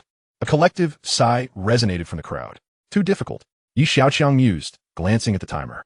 Achieving a score with all zeros after the decimal point was indeed more challenging than climbing to the heavens. It was purely a matter of luck unless one possessed extraordinary reflexes. As expected, Xiaoqiang faced consecutive failures in her subsequent attempts. Frustration began to surface as she had only 2 opportunities remaining. Xiaoqiang exhaled softly, her brows knitting together. Hesitatingly, she extended her finger towards the button. But Xiaoqiang's voice halted her mid-motion. "Do you want me to help? Isn't it just about having hands? Surely no one could fail 10 times in a row." Xiaoqiang turned her head, puffing her cheeks in irritation as she glared at Xiaoqiang. "Having hands is enough. Not a single person has succeeded so far. Do you think showing off is as simple as just talking? Ha ha ha. If you're so capable, why don't you give it a go? Otherwise, spare us your chatter." The crowd erupted in laughter, evidently siding with the beautiful woman. Regaining her composure, Xiaoqiang pressed the button again. 079834. Another failure. With one last chance remaining, she didn't hesitate and clicked start once more. The numbers raced across the screen. This was her final opportunity. Her hesitant finger hovered in the air. Suddenly, Xiaoqiang nudgit head. Her finger instinctively pressed the button. "Oh my goodness. It worked." Gasps of astonishment filled the air. 080000. The proprietor's eyes nearly popped out of his head. All his efforts today had been in vain. Xiaoqiang looked at Xiaoqiang in disbelief. Had he not bumped into her, she would never have succeeded. But how could it be so fortuitous? Isn't that Xiaoqiang? Why is she engaging in such childish games? A voice emerged from the crowd. Xiaoqiang turned his face, annoyance evident as he replied. "Are you implying that everyone here is childish?" The onlookers were equally displeased. "Yeah, what do you mean by that? No one asked you to be here. If you don't want to play, you can leave." Clearly, the woman's words had ignited public outrage. Who is she? As the woman faced the crowd's ire, Xiaoqiang turned to Xiaoqiang and inquired, "Who is she?" "Yu Shuxin from the West Courtyard," Xiaoqiang responded. Yu Shuxin's expression darkened as she glared at the man beside Xiaoqiang, suddenly recalling someone. "You must be Yi Xiaoqiang from the Yi family, right?" "Indeed. What insights do you have?" Xiaoqiang replied succinctly. Upon hearing his acknowledgement, Yu Shuxin recalled the events of the school anniversary gala. With a scoff, she continued, "All these toys combined wouldn't even cost a few thousand yuan. You could easily buy them all, yet here you are mingling with the crowd." The crowd began to stir. So this was the notorious wastrel. "I see. That beautiful woman is Xiaoqiang. Buying them outright would certainly be possible," Yi Xiaoqiang remarked, pulling out a prestigious purple gold card. Noticing the card in Yi Xiaoqiang's hand, Yu Shuxin was taken aback. She recognized that card. Xiaoqiang, seeing Yi Xiaoqiang produce the card, thought to herself, "You can't possibly be serious about buying them, can you?" However, purchasing them outright would be far too mundane. Yi Xiaoqiang chuckled inwardly, abruptly shifting his tone. "Showing off is a man's romantic pursuit. Do you think that without financial prowess, I cannot impress anyone? I can also take on the challenge, can I?" Yi Xiaoqiang inquired of the still-dazed proprietor. The proprietor hesitated for a moment, but eventually nodded. "Today, I shall rely on skill alone. Ladies and gentlemen, watch closely." Yi Xiaoqiang's playful spirit ignited as he began to press the button. His first attempt, failure. Second attempt, failure. After 5 consecutive failures, he scoffed. I thought there might be a miracle. Can't you do it? If not, just buy it. You talk a big game, buddy. To show off in front of a beautiful woman, one must first possess the requisite skill. Doubts echoed around him. The proprietor exhaled in relief. It seemed his earlier success was indeed mere luck. Only Xiaoqiang sensed that this fellow was up to something dubious. Don't rush. I might need a touch of luck, Yi Xiaoqiang announced to the crowd. He cast a glance at Xiaoqiang beside him and spoke mysteriously. Help me out in a moment, and I shall reward you with a few plush toys. Xiaoqiang, bewildered, inquired, how can I assist? Yi Xiaoqiang rubbed his hands together and activated the timer. I require a breath of fairy essence from you. Come, blow gently. In front of the onlookers, Yi Xiaoqiang positioned his hand near Xiaoqiang's lips. She was speechless, thinking to herself how childish this was. Yet, blushing, she complied with a gentle exhale. Timing it perfectly, Yi Xiaoqiang clapped his hands. Snap. 080000. What the heck? No way. He actually made it work. The crowd gaped in astonishment, their expressions akin to having seen a ghost. Yi Xiaoqiang raised an eyebrow, reveling in his triumph. I told you so. Just a breath of fairy essence was needed. I don't believe it. Do it again if you can. Voices of dissent arose around him. Yi Xiaoqiang smirked. Oh, you doubt me? I specialize in silencing disbelief. All right then. Let me change my stance and try once more. With that, he activated the timer again, employing the same method, extending his hand towards Xiaoqiang's lips. This time, she did not hesitate and opened her mouth to blow directly. Yi Xiaoqiang, calculating the moment, clapped again. Snap. 080000. 5 times in a row. A stunned silence enveloped the crowd, leaving them speechless. In the center of the gathering, Yi Xiaoqiang basked in the adoration of those around him. A triumphant smile gracing his lips, akin to a fully loaded AK. It was simply irresistible. One success could be deemed luck, but 5? At this moment, the assembly divided into 2 factions. One of men, filled with envy and resentment, and another of women, whose hearts raced with admiration. While they could rely on wealth, he chose to showcase his prowess instead. It is said that a confident man shines brightly, and at this moment, Yi Xiaoqiang resembled a radiant sun in the eyes of the women present. In a corner that had been overlooked, the owner of the games wore a bitter smile. He sought a restroom to shed tears. With 6 toys lost, he had spent over 12,000 in mere minutes. How many days of hardship would he need to recoup that loss? The owner lamented inwardly. If you are so affluent, why indulge in my games? Yu Shuxin was left speechless. She had not anticipated such a display. Not being wasteful could also be a form of showing off. Just then, the astonished crowd parted as 2 burly men squeezed through. Upon seeing Xiaoqiang, their tense expressions relaxed. Miss, Ali, and who wiped the sweat from their brows. Is this how you 2 protect your mistress?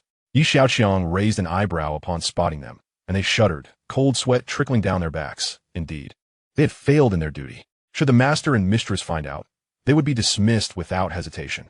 Miss, we were wrong. They both apologized in unison. This time, I shall grant you a chance. Should there be a next time, you shall face the consequences. Xiaoqiang felt pleased, but maintained her stance. Hearing this, they sighed in relief and promptly replied, yes. Yi Xiaoqiang turned to the forlorn owner, teasingly remarking, you've suffered a great loss today. The owner was on the verge of tears as he retrieved 6 plush toys to hand over. 6 plush toys were hardly manageable. The 2 bodyguards, sensing the situation, accepted them without complaint. Never mind, it's tough for you too. I'll pay for my 5 toys. Yi Xiaoqiang pulled out his phone and settled the payment with the owner, who was filled with gratitude. Let us go, he said, squeezing through the crowd. Oh. Xiaoqiang snapped back to reality and followed suit. Under the watchful eyes of the crowd, the 2 departed from the scene. During the festive season, the bustling streets of the magical city were thronged with people. The pair strolled outside the shopping mall, showing no inclination to enter. Snowflakes began to drift from the sky. Shall we head back? Xiaoqiang suggested, turning her face away. Yi Xiaoqiang agreed, finding little of interest in the streets, and they turned towards the car to return to the Yi family estate. As they drove, Xiaoqiang gazed out at the swirling snow, lost in thought. Before they realized it, the car had entered the estate. Upon disembarking, they made their way towards the villa. In the grand hall, the old butler greeted them. Young master and Miss Xia, you have returned. Were you not playing cards? Yi Xiaoqiang invited. Guests have arrived, came the response. Who? You know once you go up. Young master. Yi Xiaoqiang, filled with curiosity, proceeded upstairs without further questions. Xiaoqiang hesitated momentarily before following him. Uncle, It's been years since Yi Xiaoqiang was lost. Are you certain you haven't mistaken him? A middle-aged man addressed Yi Tianlin. Upon hearing this, Yi Tianlin placed the lid of his cup heavily onto the teacup. Minghui, I'm not so old as to be confused. Haha, Yi Minghui quickly smiled. Uncle, don't misunderstand. I merely wish to remind you. Our Yi family has always been adept in business. We have never produced such a prodigal. Isn't that so? This matter does not require your concern. Whatever he loses, I can earn back, Yi Tianlin replied bluntly. Just then, Yi Xiaoqiang entered the room. There are two guests at home, he announced. One was a middle-aged man, appearing to be around the same age as Xiaoqiang, with a slightly pointed chin and a tuft of goatee. The other was a young man, seemingly of similar age to Yi Xiaoqiang. The young man glanced at Yi Xiaoqiang and then fixed his gaze on Xiaoqiang behind him. Xiaoqiang, I am your elder. You should address me as third uncle. Noticing Yi Tianlin's silence, Yi Minghui introduced himself. Third uncle? I don't recognize you. Yi Xiaoqiang merely cast a sidelong glance at Yi Minghui and proceeded to sit beside Yi Tianlin. Yi Xiaoqiang, you are exceedingly rude. The young man seated nearby exclaimed angrily. Yi Xiaoqiang coldly laughed. What? Do you plan to discipline me in my own home? Yi Minghui shot the young man a warning glance, urging him to remain calm. Yi Xiaoqiang, do not blame third uncle for not warning you. Ultimately, you will have to pay a visit to the clan. Yi Minghui huffed disdainfully, as if threatening him. Uncle, since we have guests, we shall not linger further. I hope you maintain good health. A strong body is essential to earn wealth. Otherwise, with such a grandson, it may become too much to bear, Yi Minghui remarked, dismissing himself with a flick of his sleeve, taking his son Yi Jiao with him. Yi Xiaoqiang watched the duo depart, deep in thought. What sort of existence was the Yi family? Grandfather, must I truly return to the clan? Yi Xiaoqiang pondered Yi Minghui's earlier words. Unless absolutely necessary, you should strive to maintain a good relationship with the family. The Yi family's enduring strength in the Dragon Kingdom is based on a foundation you cannot fathom, Yi Tianlin advised. However, you need not worry. Before you return to the clan, I will pave the way for you. A flicker of determination danced in Yi Xiaoqiang's eyes, although Yi Tianlin did not voice it. Yi Xiaoqiang was acutely aware of his grandfather's health condition. It is difficult to fathom the immense pressure that Yi Tianlin faces. Without uttering a single word, I place my unwavering trust in you. Yi Tianlin gently patted his shoulder. Undeniably, the ventures concocted by Yi Xiaoqiang possess significant commercial value, a fact that brings Yi Tianlin a modicum of solace. Yuqing, did you enjoy yourself today? Yi Tianlin abruptly shifted the conversation towards Xiaoqiang. Xiaoqiang nodded in response. Xiaoqiang did not bully you, did he? If he dares to, do let me know. I shall avenge you. Xiaoqiang lowered her head. Her cheeks flushed, remaining silent. Uncle Yi, after a full day of fun, you must be quite tired. Please rest early. We shall take our leave now. Ye Yangwuji, noticing the encroaching night, stood up to bid farewell and prepare to depart. Yi Tianlin's expression bore signs of fatigue, clearly indicating his need for rest. Let us dine before you leave, Yi Tianlin courteously urged. No, we shall visit you another time. Goodbye, grandpaye. Yi Tianlin nodded gently, refraining from insisting further. You have your dinner without me. I am weary and shall retire, Yi Tianlin declared. Grandpa, I will accompany you back to your room to rest. Yi Xiaoqiang supported the somewhat fatigued Yi Tianlin back to the bedroom. After tucking him in, Yi Xiaoqiang exited the room. Before heading out for a stroll, Grandpa seemed in good spirits. However, upon returning, his demeanor had clearly deteriorated. I wonder what that third uncle said to him. With current medical methods, we cannot significantly improve Grandpa's health. Our only hope lies in unlocking the formula for the longevity gene potion. Once the winter break concludes, we must expedite our progress. Chapter 64. Young Master, it is time to rise and squander. Young Master awakened. As Yi Xiaoqiang opened his bleary eyes, he was greeted by the radiant smiles of 12 maidens. Bewildered, he glanced at his phone. It was merely the 7th day of the Lunar New Year. Why had everyone returned so soon? Surely, he must have overslept. He decided to indulge in a few more moments of slumber. Closing his eyes, he shifted positions to fall back asleep. Just as he began to doze off again, the blanket was abruptly yanked off. Young Master, it is time to rise. Several crisp and resounding voices pierced the silence, jolting Yi Xiaoqiang into full awareness. After steadying himself, he confirmed that this was not a mere dream. How impatient they were to return so soon. Yi Xiaoqiang gazed at the ladies before him with a sense of resignation, inwardly lamenting their eagerness. He understood they were summoned solely to rouse him. Why have you all returned? Yi Xiaoqiang inwided. Young Master, take a glance outside. Shifting his gaze to the window, Xiaoqiang observed 2 rows of male attendants standing in orderly formation in the courtyard. He found himself at a loss for words. Were there really those so eager to commence work? After completing his morning rituals under the attentive care of the ladies, Xiaoqiang made his way to the courtyard. Surveying the ranks, a satisfied smile graced his face. "Young master, where shall we go today?" Laosan stepped forward to ask, casting a glance at the lively group. Xiaoqiang proclaimed, "Given the festive occasion, each shall receive a reward of 5,000 in red envelopes." As soon as he finished speaking, he could not suppress a yawn. "Thank you, young master," the attendants exclaimed in delight. Such a generous reward was unattainable in their households. In their hearts, the young master was dearer than their own fathers. Once the red envelopes were distributed, Xiaoqiang's attention fell upon the leader of the dormitory. As the eldest in dormitory 105, he was affectionately referred to as Elder Nian. While the others, having received their rewards, were bursting with energy, Elder Nian's countenance appeared somewhat dim, lacking enthusiasm. Xiaoqiang's gaze drew the attention of the others in the dormitory, who inquired, "Elder Nian, what troubles you?" "Nothing, nothing." Elder Nian forced a smile. "Is something bothering you?" Xiaoqiang asked with genuine concern. Elder Nian hesitated, caught between wanting to speak and holding back. "Why are you being so wishy-washy?" the young master is inquiring. Someone chimed in. "Speak up. Surely, with so many of us, we can help you out." The group persistently pressed him for answers. After much hesitation, Elder Nian finally revealed the crux of the matter. Back in his hometown, he had a childhood sweetheart with whom he shared a strong bond. However, upon their reunion during the new year, Elder Nian discovered a drastic change in her demeanor, treating him with indifference and disdain. Within days, she had proposed a breakup, and all his pleas for reconciliation fell on deaf ears, leaving Elder Nian deeply despondent. Now that she disregards you, she will come to regret it later. Indeed, if she wishes to part ways, let her go. The next one will be even better. Look at our young master. He is never bogged down by matters of the heart. Ouch! Why did you hit me? How can you compare to the young master? Who gave you that audacity? All right, enough of the banter. Let us think of a solution. How about we have the young master transform you into a star like Song Tai?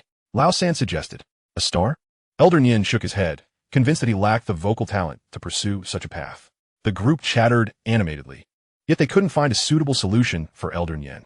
"Wait, I have an idea," Xiaoqiang exclaimed, snapping his fingers as a thought struck him. "The young master has a plan? Let us film a short drama."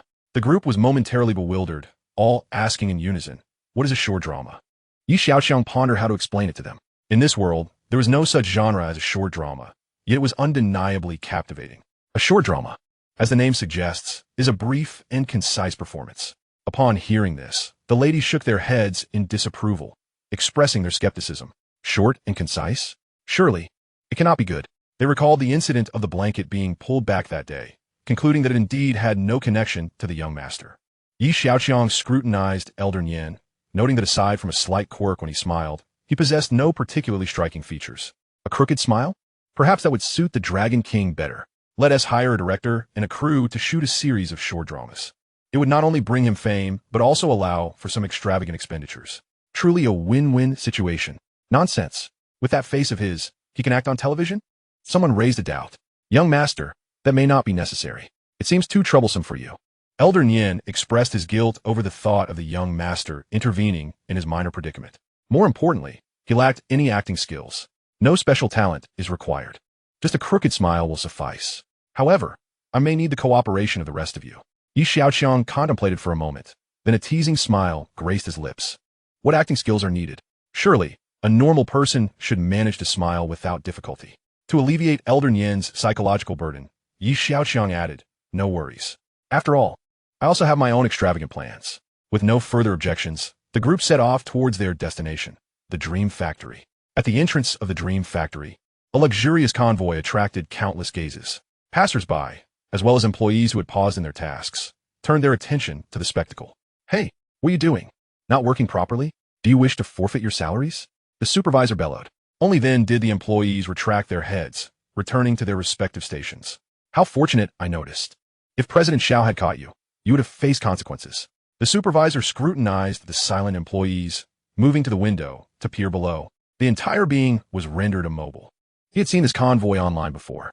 Following the car-smashing incident, the memory of those 10 luxury sports cars, valued at tens of millions, lingered vividly in his mind. Online, Some had referred to the entourage accompanying Xiaoqiang as sycophants. Yet, one only had to observe the lavish treatment these sycophants received. Each possessed a vehicle worth millions. To be frank, 99 of individuals could not compare to Xiaoqiang's lackeys. At the heart of the convoy, a sports car was being guarded, with the letter M boldly displayed at the front. The price of this principal vehicle would undoubtedly rival that of the other 10. This convoy was akin to a moving target of ambition. Contemplating this, he could no longer remain composed and swiftly turned to make his way to Xiao Wencai's office. At that moment, Xiao Wencai was still unaware of the events unfolding outside. The manager rushed in, flustered. "What is the matter?" Xiao Wencai reprimanded, raising an eyebrow. "Young master, Yi has arrived." "Yi." Xiao Wencai promptly stood and headed toward the elevator. "Are you certain?" Along the way, he inquired of the manager beside him. "President Xiao, while others may misidentify, how could I mistake young master Yi's convoy?" Xiao Wencai mulled this over. Indeed, anyone who could misidentify this convoy might as well resign. Before long, Xiao Wencai arrived at the company entrance. As Xiaoqiang stepped inside, he was greeted by the unexpected sight of Xiao Wencai approaching him. "Young master Yi, please." Gumin. Chapter 65. Someone is digging underfoot. "May I inquire what instructions young master Yi has for us?"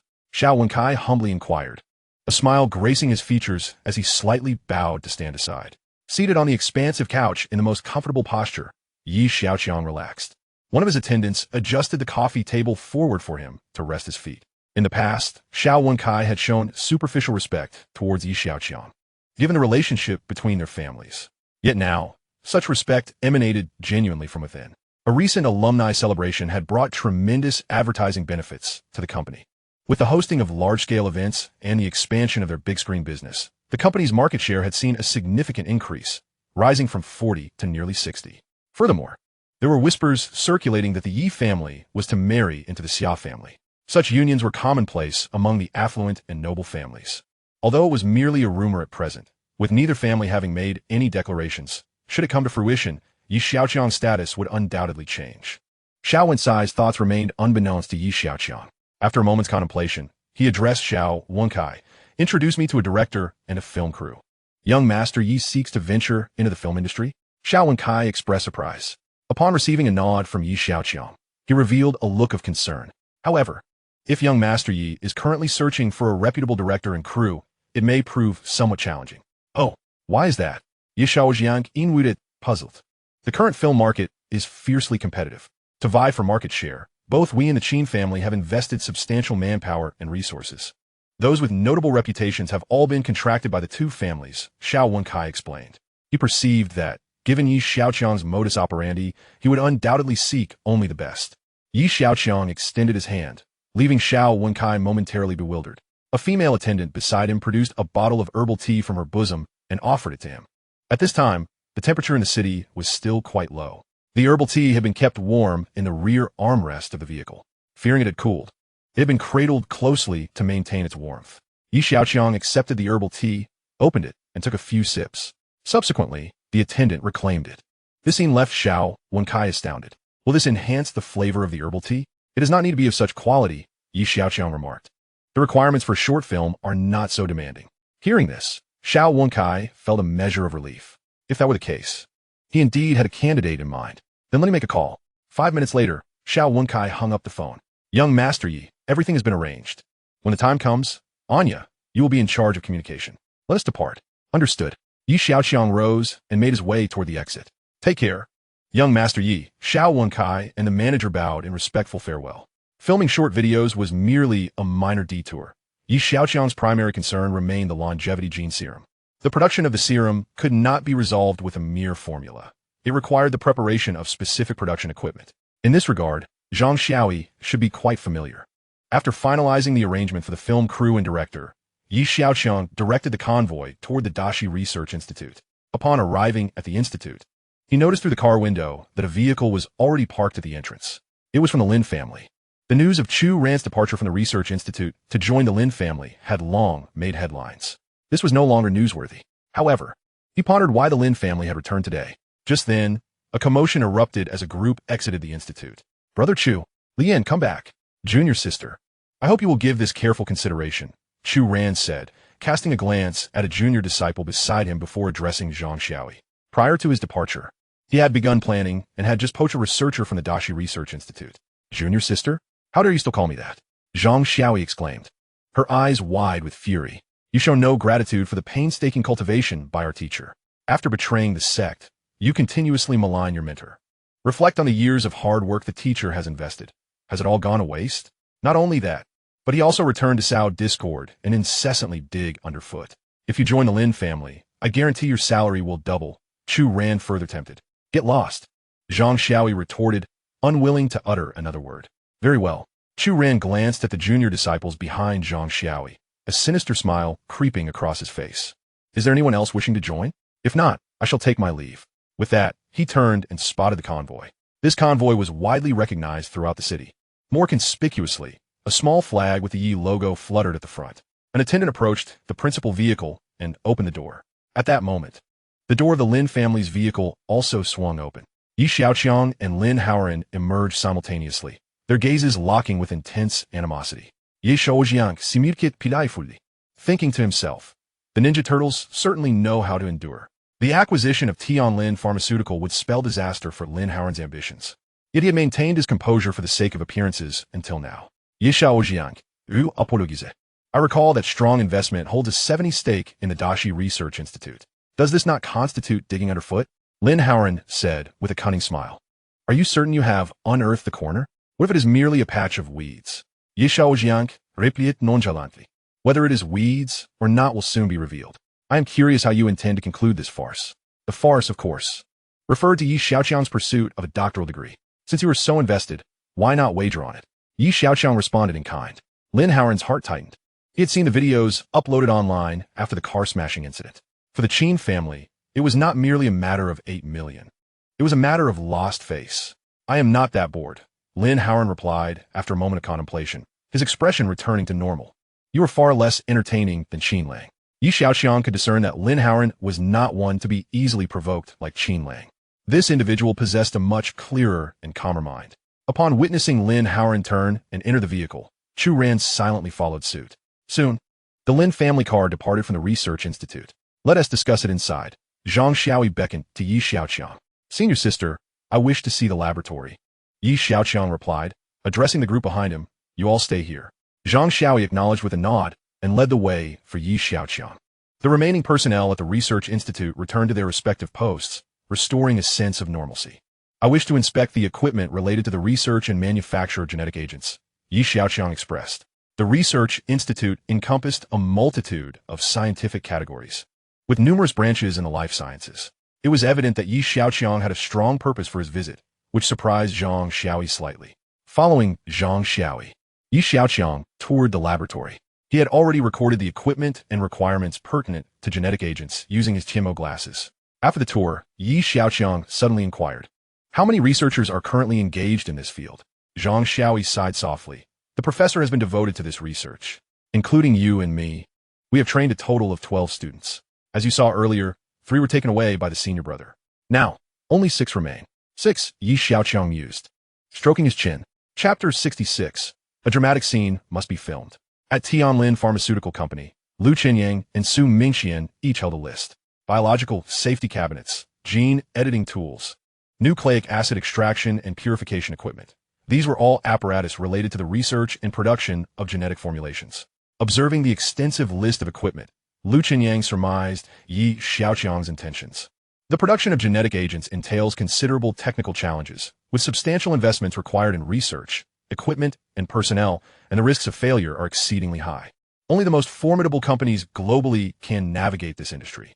Although the Yi family possesses the necessary resources, they have never ventured into this domain. Indeed, this high-risk field aligns perfectly with my appetite. Otherwise, how could I be so extravagant? Lu Qinyang reacted with disbelief, and Su Mingxian shared a similar sentiment. By the way, how much is left in that fund? Yi Xiaoqiang turned to Su Mingxian, replying to the young master. After deducting some expenses, we still have 830 million remaining. Su Mingxian, quick-witted and proficient, retained these figures with clarity. Yi Xiaoqiang could inquire at any moment, and she was nearly always prepared to respond.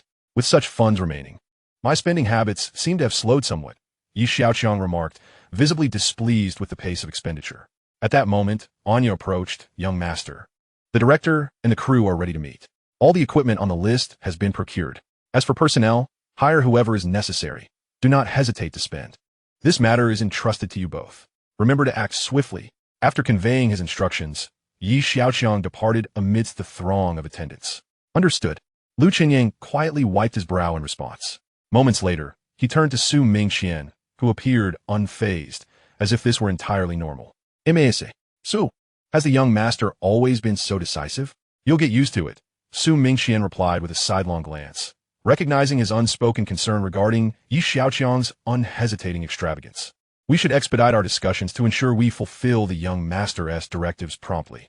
Agreed, Lu Qinyang acknowledged, not daring to oppose Su Mingqian's suggestion.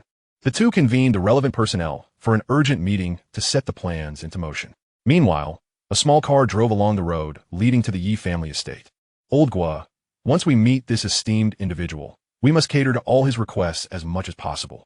Do not clash with him," the middle-aged man, known as Guo Bai, remarked to his assistant, Gung Xian. Guo Bai had been a director for over a decade. Gung Xian called him Old Gua, not due to his age, but rather from their long-standing camaraderie. As an 18th-tier director, it had not been easy for him. It had been ages since he last secured project. Just the day before, an unexpected call from CEO Xiao had sent waves of excitement through them, revealing a significant client, none other than Yi Xiaoqiang, the grandson of the wealthiest man in Longhua and its most notorious spendthrift. The two men felt as though untold riches had finally graced their lives, leaving them momentarily incredulous. Upon arrival, the luxurious estate greeted them. After confirming their identities, the gates swung open, allowing the vehicle entry. Guo Bai parked, and a beautiful woman approached, introducing herself. "I am Anya. Please contact me directly from now on." "Hello, Anya." They greeted in return as she guided them to the rear garden. In the distance, a circle of individuals gathered. As they drew closer, they discerned a young man of noble stature seated at the center, with an array of unfamiliar parts laid out on the table before him. Guo Bai and Gung Xian's eyes widened, not out of awe for the parts, but rather at the sight of 12 exquisite women, each distinct in style and all stunningly beautiful. It was rare for a typical television production to assemble so many attractive actresses. "That is our young master. Though he is presently occupied," Anya informed them. She then handed them a notebook. "This is the script we will be filming." Guo Bai accepted the script, but did not immediately open it. Instead, he inquired, "Are all these individuals the actors?" "Indeed," she affirmed with a nod. The male actors exuded vitality, while the female actors were breathtakingly beautiful. Anya smiled. "We are all the young master's attendants. However, if needed, we can also make cameo appearances." Guo Bai was momentarily taken aback, realizing he had perhaps acted too hastily.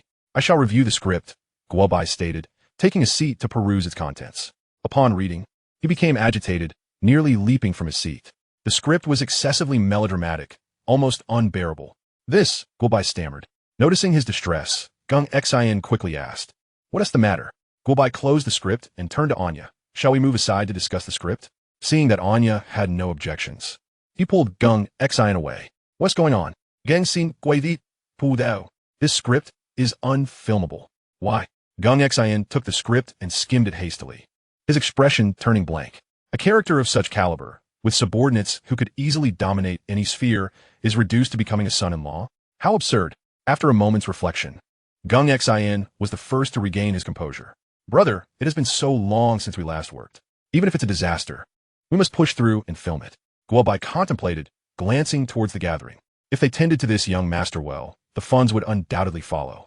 Gang Xin, sensing Guo Bai's hesitation and fearing a missed opportunity, urged, "Brother, it's about making money. There's no shame in it. Indeed, it's about earning. Let us proceed with the filming." The two men concluded their discussion and approached Anya once more. "Anya, we have come to an agreement. We will proceed with the script as is," Guo Bai declared. "When can we commence filming?" Anya inquired.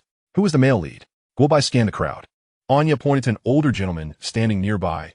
"He is the male lead. As for the other actors, Director Guo will select them." Guo Bai was somewhat at a loss for words.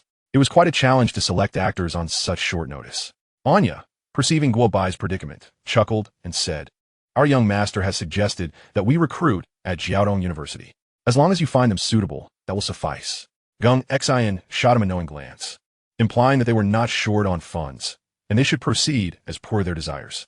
"Very well. Let's not delay," Guo Bai replied, eager to accommodate such a generous client. Accompanied by Anya and a few others, he set off to recruit actors. For such a brief drama, a modicum of acting ability would suffice. The contract did not stipulate the necessity of hiring renowned actors. Over the past few days, Guo Bai had come to a realization. With such a melodramatic plot, the resulting production would hardly attract an audience. Who in their right mind would create such a play? Only this extravagant heir would dare to undertake such a venture. Extravagance indeed. Chapter 67. Controlling Drones with Thought in mid-April. The garden of the Yi family estate was abloom with jasmine flowers, filling the air with a delightful fragrance. The warming spring breeze wafted the scent into Yi Tianlin's study. Standing by the window, Yi Tianlin gazed at the throngs of people in the garden, momentarily lost in thought. Chairman, the fiber battery production line is expected to commence formal operations next month, an aide reported from behind him. Yi Tianlin remained focused on the view outside and did not turn around. He inquired, "No one else is aware of this, correct?" The aide replied, "No, not even General Chao." "Very well. Proceed, but remember who your master is." Yi Tianlin's final words were spoken lightly. Yet they caused the aide to break into a cold sweat. "I will remember." He discreetly wiped his brow and withdrew. Shortly thereafter, the old butler entered. Upon hearing footsteps behind him, Yi Tianlin spoke. "How is the situation regarding the young master's degree progressing?" "Master, all preparations for the young master are complete. According to the current timeline, he will be ready for his defense next month. Once he passes, that will be nearly all." "Oh, that seems to be going smoothly." The old butler hesitated, as if he had more to say. "Speak freely." Yi Tianlin found it hard to believe that things could go so effortlessly. His grandson was too conspicuous. Such a journey could not be without its obstacles. The young master's rapid progress has drawn considerable scrutiny.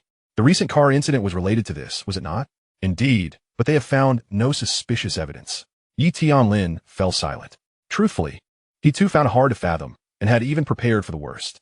With so many people scrutinizing the situation, it could only indicate that Xiaoqiang had indeed passed the examination through his own merit. He had taken the time to investigate Xiaoqiang's academic performance, and the teachers all concurred. He slept through classes. The only other academic engagement noted was a visit to the school library, albeit with an approach that left much to be desired. Could it be that his grandson was an unparalleled genius? Indeed, he must be. Such a remarkable individual would surely invoke envy even from the heavens, let alone mere mortals. What have they been saying? Yi Tianlin suddenly became quite intrigued. Well, they have suggested that there must be some under-the-table financial dealings involved. They claim the Yi family has bribed their way through. After hearing the old butler's words, Yi Tianlin inquired, "What does the school administration say?" To quell these rumors, the administration is preparing to host a live-stream thesis defense. Live-streamed? How novel. The administration had yet to officially announce this idea and wished to consult their side's opinion first. "Go and ask Yi Xiaoqiang. Whatever he decides will be fine." Yi Tianlin conjured it. To him, Yi Xiaoqiang was the key player in this matter, and he had faith in his grandson. The old butler nodded and turned towards the garden. On the expansive grassy field, a large table was set up with several piles of components. Yi Xiaoqiang was in the midst of disassembling and assembling a drone.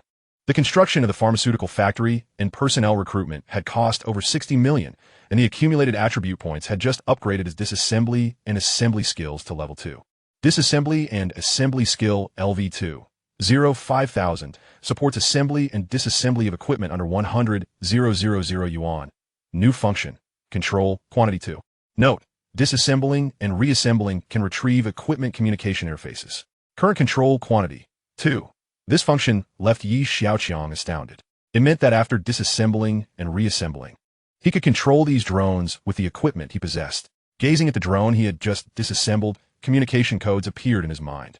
Assembling just 2 would allow him to test this feature. With level 2 disassembly and assembly skills, combined with his maximum level reflexes and speed, he completed the assembly of 2 drones in just over half an hour.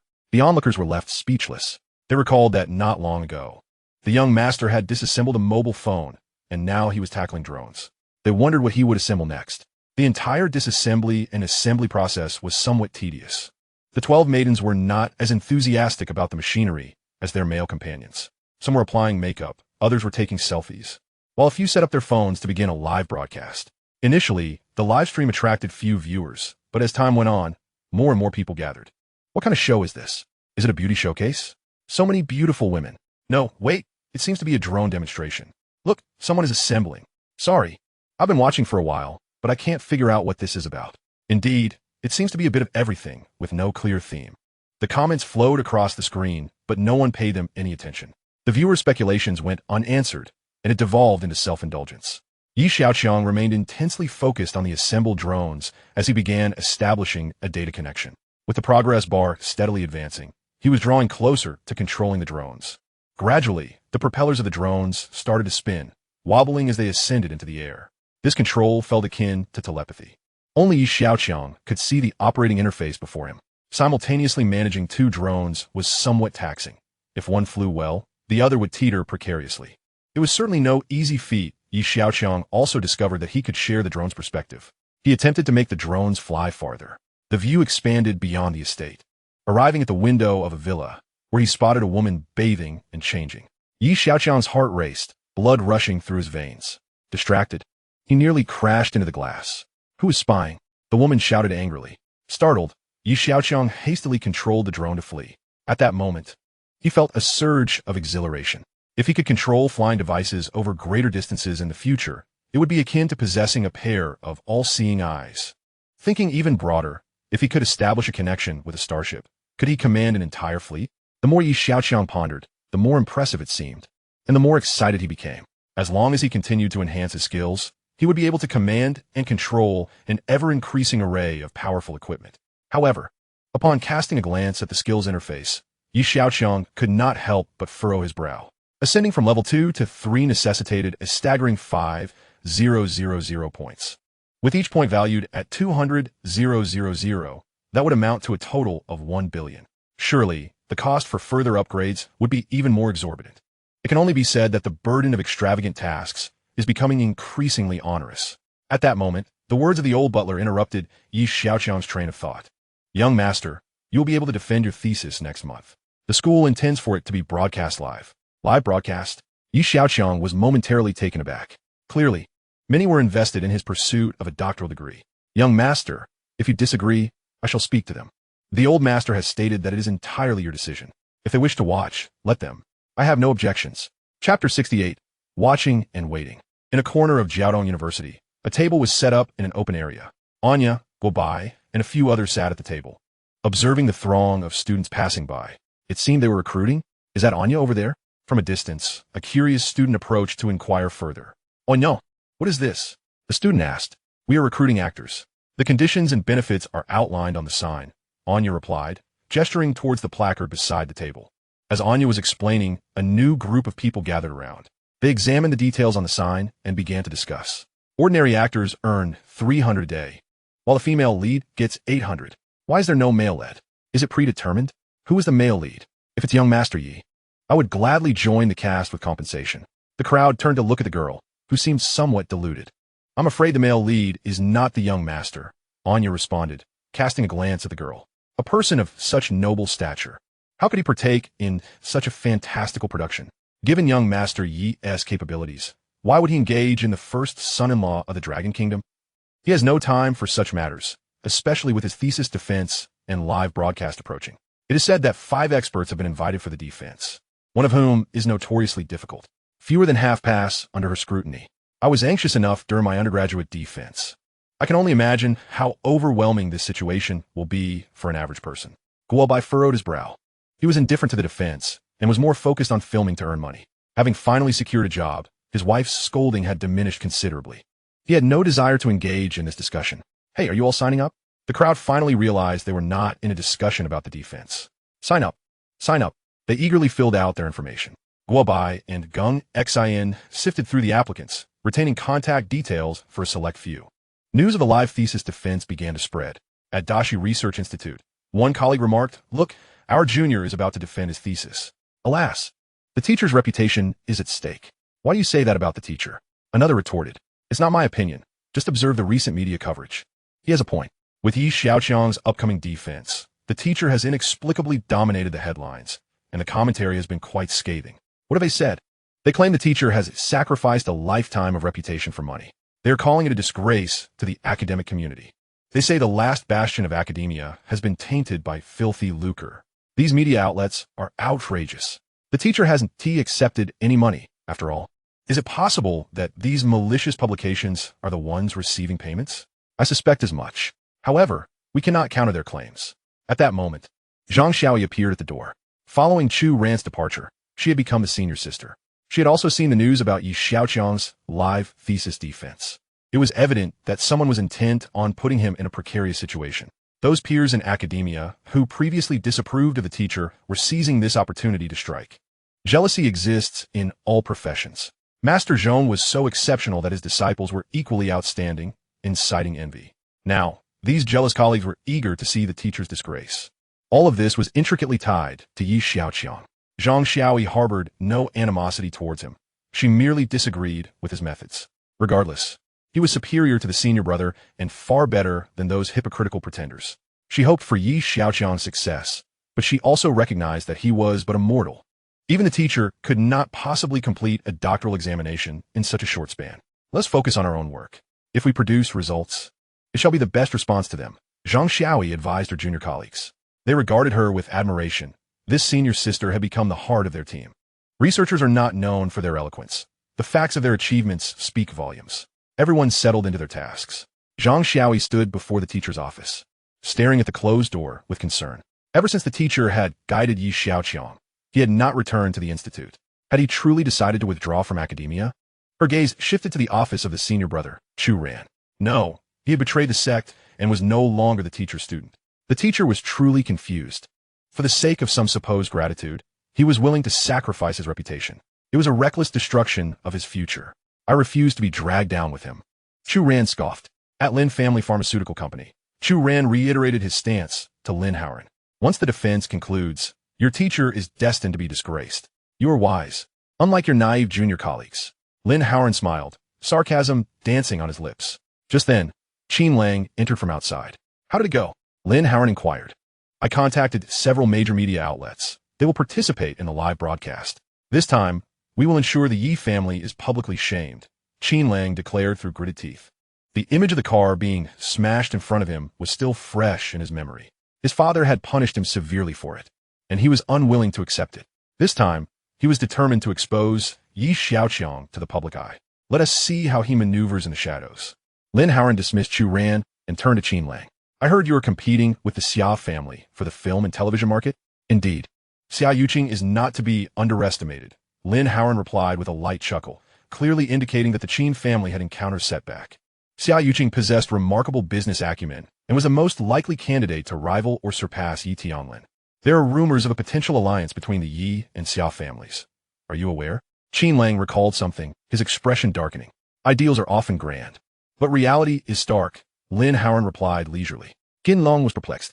He knew that Lin Howren, like him, aspired to marry Xiaoqiang. Yet, he appeared unperturbed. As if reading Qin Lang's mind, Lin Howren continued. The Yi and Xia families' plans are unlikely to proceed smoothly. Without mentioning anything else, there is someone within the Xiaoqiang Group who will vehemently oppose it. Are you referring to that person named Chao? Indeed. What are his true intentions?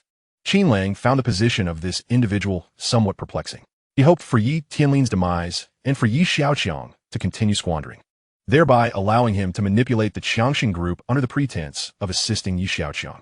If Xiaoqiang were to marry into the Yi family, could he still maintain such a facade? To use the emperor to command the lords? Essentially, yes. Qin Lang glanced at Lin Howren. Indeed, this individual possesses a far deeper understanding than one might anticipate, which explains his unhurried demeanor. Furthermore, there are members within the Yi clan who may oppose this union. The Yi family has a stipulation. If a certain branch of the Yi lineage produces no heirs, or if their descendants lack the capability to manage the family estate, the enterprise founded by that branch shall be taken over by the clan. Upon hearing Lin Howren's analysis, Qin Lang was taken aback by the complexity within the Yi family. After pondering for a moment, he inquired, what shall we do? Patience. Let us observe how the situation unfolds. Chapter 69, A Joke or a Miracle.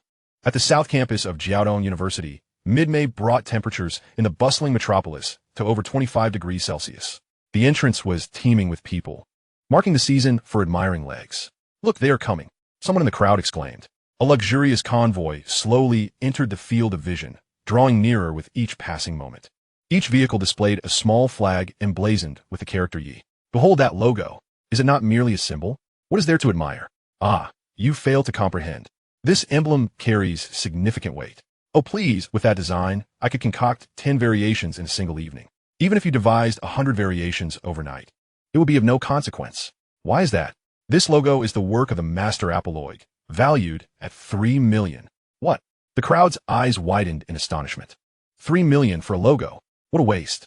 At that moment, the convoy came to a halt. An attendant swiftly approached the lead vehicle and opened the door. Xiaoqiang stepped out, momentarily taken aback by the dense throng at the entrance. Is there some important guest arriving today? He queried. Anya blushed, replying, It is you. Young master. Me? Xiaoqiang pointed to himself, bewildered. I don't recall being this popular before. You're now the benchmark for suitors in the eyes of the opposite sex. Anya remarked. Huh, is it because this young master is so charming? Xiaoqiang pondered, then pointed to the crowd again, asking, What about those men? They can't possibly like me too, can they? They are not here for you, young master. They are here for your 12 beauties. Xiaoqiang turned a glance at the 12 maids.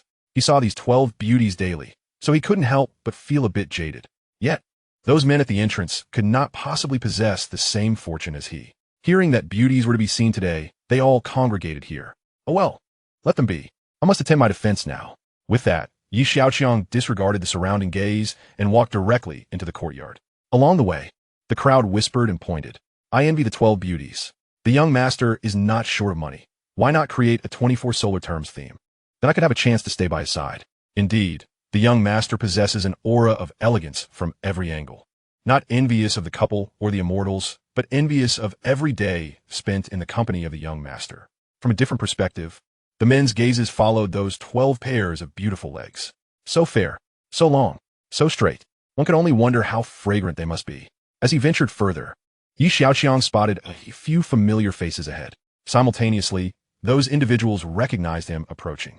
I never expected a defense would draw such attention, Xiaoqiang remarked as he drew nearer. Last time, you managed to slip through. This time, it won't be so easy, Qin Lang said with a smug expression, recalling the media he had invited. It seems you are still unconvinced. Shall we wager again? Xiaoqiang tisit, eink, vinlango. Qin Lang's expression shifted, yet he refrained from responding. You know what they say, 9 out of 10 bets end in loss. Surely, you are not so psychologically fragile as to be haunted by a single defeat. Would you like me to arrange for a psychologist to help you cope? Xiaoqiang jested, casting a sidelong glance at Qin Lang. You, noticing Qin Lang's discomfort. Lin Howren stepped forward with a smile. It appears you are well prepared, maintaining such a calm demeanor. What is there to prepare for? It's merely a defense meeting. Well, I hope you can remain this composed when the time comes, Lin Howren replied, saying no more as he awaited the spectacle. Xiaoqiang understood their intentions. They were there to witness his potential humiliation and had likely applied to audit the session. Shifting his gaze slightly, he spotted Xiaoqiang also present. Just as he was about to speak, he turned to the two and said, I have matters to discuss with Xiaoqiang. It would be inappropriate for you two to linger here. Upon hearing this, the two exchanged glances, their expressions darkening, and then turned to leave. Once they were gone, Xiaoqiang asked, Are you here to audit as well? Do you feel confident? Xiaoqiang inquired softly. For reasons unknown, she found herself wishing for Xiaoqiang's success. She could not discern whether this hope stemmed from familial interests or her own feelings. He is no ordinary wastrel. He is a prodigal who continuously surprises and creates miracles. Xiaoqiang did not directly answer Xiaoqiang's question. With a sly smile, he replied, Guess. After saying this, he turned and made his way toward the defense venue. As he entered the hall of the defense, Xiaoqiang surveyed the surroundings. The audience seats were nearly filled, and directly ahead was the panel of evaluators. Judging by the seating arrangements, there were 5 experts in attendance.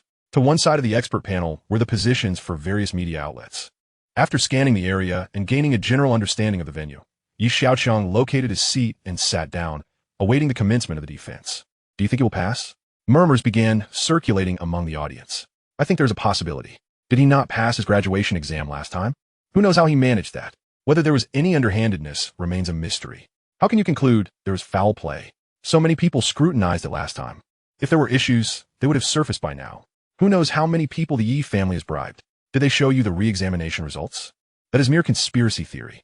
However, I heard that several of his papers were purchased. There must be something amiss. How do you know? Do you have inside information? Of course. Come on, elaborate. If you truly have evidence, take it to the review committee. Spreading rumors behind the scenes accomplishes nothing. The two turned to see that it was Xiaoqiang who had scolded them, leaving them astonished. One of them muttered softly, Could it be true that the Xia and Yi families are to be united in marriage? What do you mean? We merely spoke a few words about Xiaoqiang, and she became displeased? Is there really a marriage alliance in the works? Neither family has made a statement. I do not know. That is just a rumor. Despite Xiaoqiang's admonition, the two continued their discussion, albeit in hushed tones. The time for the defense meeting drew ever closer. At the entrance of the hall, two more individuals entered. Upon seeing them, Xiaoqiang recognized them. Senior sister, Zhang Xiaoi. She was assisting Elder Zhong into the hall. Xiaoqiang rose to greet them. Elder Zhong, senior sister.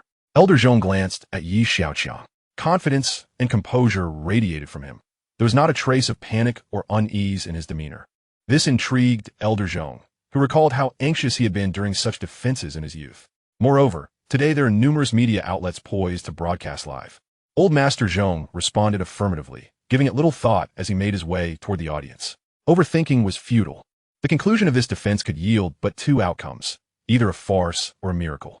Chapter 70. He could also tackle questions beyond the syllabus. The atmosphere in the defense venue was extraordinarily lively. Never before had Jiaodong University hosted a defense meeting of such magnitude. The sole reason for this unprecedented attention was the participation of the nation's foremost prodigal son, who was now defending his doctoral dissertation. The very notion was almost surreal. With merely 5 minutes remaining until the defense commenced, 5 experts entered the room, constituting the committee. As they took their seats, an instant hush fell over the hall. The only sound was the rustling of papers as the experts reviewed their materials. Xiaoqiang stood on stage, surrounded by cameras that captured his every move, immersing him in the limelight. This scene caused some students in the audience to clench their hands tightly, their palms beginning to sweat. In the livestream chat, comments flooded in. Wow, I'm getting nervous just watching this. It reminded me of my own defense years ago when my mind went blank. Who is this person? What audacity does he possess to conduct a live defense? I recall standing on stage, overwhelmed by dizziness. Setting aside everything else, this individual dares to stand here, exuding such composure. Impressive. Is he truly unfazed? Could it be a facade of calmness? After the experts finished their reviews, the questions began. The first inquiry came from a male expert. Could you elucidate the significance of your research? The pursuit of longevity has always been humanity's dream. Xiaoqiang spoke confidently, articulating his thesis with poise. Below, Zhang Xiaoi was taken aback by his performance. If he prepared thoroughly, how could he be so nonchalant? Yet, given the time constraints, it seemed impossible for any ordinary person. Could this junior be a genius? Someone who comprehends instantly and learns effortlessly? Lin Haoran and Qin Lang were somewhat bewildered. This fellow can't possibly be fabricating his responses, can he? But the experts on stage were hardly uninformed bystanders. The live chat buzzed with excitement. Incredible. Listening to him feels almost like witnessing a scientific transcendence. Can immortality truly be achieved? Dream on. This is merely research. By the time it applies to you, you might need to be excavated from the ground first. The comments upstairs were simply hilarious. Excavated? What use would that be? You could opt for cloning instead. Give me a break. Once reduced to ash, how could you clone anything? Before long, Xiaoqiang concluded his exposition on the significance of his research. The second expert continued with their inquiries. As the defense progressed, the audience grew increasingly perplexed. Rumors circulated online that Xiaoqiang's dissertation had been purchased, yet his composed demeanor suggested otherwise. It was indeed curious. Was it possible he had memorized everything with extraordinary recall? While such a feat was conceivable, it must be acknowledged that even rote memorization was commendable. After all, I could not achieve it. It was said he had studied under old Master Zhong for a time. Surely he had gleaned some insights. I could understand this portion. More than half the time had elapsed. And among the 5 experts, had finished their inquiries. As the defense continued, the questions became increasingly challenging. The live chat saw a significant reduction in activity, as the discourse transcended the knowledge of most viewers. Xiaoqiang, clutching her phone, observed Xiaoqiang, who remained calm and collected on stage, her expression a mix of emotions. She had been quietly watching the experts present, including old Master Zhong in attendance. Before these authorities in their respective fields, Xiaoqiang exhibited no signs of trepidation. Rather, he appeared to handle the situation with remarkable ease. Astonishment, shock, unbelievability. At that moment, the sole female expert posed her question. Your paper concludes that previous research has largely focused on mitochondria themselves.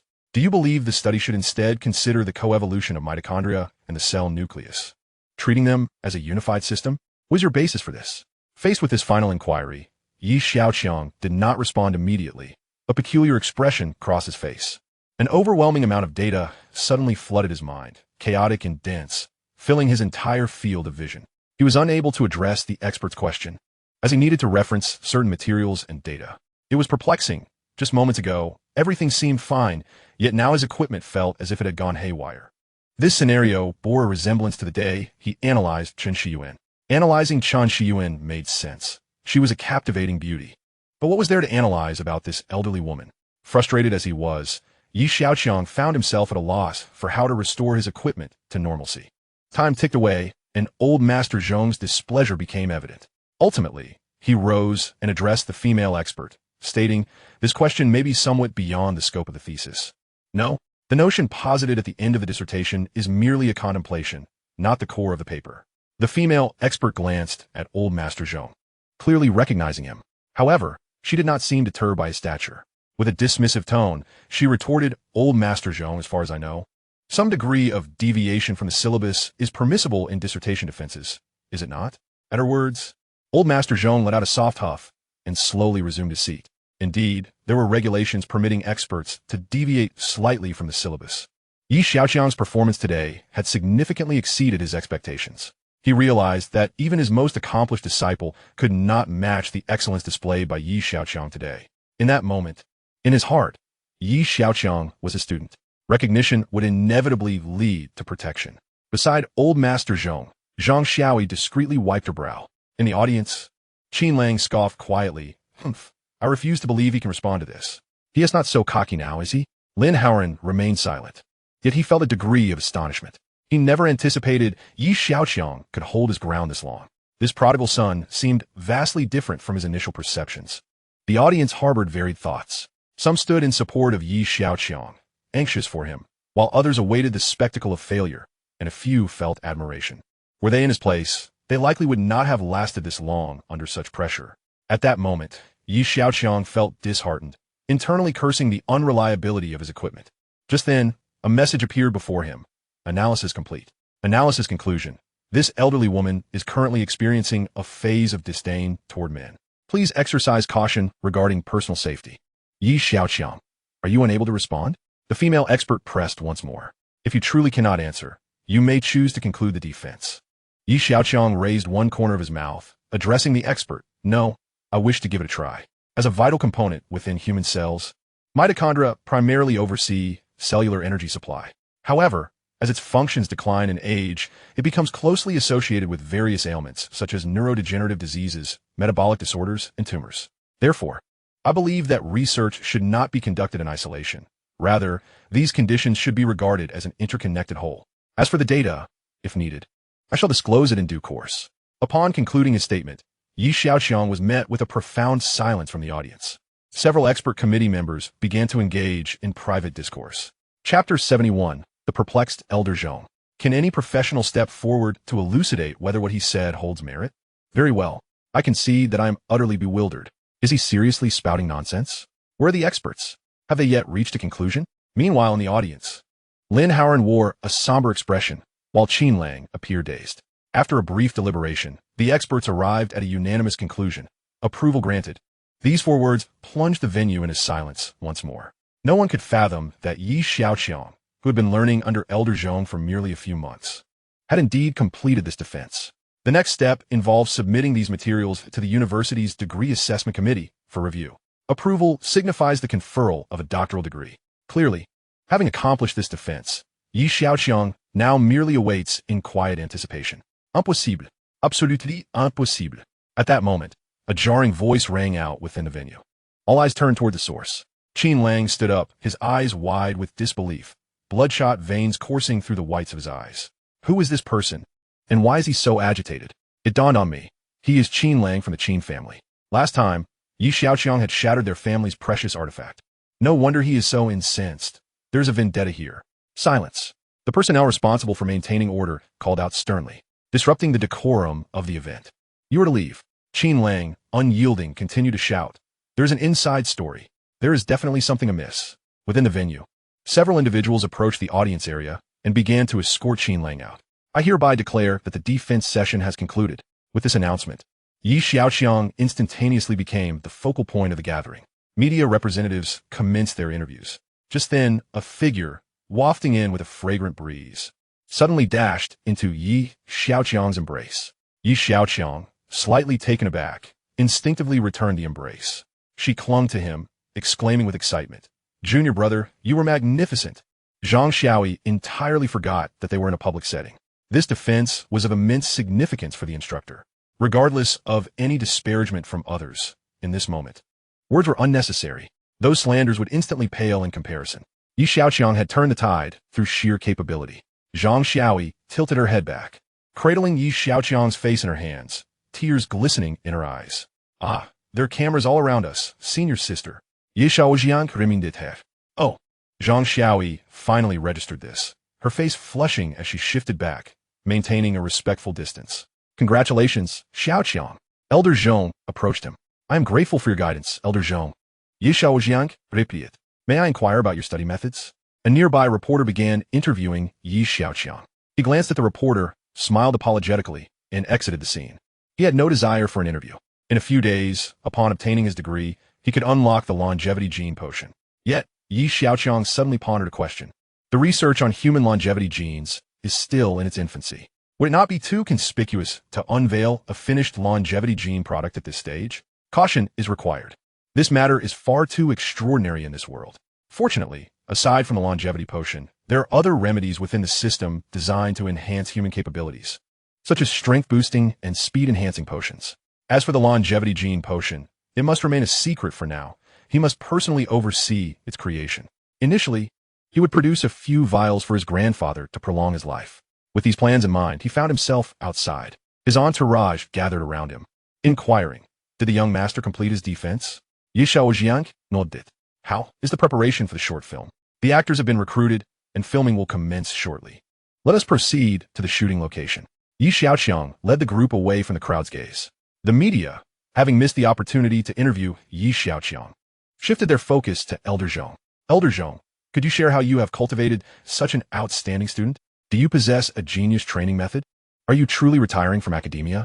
The barrage of questions from reporters was relentless. Confronted with their fervent inquiries, Elder Zhong's mind went blank.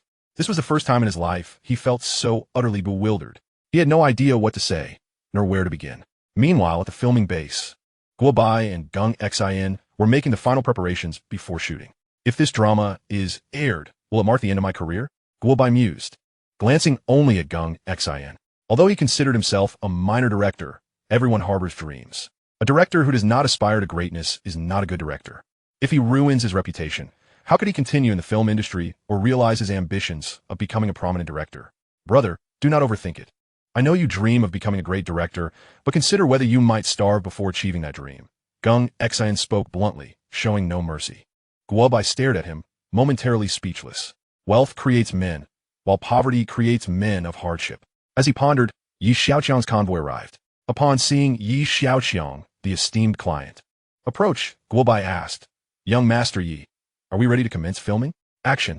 Yi Xiaoqiang responded, turning to see a massive sunshade being raised and secured in the open space. Beneath it sat a chair.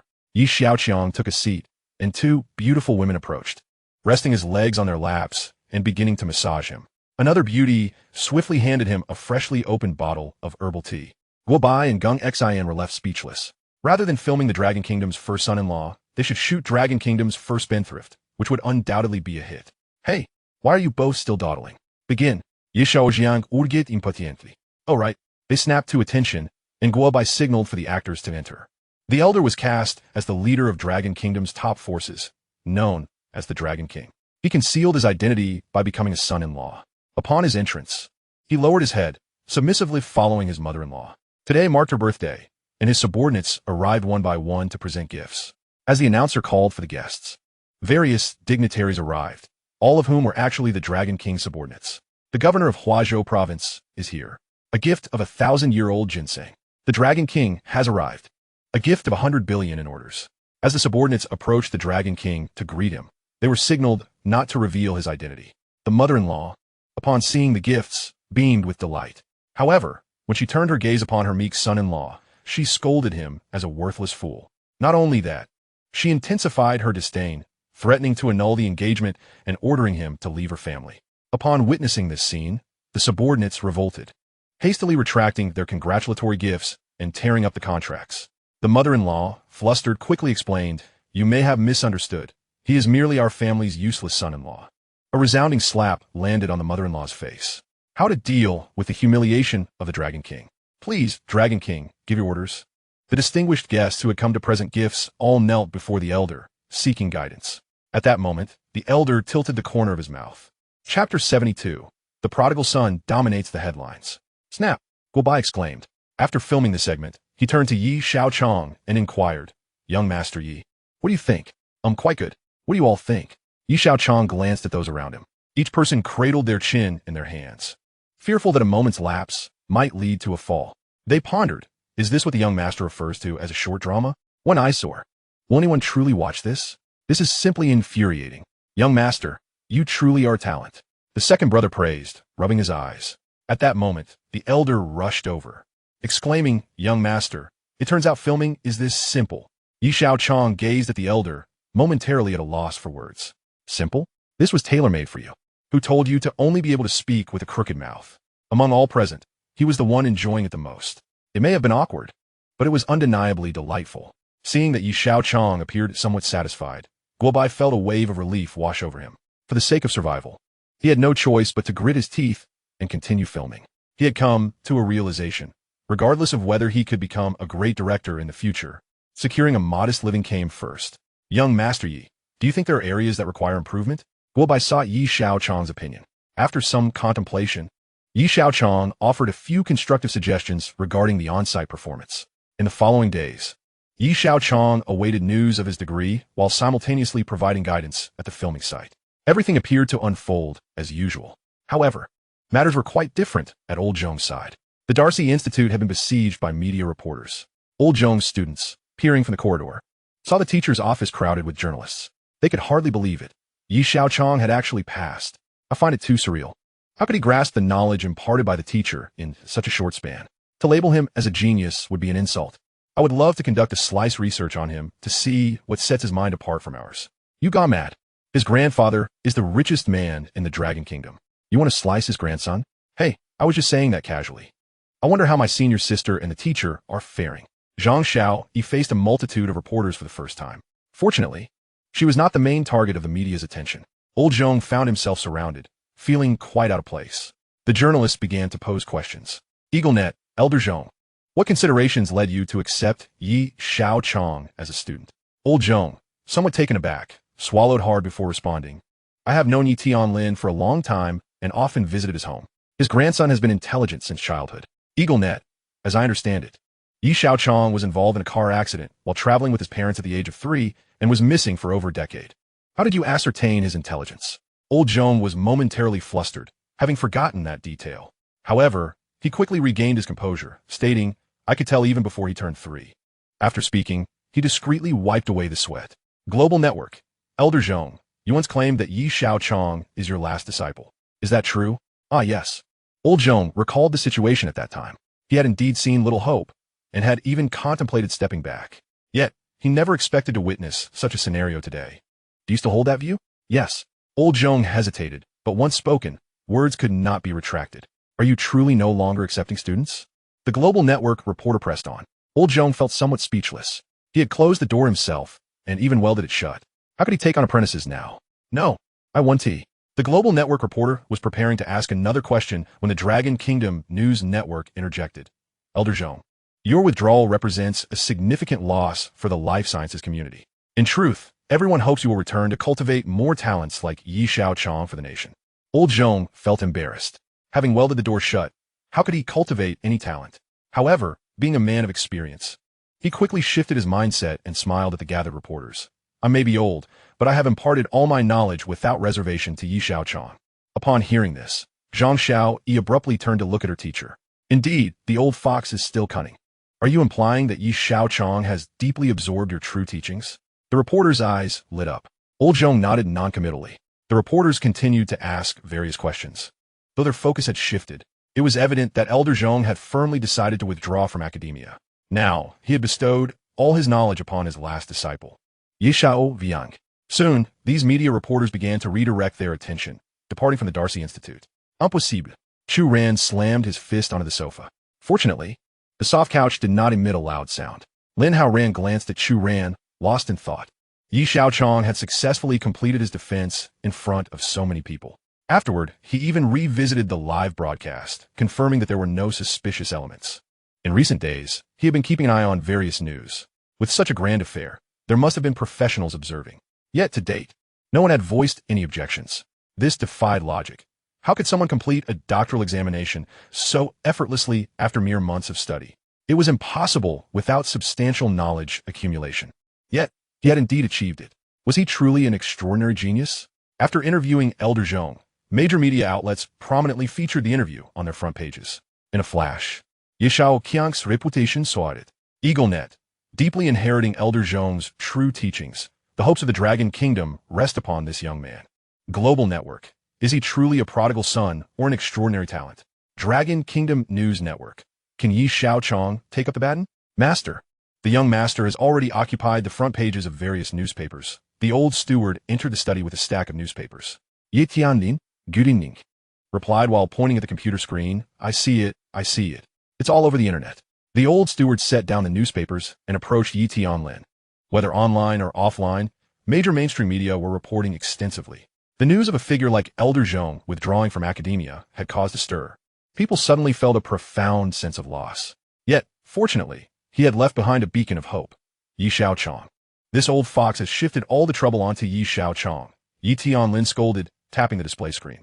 The old steward understood who Yi Tianlin was referring to and chuckled. He is indeed a bit cunning, but I imagine he was also ensnared in his own web. With no choice, Yi Tianlin was not worried for Xiaoqiang. He believed the young man could handle those media reporters. Recently, good news had been pouring in.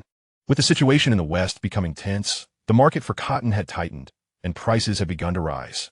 It seemed his judgment had been correct. Yi Tianlin stood up, stretching his limbs by the window. Gazing out the window, Xiaoqiang found no trace of his companion. He turned to the elderly butler and inquired, "What has Xiaoqiang been up to lately?" The butler pondered for a moment before responding. "It seems he is engaged in filming a short drama." A short drama? Chapter 73. The optimal choice for the Starship base.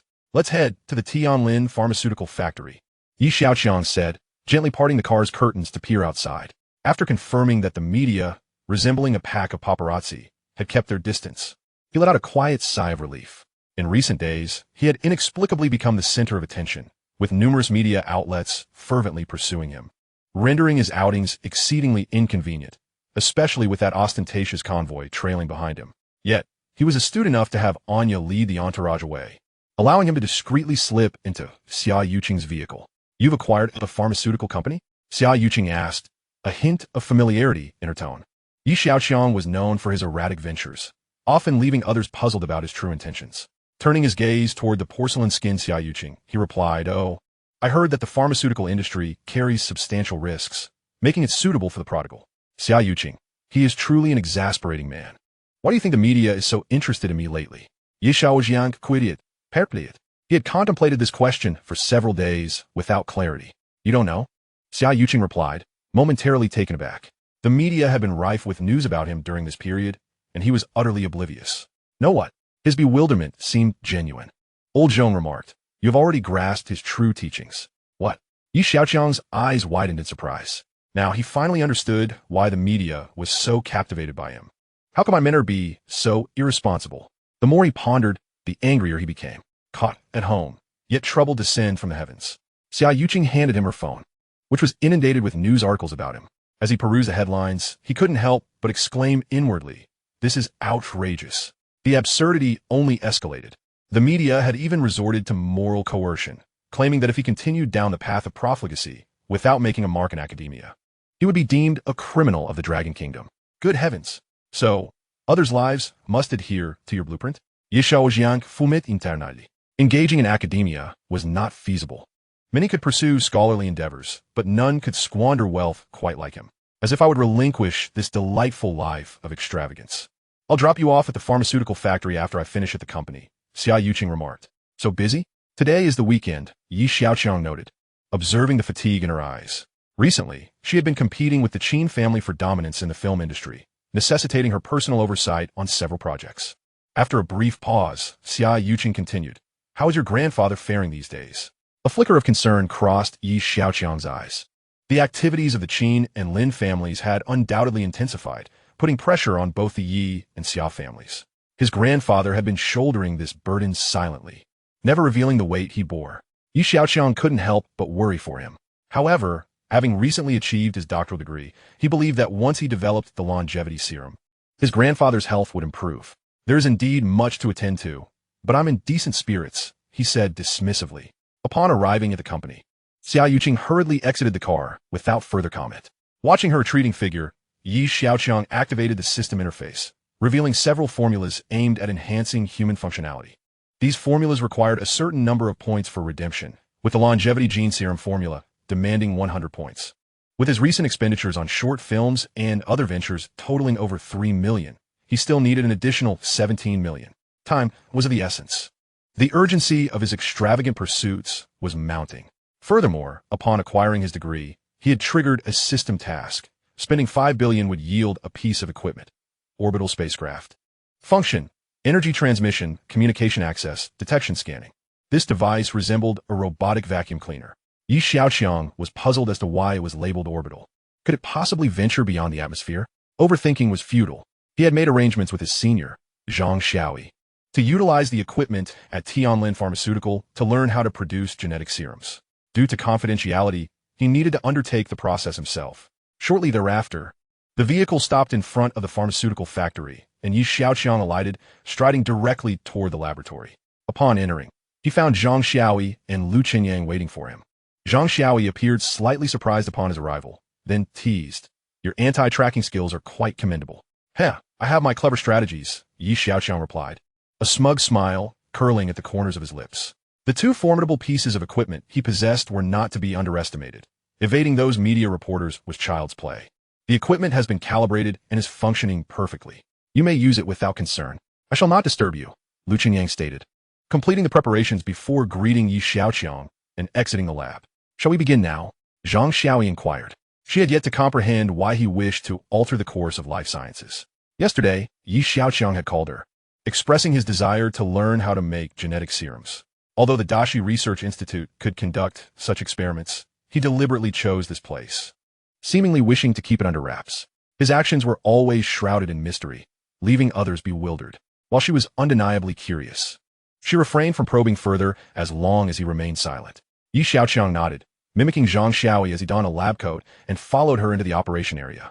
Several hours later, the two emerged from the laboratory. Did you learn? Zhang Xiaoyi asked as she removed her lab coat. Yi Xiaoqiang nodded.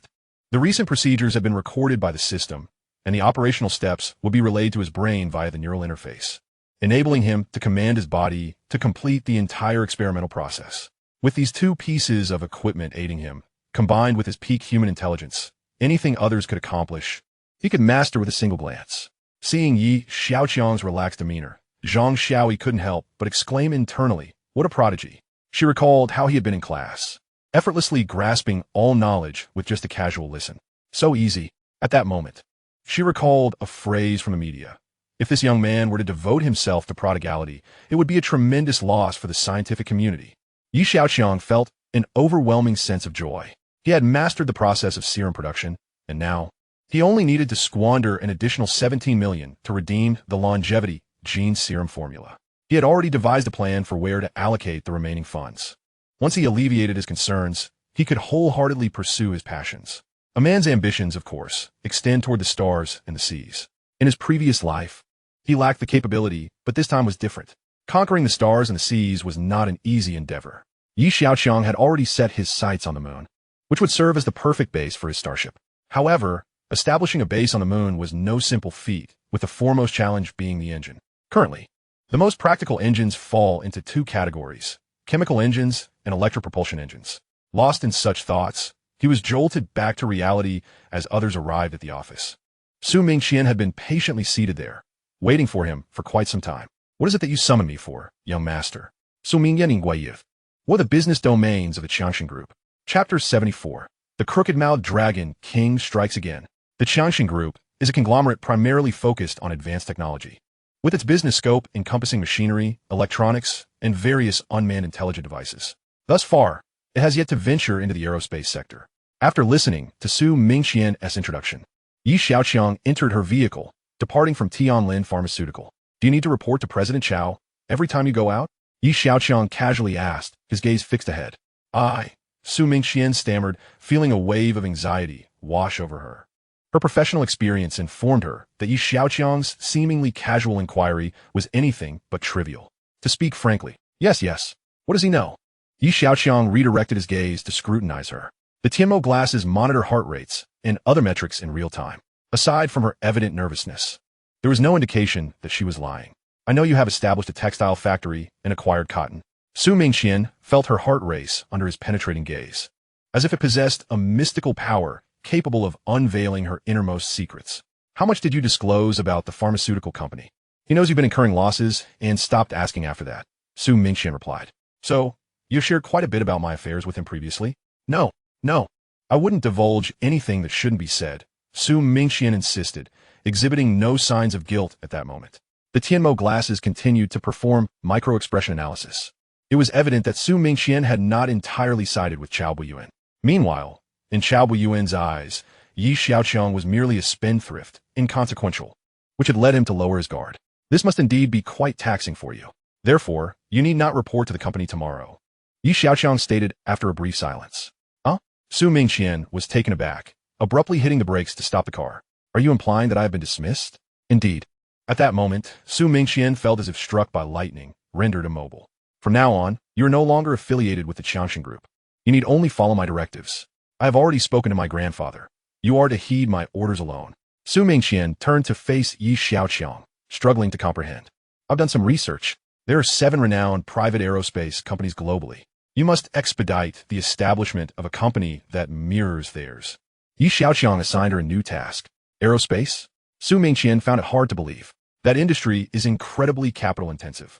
Are we truly aiming this high? Indeed. Time is of the essence, and the task is weighty. Your responsibilities are substantial. Inform me promptly should any issues arise, Yi Xiaoqiang concluded, falling silent thereafter. However, Su Mingxian's mind was a tempest of thoughts. She recalled the first acquisition of the textile factory, which was in the million range. The second acquisition of the pharmaceutical company was in the tens of millions.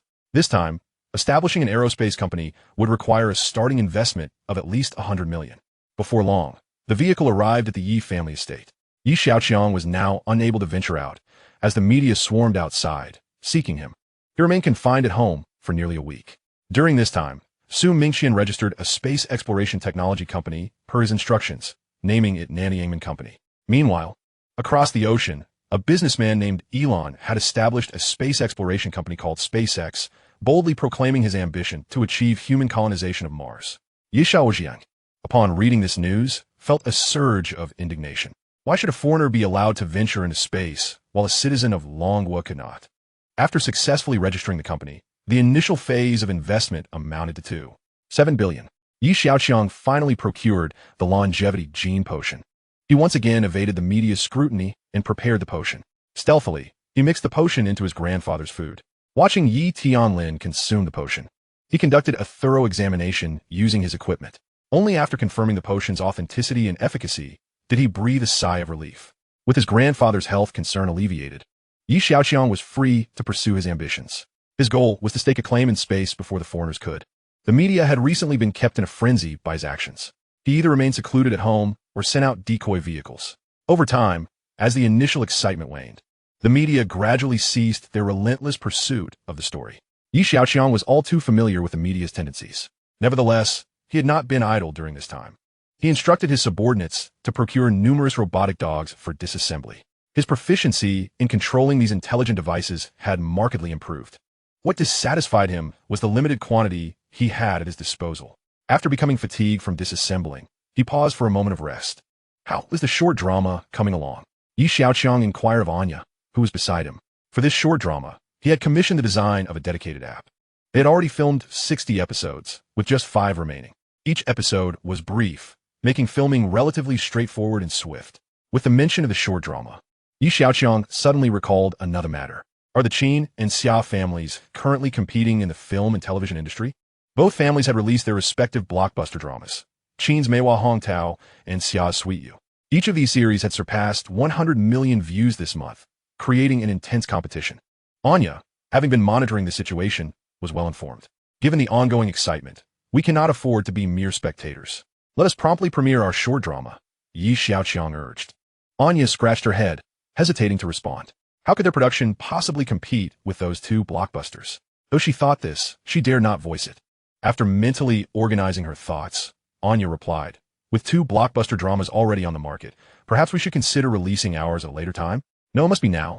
Let us invest in advertising across major online platforms for our short drama. Additionally, viewers can participate in a lottery while watching the show. We need to generate some buzz. Xiaoqiang insisted, unwilling to delay. Such advertising could quickly drain funds, but he was unconcerned about the profitability of the short drama.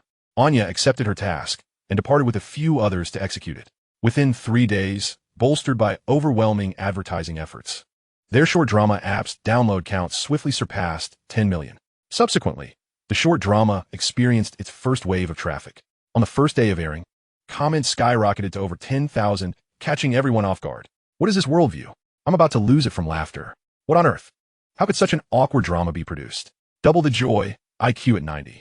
My wife finds it adorable. I'm a local dog and I love it. What the heck? This is a divine drama. The more I watch, the more I'm hooked. Everyone, step aside. I'm about to go crooked mouth.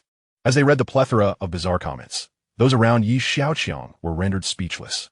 To their astonishment, the short drama Dragon Kingdom's #1 son-in-law had gone viral across the Longwa internet in just half a month, giving birth to a trending meme. The Crooked-Mouthed Dragon King. Chapter 75, A Clash of Titans, the emergence of the Dragon King's crooked mouth. Suddenly, the meme of the crooked-mouthed Dragon King emerged. Initially, it garnered little attention. In the age of the internet, such spontaneous crazes tend to arise and dissipate like fleeting winds. Most of the time, these fads vanish as quickly as they appear, akin to a bullet soaring through the air, only to lose itself in the ether. Many memes follow this trajectory, fading into obscurity as they are played out. However, the crooked-mouthed Dragon King meme proved to be exceptionally unique. Rather than fading away, it intensified, culminating in a scenario where not understanding this meme signified a disconnect from contemporary culture. The fervor surrounding it piqued the curiosity of many, leading them to seek its origins. Consequently, the short drama Dragon Kingdom's premier son-in-law could no longer remain in the shadows.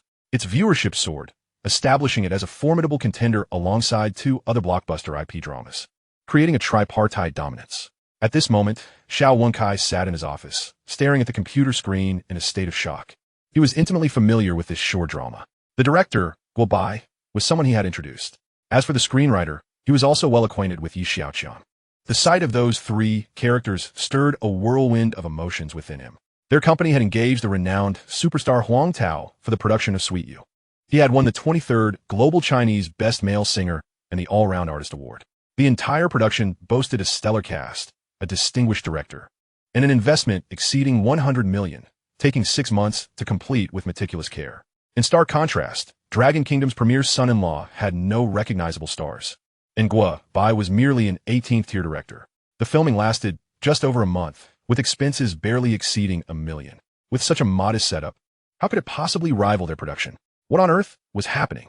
Mr. Xiao, Miss Xia requests your presence, interrupted the voice of his female secretary, pulling Xiaoqiang from his reverie. Regaining his composure, he surmised that Xiaoqiang had undoubtedly seen the short drama as well. Upon entering Xiaoqiang's office, her first inquiry was about the details of the short drama. Xiaoqiang vaguely recalled hearing the name Guo Bai, though the memory was faint and elusive. What perplexed her further was the revelation that the screenwriter was none other than Xiaoqiang. Could it possibly be the Xiaoqiang she knew? The one who could compose songs, squander wealth, and recently earned a doctoral degree? Could he also be a screenwriter? She found it hard to believe. This Guo Bai is someone I introduced to young Master Yi. Xiaoqiang stammered, his words hesitant. He had not reported this matter to Xiaoqiang, initially assuming that Xiaoqiang was merely dabbling for amusement. In the interim, Xiaoqiang had made a few calls to Guo Bai and had even glanced at the script, which was still languishing in the trash bin. Who would watch such a terrible drama? As the CEO of the company, his time was precious, and he swiftly forgot about the entire affair. Thus, such a trivial matter had naturally escaped his report to Xiaoqiang. Little did he anticipate its current success. Now, he dared not conceal the truth and recounted the events in full. Xiaoqiang rested her chin in contemplation. She bore no intention of reproaching him. Rather, she found herself bewildered. Xiaoqiang was an enigma, seemingly casual in his endeavors, yet achieving successes that others could not replicate. Most significantly, immense commercial opportunities lay hidden within. Yet he merely toyed with them. I understand now. You may return, Xiaoqiang instructed Xiaoqiang. Her aim to ascertain whether this Xiaoqiang was indeed the one she knew. The confirmation now lay before her. Noticing that Xiaoqiang had no further questions, Xiaoqiang discreetly exited the office. Xiaoqiang picked up her mobile device and searched for the app designed specifically for streaming short dramas. Currently, it featured only this one drama. She tapped to play it. At first, she frowned, forcing herself to watch. However, as time passed, she gradually found herself captivated by the engrossing narrative. Even as the Dragon King was about to reveal his crooked mouth, she couldn't help but raise one corner of her lips. The Qin family, upon witnessing the unexpected rise of Dragon Kingdom's premier son-in-law, fell into a profound silence. Their own production, Plum Blossom and Red Peach, was designed to compete with the Xia family's grand endeavor. They had spared no expense in securing renowned directors and stars, with a total investment reaching 200 million, nearly 100 million more than the Xia families. The post-production alone took a month. While they could understand a close competition with the Xia family's production, they were baffled that this short drama, so glaringly inferior, could attract such a vast audience. To make matters worse, it was now on par with their own. The revelation left them aghast. Yet, when they saw the screenwriter's name, it felt as though a thunderclap struck them. The screenwriter was none other than Xiaoqiang. Indeed, they were not the only ones left dumbfounded. Guo Bai, the 18th tier director, also stared blankly when the view count reached over a billion. He locked himself away, scrutinizing the latest backend data on the app. Taking a deep drag from his cigarette, the sudden bright flame illuminated his bewildered face. Long ashes fell unnoticed onto the corner of his desk. Old Guo cough.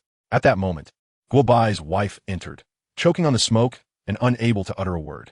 She opened the door and stepped aside, waiting for the haze to clear. Only then did she notice the overflowing ashtray beside Guo Bai. Old Guo, how many times have I told you not to smoke so much? She chided, confiscating the half-burned cigarette from his fingers along with the ashtray. She soon returned to say, that short drama you filmed is quite good. You should be pleased. So why are you smoking so much? Hearing his wife's inquiry, Guo Bai slowly turned his head. He was aware that his drama had become a sensation. He just couldn't fathom why. After days of contemplation, he remained perplexed. But he was not alone in this confusion. Many renowned directors shared his bewilderment.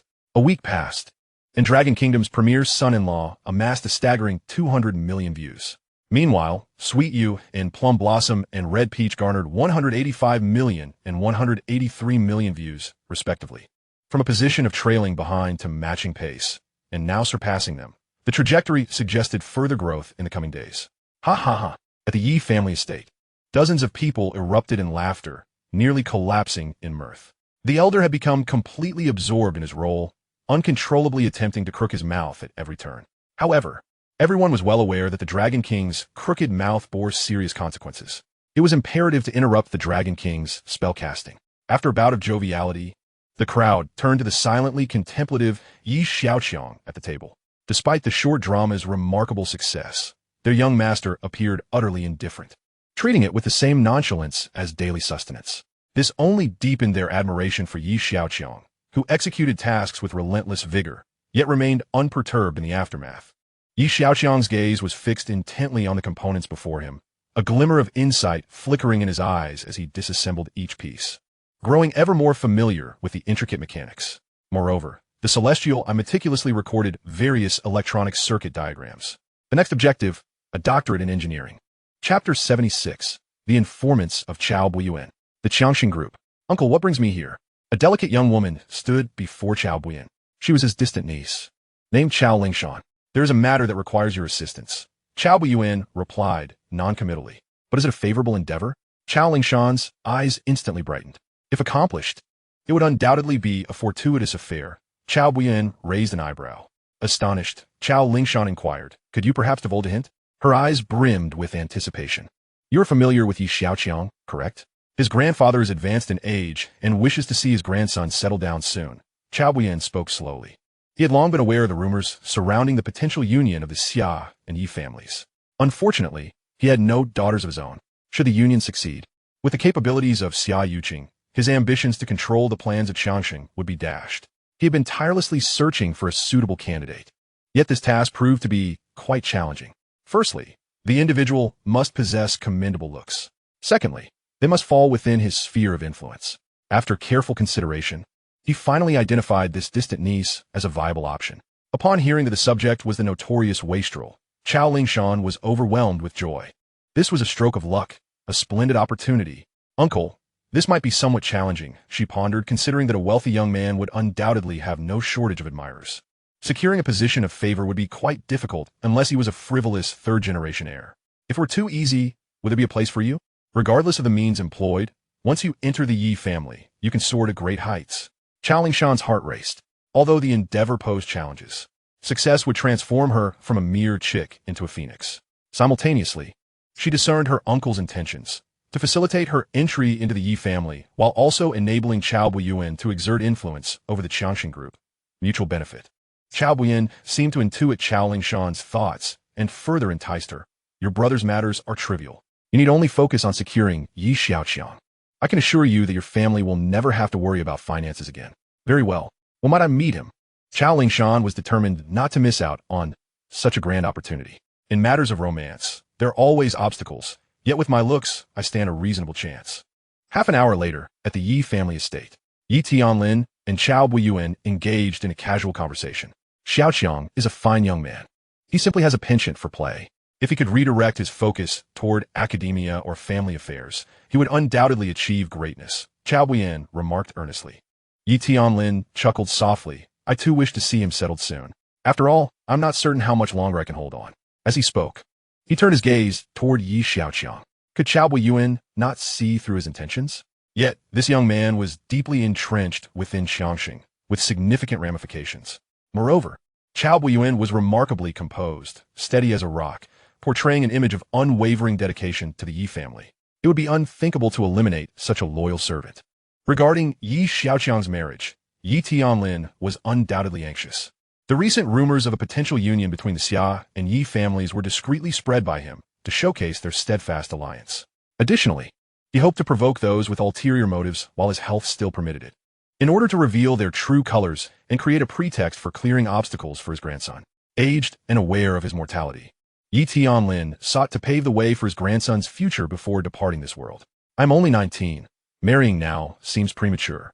Yi Xiaoqiang analyzed Chao Buiyuan and the enchanting Chao Lingshan before him through the celestial eye. Chao Buiyuan did not seem surprised by this response. Indeed, marriage might be a bit early. However, you young ones could take the opportunity to cultivate your feelings, he suggested. Yi Tianlin remained silent, wishing to grant Yi Xiaoqiang more autonomy. The path ahead would ultimately depend on Yi Xiaoqiang's own choices. Yi Xiaoqiang stole a glance at the delicate Chao Lingshan. He had discerned her intentions and recognized her as Chao Buiyuan's pawn. Even if this attempt did not succeed, it was clear that Chao Buiyuan would not relent. Yi Xiaoqiang was acutely aware of their little schemes, yet the situation had not escalated to a point of confrontation. Presently, he possessed the longevity gene serum, ensuring his grandfather could easily live to 100 years. Since you wish to play, I shall indulge you, Yi Xiaoqiang thought, a subtle smile gracing his lips. In that case, I shall see how it goes. Yet Yi Xiaoqiang trailed off. But what? Chao Buiyuan, sensing an opening, felt a surge of joy, albeit quickly bracing himself, as Yi Xiaoqiang was about to lay down conditions. You must not influence my reckless spending. Upon hearing this, Chao Buiyuan felt a wave of relief. Let it be so. Your reckless spending is precisely what reassures me. I will support whatever you choose to do. Hearing Yi Xiaoqiang's agreement, Chao Lingshan eagerly declared her readiness. She was determined not to let this golden opportunity slip away. Once she became his wife, she would be the wealthiest woman in the Dragon Kingdom. For this goal, she was willing to do anything. Having achieved his objective, Chao Buiyuan conversed with Yi Tianlin for a while before departing the Yi residence with Chao Lingshan. Yi Tianlin had a meeting to attend, leaving Yi Xiaoqiang alone in the living room to ponder how to navigate his relationship with Chao Lingshan in the future. Young Master Yi, Miss Xia has arrived, a servant announced before retreating. Shortly thereafter, a figure clad in white appeared before Yi Xiaoqiang. She seemed to favor light colors, particularly white. Her snow-white dress shimmered under the sunlight, radiating an aura of purity, much like her unblemished and noble demeanor. Her lustrous black hair cascaded over her shoulders, occasionally lifted by a gentle breeze, accentuating her fair complexion. Xiaoqiang stood at the entrance, her bright and clear eyes meeting Yi Xiaoqiang's gaze. Is Grandpa Yi not here? She inquired. He just stepped out, Yi Xiaoqiang replied, momentarily dazed. Xiaoqiang felt a bit awkward, standing there unsure of her next move. In truth, she had hoped to discuss the short film project with Xiaoqiang. Anyone with experience in the internet realm knows that traffic equates to value. Despite its criticisms and controversies, the immense traffic behind it cannot be overlooked. If the short film were in someone else's hands, it would be straightforward, simply negotiate terms for a buyout. However, dealing with Xiaoqiang proved challenging. He was not in want of money. Hence, the manner in which she approached him became crucial. Xiaoqiang recalled a saying from her mother. If she were to marry into the family, her horizons would expand immensely. With the sky high enough for birds to soar and the sea vast enough for fish to leap, she had contemplated, genuinely feeling the allure of such a life. Yet, in her heart, this was not merely about love. Even within affluent families, emotions are often intertwined with interests. Still, she yearned to break free from this pattern. This was one of the reasons the rumors of their union had yet to yield any results. If she were to approach it from that standpoint, matters concerning the short film would become significantly simpler. I have a favor to ask of you. In a moment of hesitation, Xiaoqiang spoke. Chapter 77. A marriage alliance? First, an alliance. Xiaoqiang took a seat opposite Xiaoqiang and inquired how she could assist. Xiaoqiang summoned the 12 beauties back and turned to Xiaoqiang, saying, "Help me cultivate them into executives capable of standing on their own within the company." Both Xiaoqiang and the women were taken aback by this unexpected request. What was Xiaoqiang attempting to accomplish? If you assist me with this, I can reciprocate. As for what you require from me, simply inform me when you have made up your mind. After addressing Xiaoqiang, Xiaoqiang directed his attention to the 12 beauties, instructing them, "You must study diligently." The 12 beauties hesitated briefly before nodding in agreement. It was important to note that many aspire to fill these 12 positions, yet opportunities were scarce. Whether it involved learning business management or even nuclear weapon development, they were willing to embrace it. "Do you have confidence?" Xiaoqiang inquired. Yes. They replied in unison, with not a single one hesitating. "Now, you may request a favor from me," Xiaoqiang said with a smile to Xiaoqiang. "I desire your short play. The first half of the first son-in-law of the Dragon Kingdom has yet to be aired. I will provide it to you first. Additionally, I will give you a script. When the time comes, simply consult Guobai. He should have ample experience by now." Xiaoqiang sensed that Xiaoqiang had come for this matter, but felt too bashful to voice it. His original plan was to establish the Nanchuman Space Exploration Technology Company. Had it not been for the unexpected arrival of Chao Lingshan, he would not have needed to devise such a strategy. With her involvement, Chao Buyuan would only learn more. At present, the company had only just been registered, and there remained a plethora of tasks, including talent recruitment, yet to be undertaken. Su Mingqian was highly capable, but one person's energy was limited. Moreover, her vision and scope undoubtedly paled in comparison to Xiaoqiang's. Xiaoqiang's intention was to enlist Xiaoqiang's assistance in getting the company operational. Once the company was up and running, expenses would accrue, enabling him to gain attribute points. With sufficient attribute points, he could eventually exchange them for space exploration technologies within the system upon earning a doctorate. Crucially, Xiaoqiang possessed intellect, capability, and, above all, trustworthiness. "This is a secret between us. It must not be disclosed to others," Xiaoqiang admonished. Xiaoqiang understood immediately. The world of affluent families was rife with intrigue. Xiaoqiang had lost both parents and had been missing for many years. It was likely that the entire group had already found their master. Even if Xiaoqiang were not a wastrel, it would be exceedingly challenging for him to take over the prosperous group from Tianlin. Now that he had returned, he needed to present an innocuous facade. In that instant, Xiaoqiang felt an inexplicable affection for Xiaoqiang. Compared to him, she was undoubtedly far happier. Even without considering familial interests, she was determined to assist him. "All right," Xiaoqiang replied resolutely. 3 days later, Xiaoqiang stood before a company. Nanchuman Deep Space Exploration Technology Company, Limited. Did he come up with this name? Xiaoqiang asked Su Mingqian, who stood beside her. Indeed, Su Mingqian confirmed. Nanchuman.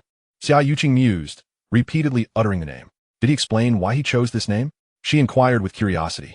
The young master said it was established to build a gateway for the protection of human civilization. Su Mingqian recalled Xiaoqiang's noble demeanor from that day. That kind of aura was unparalleled. Xiaoqiang was speechless, though she occasionally indulged in science fiction novels. She felt that Xiaoqiang's ideas were too avant-garde given the current state of human civilization. She had initially assumed that Xiaoqiang intended for the 12 beauties to learn management at the Xia family's company. But she never anticipated that he had established yet another company, a far more capital-intensive one. She frowned at the thought. If this pace of expenditure continued, It was likely that even Yi's grandfather would struggle to cope. Miss Xia, they should have arrived by now. Shall we proceed inside? The two women led the 12 beauties into the company, entering the conference room. Su Mingqian addressed everyone, saying, on behalf of the young master, Miss Xiaoqiang will temporarily oversee the management of all company affairs.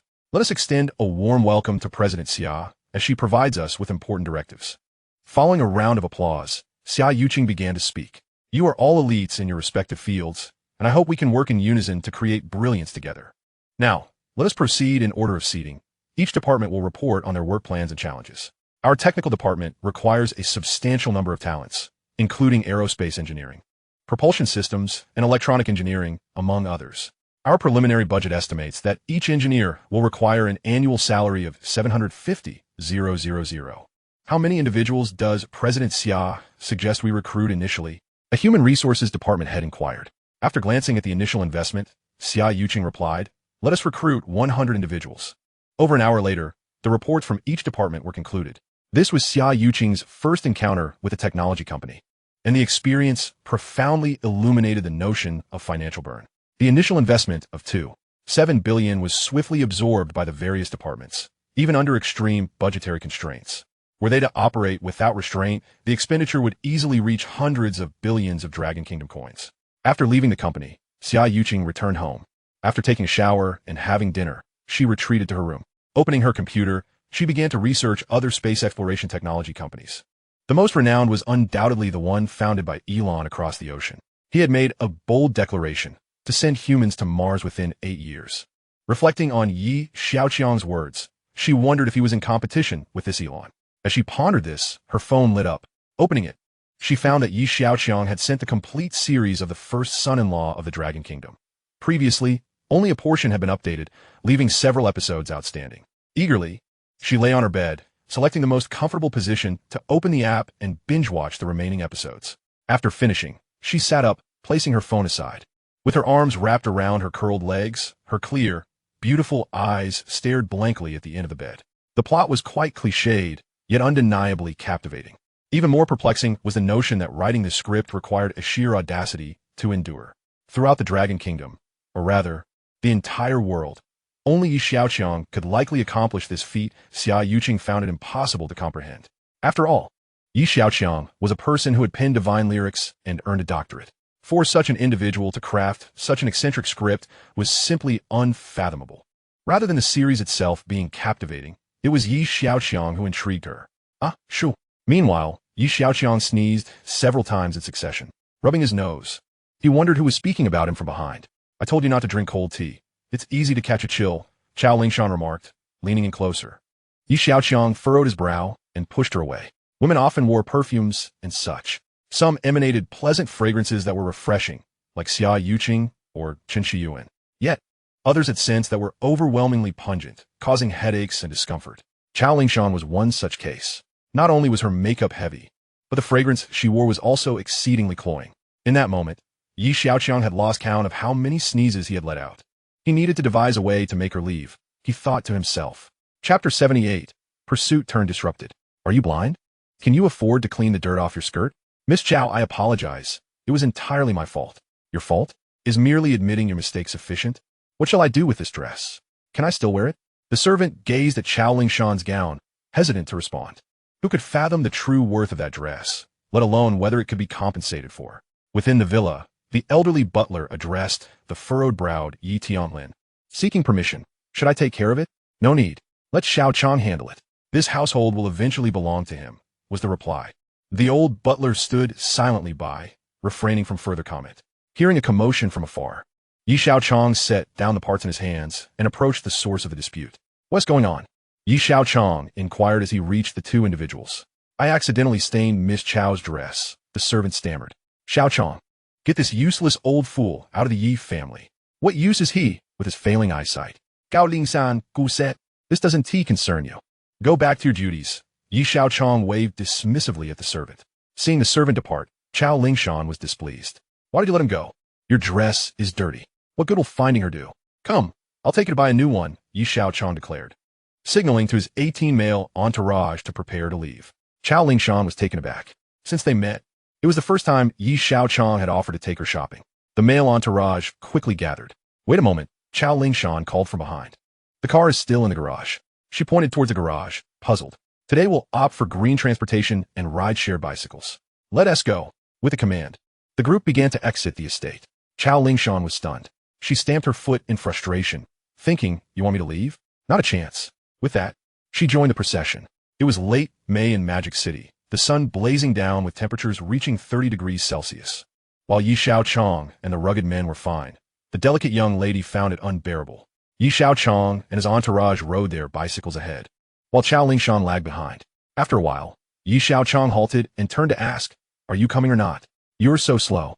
Of course I'm going, Chao Lingshan replied, though internally she seethed, vowing to purchase an expensive dress to compensate herself. She pedaled harder, propelling her bicycle forward. After nearly 40 minutes of cycling, they finally arrived at a commercial street. Chao Lingshan pouted, irritated as she looked at the street. This is hardly a high-end shopping area in Magic City. In truth, it was merely a discount street. Look, there are sales here, Xiaoqiang exclaimed, dismounting his bike, suppressing laughter from the others. Then I'll take everything on this rack, she declared defiantly. Xiaoqiang regarded her coolly, replying, you can have them all, but you must wear them. My grandfather said that women should understand thrift and household management. The word Chao Lingshan almost uttered was swallowed back. Whether Yi Tianlin had actually said that, she couldn't be certain. But in the Yi family, he held the final say. Once I'm part of the Yi family and my uncle has complete control of the Xiaoqiang Group, we'll see how arrogant you could be, she thought. Then altered her demand, I want that red one. The shopkeeper retrieved the red dress, packaged it, and handed it to Chao Lingshan. Once the group departed, the shopkeeper scratched his head in confusion. What is going on today? Bringing so many people just to buy a dress? Made me think they were here to rob the place. After purchasing the dress, Xiaoqiang led the group to continue shopping. Since arriving in this world, he had enjoyed a life of abundance. Discount stores like this were places he frequented in his previous life. As they strolled, Xiaoqiang, in a moment of whimsy, purchased a pair of casual shorts for under 100 yuan. As noon approached, Xiaoqiang felt his stomach rumbling. He entered a nearby noodle shop. Throughout the journey, Chao Lingshan maintained a stern demeanor, yet she had no real desire to leave. A man can feign poverty, but he must never truly be poor. Xiaoqiang found an empty table in the noodle shop. The table was small, seating only 4.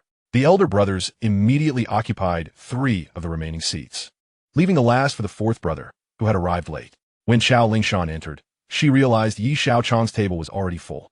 Discontented, she chose to sit at another table. The noodle shop was small, with only 8 tables in total. Xiaoqiang's group of 20 occupied 5 of them. The shopkeeper was taken aback by the sight. Are they here for a noodle feast? Each person ordered their noodles, and conversations began as they waited. While engaging in idle chatter, Xiaoqiang discreetly sent messages using his Tianmo glasses. Under Chao Lingshan's watchful eye these past few days, his freedom to roam had been curtailed. The Tianmo glasses proved invaluable, allowing him to communicate without pulling out his phone. He kept abreast of developments at the Nanshiman Company and the progress of the 12 Beauties. As the company's operations expanded, extravagant expenditures continued unabated. Additionally, he exchanged some formulas for anti-cancer and treatments for congenital genetic defects from the system. After slight modifications, he sent them to Zhang Xiaoyi, falsely claiming they were his latest research discoveries that could be useful for cancer and genetic defects, hoping she would continue her research. Zhang Xiaoyi was astonished upon seeing the formulas. She believed that, given more time, they could enter clinical application. Your noodles, the shopkeeper announced, interrupting Xiaoqiang's thoughts as he placed the bowls on the table. As the shopkeeper raised his eyes, he froze upon seeing the elder brother. Long Wang, he exclaimed. His shout immediately drew the attention of the remaining diners. They set down their chopsticks, their gazes riveted, eyes widened. Some even let their noodles slip from their mouths. Oblivious to it, the diners dared not move, fearful of inadvertently upsetting Long Wang. The elder brother was equally bewildered, having been recognized in public for the first time since becoming a star. He pondered, is this what it feels like to be a celebrity surrounded by onlookers? Seeing the crowd's rapt attention, Xiaoqiang quickly interjected, Boss, you've mistaken him. He is a star now. He must dine at 5-star hotels, right? The shopkeeper shook off his daze, conceding indeed. The spectators returned to their meals, their curiosity quelled. After exploring the area, as evening approached, Chao Lingshan and Xiaoqiang parted ways. Xiaoqiang glanced in her direction as she left before turning to depart himself. At that moment, a drone ascended from a nearby corner, quietly trailing Chao Lingshan. Simultaneously, a series of images materialized before Xiaoqiang's eyes. Chao Lingshan ultimately entered a villa. To enhance the clarity of the image, the drone cautiously moved closer. Just then, the feed was interrupted, and Xiaoqiang could see no further. Interference? He thought, feeling a chill of unease. Chapter 79. Intriguing Formulas for 2 Medications. Upon returning to the estate, Xiaoqiang accessed the drone's last footage, meticulously comparing it with the surroundings of the villa. He ultimately confirmed that it was Chao Buiyuan's residence. At this juncture, Xiaoqiang could ascertain that Chao Buiyan did not wish for his demise. Rather, he desired him to live, albeit as a worthless being. Thus, the only ones wishing for his death must be those within the family. However, with so many family members, identifying the culprit was no simple task. Moreover, the exact number of spies surrounding us remains uncertain. The Strong Group, being a high-tech enterprise, undoubtedly possesses an array of clandestine surveillance and counter-surveillance technologies within the family. It appears that we must exercise patience regarding this matter. This aligns closely with Xiaoqiang's thoughts. Following her setback, Chao Lingshan did not concede easily. Instead, she adopted an even more submissive demeanor, her temper considerably subdued. Clearly, Chao Buiyan had once again whispered in her ear. Xiaoqiang had no choice but to play along, orchestrating events from a distance while accompanying her in this charade. Under the leadership of Xiaoqiang, Nanshan Company swiftly found its footing. The investment of 2.7 billion gradually materialized across various projects. Xiaoqiang observed the system interface, realizing that with an additional expenditure of 2.3 billion, he could complete the system-triggering task and acquire a space-based aircraft. Presently, he held a textile factory, a pharmaceutical plant, and Nanshan Company. The expenses were mounting significantly. The system imposed stringent restrictions, forbidding any profit-driven endeavors. Consequently, every creation he devised could not be mass-produced for personal gain. However, he could bestow them upon his friends and family. As long as he did not overtly indicate or articulate this intent, it would not be deemed a violation. Following this logic, Xiaoqiang merely needed to develop these remarkable technologies, incite envy among his trusted acquaintances, and then gift them freely. What his friends and family chose to do with them was their own prerogative. With this rationale clarified, Xiaoqiang conceived a plan in his mind. The investigation could not be rushed, as that would risk exposure. Now that his grandfather's health had stabilized, time was on his side. As long as he continued to squander wealth, he would grow increasingly formidable. It was certain that the enemies lurking in the shadows were more anxious than he was. If this continued, they would inevitably reveal their true selves. With this thought, a smirk crept upon Xiaoqiang's lips. What do you possess to contend with me? At this moment, at the Darcy Research Institute, Zhang Xiaoyi was conducting preclinical research on a pharmaceutical agent. Upon receiving the test data, her eyes widened in astonishment. After a brief moment, she reached for her phone to call her mentor. On the other end of the line, Old Zhong listened quietly to Zhang Xiaoyi's report before inquiring. Are you certain the data is accurate? Absolutely, Zhang Xiaoyi replied confidently. Then wait for me. I will arrive shortly. After a brief wait in the laboratory, Zhang Xiaoyi heard hurried footsteps outside. The footsteps grew closer, and the door swung open as Old Zhong entered. Show me the data, he stated immediately upon entering. Zhang Xiaoyi gestured towards the computer screen. Old Zhong took a seat, his expression serious as he meticulously verified the data. After a long pause, he finally spoke. Did Xiaoqiang truly provide this to you? Zhang Xiaoyi nodded, equally incredulous as her mentor. She presented 2 formulations, one of which was a genetic agent. According to the data results, both formulations displayed promising outcomes, with a high likelihood of proceeding to mass production. After pondering for a moment, Old Zhong resolved to inform Yi Tianlin. Upon receiving the call, Yi Tianlin hurried over. As soon as he entered the laboratory, he eagerly inquired, Old Zhong, what is the urgent matter? Old Zhong, observing Yi Tianlin, realized he was still unaware of the gravity of the situation. I have 2 pharmaceutical formulations here. The experimental data indicates favorable results. They have a strong chance of passing clinical trials and subsequently reaching the market. Oh, I see. That sounds excellent. However, the Strong Group lacks a pharmaceutical factory. Should I introduce you to one? Yi Tianlin presumed Old Zhong sought his assistance in establishing a connection with a pharmaceutical manufacturer. Yet, upon finishing his sentence, Old Zhong displayed no expected reaction. Are you certain you want to hand these 2 formulations to someone else? Old Zhong asked, looking at Yi Tianlin, who appeared perplexed. Why wouldn't I? Yi Tianlin replied. These were developed by your grandson, Yi Xiaoqiang. What? Yi Tianlin exclaimed in shock. Your grandson is truly remarkable. To be honest, I have never encountered such a prodigious talent. Having just obtained his degree, he has already produced results. If this continues, his achievements will be immeasurable. At this moment, old Zhong was unequivocally convinced. Xiaoqiang was undoubtedly a once-in-a-century genius in the realm of life sciences. Ha ha ha! Yi Tianlin finally grasped the situation and laughed heartily. That is also thanks to your excellent teaching. Not all. It is your grandson's innate talent. No, no. It is your exceptional guidance.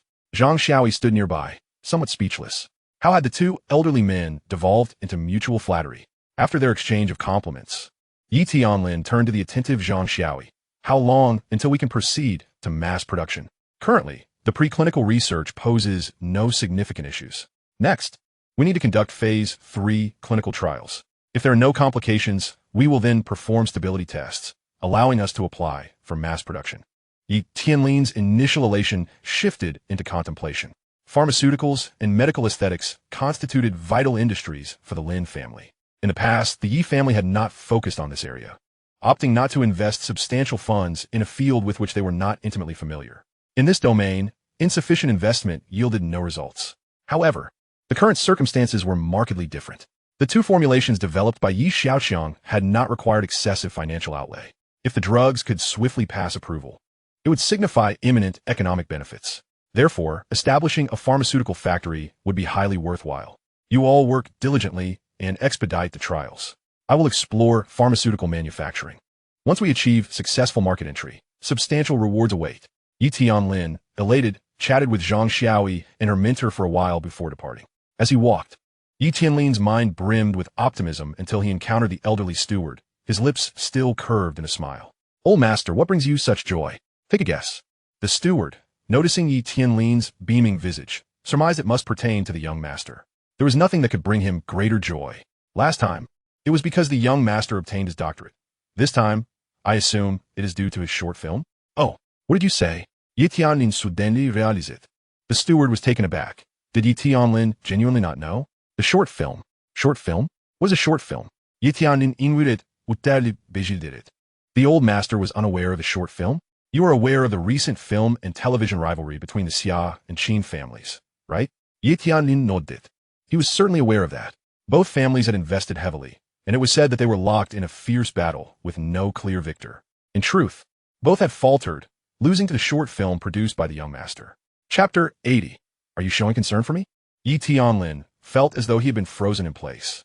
He had believed the steward had merely guessed. Instead, the steward revealed information he had been completely unaware of.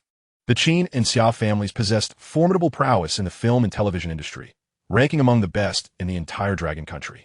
They had operated in this arena for countless years, mastering their resources and market strategies. They nearly dominated half of the film and television market. Now, he was being told that both families had been bested by a short film created by Xiaoqiang. That seemed implausible. Please elaborate. Yi Tianlin urgit. The steward complied. Yi Tianlin was indeed oblivious. After reflecting, he recounted the entire situation to Yi Tianlin in detail. After listening, Yi Tianlin could not help but excitedly slap his thigh, exclaiming, "Is this true? No wonder they say the young master is a prodigy. Oh no, a polymath." The old butler chuckled heartily, adding, "A prodigy is no longer sufficient to describe the young master. Yi Xiaoqiang excels in numerous domains: music, science, the film industry. And perhaps there are other talents yet to be unveiled." Gradually regaining his composure, Yi Tianlin dialed Su Mingxian to inquire further. She informed him that Yi Xiaoqiang had recently acquired a pharmaceutical factory and had embarked on a new venture in space exploration. Upon hearing about the establishment of a space exploration company, Yi Tianlin instinctively wiped the sweat from his forehead. What does this rascal intend to do? Does he aspire to reach the heavens? Master, should we establish a film company for the young master to indulge in? The old butler suggested. Yi Tianlin waved his hand dismissively. In that regard, we shall not contend with the Xia family. Indeed, the old butler conceded, I fail to consider all aspects. By the way, Miss Xia visited a few days ago. I'm unsure of the purpose. Recalling the Xia family, the old butler remembered that day's events. Did she say anything? Nothing much. She conversed with the young master for a while, before taking her leave. The old butler reflected on the situation, noting that ever since her visit, the young master's 12 female attendants had vanished from sight. Yi Tianlin drummed his fingers on the armrest of his chair. Lost in thought, at the dream factory in Xiao Wensai's office, Guobai sat on the sofa, his expression vacant.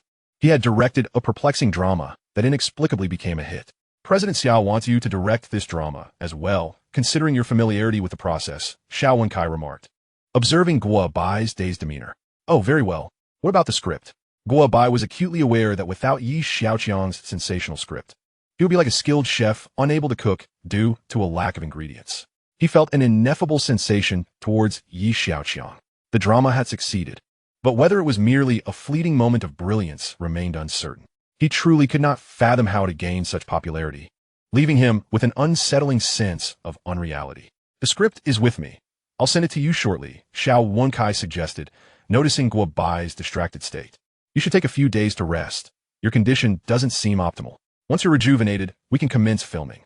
If you require anything, do not hesitate to reach out to me directly. Guo Bai lifted his head, staring blankly at Xiaoqiang. Direct communication with him implied that the Xia family regarded this short drama with significant importance. They would never place such value on something devoid of merit. All right, I'll take a few days to recuperate. With that, Guo Bai turned and exited the dream factory. Xiaoqiang watched Guo Bai's unsteady steps and muttered, "This kid hasn't grasped how he became famous." Yet, he himself was equally baffled. In Xiaoqiang's view, the efforts of others paled in comparison to Yi Xiaoqiang's casual approach. It seemed as though fortune had always favored him. Was he truly the favored child of destiny? As he pondered, a call from Xiaoqiang interrupted his thoughts. Before even answering, Xiaoqiang anticipated she was inquiring about the short drama. "Miss Xia, I just completed the arrangements. Everything is in order." After hanging up, Xiaoqiang held her phone, her arms crossed contemplatively. "Miss," the driver suddenly called out. "What is it?" "That person seems to be young Master Ye's driver." He hesitated before revealing. Upon hearing this, Xiaoqiang gently drew back the car window curtain. Yi Xiaoqiang was strolling down the street with a dozen male attendants, and a provocatively dressed woman was clinging to him, her body pressed closely against his. Previously, Yi Xiaoqiang was always accompanied by 12 maidens. Yet never had he been so intimately close to anyone as he was today. Xiaoqiang came to understand that while Yi Xiaoqiang displayed eccentric behavior, he was not a man given to indulgence and pleasures. "Stop the car." The vehicle halted beside the road, aligning perfectly parallel to Yi Xiaoqiang. The sudden sound of the car door opening drew everyone's attention, causing them to pause and look. Except for Xiaoqiang, they all recognized her. "Who is she?"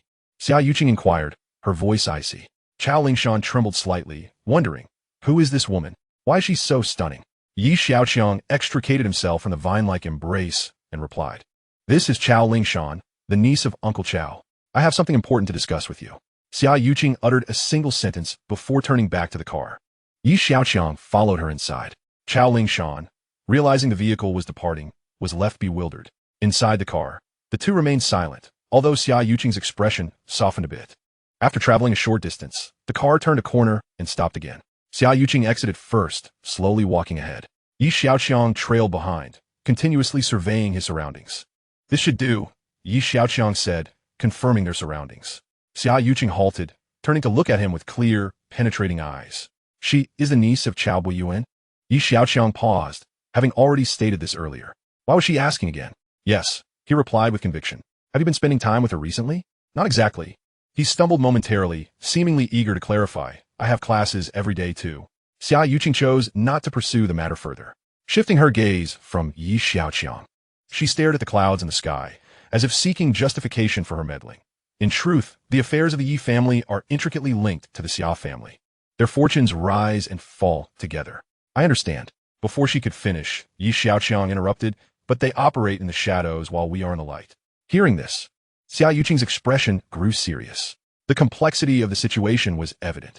In an epiphany, she realized that Yi Xiaoqiang's actions were all for the greater good. The Yi family's wealth was something they all coveted.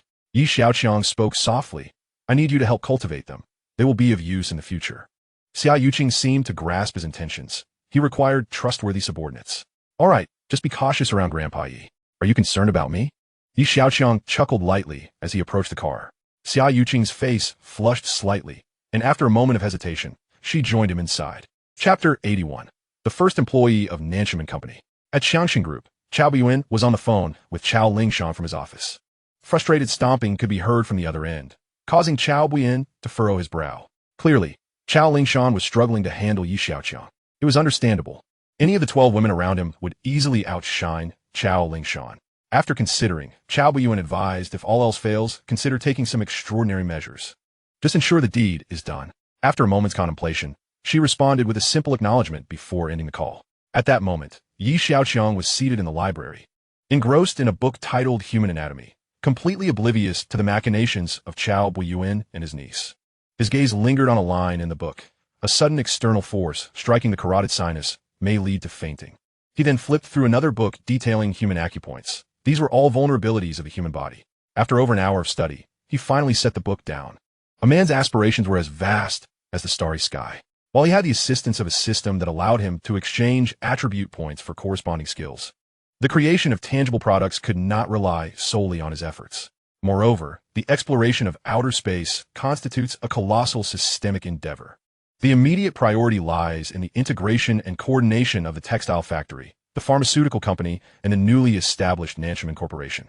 This amalgamation necessitates the expertise of a systems engineer. Undoubtedly, such a renowned technological company would have a chief scientist overseeing its technical undertakings. To actualize space exploration, and even to land on extraterrestrial bodies, Nanchaman Corporation must have its first employee. At this moment, Xiaoqiang thought of one individual, Chen Shiyuan. As the director of the National Project Liaison Office, she should possess the resources to identify talent in this domain. With this thought, he rose from his seat and proceeded to Chen Shiyuan's office. Chen Shiyuan poured a cup of water and placed it before Xiaoqiang. This fellow rarely visits without a significant reason. What brings you here? She inquired, leaning against her desk, her gaze lowered. Xiaoqiang cast a glance at her curvaceous figure and replied, I am seeking an engineer. An engineer? Chen Shiyuan raised her elegantly arched eyebrows in surprise. What do you intend to do? Her curiosity was not driven by mere inquisitiveness, but rather by the necessity of understanding the specifics to offer assistance. I have founded a space exploration technology company and require a primary employee, Xiaoqiang candidly shared. A space exploration company? Chen Shiyuan exhaled softly, her ample bosom rising and falling with the breath. This venture is not a mere trifling matter of expenditure. Furthermore, your intent to establish a company is not profit-driven. Isn't space tourism all the rage among the affluent nowadays? I too wish to experience it, Xiaoqiang responded. Abroad, several billionaires have already taken a tour of space. In contrast, this sector remains untapped in our country. Space exploration has long been the purview of the Dragon Kingdom government. Currently, we do not possess any private aerospace technology companies. Chen Shiyuan pondered, resting her chin on her hand. The Yi family, being the wealthiest in the Dragon Kingdom, indeed possesses the capability. Several sizable private aerospace companies exist abroad, while domestically, this field remains a blank slate. Given Xiaoqiang's decisive nature, he just might succeed in establishing the country's first private aerospace company. There is a potential candidate, she finally remarked, though her brow furrowed in contemplation. However, he is rather headstrong and may be difficult to persuade. Moreover, he is preparing to develop his career abroad. Where is he? Take me to him now, Xiaoqiang urged. Chen Shiyuan, with no hesitation, grabbed her bag and responded, Then let us hurry. I hope we are not too late. Following Chen Shiyuan, Xiaoqiang arrived at the university's parking garage and entered her vehicle. She started the car and soon drove outside the campus. Half an hour later, they halted in front of a residential building. After stepping out, Chen Shiyuan gazed up at the open window on the third floor and said to Xiaoqiang, Fortunately, he has not left yet. But have you thought about what to say? We'll figure it out once we go up. He replied as they approached the door on the third floor. Chen Shiyuan knocked. Who is it? A man's voice called from inside. It's me, Chen Shiyuan. Footsteps approached, pausing at the door before it swung open, revealing a man in his 30s. He glanced at Chen Shiyuan, then quickly surveyed Xiaoqiang before saying, Come in. Xiaoqiang followed him inside. The room was cluttered with furniture draped in white cloth, and a large suitcase and a backpack occupied the center of the living room. It appeared that had they arrived any later, they would have missed him. What is it? I'm in a hurry to catch a flight, the man stated first. This is the aerospace engineer I mentioned, Song Ku. Chen Shiyuan introduced him to Xiaoqiang. You're looking for me? Song Ku, still packing, spoke before Xiaoqiang could. Government officials, all over 40, had visited him in recent days. The young man before him, appearing to be in his 20s and lacking the demeanor of a bureaucrat, intrigued him. Someone like you should not leave the homeland, was Xiaoqiang's opening remark. Song Ku paused, his hands frozen mid-action. Science knows no borders, he retorted. Science may transcend borders, yet scientists are bound by them, Xiaoqiang replied, prompting a second look of surprise from Song Ku. What are you implying? Stay in the Dragon Kingdom and develop our own aerospace industry, Xiaoqiang articulated. At this, Song Ku chuckled self-deprecatingly. There are too many constraints here. It does not suit me. If there were an environment suitable for you, would you still seek to go abroad? Xiaoqiang pressed, and Song Ke hesitated once more. Yet soon after, he hoisted his backpack onto his shoulder, directing his gaze toward the door. Who are you? Why should I trust you? I am the foremost spendthrift of the Dragon Kingdom. I care not for profit. I am solely concerned with pursuing my aspirations. Xiaoqiang's gaze remained resolute. The term spendthrift rang a bell for Song Ke. He had heard of such a reputation, but had little regard for frivolities. However, he had fortuitously witnessed Xiaoqiang's live-stream defense, which had left him astounded. The rarity of such broadcasts piqued his curiosity, leading him to research Xiaoqiang further, which only deepened his confusion. This individual was indeed a spendthrift. Now, as he scrutinized Xiaoqiang's countenance, it dawned upon him that this was the very man who spent money like water. I am unconcerned with profitability, nor do I harbor any unreasonable demands. All I wish for is to enable the Dragon Kingdom to land on the moon before those foreign interlopers. Xiaoqiang conveyed his intentions plainly. That is all. If you find it unsuitable, you may leave at any time. Xiaoqiang's eyes shimmered with determination as he regarded Song Ke. He was confident that once the relevant technological blueprints were unlocked, even if Song Ke chose to depart, he would not actually do so. Song Ke remained in contemplation for long, while before finally placing his backpack down and stating, "All right, I shall give it a try. If it does not suit me, I will depart. Suit yourself." Chapter 82. Robbery or Assassination. After Song Ke's agreement, Xiaoqiang and he exchanged contact information. Their initial acquaintance was marked by minimal verbal exchange. Xiaoqiang bid him farewell and departed the residential area in Chen Shiyuan's vehicle. With her hands resting on the steering wheel, Chen Shiyuan asked, "Are you returning now?" Xiaoqiang rubbed his stomach. "I am a bit hungry. Let's dine first." "What level of dining are you after?" "Anything you can afford will suffice." Chen Shiyuan cast him a sideways glance. "Do you expect me to pay for our meal? You are the teacher, and I am merely the student. It is unreasonable for a student to foot the bill," Xiaoqiang quipped with a grin. "I have never encountered such a stingy, wealthy individual." Chen Shiyuan replied with playful annoyance. "Huh, well, now you have." The car stopped before a narrow alley, too constricted for entry. Chen Shiyuan unbuckled her seatbelt and exited the vehicle. "You brought me to such a deep alley for a meal. This must be a splendid restaurant. Smart of you. Follow me." Chen Shiyuan waved her delicate hand. Arriving early, the restaurant was not yet crowded. After a brief inquiry regarding Xiaoqiang's dietary restrictions, Chen Shiyuan ordered several signature dishes. As the food arrived, they dined and conversed. "I did not anticipate that you could actually persuade him to stay." Chen Shiyuan remarked about keeping Song Ke in the country. Truth be told, he was not particularly eager to leave. He has his own dilemmas. "How did you discern this in such a short time?" Chen Shiyuan inquired, her large eyes wide with curiosity. "The people of the Dragon Kingdom generally possess a deep sense of patriotism. I am merely taking a gamble." Chen Shiyuan paused her chopsticks. Her gaze lowered as she reminisced about the events that had transpired. "You seem quite adept at reading emotions," she remarked. "Thank you for the compliment, Teacher Chen," he replied, casting her a sidelong glance. "Would this young lady care to join us for a drink?" At that moment, a man reeking of alcohol loomed behind Chen Shiyuan. Xiaoqiang furrowed his brow, his eyes narrowing as he assessed the man's vulnerable points. "Get lost." Chen Shiyuan's delicate face darkened. "Ma Dong, come back." A voice called from behind.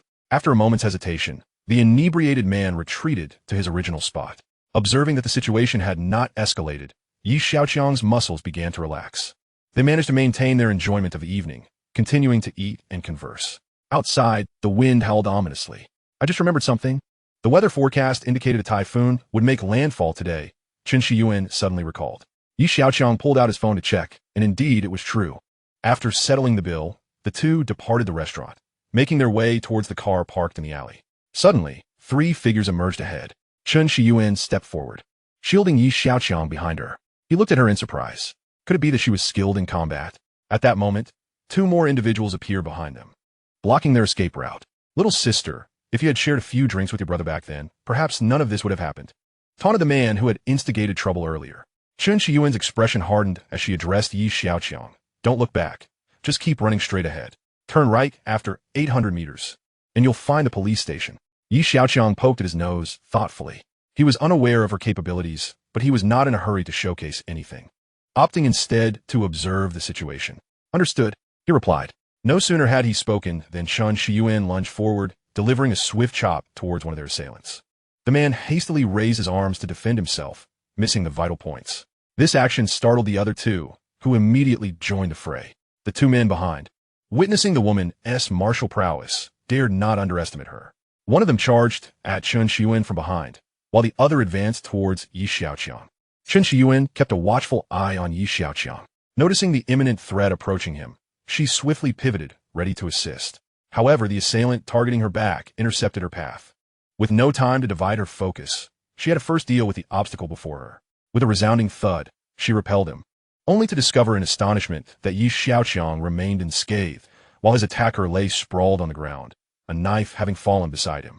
There was no time for her to ponder this revelation, as the original three assailants rushed back in.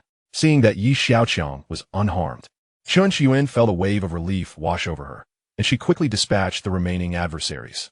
Realizing they were outmatched, the five men, disregarding their injuries, scrambled to flee. Leave one, Xiaoqiang commanded. Chen Shiyuan apprehended the last man, keeping him restrained. She regarded Xiaoqiang with curiosity, wondering how he had managed to subdue his attacker without a scratch. Speak, who sent you? Xiaoqiang demanded. I don't understand what you mean, the detained man replied. Then why did you try to stop us? We thought this woman was beautiful and wanted to flirt with her, he said, glancing at Chen Shiyuan. Do you honestly expect me to believe that? Xiaoqiang retorted sharply. Hearing his question, Chen Shiyuan's expression faltered momentarily. Reflecting on the details, it indeed seemed that the situation was more complex than it appeared. It became evident that their true target had likely been Xiaoqiang. Not talking, are we? Xiaoqiang tightened his grip on the man's fingers, pulling outward. Sweat beads instantly formed on the man's forehead. Wait, I'll talk. As the man was about to divulge information, Xiaoqiang loosened his grip. Our actual target is you, he confessed to Xiaoqiang. Who orchestrated this? Chen Shiyuan demanded furiously. It's the police. Don't move. At that moment, the police arrived. Xiaoqiang smirked slightly, remarking they arrived just in time. Everyone, remain still. You will accompany us back to the station for further questioning, a police officer commanded as he approached the trio. Chen Shiyuan released her grip on the man, handing him over to the authorities. In the interrogation room, to prevent collusion, the five men were interrogated separately. In the office of the station chief, Director Liu rubbed his hands together, his face etched with sincere regret. I'm truly sorry for the distress caused to you both. I hope you are uninjured. Chen Shiyuan shot him a piercing glare. Have you obtained any results yet? Just as she was on the verge of uncovering the mastermind behind the incident, the individuals in question fortuitously appeared. It was impossible to interrogate them in their presence. I believe we will have results shortly. I have instructed the interrogators to report immediately upon any developments, Director Liu stated, perspiration beading on his forehead. Chen Shiyuan's status was anything but ordinary. To make matters worse, the young gentleman beside her was the grandson of Yi Tianlin.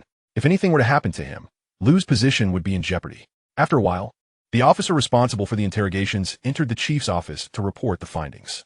The testimonies of the five men were consistent. They had intended to harass Chen Shiyuan due to her beauty after drinking. Xiaoqiang was not surprised by this outcome. Teacher Chen, I never imagined you were the sort of person to attract such attention, he remarked. Director Liu remained silent, aware that the entire incident was fraught with inconsistencies. With his 2 decades of experience in law enforcement, he recognized that this was not merely a case of attempted harassment, but rather an assassination attempt. Had the assailants succeeded, they would have undoubtedly fled. With their assassination attempt thwarted, they would insist that it was merely an unsuccessful harassment. Director Liu instructed his subordinates to leave, closing the office door behind him before resuming his seat. They are adamant about their story, and we have little recourse, he concluded. Chen Shiyuan glared at Director Liu, clearly dissatisfied with this explanation. Xiaoqiang stood up and addressed him. Thank you, Director Liu. It's getting late. We should take our leave. He then moved beside Chen Shiyuan, signaling her to exit the premises. Director Liu escorted them to the entrance of the station. Outside, the branches of the trees swayed violently in the gusty winds, scattering fallen leaves across the city. The typhoon is approaching. We must hurry, Chen Shiyuan urged, quickly entering the car and starting the engine. After 10 minutes of driving, torrential rain began to pour. The windshield wipers were set to maximum speed, barely enabling them to see the road ahead. Let's south head to my place, Chen Shiyuan suggested as she steered towards her residence. The wind and rain intensified, drastically reducing visibility, making it perilous to continue. A few minutes later, they parked in her neighborhood. Battling the elements, they dashed into the building, but within half a minute, they were completely soaked. Once inside the room, Chen Shiyuan glanced at Xiaoqiang, whose clothing dripped with water. You should take a shower first. At that moment, She found herself no better off. Her drenched clothes clung tightly to her body, the outline of her undergarments clearly visible. Long strands of hair cascaded down, drenched in rainwater. "You go ahead and wash first. I shall follow shortly," said Xiaoqiang, averting his gaze from her. Chen Shiyuan instinctively glanced down at herself, her cheeks flushing a delicate crimson. No longer able to refuse, she took her clothes and slipped into the bathroom. Xiaoqiang stood at the threshold, drenched yet hesitant to step inside.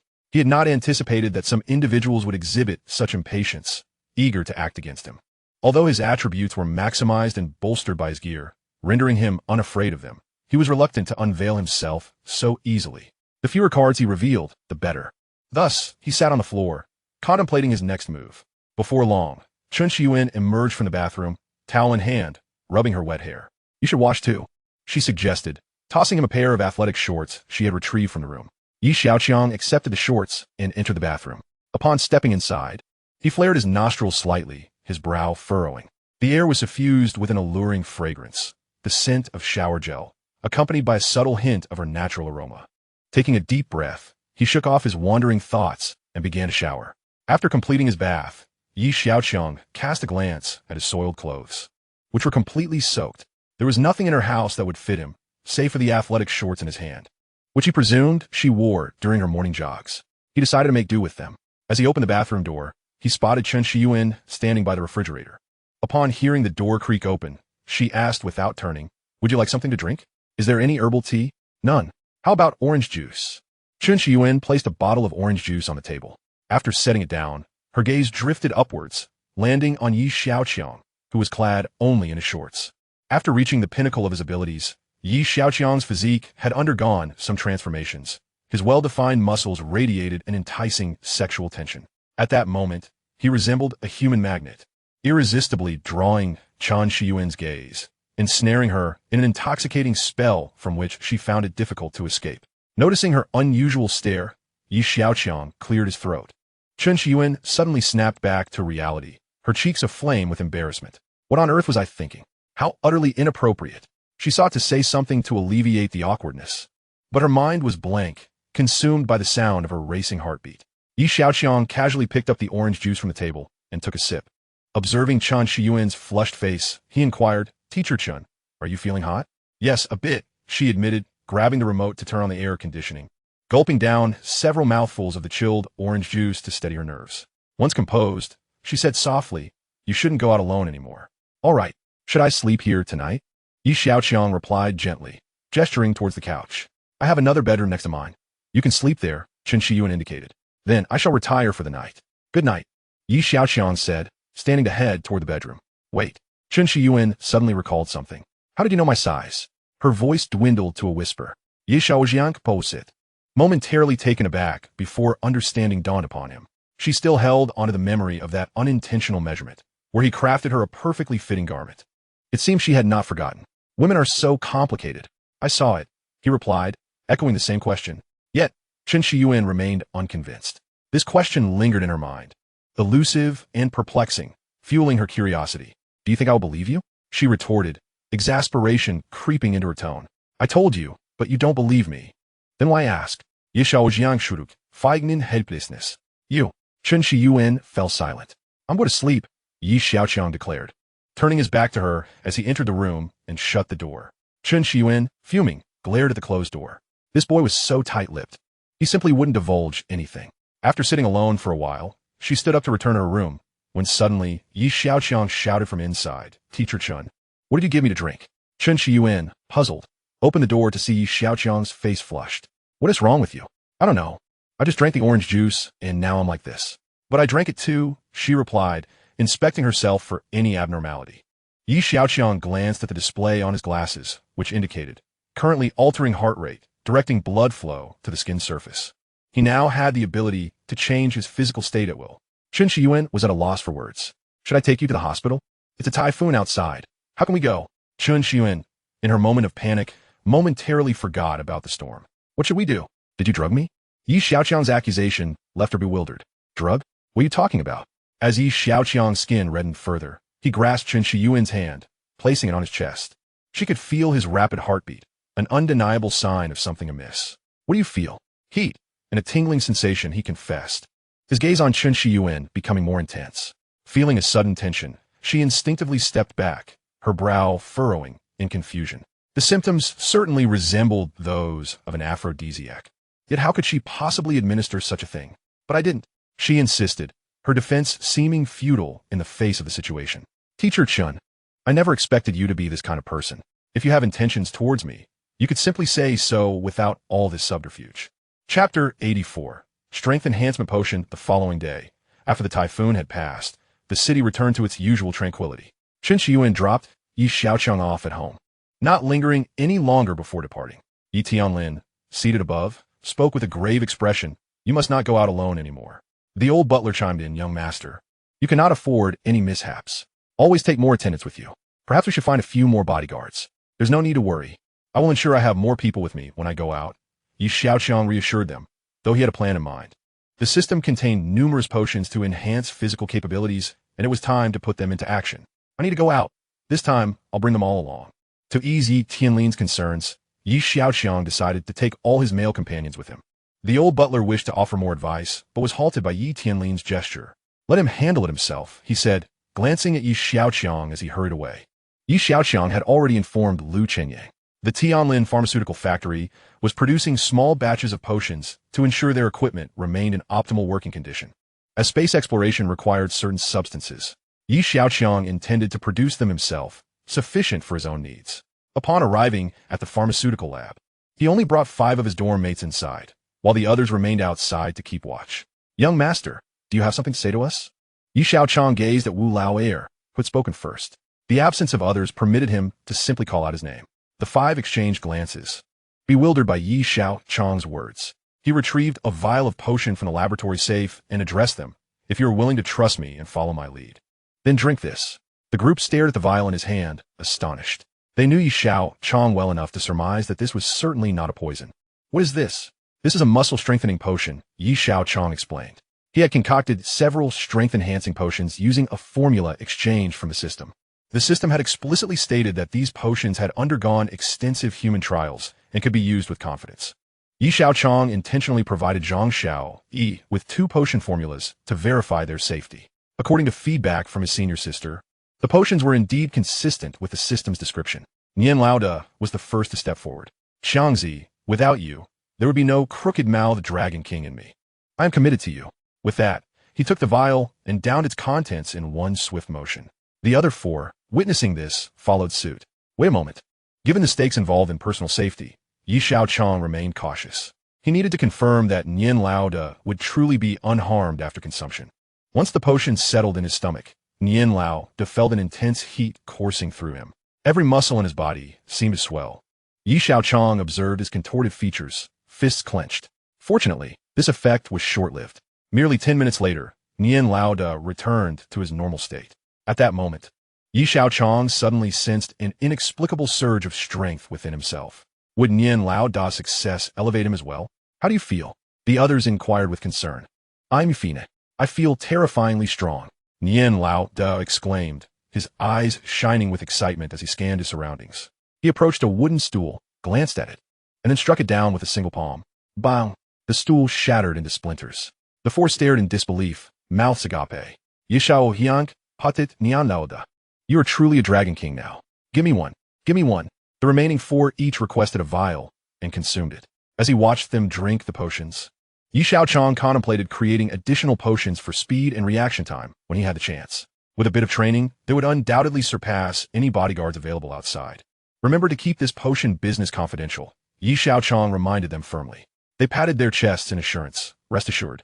At that moment, their gazes towards Yi Xiaoqiang transformed. Regardless of ability or trust, the 5 harbored no lingering doubts.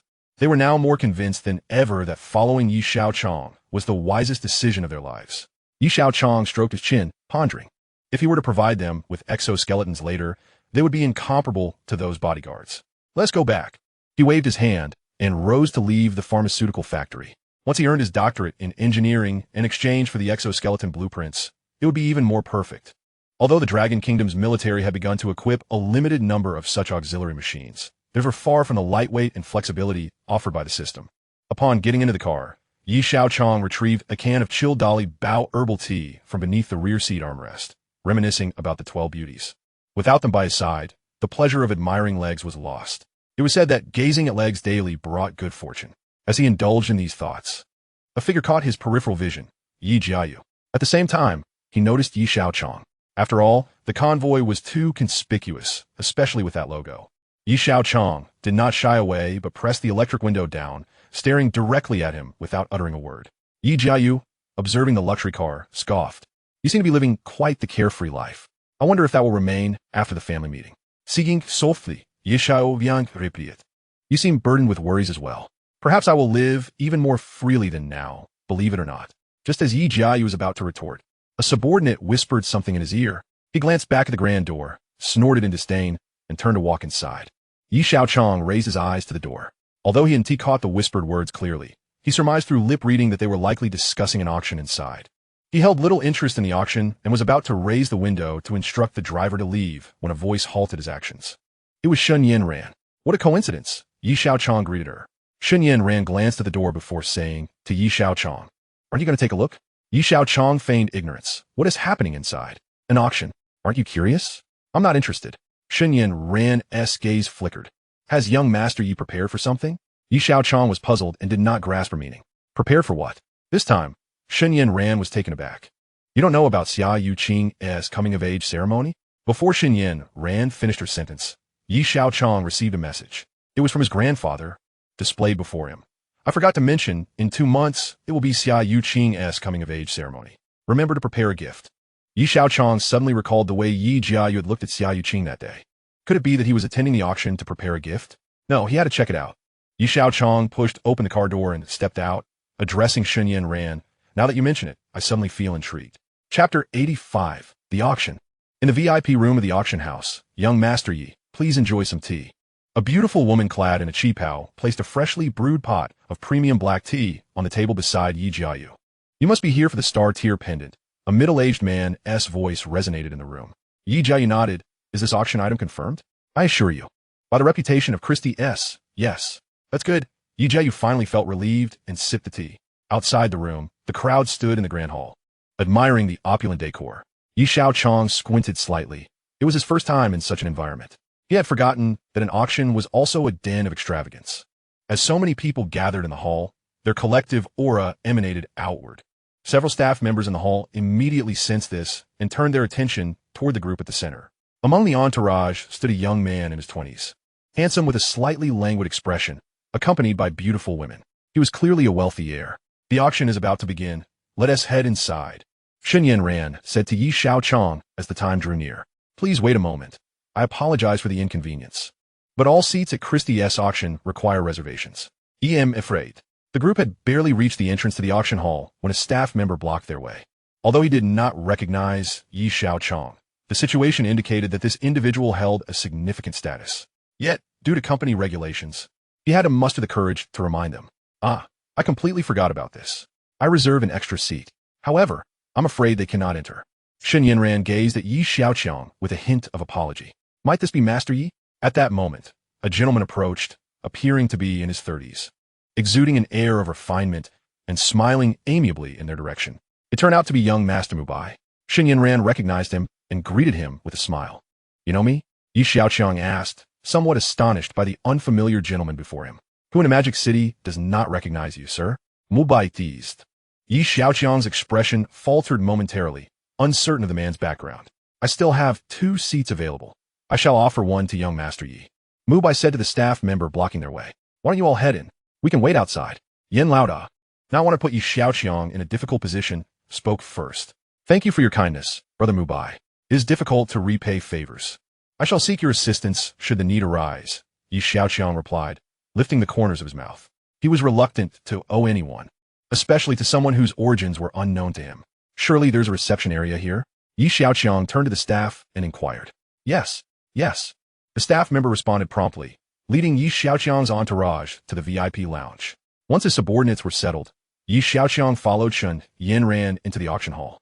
Mubai observed Yi Xiaoqiang's retreating figure and muttered softly, how intriguing. Upon entering the auction hall, it was already filled with attendees. The auction had yet to commence, and many were engaged in conversation. This gathering was not solely a battleground for bidders. It was also a significant social occasion. Some individuals were astute, keeping a keen eye on the happenings within the hall. When did young Master Mu Bai arrive in the Magic City? A voice echoed through the crowd, drawing the attention of many. Judging by their reactions, it was evident that Mu Bai held a distinguished status. What is the background of this Mu family? Xiaoqiang turned to Shun Yanran and inquired. The Mu family is one of the most influential clans in the political arena of the capital, and he holds a prominent position among the younger generation, Shun Yanran explained. Xiaoqiang cast a contemplative glance at the group surrounding Mu Bai. Xiaoqiang, how did you get in here? Just as the crowd's focus shifted to Mu Bai, another voice rang out, this time with a tone of hostility. The gazes of the onlookers shifted. While they may not have seen Xiaoqiang before, they had certainly heard of his name. Among the younger generation in the political sphere, few were unaware of Mu Bai. Similarly, in the business world, almost no one was oblivious to Xiaoqiang, the most notorious spendthrift of the Dragon Kingdom. The abrupt shout came from Jiao, who was glaring at Xiaoqiang. The crowd was still puzzled, but he quickly turned to question the event staff. He has no reservation. How could you let him in? The staff member appeared flustered, caught between two young masters, neither of whom she could afford to offend. Fortunately, at that moment, the auction's organizer stepped forward. Ladies and gentlemen, all guests are welcome. I'm sure there is some misunderstanding here. While the organizer sought to ease the tension, the event staff rushed to consult with the personnel at the entrance. However, Jiao remained unconvinced, feeling an inexplicable sense of anxiety, as Xiaoqiang's presence introduced an element of unpredictability. What? Afraid of offending someone? Are the rules of Christie's to be altered for you? Mubai intajistetsudendi. Adresink ye iayo. This gentleman is using the reservation made by Shan Yanran. Indeed, he is using my reserved seat, Shen Yanran corroborated. Jiao, having been rendered speechless after being cornered for so long, could only remain silent. Xiaoqiang raised one corner of his mouth. I merely came to witness the auction. Why are you so anxious? On that day, at the Yi family estate, the two of them must have said something to their grandfather that left Yi Tianlin quite displeased. Had it not been for the longevity gene serum in his possession, Yi Tianlin's current state of health would not allow him to endure for much longer without falling gravely ill. Those two had evidently harbored no good intentions. Jiao snorted disdainfully and turned away to take a seat. Your cousin seems to have some grievances against you, Mu Bai remarked, observing the now silent Jiao. There are plenty who envy me. Xiaoqiang shrugged nonchalantly. Indeed, Mu Bai agreed. Among our peers, none possess your wealth, nor dare to spend it as you do. Even I find myself envious. The three shared a light-hearted conversation as they settled into their seats. The event staff approached with a tray, and they each took a drink, chatting as they waited. After approximately 10 minutes, the auctioneer, clad in formal attire, made his way to the auction stage. Ladies and gentlemen, welcome to Christie's auction house. This auction features a total of 6 items, the auctioneer announced, gesturing towards the 6 boxes behind him. To heighten the intrigue of the auction, only vague details have been disclosed prior to the event. Jiao had heard rumors of star-tier pendant and had come specifically for it. Upon arrival, his first task was to confirm through his connections whether this pendant would indeed be present at the auction. He believed that, regardless of others' desires for the pendant, revealing his identity as a member of the Yi family would typically compel others to yield to him. However, with Xiaoqiang's sudden appearance, the situation had become unpredictable. Chapter 86, The Star-Tier Pendant. The auctioneer briefly outlined the auction process, aware that the attendees were not in the mood for lengthy speeches. All eyes were diverted from him, fixated on the 6 enigmatic boxes. Now, let us present the first item for auction, a hand scroll titled Verification of the Use Steel. The first box was opened, and the staff member, wearing white gloves, carefully extracted the scroll and placed it gently on the display stand. The starting bid for this scroll was set at 200,000. The auctioneer concluded and signaled for bids to commence. The room erupted with a cacophony of bidding voices. Jiao closed his eyes to relax. He had no interest in this item, as his mind was occupied with a striking figure, Xiaoqiang, the goddess of countless men's dreams. Yet her family background deterred 99 of suitors. But he was different. Born into the Yi family, he dared to entertain thoughts that others would not. The star-tier pendant was his true objective, a gift he intended to present to Xiaoqiang as an adult right. Everything had been progressing according to his grand design, and he felt himself drawing closer to this beautiful dream. Soon, he would marry Xiaoqiang and partake in the formidable conglomerate held by Yi Tianlin. How delightful! But then, unexpectedly, complications arose. Xiaoqiang had emerged just as news spread of a potential alliance between their families. A spendthrift like him had no right to court Xiaoqiang. Xiaoqiang is mine. Yi Jiao thought with a cold snort inside. Today, he must secure that pendant. Ultimately, the hand scroll concluded with a final bid of 1 million. The auctioneer congratulated the successful bidder with a smile. Next, the second item for auction was a painting titled The Yangtze River for Thousands of Miles. After several rounds of bidding, Mubai secured it for 14 million. Unlike before, this time more congratulations were exchanged as many seized the opportunity to forge connections. Once the room settled into silence, the auctioneer announced once more, "Now we shall proceed to the third item for bidding." He pointed to a beautifully displayed guqin, its surface adorned with black lacquer, the body expansive and full, its form exhibiting an ancient simplicity. The starting bid was set at 1 million yuan, with increments of 200,000, 1.2 million. As the auctioneer's voice fell, bids began to emerge. 1.6 million, 3 million. In no time, the bidding for the guqin soared to 3 million. Xiaoqiang just ajuswal glance towards Yi Jiao. He was curious about what exactly Yi Jiao sought. The anxious expression on his face suggested that this item held significant importance for him. 3.2 million.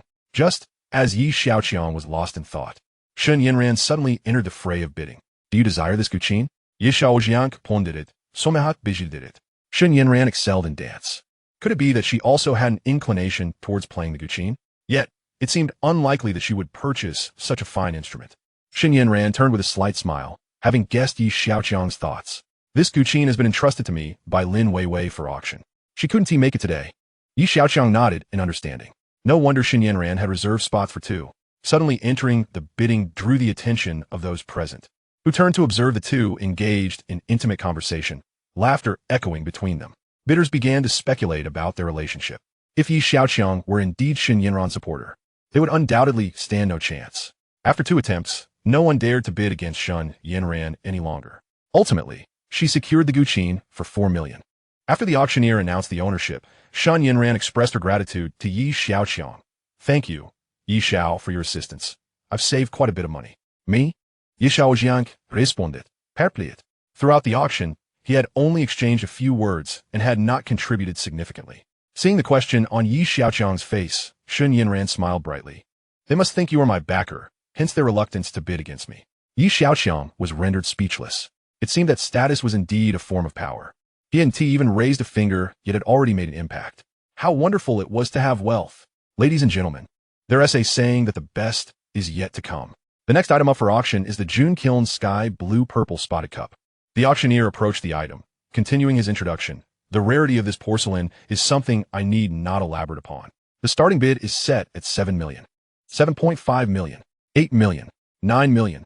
The atmosphere was ablaze with excitement. Yet Shen Yinran frowned slightly. She anticipated such fierce competition for this piece. She turned to Mubai.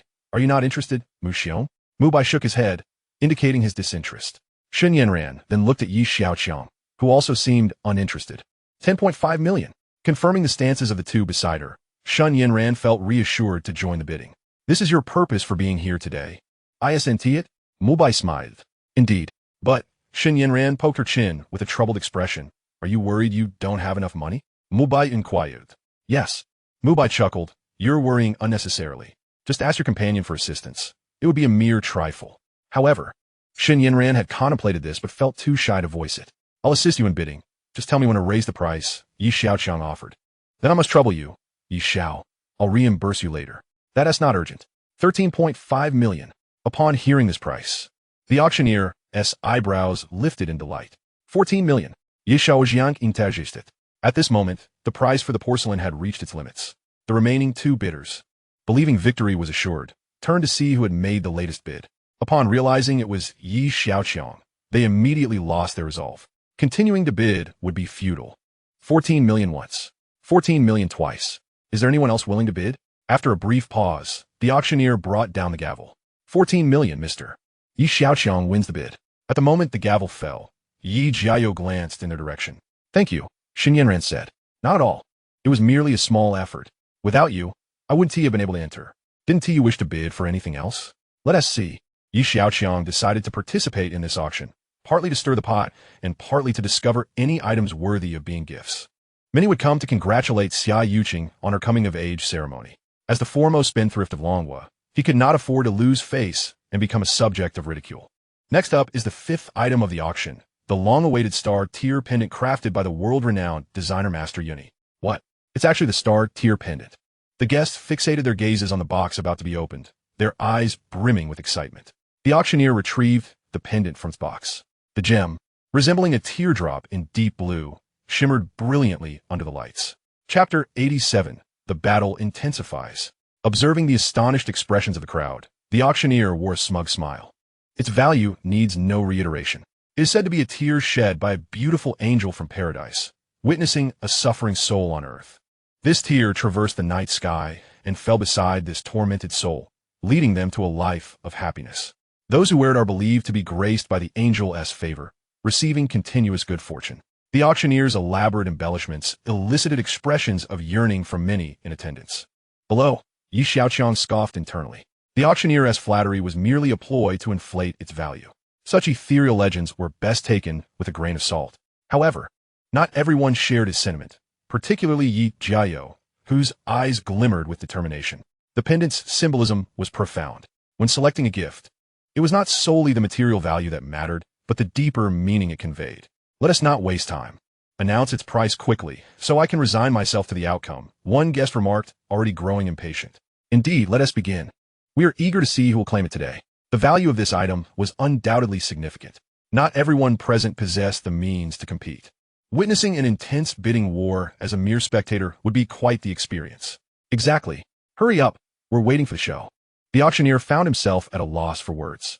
Most of those clamoring were unlikely to be able to bid. His role was to ignite the competitive spirit among a few affluent bidders. The auctioneer's gaze swept across the crowd, landing on several capable buyers. Suddenly, he grinned slyly. Word has it that the Xia family's Xiaoqiang is about to hold her coming-of-age ceremony. What better pairing than a beautiful gem with a lovely maiden? Upon hearing this, Yi Jiao's displeasure surged. This was clearly an attempt to cultivate more bidders. Mubai thought to himself, this person truly deserves the title of Christie's top auctioneer. His skill in inciting competition is quite adept. Xiaoqiang maintained an indifferent demeanor. Slipping a hand into his pocket, his fingers stroking the purple gold card. During the new year, he had taken this card out for a spin, but had not seen any use. Upon returning, he offered it back to Yi Tianlin, who declined to take it. Since then, the card had remained with him. At this moment, his fingers gently caressed the card's surface, his heart remaining tranquil and unperturbed. Let us commence, do not dawdle. Hurry, hurry. The crowd incessantly urged. Calm down, everyone, he interjected. I hereby announce that the starting bid for this pendant is set at 70 million yuan, with increments of 1 million. The auctioneer finally declared the commencement. 70 million. Gasps echoed in the room. Each increment is 1 million. This is beyond my means. All right, I have lost all hope. I can now quietly enjoy the spectacle. Upon hearing the opening bid and the increment intervals, the majority of the audience felt disheartened. The despondent expressions around him elicited a scoff from Yi Jiao, who mused, is this within your capacity to play? Utterly unrealistic. 71 million. Before the spectators could settle, someone boldly called out the bid. Many were still in a state of bewilderment. The auctioneer, however, reminded 71 million. This bidder has placed a bid. Is there anyone else? 72 million. 73 million. The sounds of bidding filled the air. Soon, the price soared to 90 million. 95 million. Yi Xiaoqiang and Shun Yanran exchanged glances. To their surprise, it was Mu Bai who called out the bid. The attention from the two made Mu Bai uncomfortable. He shifted slightly, awkwardly explaining, I found a previous painting a bit too formal. I believe this pendant is more suitable. His words were somewhat vague, yet they confirmed one thing. He intended to attend the coming-of-age ceremony, likely explaining his presence in a vibrant metropolis. Shin Yanran smiled slightly, teasing, young Master Yi. It seems you have come unprepared for a gift. You truly possess remarkable self-control. Yi Xiaoqiang fell silent. At Xiaoqiang's coming-of-age ceremony, the Xia family would undoubtedly invite numerous prominent figures. If he were the only one without a gift, he would certainly become a subject of ridicule, especially amidst the rumors of a potential union. Countless individuals awaited the spectacle. Fair competition, fair competition. Shin Yanran's just prompted Mu Bai to hastily add, fair competition.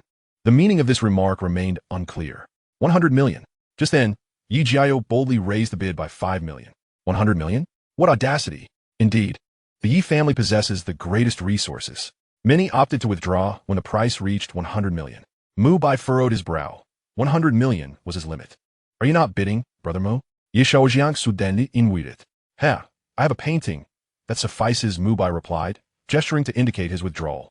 Before exiting, he cast a meaningful glance at Yi Xiaoqiang.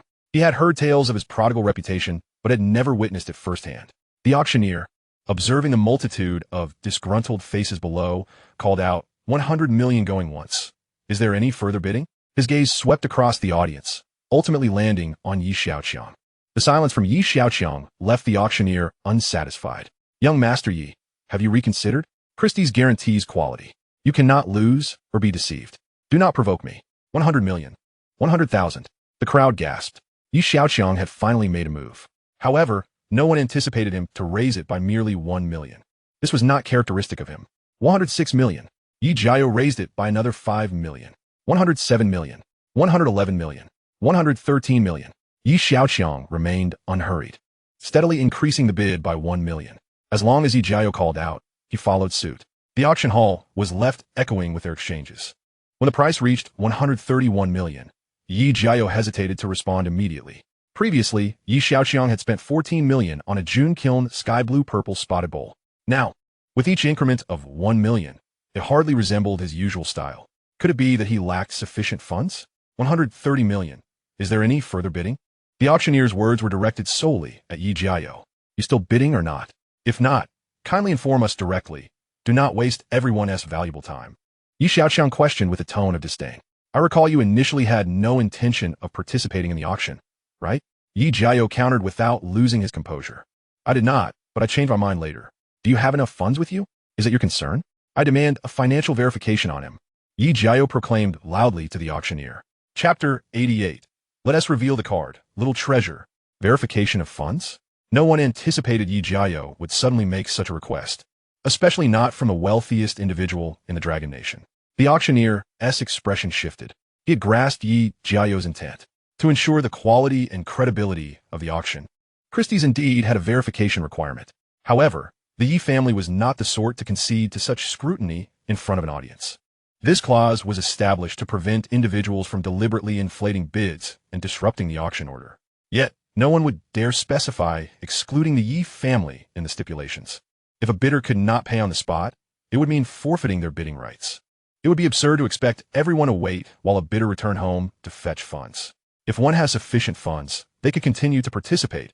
If not, they must withdraw immediately. Since the rules were set, they could not be easily altered, regardless of who it was. Yi Jiao was leveraging this point to pressure Yi Xiaoqiang into withdrawing from the bidding. It remained to be seen whether Yi Xiaoqiang had enough funds on him. Previously, Yi Xiaoqiang had already spent 14 million. Did he really carry several billion with him? Yi Jiao was skeptical. He had this confidence because he was well prepared, and at this moment, he had precisely 3 billion in hand. Young Master Yi Xiaoqiang, what is your stance? The auctioneer inquired. Yi Xiaoqiang raised an eyebrow. Verification is fine, but it cannot be just me, can it? The auctioneer understood. Young Master Jiao, shall we verify yours first, then proceed to his? No problem. Yi Jiao responded, retrieving a card from his pocket. Soon, the etiquette lady announced to the audience. Young Master Jiao has 130 million in his card. Oh, a voice exclaimed. Carrying over 100 million. How extravagant. Now, it's his turn to be verified. Yi Jiao cast a sidelong glance at Yi Xiaoqiang. Young Master Xiaoqiang, it's your turn. All eyes turned to Yi Xiaoqiang. He smiled slightly, retrieving a card from his trouser pocket. Let us reveal it, little treasure. As the card emerged, everyone was momentarily stunned. A purple gold card. The auctioneer's eyes widened in astonishment. Those present at the auction were seasoned individuals. Upon seeing the purple gold card in Yi Xiaoqiang's hand, they were rendered speechless. This card symbolized the status of the wealthiest individual in the Dragon Nation. Just this single card alone could easily secure not just a pendant, but the entirety of the auction's items without any strain. How could this card be in your possession? Yi Jiao's disbelief was palpable. How could Yi Tianlin have given this card to such a prodigal son? Was he perhaps nearing the end of his strength? What? Do you doubt its authenticity? Yi Xiaoqiang shook the card in his hand and questioned, Here, take it for verification. Observing that Yi Jiao had fallen silent, he turned to the auctioneer and added, No need for that. The auctioneer persistently declined. It's absurd. Who would dare to counterfeit this card? Who could possibly do so? You only have 130 million in your account. How can you raise the bid now? Yi Xiaoqiang sukolfut mokingli. A wave of despair washed over Yi Jiao as he slumped back into his seat. The coveted star-tier pendant he had longed for was snatched away by Xiaoqiang. He seethed with resentment, gritting his teeth in anger. Can we announce it now? Xiaoqiang impatiently urged. Yes, yes. I announce that this star-tier pendant has been acquired by Mr. Xiaoqiang. With the sound of the gavel striking, the fate of the auction item was finally sealed. It seems I was overly concerned. Mubai murmured to himself with a wry smile. Magnificent. The Yi family is indeed splendid. Out of 6 items, 5 had already been sold, igniting intense curiosity about the final item. What could it possibly be that was saved for last? The auctioneer, no longer withholding, instructed the staff to open a box. From it emerged a stone-like object. He pointed at the item and proclaimed, "This final piece is a rough stone." A rough stone? Indeed. Observe the cross-section. The jade quality appears quite commendable. The auctioneer showcased the jade's cross-section to the audience. Although the revealed quality was promising, it could not guarantee that the interior possessed the same caliber. An attendee raised a question. Indeed, if the interior lacks the surface's quality, the value of this rough stone would diminish significantly. However, if the interior consistently matches or surpasses the exterior quality, it would be akin to striking gold. The auctioneer articulated the allure of stone gambling. The crowd descended into contemplation. Xiaoqiang stared intently at the rough stone as his Qianmiao glasses activated their scanning mode. The deeper the stone, the higher the quality appeared to be. Projections estimated an 80 probability that the core was glass-grade imperial green jade. Casting a sweeping glance across the room, Xiaoqiang reined in the light in his eyes. To gamble or not to gamble became the dilemma for everyone present. What is the starting price for this rough stone? Someone inquired. The opening bid is 10 million. 10 million. If it turns out not to match the surface quality, one could easily lose more than half, this individual skeptically remarked. The audience buzzed with discussion. But if the interior matches the exterior, it would be worth far more than 10 million. The auctioneer once again enticed. Gambling on stones is like this, either heaven or hell. 11 million. The auctioneer chuckled upon hearing the bid. Someone was willing to take the risk. 12 million. 30 million. In the blink of an eye, the price of the rough stone had soared to 3 times its starting bid. 35 million. Yi Jiao joined the fray. 40 million. Yi Xiaoqiang followed suit. At this moment, all eyes were on the 2 young masters of the Yi family. It was evident that a rivalry had ignited between them. Do you understand, Jade? Not at all. Yi Xiaoqiang replied succinctly, without a hint of hesitation. You bid without understanding? Only a fool would spend recklessly. Yi Jiao was left speechless with rage. The crowd murmured. Upon hearing this, those who had initially wanted to participate in the bidding began to reconsider. Competing with a spendthrift? Better to return home and rest. The auctioneer was taken aback. He had never anticipated that the situation would unfold in such a manner. Everyone had ceased to compete. Although the price of the rough stone had reached 40 million, who would complain about a high price? The auctioneer, with a resigned expression, glanced at the audience and reluctantly called out, 40 million once. Is there any further bidding? Silence enveloped the room. Given the inherent risks of gambling on stones, and with the price now at 40 million, no one other than this extravagant bidder was willing to take the plunge. 40 million twice. Is there any further bidding? 40 million thrice. The rough stone belongs to Mr. Yi Xiaoqiang. The auctioneer ultimately brought the gavel down. Congratulations, young Master Yi. The crowd gathered to offer their congratulations. But only Yi Jiao wore a stormy expression. He approached angrily and declared, Yi Xiaoqiang, do not become too complacent. I hope you can pass the family test in next week's clan assessment. Very well. We shall see then. Do not dare to miss it. Yi Xiaoqiang retorted disdainfully.